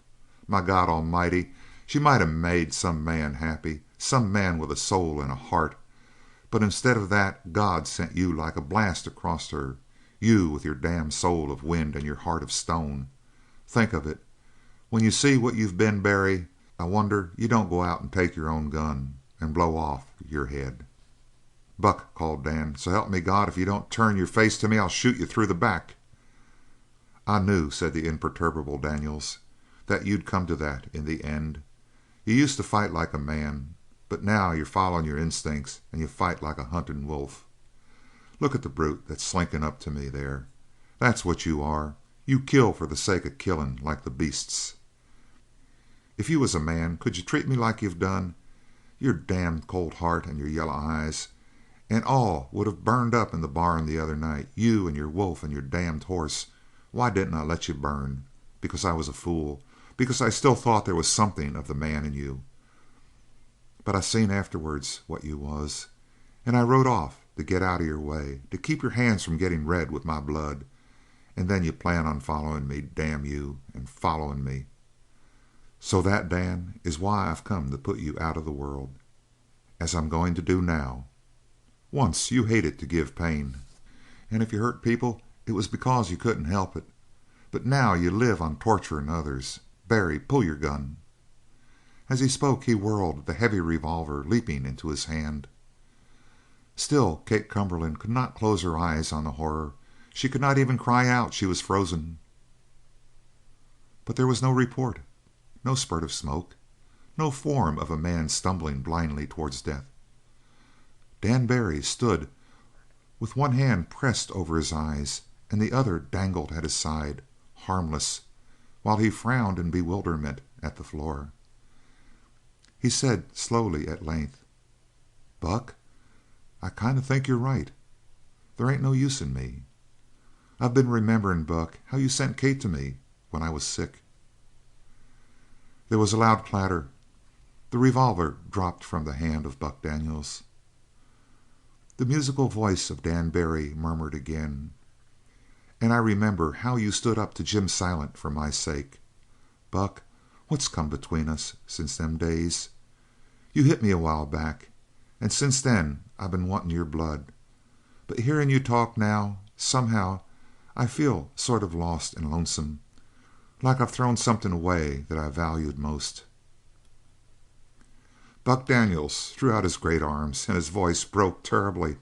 "Oh, God Almighty, Dan," he cried, "just take one step back to me and I'll come all the way around the world to meet you." He stumbled across the floor and grasped at the hand of Barry, for a mist half blinded his eyes. "Dan," he pleaded, "ain't things as they once was? Do you forgive me?" "Why, Buck," murmured Dan Barry in that same bewildered fashion, "seems like we was bunkies once." "Dan," muttered Buck Daniels, choking, "Dan." But he dared not trust his voice further, and turning he fairly fled from the room. The dazed eyes of Dan Barry followed him. Then they moved until they encountered the face of Kate Cumberland. A shock, as if of surprise, widened the lids, and for a long moment they stared in silence, and then he began to walk very slowly, a step at a time, towards the girl. Now, as he faced her, she saw that there was no longer a hint of yellow in his eyes, but he stepped closer and closer. He was right before her, watching her with an expression of mute suffering that made her heart grow large. He said, more to himself than to her: "Seems like I've been away a long time." "A very long time," she whispered. He drew a great breath. "Is it true what Buck said about you?" "Oh, my dear, she cried. "Don't you see?" He started a little, and taking both her hands he made her face the dull light from the windows. "Seems like you're kind of pale, Kate." "The colour went out while I waited for you, Dan." "But there comes a touch of red like morning in your throat and running up your cheeks." Don't you see? It's because you've come back." He closed his eyes and murmured, "I remember we was close, closer than this. We were sitting here in this room by a fire, and then something called me out, and I followed it. The wild geese, yes." "Wild geese?" he repeated blankly, and then shook his head. "How could wild geese call me? But things happened. I was kept away. Sometimes I wanted to come back to you, but somehow I could never get started. Was it 10 years ago that I left?" "Months. Months longer than years." "What is it?" he asked. "I've been watching you and waiting to find out what was different in you. Black Bart seen something in you. I don't know what. Today I sort of guessed what it is. I can feel it now. It's something like a pain. It starts sort of in the stomach, Kate. It's like being away from a place where you want to be. Queer, ain't it? I ain't far from you. I got your hands in mine, but somehow you don't feel near. I want to walk a long ways closer, and the pain keeps growing." His voice fell away to a murmur, and now a deadly silence lay between them, and it seemed as if lights were varying upon their faces, so swift and subtle were the changes of expression. And they drew closer by imperceptible degrees. So his arms, fumbling, found their way about her, drew her closer, till her head dropped back and her face was close beneath his. "Was it true," he whispered, "what Buck said?" "There's nothing true, except that we're together." "But your eyes are brimful of tears." "The same pain you feel, Dan, the same loneliness and the hurt. But it's going now. I feel as I've been riding 3 days without more'n enough water to moisten my tongue every hour, and with the sand white hot, and my horse staggering, and the sun dropping closer and closer till the mountains are touched with white fire. Then I come in the evening to a valley with cool shadows beginning to slip across the western side, and I stand in the shadow and feel the red hot blood go smashing, smashing, smashing in my temples. And then a sound of running water somewhere up the hillside, running, cool, fresh, sparkling water, whispering over the rocks. Oh, God, that's what it means to me to stand here close to you, Kate. And it's like standing up in the morning on the top of a high hill and seeing the light jump up quick in the east, and there lies all the world at my feet, mile after mile of it. They's a river like silver away off yonder, and they's range after range walking off into the blue nothing. That's what it's like to stand here and look down into them blue eyes of yours, Kate, miles and miles into them, till I feel as if I can see your heart beneath. And they's the rose of the morning on your cheeks, and the breath of the morning stirring between your lips, and the light of the rising sun comes flaring in your eyes, and I own the world. I own the world. 2 burning pieces of wood, that's you and me. And when I was away from you, the fire went down to a smolder. But now that we're close, a wind hits us. The flames come together and rise and jump and twine together. 2 pieces of burning wood, but only one flame. Do you feel it? Oh, Kate, our bodies is ashes and dust, and all that's worthwhile is that flame blowing up from us, setting the world on fire. End of chapter 34. Chapter 35. Pale Annie. Even in Elkhead there were fires this day. In the Gilead saloon one might have thought that the liquid heat which the men had imbibed would serve in place of stoves, but the proprietor, Pale Annie, had an eye to form, and when the sky was gray he always lighted the stove. Pale Annie he was called because his real name was Anderson Hawberry Sandringham. That name had been a great aid to him when he was an undertaker in Kansas City, but Anderson Hawberry Sandringham had fallen from the straight and narrow path of good undertakers some years before, and he had sought refuge in the mountain desert where most things prosper except sheriffs and grass. He was fully 6 inches more than 6 feet in height, and his face was so long and pale that even Haw Haw Langley seemed cheerful beside the ex-undertaker. In Kansas City this had been much prized, for that single face could lend solemnity to any funeral. In Elkhead it was hardly less of an asset. People came out of curiosity to see Pale Annie behind the bar with his tall silk hat, which he could never bring himself to lay aside, among the cobwebs of the rafters. They came out of curiosity, and they remained to drink, which is a habit in the mountain desert. A traveling drummer or a patent medicine man had offered Pale Annie a handsome stake to simply go about with him and lend the sanction of his face to the talk of the drummer, but Pale Annie had discovered a veritable philosopher's stone in Elkhead, and he was literally turning whiskey into gold. This day was even more prosperous than usual for Pale Annie, for the gray weather and the chilly air made men glad of the warmth, both external and internal, which Pale Annie possessed in his barroom.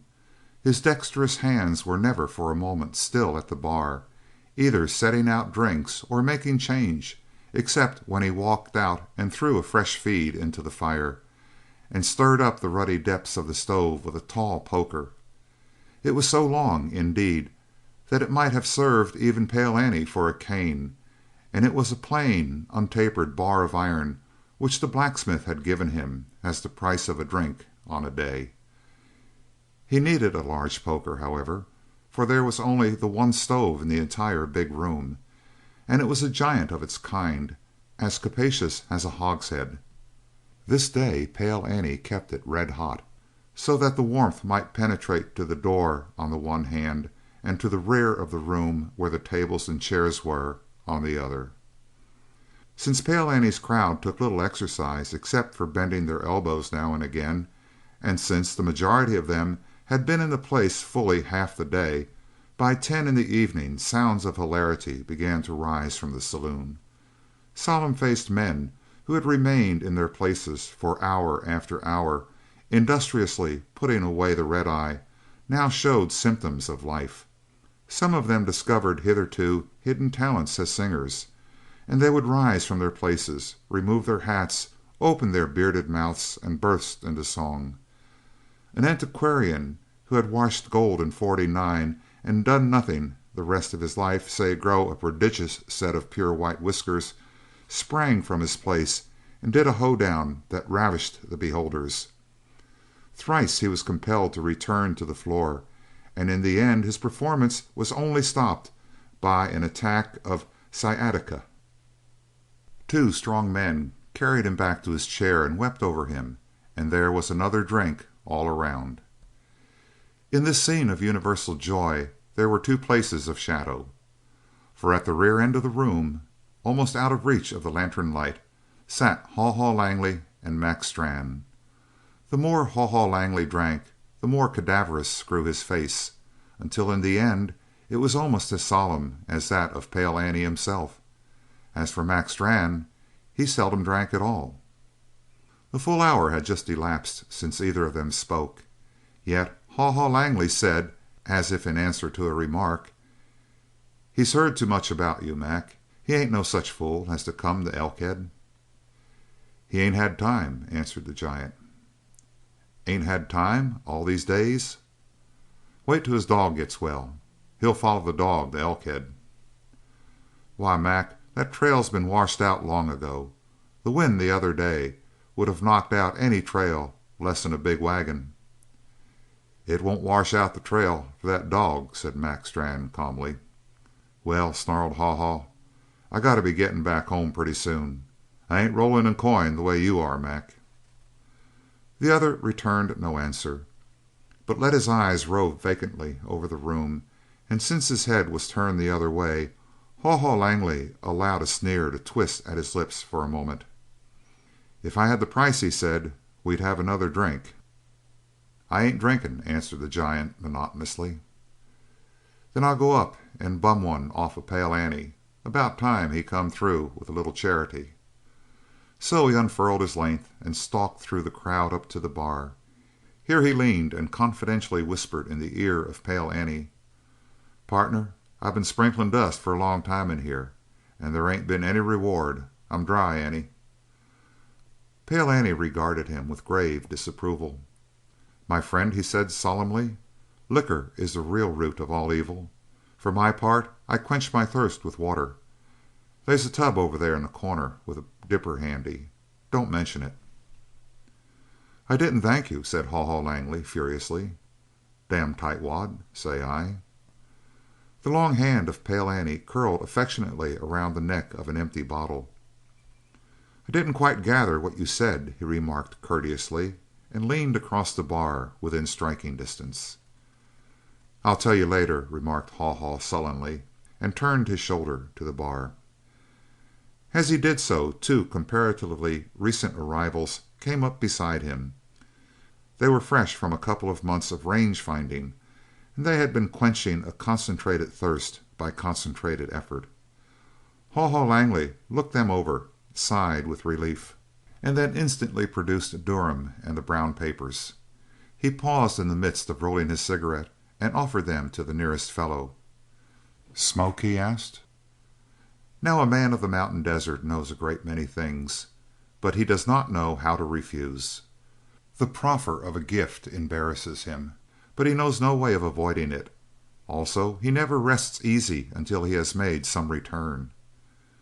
"Sure," said the man, and gathered in the tobacco and papers. "Thanks." He covertly dropped the cigarette which he had just lighted, and stepped on it. Then he rolled another from Haw Haw's materials. The while he kept an uneasy eye on his new companion. "Drinking?" he asked at length. "Not just now," said Haw Haw carelessly. "Oh, he's got room for another," protested the other, still more in earnest as he saw his chance of return disappearing.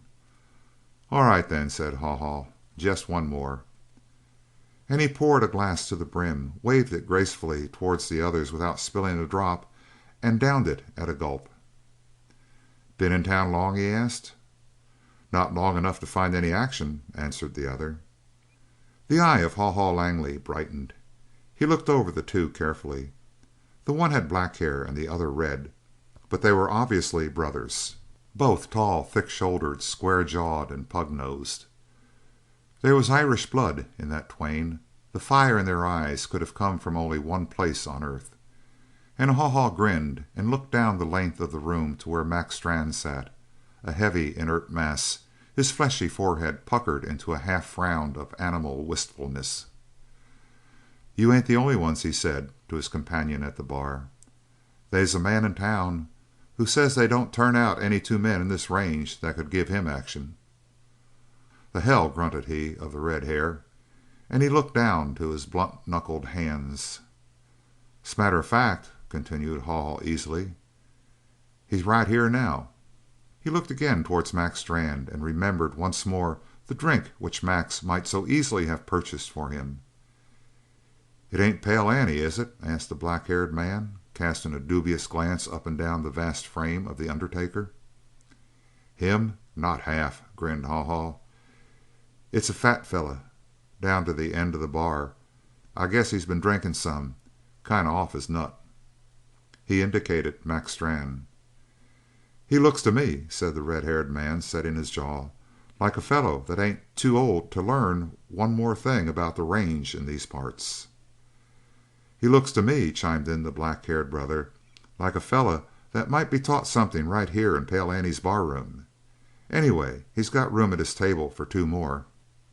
So saying, the two swallowed their drinks and rumbled casually down the length of the room until they came to the table where Mac Strann sat.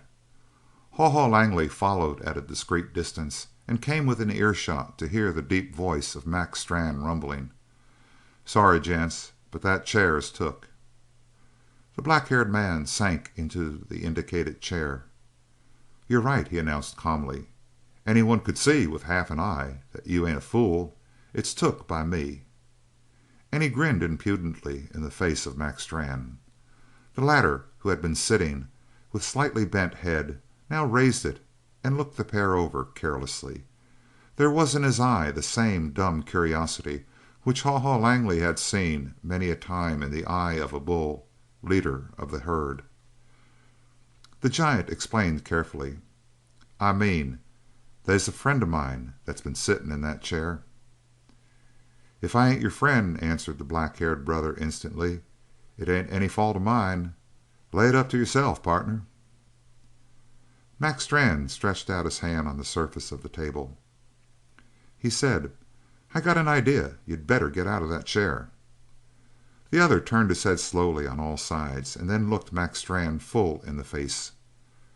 "Maybe they's something wrong with my eyes," he said, "but I don't see no reason." The little dialogue had lasted long enough to focus all eyes on the table at the end of the room, and therefore there were many witnesses to what followed. The arm of Mac Strann shot out, his hand fastened in the collar of the black-haired man's shirt, and the latter was raised from his seat and propelled to one side by a convulsive jerk. He probably would have been sent crashing into the bar had not his shirt failed under the strain. It ripped in two at the shoulders, and the seeker after action, naked to the waist, went reeling back to the middle of the room before he gained his balance. After him went Mac Strann with an agility astonishing in that squat, formless bulk. His long arms were outstretched and his fingers tensed, and in his face there was an uncanny joy. His lip had lifted in that peculiarly disheartening sneer. He was not a pace from him of the black hair when a yell of rage behind him and the other brother leaped through the air and landed on Mac Strann's back. He doubled up, slipped his arms behind him, and the next instant, without visible reason, the red-headed man hurtled through the air and smashed against the bar with a jolt that sent glassware shivering and singing. Then he relaxed on the floor, a twisted and foolish-looking mass. As for the seeker after action, he had at first reached after his revolver, but he changed his mind at the last instant, and instead picked up the great poker which leaned against the stove. It was a ponderous weapon, and he had to wield it in both hands. As he swung it around his head there was a yell from men ducking out of the way, and Pale Annie curled his hand again around his favorite empty bottle. He had no good opportunity to demonstrate its efficiency, however. Mac Strann, crouching in a position from which he had catapulted the red-haired man, cast upwards a single glance at the other brother, and then he sprang in. The poker hissed through the air with the vigor of a strong man's arms behind it, and it would have cracked the head of Mac Strann like an empty eggshell if it had hit its mark, but it was heaved too high, and Mac Strann went in like a football player rushing the line, almost doubled up against the floor as he ran. His shoulder struck the other hardly higher than the knees, and they went down together, but doing so the head of Mac Strann's victim cracked against the floor, and he also was still. The exploit was greeted by a yell of applause, and then someone proposed a cheer, and it was given. It died off short on the lips of the applauders, however, for it was seen that Mac Strann was not yet done with his work, and he went about it in a manner which made men sober suddenly and exchange glances. First the stranger dragged the two brothers together, laying one of them face down on the floor. The second he placed over the first, back to back. Next he picked up the long poker from the floor and slipped it under the head and down to the neck of the first man. The bystanders watched in utter silence, with a touch of horror coming now into their eyes. Now Mac Strann caught the ends of the iron and began to twist up on them. There was no result at first. He refreshed his hold and tried again. The sleeves of his shirt were seen to swell and then grow hard and taut with vast play of muscle beneath. His head bowed lower between his shoulders, and those shoulders trembled, and the muscles over them quivered like heat waves rising of a spring morning. There was a creaking now, and then the iron was seen to shiver and then bend slowly. And once it was wrenched out of the horizontal, the motion was more and more rapid, until when the giant was done with his labors, the ends of the iron overlapped around the necks of the two luckless brothers. Mac Strann stepped back and surveyed his work. The rest of the room was in silence, saving the red-headed man, who was coming back to consciousness and now withered and groaned feebly. He could not rise, that was manifest, for the thick band of iron tied his neck to the neck of his brother. Upon this scene Mac Strann gazed with a thoughtful air, and then stepped to the side of the room where stood a bucket of dirty water recently used for mopping behind the bar. This he caught up, returned, and dashed the black, greasy water over the pair. If it had been electricity, it could not have operated more effectively. The two awoke with one mind, and with a tremendous sputtering and cursing struggled to regain their feet. It was no easy thing, however, for when one stood up the other slipped, and in his fall involved the brother. In the meantime it made a jest exactly suited to the minds of Elkhead, and shrieks of hysterical laughter rewarded their struggles, until at length they sat solemnly back to back, easing the pressure of the iron as best they might with their hands. Assembled Elkhead reeled about the room, drunken with laughter, but Max Strand went quietly back to his table and paid no attention to the scene. There is an end to all good things, however, and finally the two brothers concerted action together, rose, and then sidestepped towards the door, dripping the mop water at every step. Obviously they were bound for the blacksmith to lose their collar, and everyone in the saloon knew that the blacksmith was not in town. The old man who had done the hoedown hobbled to the end of the barroom, and before the table of Max Strand made a speech to the effect that Elkhead had everything it needed except laughter, that Max Strand had come to their assistance in that respect, and that if he, the old man, had the power, he would pension such an efficient jester and keep him permanently in the town. To all of this Max Strand paid not the slightest heed, but with his fleshy brow puckered considered the infinite distance. Even the drink which Pale Annie, grateful for the averted riot, placed on the table before him, Max Strand allowed to stand untasted, and it was private stock. It was at this time that Haw Haw Langley made his way back to the table and occupied the contested seat. "That was a bum play," he said solemnly to Max Strand. "When Barry hears about what you done here to two men, do you think that he'll ever hit your trail?" The other started. "I never thought about it," he murmured, his thick lips as always framing speech with difficulty. "Do you suppose I ought to go back to the Cumberland place for him?" A yell rose at the farther end of the room. "A wolf! Hey, shoot the damn wolf!" "You fool!" cried another. "He ain't skinny enough to be a wolf.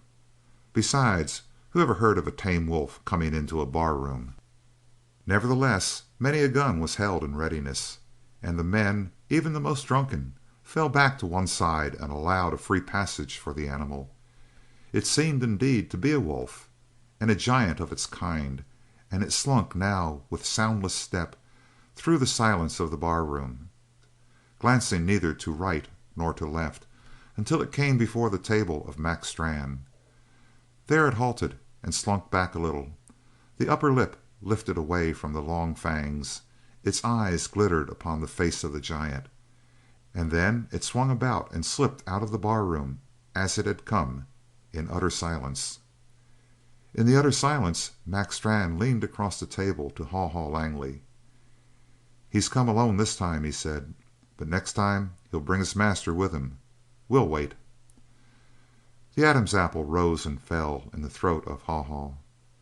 "We'll wait," he nodded, and he burst into the harsh, unhuman laughter which had given him his name. Chapter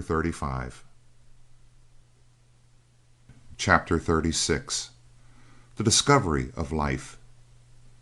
This is the letter which Swinnerton Loughborne received over the signature of Dr. Randall Byron. It was such a strange letter that between paragraphs Swinnerton Loughborne paced up and down his Gramercy Park studio and stared, baffled, at the heights of the Metropolitan Tower. Dear Swinnerton, I'll be with you in good old Manhattan about as soon as you get this letter. I am sending this ahead because I want you to do me a favor. If I have to go back to those bare, blank rooms of mine, with the smell of chemicals drifting in from the laboratory, I'll get drunk. That's all." Here Swinnerton Loughborne lowered the letter to his knees and grasped his head in both hands. Next he turned to the end of the letter and made sure that the signature was Randall Byron. He stared again at the handwriting. It was not the usual script of the young doctor. It was bolder, freer, and twice as large as usual. There was a total lack of regard for the amount of stationery consumed. Shaking his head in bewilderment, Swinnerton Longbourn shook his fine grey head and read on. "What I want you to do is to stir about and find me a new apartment. Mind you, I don't want the loft of some infernal arcade building in the 60s. Get me a place somewhere between 30th and 58th. 2 bedrooms. I want a place to put some of the boys when they drop around my way. And at least 1 servant's room. Also, at least 1 large room where I can stir about and wave my arms without hitting the chandelier. Are you with me?" Here Swinnerton Longbourn seized his head between both hands again and groaned. Dementia, plain and simple dementia, and at his age, poor boy. He continued, "Find an interior decorator. Not one of those fuzzy-haired women in pants, but a he-man who knows what a he-man needs. Tell him I want that place furnished regardless of expense. I want some deep chairs that will hit me under the knees. I want some pictures on the wall, but nothing out of the 18th century, no impressionistic landscapes, no girls dolled up in fluffy stuff. I want some pictures I can enjoy, even if my maiden aunt can't. There you are. Tell him to go ahead on those lines. In a word, Swinnerton, old top, I want to live. For about 30 years I've thought, and now I know that there's nothing in it. All the thinking in the world won't make 1 more blade of grass grow, put 1 extra pound on the ribs of a longhorn, and in a word, thinking is the bunk, pure and simple." At this point Swinnerton Longbourn staggered to the window, threw it open, and leaned out into the cold night. After a time he had strength enough to return to his chair and read through the rest of the epistle without interruption. "You wonder how I've reached this new viewpoint? Simply by seeing some concentrated life here at the Cumberland ranch. My theories are blasted and knocked in the head, praise God, and I've brushed a million cobwebs out of my brain. Chemistry? Rot. There's another sort of chemistry that works on the inside of a man. That's what I want to study. There are 3 great preliminary essentials to the study. First, how to box with a man. Second, how to talk with a girl. Third, how to drink old wine. Try the 3, Swinnerton. They aren't half bad. At first they may give you a sore jaw, an aching heart, and a spinning head, but in the end they teach you how to keep your feet and fight. This is how my eyes were opened. When I came out to this ranch it was hard for me to ride a horse, so I've been studying how it should be done. Among other things, you should keep your toes turned in, you know, and there are many other things to learn. When I had mastered them 1 by 1, I went out the other day and asked to have a horse saddled. It was done, and a lantern-jawed cowpuncher brought out a piebald gelding with long ears and sleepy eyes. Not a lovely beast, but a mild one. So I went into the saddle according to theory, with some slight hesitation here and there, planted my feet in the stirrups, and told the lantern-jawed fellow to turn loose the head of the piebald. This was done. I shook the reins. The horse did not move. I called to the brute by name. 1 ear wagged back to listen to me. I kicked the beast in the ribs. Unfortunately, I had forgotten that long spurs were on my heels. The horse was instantly aware of that fact, however. He leaped into a full gallop, a very jolty process. Then he stopped, but I kept on going. A fence was in the way, so I was halted. Afterwards, the lantern-jawed man picked me up and offered to carry me back to the house, or at least get a wheelbarrow for me. I refused with some dignity. I remarked that I preferred walking, really, and so I started out across the hills and away from the house. My head was sore, so were my shoulders where I hit the fence. I began to think of the joy of facing that horse again, armed with a club. It was evening, after supper, you see, and the light of the moon was already brighter than the sunlight, and by the time I had crossed the first range of hills it was quite dark. As I walked I brooded upon many things. There were enough to disturb me. There was old Joe Cumberland at death's door and beyond the reach of my knowledge, and he had been taken away from death by the wild man, Dan Barry. There was the girl with the bright hair, Kate Cumberland. In education, nothing. In brain, nothing. In experience, nothing. And yet I was attracted. But she was not attracted in the least until along came the wild man again, and then she fell into his arms, actually fought for him. Why? I could not tell. My name and the things I have done, and even my money, meant nothing to her. But when he came, it was only a glance, a word, a smile, and she was in his arms. I felt like Caligula. I wished the world had only one neck, and I an axe. But why should I have felt depressed because of failures in the eyes of these silly yokels? Not one of them could read the simplest chemical formula. All very absurd, you will agree, and you may get some inkling as to my state of mind while I walked over those same dark hills. I seemed a part of that darkness. I looked up to the stars. They were merely like the pages of a book. I named them offhand, one after the other, and thought of their characteristics, their distances, their composition, and meditated on the marvels the spectrum has made known to us.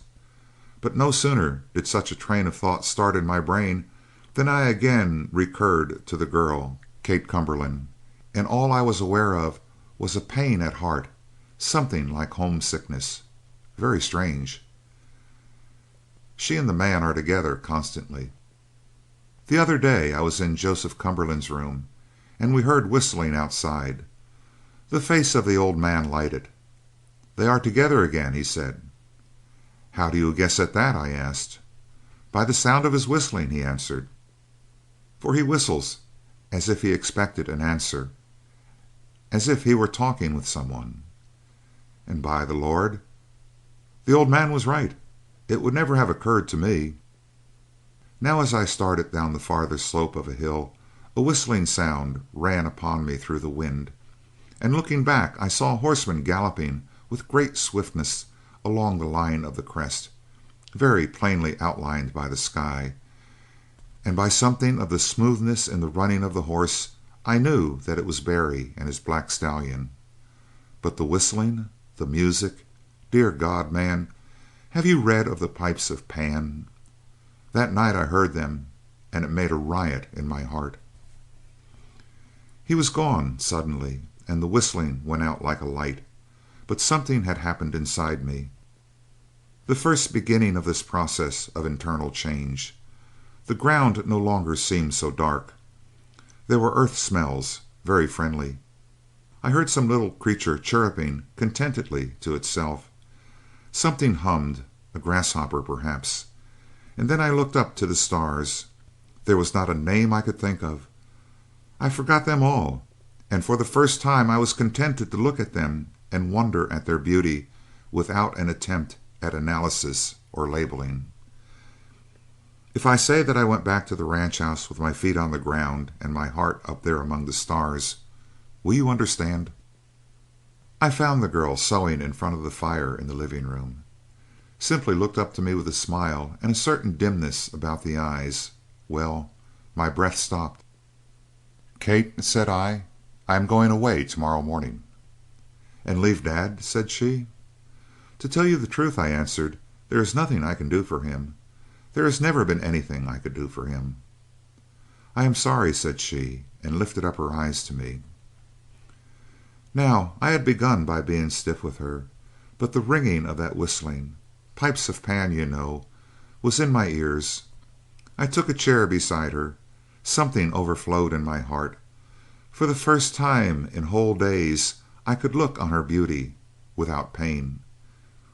"Do you know why I'm going?" I asked. She waited. "Because," said I, and smiled right into her face, "I love you, Kate, most infernally, and I know perfectly well that I will get never the devil a bit of good out of it. She peered at me. "You aren't jesting," says she. "No, you're serious." "I'm very sorry, Dr. Byron." "And I answered, am glad. I wouldn't change it for the world. For once in my life, tonight, I have forgotten myself. No, I won't go away and nurse a broken heart. But I'll think of you as a man should think of something bright and above him. You'll keep my heart warm, Kate, till I'm a very old man. Because of you, I'll be able to love some other girl, and a fine one, by the Lord." Something in the nature of an outburst, huh? But it was the music which had done it. All the time it rang and echoed through my ears. My words were only an echo of it. I was in tune with the universe. I was living for the first time. The girl dropped her sewing, tossed it aside. She came over to me and took my hands in a way that would have warmed even the icicles of your heart, Swinnerton. "Doctor," says she, "I know that you are going to be very happy." "Happiness," said I, "is a trick like riding a horse, and I think that I've learned the trick. I've caught it from you and from Barry." At that she let go my hands and stepped back. The very devil is in these women, Swinnerton. You can never place them for a minute at a time. "I'm trying to learn myself," she said, and there was a shadow of wistfulness in her eyes. In another moment I should have made a complete fool of myself, but I remembered in time and got out of the room. Tomorrow I start back for the old world, but I warn you beforehand, my dear fellow, that I'm bringing something of the new world with me. What has it all brought to me? I am sad one day and gay the next, but at least I know that thinking is not life, and now I'm ready to fight. Randall Byron. End of chapter 36. Chapter 37. The Piebald. The morning of the doctor's departure witnessed quite a ceremony at the Cumberland ranch, for old Joe Cumberland insisted that he be brought down from his room to his old place in the living room. When he attempted to rise from his bed, however, he found that he could not stand, and big Buck Daniels lifted the old man like a child and carried him down the stairs. Once ensconced on the sofa in the living room, Joe Cumberland beckoned his daughter close to him, and whispered with a smile as she leaned over, "Here's what comes of pretending, Kate. I've been pretending to be too sick to walk, and now I can't walk, and if I'd pretended to be well, I'd be riding Satan right now." He looked about him. "Where's Dan?" he asked. "Upstairs getting ready for the trip." "Trip?" "He's riding with Dr. Byron to town, and he'll bring back Dr. Byron's horse." The old man grew instantly anxious. "They's a lot of things can happen on a long trip like that, Kate." She nodded gravely. "But we have to try him," she said. "We can't keep him here at the ranch all the time. And if he really cares, Dad, he'll come back." "And you let him go of your own free will?" asked Joe Cumberland wonderingly. "I asked him to go," she answered quietly, but some of the colour left her face. "Of course it's going to come out all right," nodded the father. "I asked him when he'd be back, and he said he would be here by dark tomorrow night." The old man sighed with relief. "He don't never slip up on promises," he said. "But oh, lass, I'll be glad when he's back again. Buck, how'd you and Dan come along together?" "We don't come," answered Buck gloomily. "I tried to shake hands with him yesterday and call it quits, but he wouldn't touch me. He just leaned back and smiled at me and hated me with his eyes, that way he has. He don't even look at me except when he has to, and when he does I feel like someone was sneaking up behind me with a knife ready. And he ain't said 10 words to me since I come back." He paused and considered Kate with the same dark, lowering glance. "Tomorrow I leave." "You'll think better of that," nodded Joe Cumberland. "Here's the doctor now." He came in with Dan Barry behind him. A changed man was the doctor. He was a good 2 inches taller because he stood so much more erect, and there was a little spring in his step which gave aspiration and spirit to his carriage. He bade them good-bye one by one, and by Joe Cumberland he sat down for an instant and wished him luck. The old ranchman drew the other down closer. "They's no luck for me," he whispered, "but don't tell none of 'em. I'm about to take a longer trip than you'll ride today. But first I'll see 'em settle down here. Dan, quiet, and both of 'em happy. S'long, Doc. Thanks for taking care of me. But this here is something that can't be beat no way. Too many years break the back of any man, Doc. Luck to you." "If you'll step to the door," said the doctor, smiling upon the rest, "you'll have some fun to watch. I'm going to ride on the piebald." "Him that throwed you yesterday?" grinned Buck Daniels. "The same," said the doctor. "I think I can come to a gentleman's understanding with him. A gentleman, from the piebald's point of view, is one who is never unintentionally rude. He may change his mind this morning, or he may break my back. One of the two is sure to happen." In front of the house Dan Barry already sat on Satan, with Black Bart sitting near by watching the face of his master. And beside them the lantern-jawed cowpuncher held the bridle of the piebald mustang. Never in the world was there a lazier appearing beast. His lower lip hung pendulous a full inch and a half below the upper. His eyes were rolled so that hardly more than the whites showed. He seemed to stand asleep, dreaming of some nirvana for equine souls, and the only signs of life were the long ears which wobbled occasionally back and forth. When the doctor mounted, the piebald limited all signs of interest to opening one eye. The doctor clucked. The piebald switched his tail. Satan, at a word from Dan Barry, moved gracefully into a soft trot away from the house. The doctor slapped his mount on the neck. An ear flicked back and forth. The doctor stretched out both legs, and then he dug both spurs deep into the flanks of the mustang. It was a perfectly successful maneuver.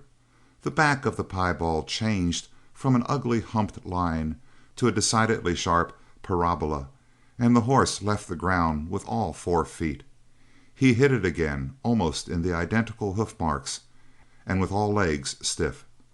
The doctor sagged drunkenly in the saddle, and his head first swung far back and then snapped over so that the chin banged against his chest. Nevertheless, he clung to the saddle with both hands and stayed in his seat. The piebald swung his head around sufficiently to make sure of the surprising fact, and then he commenced to buck in earnest. It was a lovely exhibition.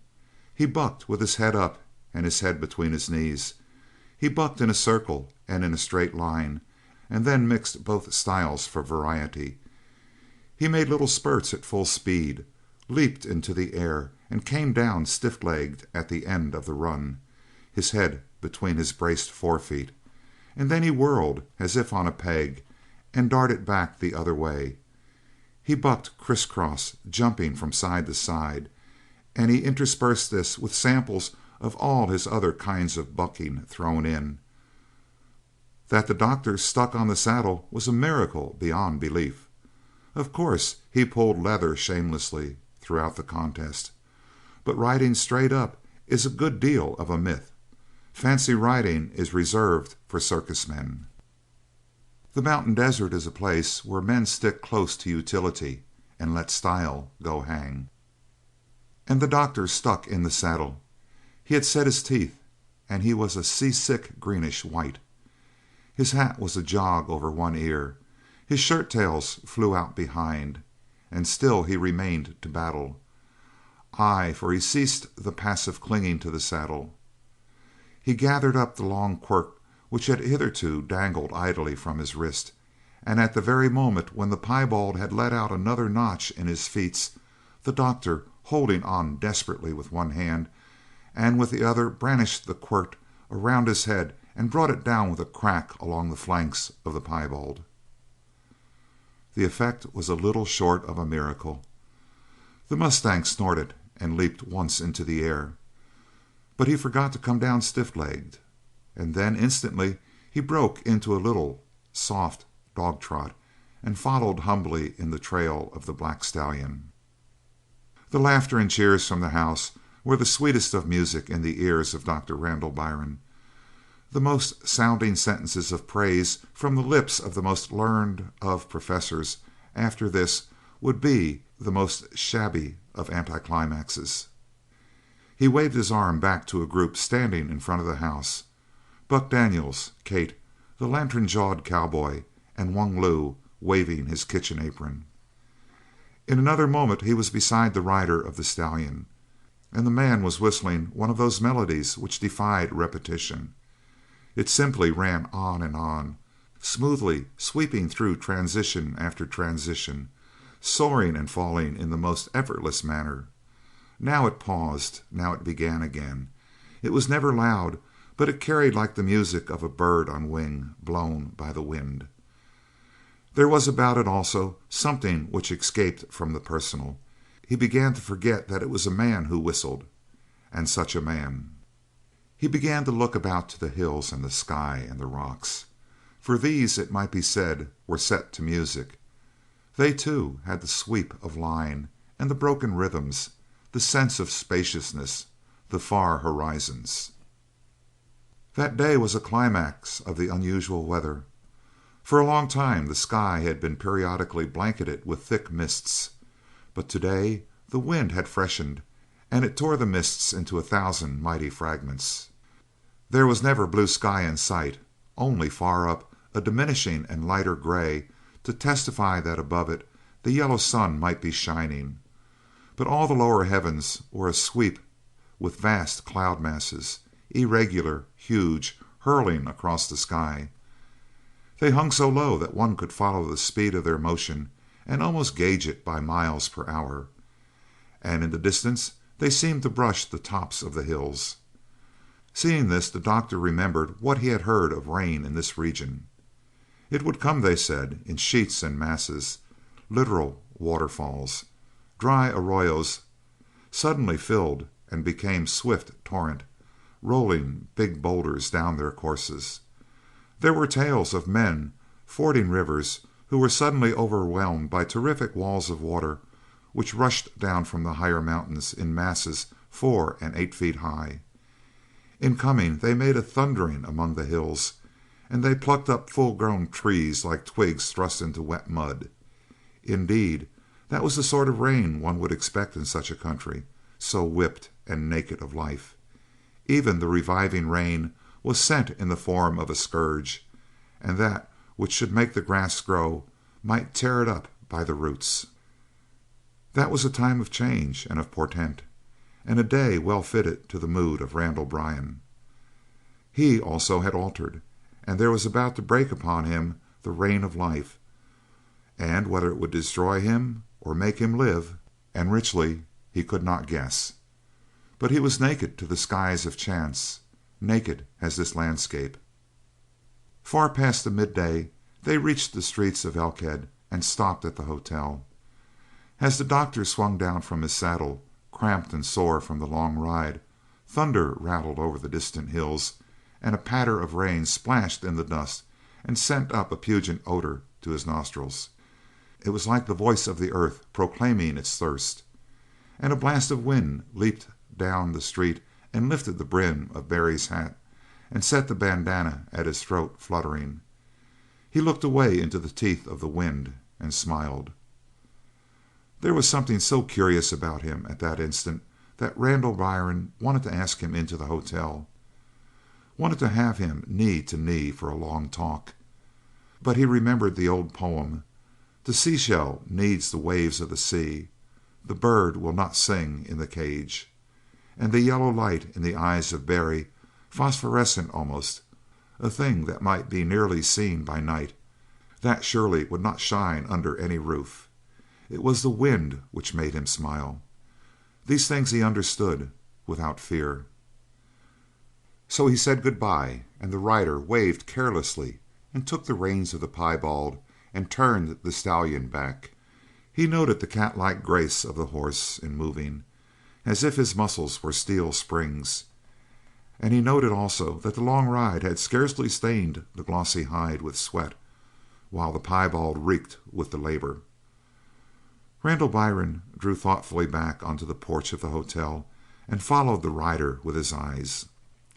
In a moment a great cloud of dust poured down the street, covered the rider, and when it was gone he had passed around a corner and out of the life of the doctor.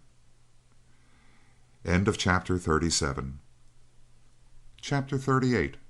The Challenge. All this time Black Bart had trotted contentedly ahead of Satan, never having to glance back, but apparently knowing the intended direction, save that when Dan Barry turned to the road leading out of the little town, the wolf dog had turned in an opposite direction. The rider turned in the saddle and sent a sharp whistle towards the animal, but he was answered by a short howl of woe that made him check Satan and swing around. Black Bart stood in the center of the street facing in the opposite direction, and he looked back over his shoulder towards his master. There was apparently a perfect understanding between them, and the master first glanced up and made sure of the position of the sun and the length of time he might allow for the trip home before he decided to follow the whim of the wolf dog. Then he turned Satan and cantered, with the piebald trailing, back towards Black Bart. At this the wolf dog began to trot down the street, turned the next corner, and drew up at the door of a rambling building above which hung a dirty, cracked sign, Gilead Saloon, and underneath in smaller letters was painted the legend, "Here's where you get it." Black Bart strolled up to the swinging doors of the Emporium, and then turned to look back at his master. Clearly he wished Dan to enter the place, but the rider shook his head and would certainly have ridden on had not, at that moment, the rain, which had hitherto fallen only in rattling bursts, now burst over the roofs of the town with a loud roaring as of wind through a forest. It was possible that the shower might soon pass over, so Dan rode under the long shelter which stretched in front of the saloon, dismounted, and entered behind Black Bart. It was occupied by a scattering of people, for the busy time of the day had not yet commenced, and Pale Annie was merely idling behind the bar, working at half speed, as it were. To this group Black Bart paid not the slightest heed, but glided smoothly down the center of the long room until he approached the tables at the end, where in a corner sat a squat, thick-chested man, and opposite him the most cadaverously lean fellow that Whistling Dan had ever seen. Before these two Black Bart paused, and then cast a glance over his shoulder towards the master. Whistling Dan frowned in wonder. He knew neither of the pair, but Black Bart apparently did. He slouched a pace closer, crouched, and bared his fangs with a tremendous snarl. At this the lean man left his chair and sprang back to a distance. Terror convulsed his face, but his eyes glittered with a fascinated interest, and he glanced first at his companion and then at the great wolf dog, as if he were making a comparison between them. It was the broad-shouldered man who first spoke. "Partner," he said in a thick voice, in which the articulation was almost lost, "maybe you'd better take your dog out before he gets hurt. He don't like me, and I don't like him none too much." "Bart," called Dan Barry. But Black Bart gave no heed. There had been a slight flexing of his muscles as he crouched, and now he leaped, a black bolt of fighting weight, squarely in the face of the giant. He was met and checked midway in his spring, for the two long arms darted out, two great hands fastened in the throat of the beast, and Black Bart fell back upon the floor with Max Brand following, his grip never broken by the fall. A scurry of many feet running towards the scene, a shouting of 20 voices around him, but all that Whistling Dan saw were the fangs of Bart as they gnashed fruitlessly at the wrists of Max Brand, and then the great red tongue lolling out and the eyes bulging from their sockets. All he heard was the snarling of the wolf and the peculiar whine of rage which came from the throat of the man-beast fighting the wolf. Then he acted. His hands darted between the thick forearms of Max Brand. His elbows jerked out and snapped the grip. Next he dragged Black Bart away from the danger. The wolf was instantly on his feet and lunging again, but a sharp "heel" from Dan checked him mid-leap. He came to a shuddering halt behind the legs of his master. Whistling Dan slipped a little closer to the giant. "I should have knowed you before," he said in a voice which carried only to the ears of Strann. "You're the brother of Jerry Strann, and they's a reason why Bart hates you, partner." The thick upper lip of Strann lifted slightly as he spoke. "Him or you and your wolf dog together, or one by one, it don't make no difference to me. I've come for you, Barry." The other straightened a little, and his eyes travelled slowly up and down the form of Strann. "I've been hungerin' to meet a man like you," he said. "Hungerin', partner. North of town they's the old McDuffy place, all in ruins, and nobody ever near it. I'll be there in an hour, my friend." "I'll be waitin' for you there," nodded Mac Strann, and so saying he turned back to his table as if he had been interrupted by nothing more than a casual greeting. Still Dan Barry remained a moment with his eyes on the face of Mac Strann, and when he turned and walked with his light, soundless step down the length of the silent barroom, the wolf dog slunk at his heels, ever and anon swinging his head over his shoulder and glancing back at the giant at the end of the room. As the door closed on man and dog, the saloon broke once more into murmur, and then into an excited clamoring. Pale Annie stepped from behind the bar and leaned upon the table beside Mac Strann. Even while leaning in this manner the bartender was as tall as the average man. He waved back the others with a gesture of his tremendous arm. Then he reached out and took the hand of Mac Strann in his clammy fingers. "My friend," said the ex-undertaker in his careful manner, "I seen a man once, California, a husky 2-year-old, which nobody said could be done.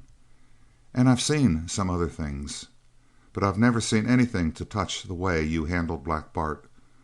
Do you know anything about that dog?"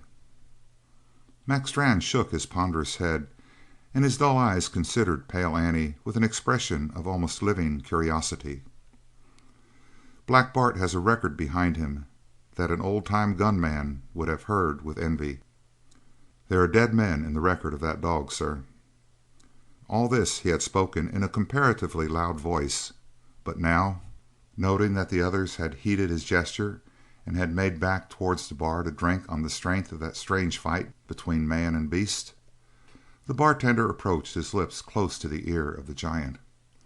He said in a rapid murmur: "I watched you talking with Dan Barry, and I saw Barry's face when he went out. You and he are to meet somewhere again today. My friend, don't throw yourself away." Here Mac Strann stared down at his mighty hand, a significant answer, but Pale Annie went on swiftly: "Yes, you're strong, but strength won't save you from Dan Barry. We know him here in Elkhead. Do you know that if he had pulled his gun and shot you down right here where you sit, that he could have walked out of this room without a hand raised to stop him? Yes, sir. And why? Because we know his record, and I'd rather go against a wolf with my bare hands as you did than stand up against Dan Barry with guns. I could tell you how he fought Jim Silent's gang 1-6. I could tell you a lot of other things. My friend, I will tell you about 'em if you'll listen." But Mac Strann considered the speaker with his dull eyes. "I was never much on talkin'," he observed mildly. "I don't understand talkin' very well." Pale Annie started to speak again, but checked himself, stared earnestly at Mac Strann, and then hurried back behind the bar. His face was even graver than usual, but business was business with Pale Annie, and all men have to die in their time. Haw Haw Langley took the place which Pale Annie had left vacant opposite Mac Strann. He cast a frightened glance upward, where the rain roared steadily on the roof of the building, then his eyes fluttered back until they rested on the face of his companion. He had to moisten his thin lips before he could speak, and even then it was a convulsive effort, like a man swallowing too large a morsel. "Well," said Haw Haw, "is it fixed?" "It's fixed," said Mac Strann. Maybe you'd get the hosses, Haw Haw, if you're comin' with me." A dark shadow swept over the face of Haw Haw Langley. "You're going to beat it?" he sneered. "After you come all this way you're going to run away from Barry, and him not half your size?" "I'm going out to meet him," answered Mac Strann. Haw Haw Langley started up as if he feared Mac Strann would change his mind if there were any delay. His long fingers twisted together as if to bring the blood into circulation about the purple knuckles. "I'll have the horses right around to the front," he said, "by the time you got your slicker on, Mac. I'll have 'em around in front." And then he stalked swiftly from the room. Chapter 39. The Storm. When they rode out of the town the wet sand squashed under the feet of their horses and splashed up on their riding boots and their slickers. It even spotted their faces here and there, and a light brown spray darted out to right and left of the falling hoofs. For all the streets of Elkhead were running shallow rivers, with dark, swift currents, and when they left the little town the landscape was shut out by the falling torrents. It made a strange and shifting panorama, for the rain varied in its density now and again, and as it changed, hills which had been quite blotted out leaped close upon them, like living things, and then sprang back again into the mist. So heavy was that tropical fall of water that the horses were bothered by the beating of the big drops, and shook their heads and stamped fretfully under the ceaseless bombardment. Indeed, when one stretched out his hand, the drops stung him, as if with lashes of tiny whips. There was no wind, no thunder, no flash of lightning, only the tremendous downpour which blended earth and sky in a drab, swift river. The air was filled with parallel lines, as in some pencil drawings, not like ordinary rain, but as if the sky had changed into a vast watering spout and was sending down a continuous flood from a myriad holes. It was hard to look up through the terrific downpour, for it blinded one and whipped the face and made one breathless. But now and again a puff of the rare wind would lift the sodden brim of the sombrero, and then one caught a glimpse of the low-hanging clouds, with the nearest whiff of black mist dragging across the top of a hill. Without noticeable currents of wind, the mass of clouds was shifting slowly, with a sort of rolling motion, across the sky, and the weight of the rain forced the two to bend their heads and stare down to where the face of the earth was alive with the gliding brown waters, whose surface was thrashed into a continual foam. To speak to each other through the uproar, they had to cup their hands about their lips and shout. Then again the rainfall around them fell away to a drizzling mist, and the beating of the downpour sounded far away, and they were surrounded by distant walls of noise. So they came to the McDuffie place. It was a helpless ruin, long abandoned. Not an iota of the roof remained. The sheds for the horses had dropped to the earth, but the walls of the house still remained standing, in part, with the empty windows looking out with a mocking promise of the shelter which was not within.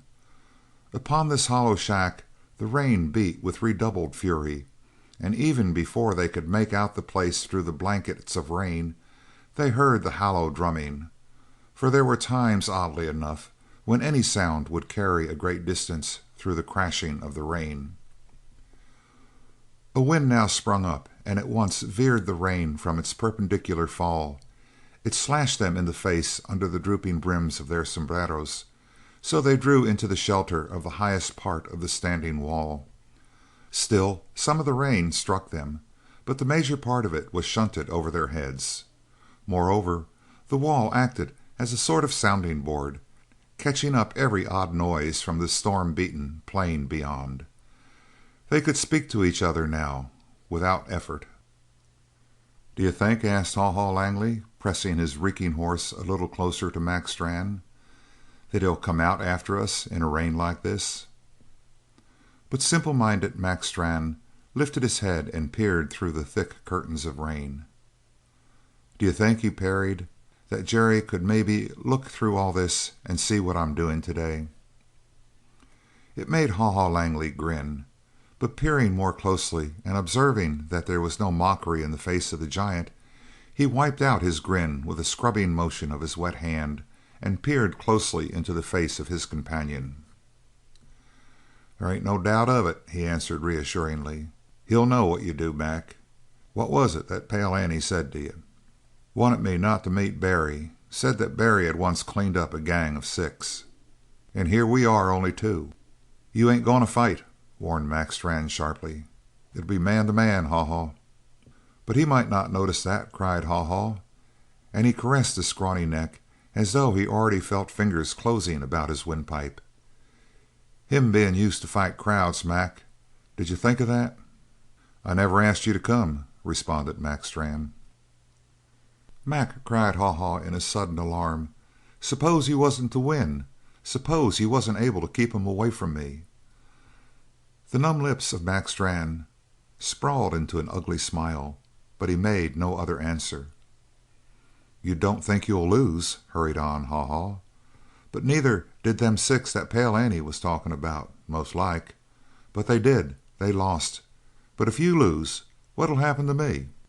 "There ain't no call for you to stay here," said Mac Strann with utter indifference. Haw Haw answered quickly. "I wouldn't go. I wouldn't miss it for nothing. Ain't I come all this way to see it? I mean to help. Would I fall down on you now, Mac? No, I wouldn't." And twisting those bony fingers together, he burst once more into that rattling, unhuman laughter which all the 3 bees knew so well and dreaded as the dying dread the sight of the circling buzzard above. "Stop laughing!" cried Mac Strann with sudden anger. "Damn you, stop laughing!" The other peered upon Mac Strann with incredulous delight, his broad mouth gaping to that thirsting grin of enjoyment. "You ain't getting nervous, Mac?" he queried, and thrust his face closer to make sure. "You ain't bothered, Mac? You ain't doubting how this'll turn out?" There was no answer, and so he replied to himself: "I know what done it to you. I seen it myself. It was that yaller light in his eyes, Mac. My God, it come up there out of nothing, and it wasn't a light that ought to come into no man's eyes. It was like I woke up at night with a cold weight on my chest and found 2 snake's eyes glittering close to my face. Makes me shivery like, just to think of it now.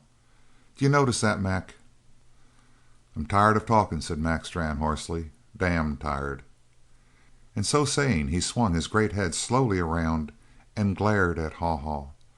The latter shrank away with an undulatory motion in his saddle, and when the head of Mac Strann turned away again the broad mouth began gibbering. "It's getting him like it done me. He's scared, scared, scared, even Mac Strann." He broke off, for Mac Strann had jerked up his head and said in a strangely muffled voice: "What was that?" The bullet head of Haw Haw Langley leaned to one side and his glittering eyes rolled up while he listened. "Nothing," he said. "I don't hear nothing." "Listen again," cried Mac Strann in that same cautious voice, as of one whispering in the night in the house of the enemy. "It's like a voice in the wind. It comes down the wind. Do you hear now? Now? Now?" It was indeed the faintest of faint sounds when Haw Haw caught it. It was in the roar of the rain, as indistinct as some distant light on the horizon which may come from either a rising star or from the window of a house. But it had a peculiar quality of its own, even as the house light would be tinged with yellow when the stars are cold and white. A small and distant sound, and yet it cut through the crashing of the storm more and more clearly. Someone rode through the rain whistling. "It's him!" gasped Haw Haw Langley. "My God Almighty, Mac, he's whistling! It ain't possible!" He reined his horse closer to the wall, listening with mouth agape. He shrilled suddenly: "What if he should hit us both, seeing us together? There ain't no heart in a feller that can whistle in a storm like this." But Mac Strann had lowered his head bulldog like, and now he listened and thrust out his blunt jaw farther and farther and returned no answer. "God gimme the grit to stick it out," begged Haw Haw Langley in an agony of desire. "God, let me see how it comes out. God, let me watch 'em fight. One of 'em's going to die. Maybe two of 'em. Nothing like it has ever been seen." The rain shifted, and the heart of the storm rolled far away. For the moment they could look far out across the shadow-swept hills, and out of the heart of the desolate landscape the whistling ran thrilling upon them. It was so loud and close that of one accord the two listeners jerked their heads about and stared at each other, and then turned their eyes as hastily away, as though terrified by what they had seen, each in the face of the other. It was no idle tune which they heard whistled. It was the rising, soaring paean of delight. It rang down upon the wind. It cut into their faces like drops of the rain. It branded itself like freezing cold into their foreheads. And then, upon the crest of the nearest hill, Haw Haw Langley saw a dim figure through the mist, a man on a horse, and something else running in front, and they came swiftly. "It's the wolf that's running us down," screamed Haw Haw Langley. "Oh, God Almighty, even if we was want to run, the wolf would come and pull us down. Mac, will you save me? Will you keep the wolf away?" He clung to the arm of his companion, but the other brushed him back with a violence which almost unseated Haw Haw. "Keep off'n me," growled Mac Strann, "because when you touch me it feels like something dead was next to my skin. Keep off'n me." Haw Haw dragged himself back into the saddle with effort, for it was slippery with rain, his face convulsed with something black as hate. "It ain't long you'll do that ordering and be so free with your hands. He's comin' soon, Mac. I'd like to stay. I'd like to see the finish." He stopped, his buzzard eyes glittering against the face of the giant. The rain blotted out the figure of the coming horseman, and at the same instant the whistling leaped close upon them. It was as if the whistling man had disappeared at a place where the rain swallowed his form and had taken body again at their very side. Mac Strann shrank back against the wall, bracing his shoulders, and gripped the butts of his guns.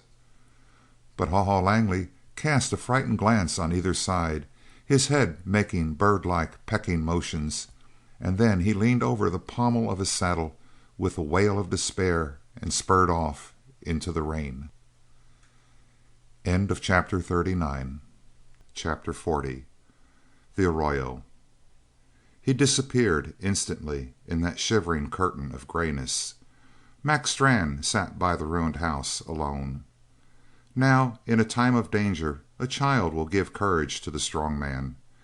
There is a wonderful communion between any two in time of crises, and when Haw Haw Langley disappeared through the rain, it was to Mac Strann as it was to Patroclus when Apollo struck the base of his neck and his armor of proof fell from him. Not only was there a singular sense of nakedness, but it seemed to him also that the roaring of the rain became a hostile voice of threatening at the same instant. He had never in his life feared any living thing, but now there was a certain hollowness in the region of his stomach, and his heart fluttered like a bird in the air with appalling lightness, and he wished to be far away. With the clear heaven above him, aye, that would be different, but God had arranged this day and had set the earth like a stage in readiness for a death, and that was why the rain lashed the earth so fiercely. He looked down.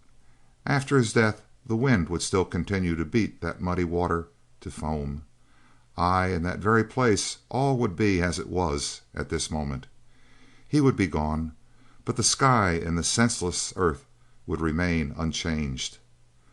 A sudden yearning seized him for the cabin among the mountains, with the singing of the coffee pot over the fire, the good, warm, yellow fire that smoked between the rocks, and the skins he had left leaning against the wall of the cabin to dry.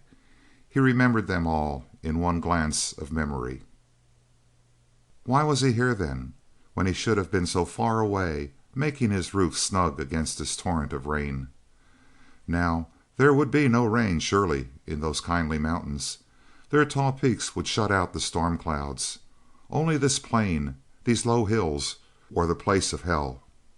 He swung the head of his horse to one side, drove deep the spurs, and leaning his head to the volleying of the rain, he raced in a direction opposite to that in which Haw Haw Langley had disappeared, in a direction that led as straight as the line of a flying bird towards that cabin in the mountains.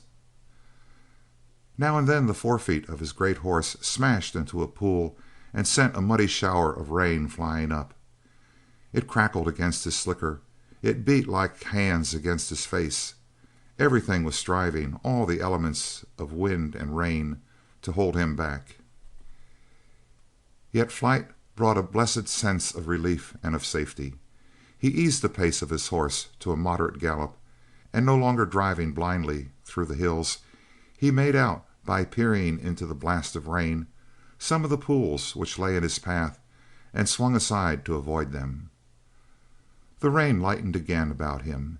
He caught a view of the kindly sheltering hills on all sides, but as he urged his horse on towards them, a shrill flight of whistling fell upon his ears from behind. He drew his horse at once to a halt and listened with his heart knocking at his teeth. It was impossible, manifestly, that the fellow could have followed his track through the rain. For that matter, if the wolf fiend could follow traces over a plain awash with water, why might they not as well follow the tracks of Haw Haw Langley? There was no good reason. The whistling? Well, the whistler was far away in the heart of the storm, and the sound was merely blown against the wind by a chance echo. Yet he remained holding his rein taut, and listening with all his might. It came again, suddenly as before, sharp and keen as a shaft of light in the blackest heart of night, and Mac Strann leaned over the pommel of his saddle with a groan, and drove his spurs home. At the same instant the rain shut in over the hills again.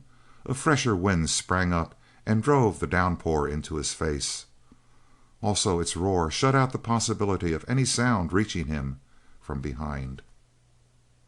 He was the worse for that. As long as the whistling might reach him, he could tell how near the pursuer rode, but in this common roar of the rain the man might be at any distance behind him, on his very heels indeed. Aye, Dan Barry might rush up upon him from behind. He had seen that black stallion, and he would never forget those graceful, agile lines, that generous breast, wide for infinite wind and the great heart. If the stallion were exerted, it could overtake his own mount as if he were standing still. Not on good footing, perhaps, but in this mucky ground the weight of his horse was terribly against him. He drove the spurs home again. He looked back again and again, piercing the driving mist of rain with starting eyes. He was safe still. The destroyer was not in sight, yet he might be riding close behind that wall of rain. His horse came to a sudden halt, sliding on all 4 feet and driving up a rush of dirty water before him. Even then he had stopped barely in time, for his forefeet were buried to the knees in water. Before Mac Strann lay a wide arroyo. In ordinary weather it was dry as all the desert around, but now it had cupped the water from miles around and ran bank full, a roaring torrent. On its surface the rain beat with a continual crashing, like axes falling on brittle glass, and the downpour was now so fearful that Mac Strann, for all his peering, could not look to the other side. He judged the current to see if he might swim his horse across, but even while he stared the stump of a cottonwood went whirling down the stream, struck a rock, perhaps, on the bottom, flung its entire bulk out of the water with the impact, and then floundered back into the stream again and whirled instantly out of sight in the sheeted rain. No horse in the world could live through such a current, but the arroyo might turn. He swung his horse and spurred desperately along the bank, keeping his eye upon the bank. No, the stream cut back in a sharp curve and headed him farther and farther in the direction of the pursuer. He brought the mighty horse to another sliding halt and swung about in the opposite direction, for surely there must lie the point of escape. Desperately he rode, for the detour had cost him priceless time. Yet it might be made up. Aye, the stream sloped sharply into the direction in which he wished to ride. For distance he could not judge, since seconds were longer than minutes to Mac Strann now. And then the edge of the stream curved back again. He thought it must be a short twist in the line of the arroyo, but following it a little further, he came to realize the truth. The arroyo described a wide curve and a sharp one, and to ride down its banks on either side was merely to throw himself into the arms of Whistling Dan. Once he struck his fleshy forehead and then turned with gritting teeth and galloped back for the point at which he had first arrived. To his maddened brain it occurred that the current of the arroyo might by this have somewhat abated. He might now make his way across it. So he halted once more on the bank at that point where the stream doubled back on its course, and once more in an agony studied the force of the current.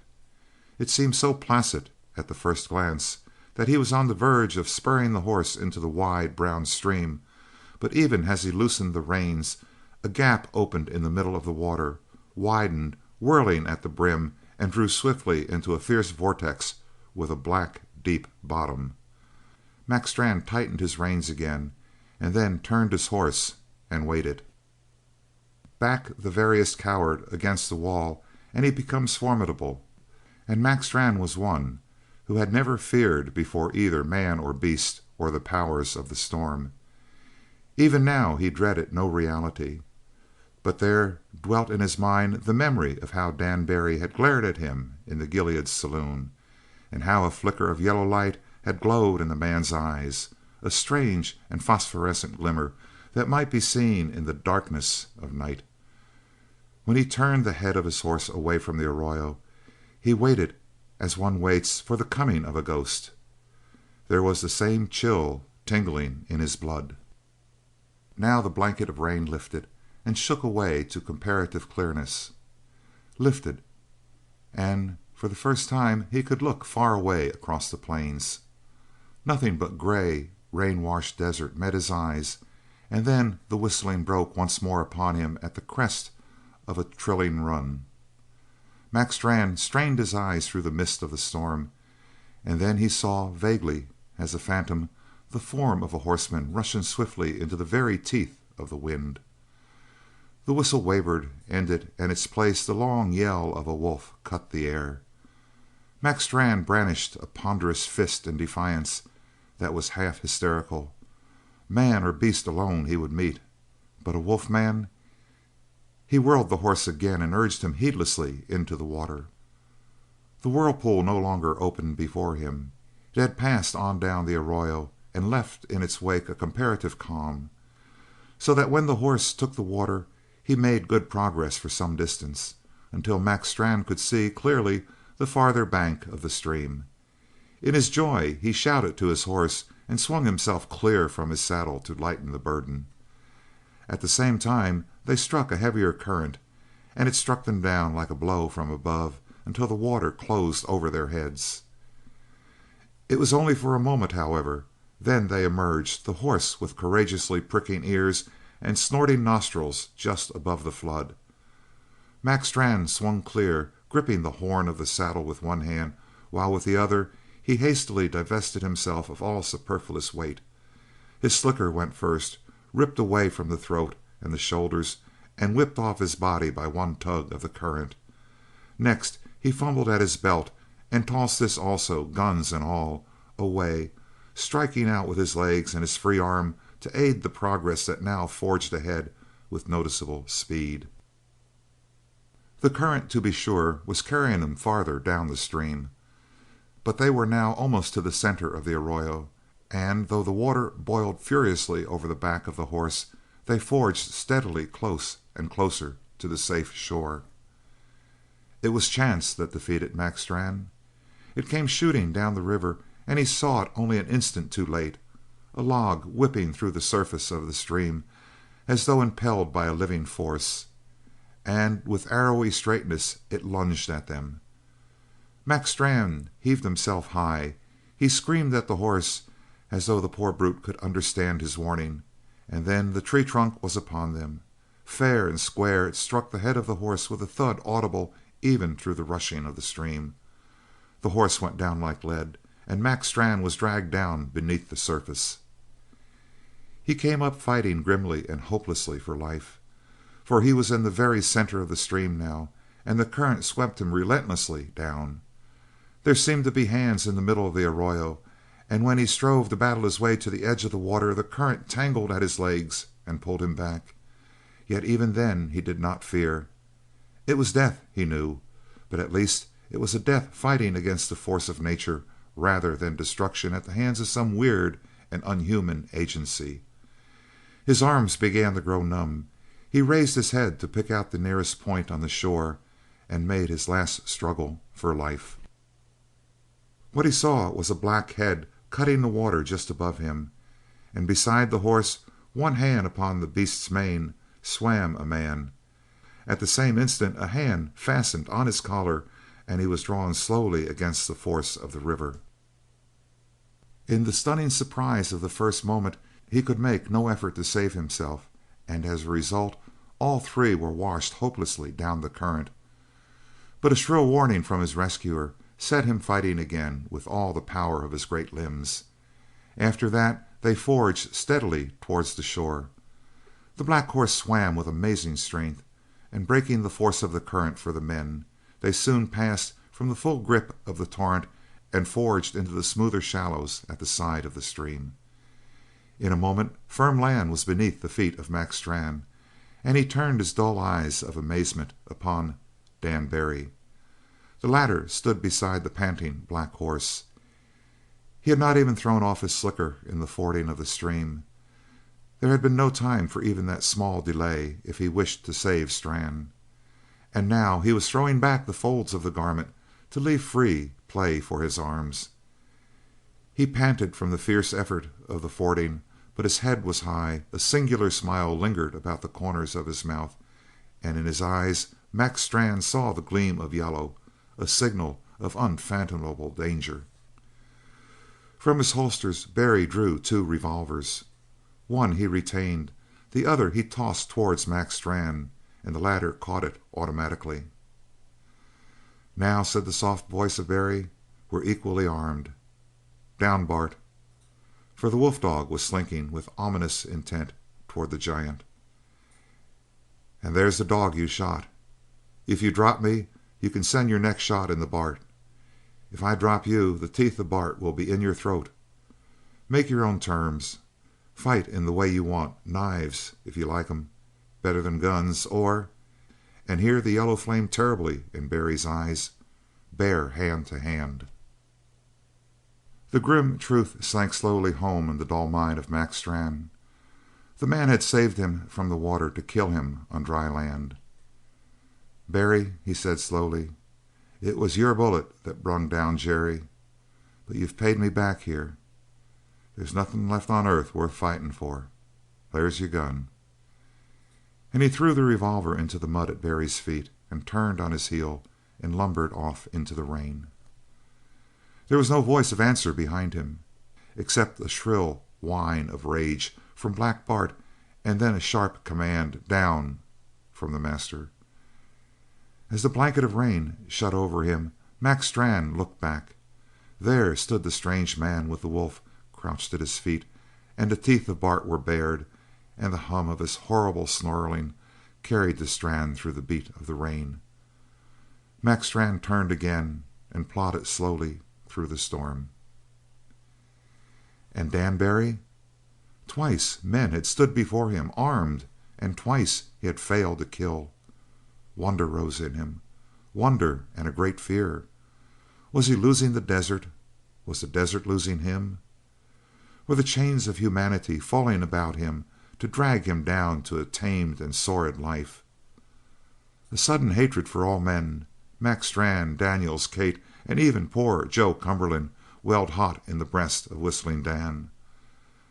The strength of men could not conquer him, but how could their very weakness disarm him? He leaped again on the back of Satan and rode furiously back into the storm. End of chapter 40.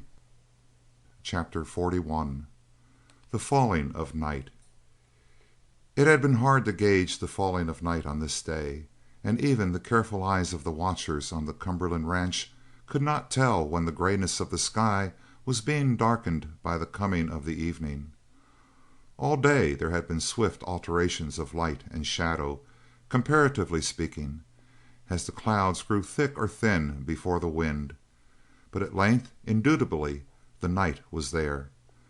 Little by little the sky was overcast, and even the lines of the falling rain were no longer visible.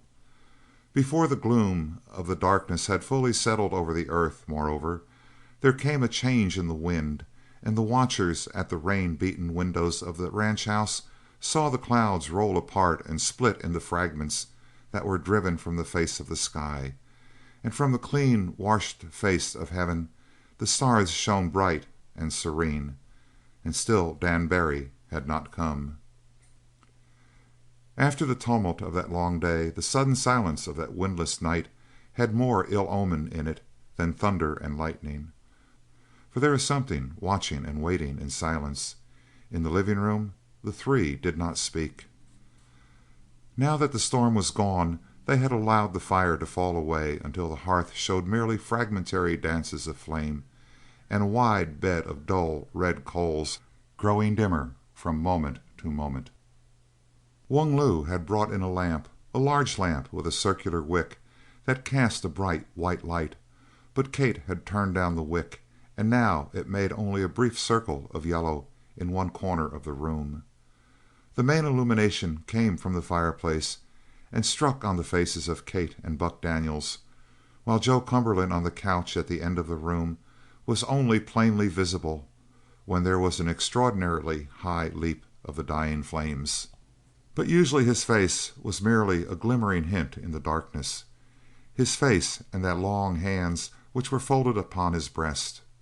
Often, when the flames leapt, there was a crackling of the embers and the last of the log, and the two nearer the fire would start and flash a glance, of one accord, towards the prostrate figure on the couch. The silence had lasted so long that when at length the dull voice of Joe Cumberland broke in, there was a ring of a most prophetic solemnity about it. "He ain't come," said the old man. "Dan ain't here." The others exchanged glances, but the eyes of Kate dropped sadly and fastened again upon the hearth. Buck Daniels cleared his throat like an orator. "Nobody but a fool," he said, "would have started out of Elkhead in a storm like this."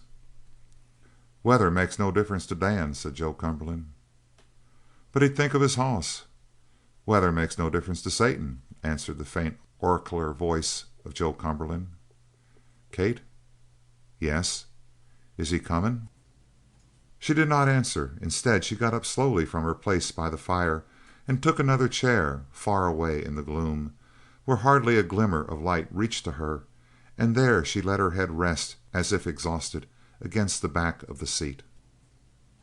"He promised," said Buck Daniels, striving desperately to keep his voice cheerful, "and he never busts his promises." "Aye," said the old man, "he promised to be back, but he ain't here."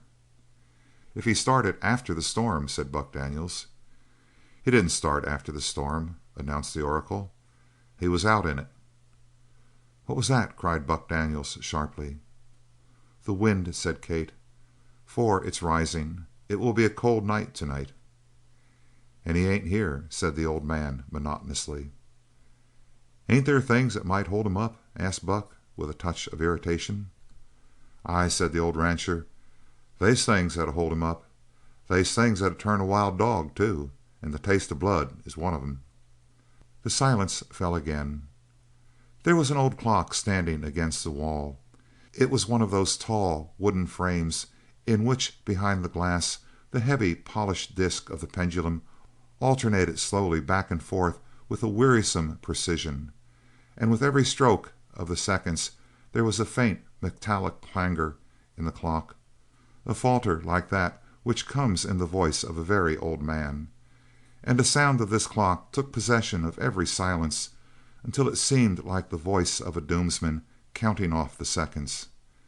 Aye, everyone in the room again and again took up the tale of those seconds and would count them slowly, 50, 51, 52, 53, and on, waiting for the next speech, or for the next popping of the wood upon the hearth, or the next wail of the wind that would break upon the deadly expectancy of that count.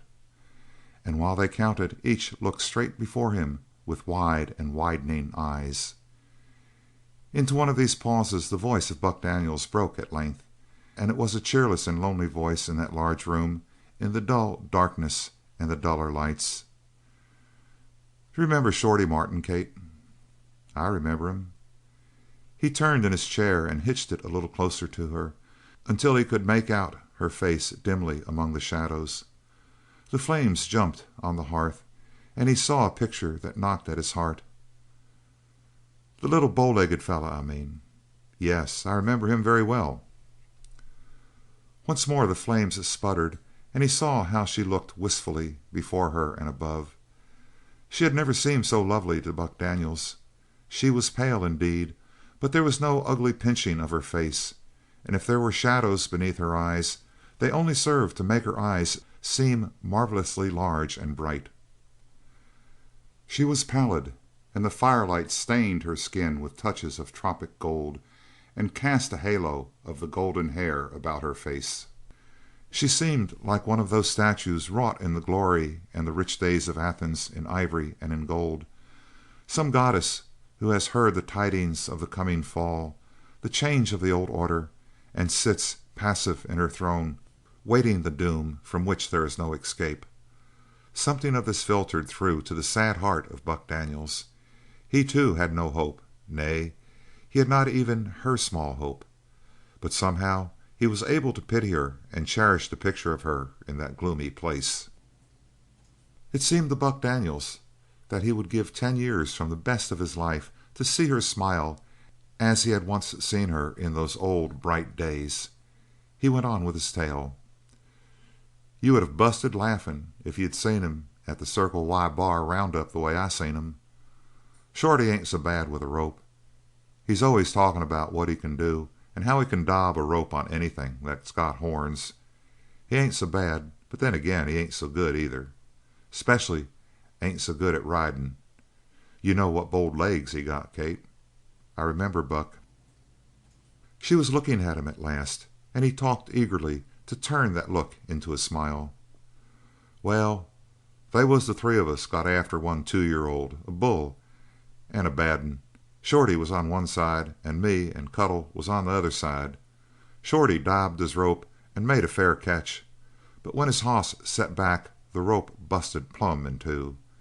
Now Shorty, he had an idea that he could ease the work of his hoss a whole pile if he laid holt of the rope whenever his hoss set down to flop a cow. So Shorty, he had holt on this rope and was pulling back hard when the rope busted, and Shorty, he spilled backwards out in that saddle like he'd been kicked out. Whilst he's laying there, the bull that had took a header when the rope busted come up on his feet again, and I'll tell a man he was rarin' mad. He seen Shorty lying on the ground, and he took a run for Shorty. Me and Cuttle was laughing so hard we couldn't barely swing our ropes, but I made a throw and managed to get that bull around both horns. So my Betty sits down and braces herself for the tug.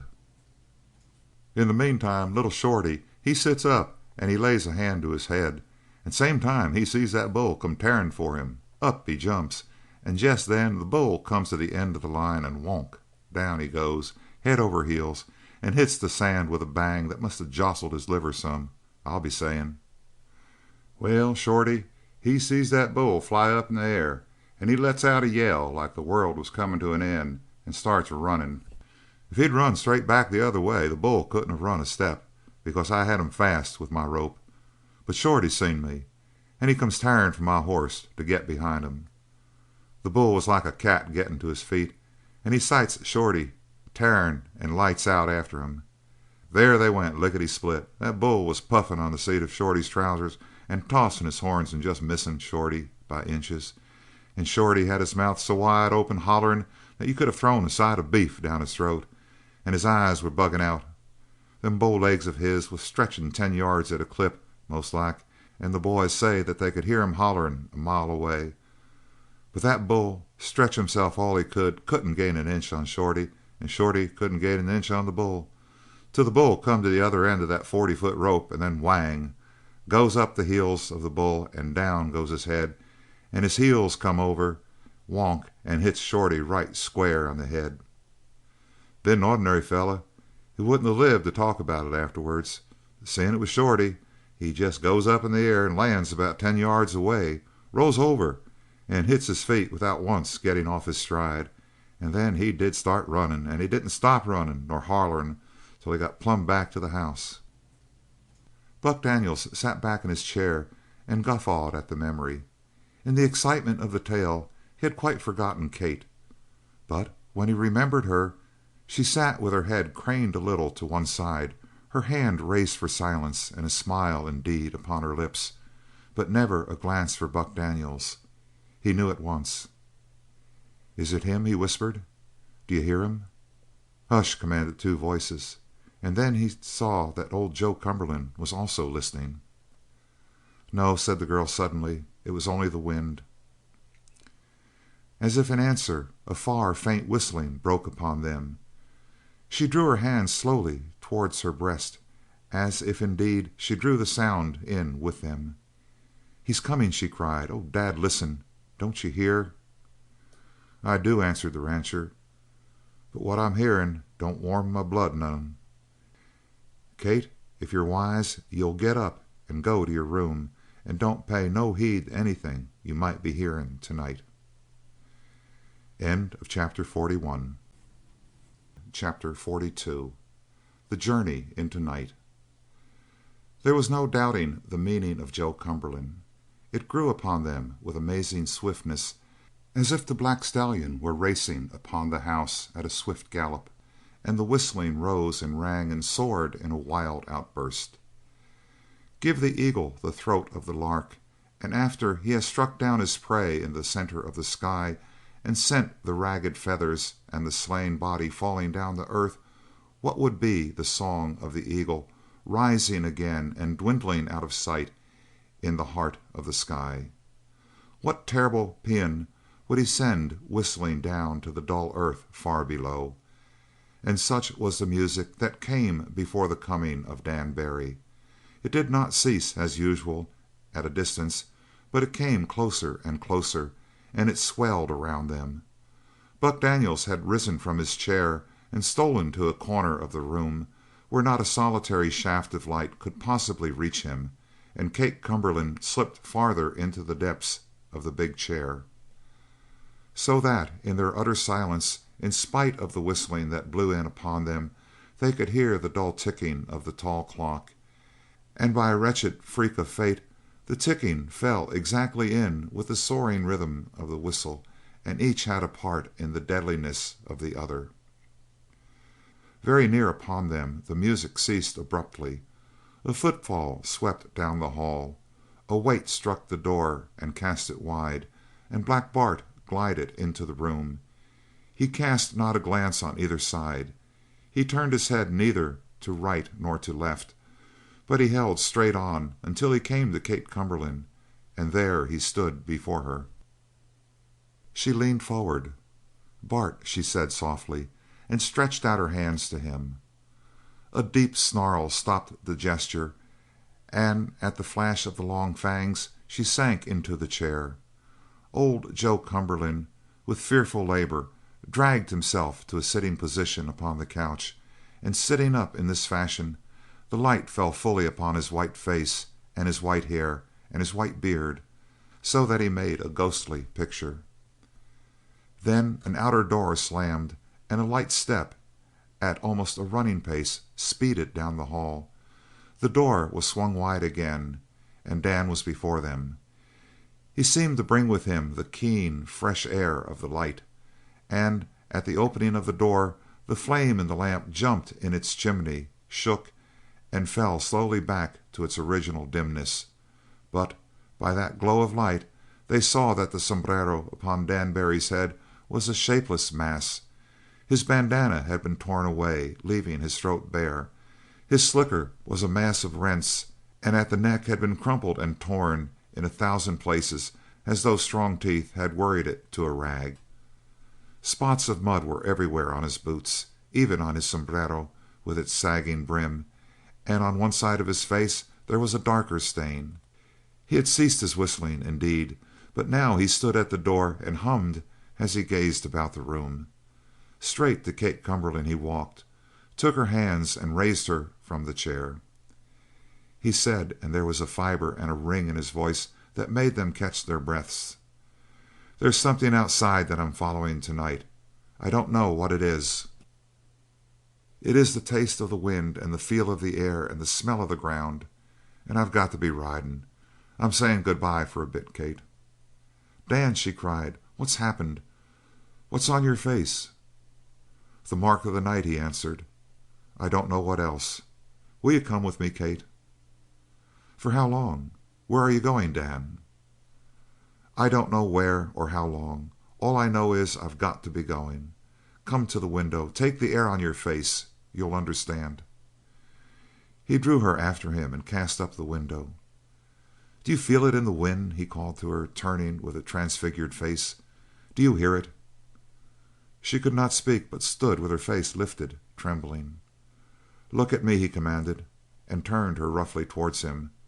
There he stood leaning close to her, and the yellow light flickered and waned and burned again in his eyes. He held her hands while he stared. Now he dropped them with an exclamation. "You're blank," he said angrily. "You've seen nothing and heard nothing." He turned on his heel. "Bart," he called, and walked from the room, and they heard the padding of his soft step down the hall and on the porch, and then silence. Black Bart slunk to the door and into the hall, but instantly he was back and peering into the gloom of that silent place like an evil-eyed spectre. A sharp whistle rang from outside, and Black Bart started. Still he glided on until he stood before Kate, then turned and stalked slowly towards the door, looking back after her. She did not move, and with a snarl the wolf dog whirled again and trotted back to her. This time he caught a fold of her skirt in his teeth and pulled on it, and under the pressure she made a step. "Kate," called Joe Cumberland, "are you mad, girl, to dream of going out in a night like this?" "I'm not going," she answered hurriedly. "I'm afraid, and I won't leave you, Dad." She had stopped as she spoke, but Black Bart, snarling terribly, threw his weight back and dragged her a step forward. "Buck!" cried old Joe Cumberland, and he dragged himself up and stood tottering. "Shoot that damned wolf, for God's sake, for my sake!" Still the wolf dog drew the girl in that snarling progress towards the door. "Kate!" cried her father, and the agony in his voice made it young and sent it ringing through the room. "Will you go out to wander between heaven and hell on a night like this?" "I'm not going," she answered. "I won't leave you. But oh, Dad!" He opened his lips for a fresh appeal, but the chorus of the wild geese swept in upon the wind, blown loud and clear and jangling as distant bells out of tune. And Kate Cumberland buried her face in her hands and stumbled blindly out of the room and down the hall, and then they heard the wild neighing of a horse outside. "Buck," commanded Joe Cumberland, "he's stealing my girl, my Kate. Go out, call up the boys, tell 'em to stop Dan from saddling a horse for Kate." "Wait and listen," cut in Buck Daniels. "Do you hear that?" On the wet ground outside they heard a patter of galloping hoofs, and then a wild whistling, sweet and keen and high, came ringing back to them. It diminished rapidly with the distance. "He's carrying her off on Satan," groaned Joe Cumberland, staggering as he tried to step forward. "Buck, call out the boys. Even Satan can't beat my hosses when he's carrying double. Call 'em out. If you bring her back—" His voice choked and he stumbled and would have fallen to his knees had not Buck Daniels sprang forward and caught him and carried him back to the couch. "What's happened there ain't no man can stop," said Buck hoarsely. "God's work or the devil's work, I dunno, but I know there ain't no place for a man between Dan and Kate." "Turn up the lights," commanded Joe Cumberland sharply. "Got to see. I got to think. Do you hear?" Buck Daniels ran to the big lamp and turned up the wick. At once a clear light flooded every nook of the big room and showed all its emptiness. "Can't you make the lamp work?" asked the old ranchman angrily. "Ain't there any oil in it? Why, Buck, there ain't enough light for me to see your face hardly. But I'll do without the light, Buck. How far will they go? Kate's a good girl. She won't leave me, lad." "She won't," agreed Buck Daniels. "Just gone with Dan for a bit of a canter." "The devil was come back into his eyes," muttered the old man. "God knows where he's heading for, Buck. I bought him in off the range and made him a part of my house. I took him into my heart, and now he's gone out again and taken everything that I love along with him. Buck, why did he go?" "He'll come back," said the big cowpuncher softly. "It's getting darker and darker," said Joe Cumberland, "and they's a kind of ringing in my ears. Talk louder. I don't hear you none too well." "I said they was comin' back," said Buck Daniels. Something like a light showed on the face of Joe Cumberland. "Ay, lad," he said eagerly, "I can hear Dan whistlin' comin' back, nearer and nearer. Most like he was jest playin' a joke on me, eh, Buck?" "Most like," said Buck brokenly. "And there it's ringing at the door of the house. Was that a footstep on the hall?" "It was," said Buck. "They's comin' down the hall." But far, far away he heard the whistling of Dan Barry dying among the hills. "You let the lamp go out," said Joe Cumberland, "and now I can't see nothing. Are they in the room?" "They're here," said Buck Daniels, "coming towards you now." "Dan!" cried the old man, shading his eyes and peering anxiously. "No, I can't see a thing. Can you find me, lad?" And Buck Daniels, softening his voice as much as he could, answered, "I can find you." "Then give me your hand." Buck Daniels slipped his own large hand into the cold fingers of the dying cattleman. An expression of surpassing joy lay on the face of Joe Cumberland. "Whistlin' Dan, my Dan," he murmured faintly. "I'm kind of sleepy. But before I go to sleep tonight I got to tell you that I forgive you for your joke, pretending to take Kate away. There's nothing but sleep worth while, and going to sleep holding your hand, lad." Buck Daniels dropped upon his knees and stared into the wide, dead eyes. Through the open window a sound of whistling blew to him. It was a sweet, faint music, and being so light it seemed like a chorus of singing voices among the mountains, for it was as pure and as sharp as the starlight. Buck Daniels lifted his head to listen, but the sound faded, and the murmur of the night wind came between. End of chapter 42. End of The Night Horseman by Max Brand.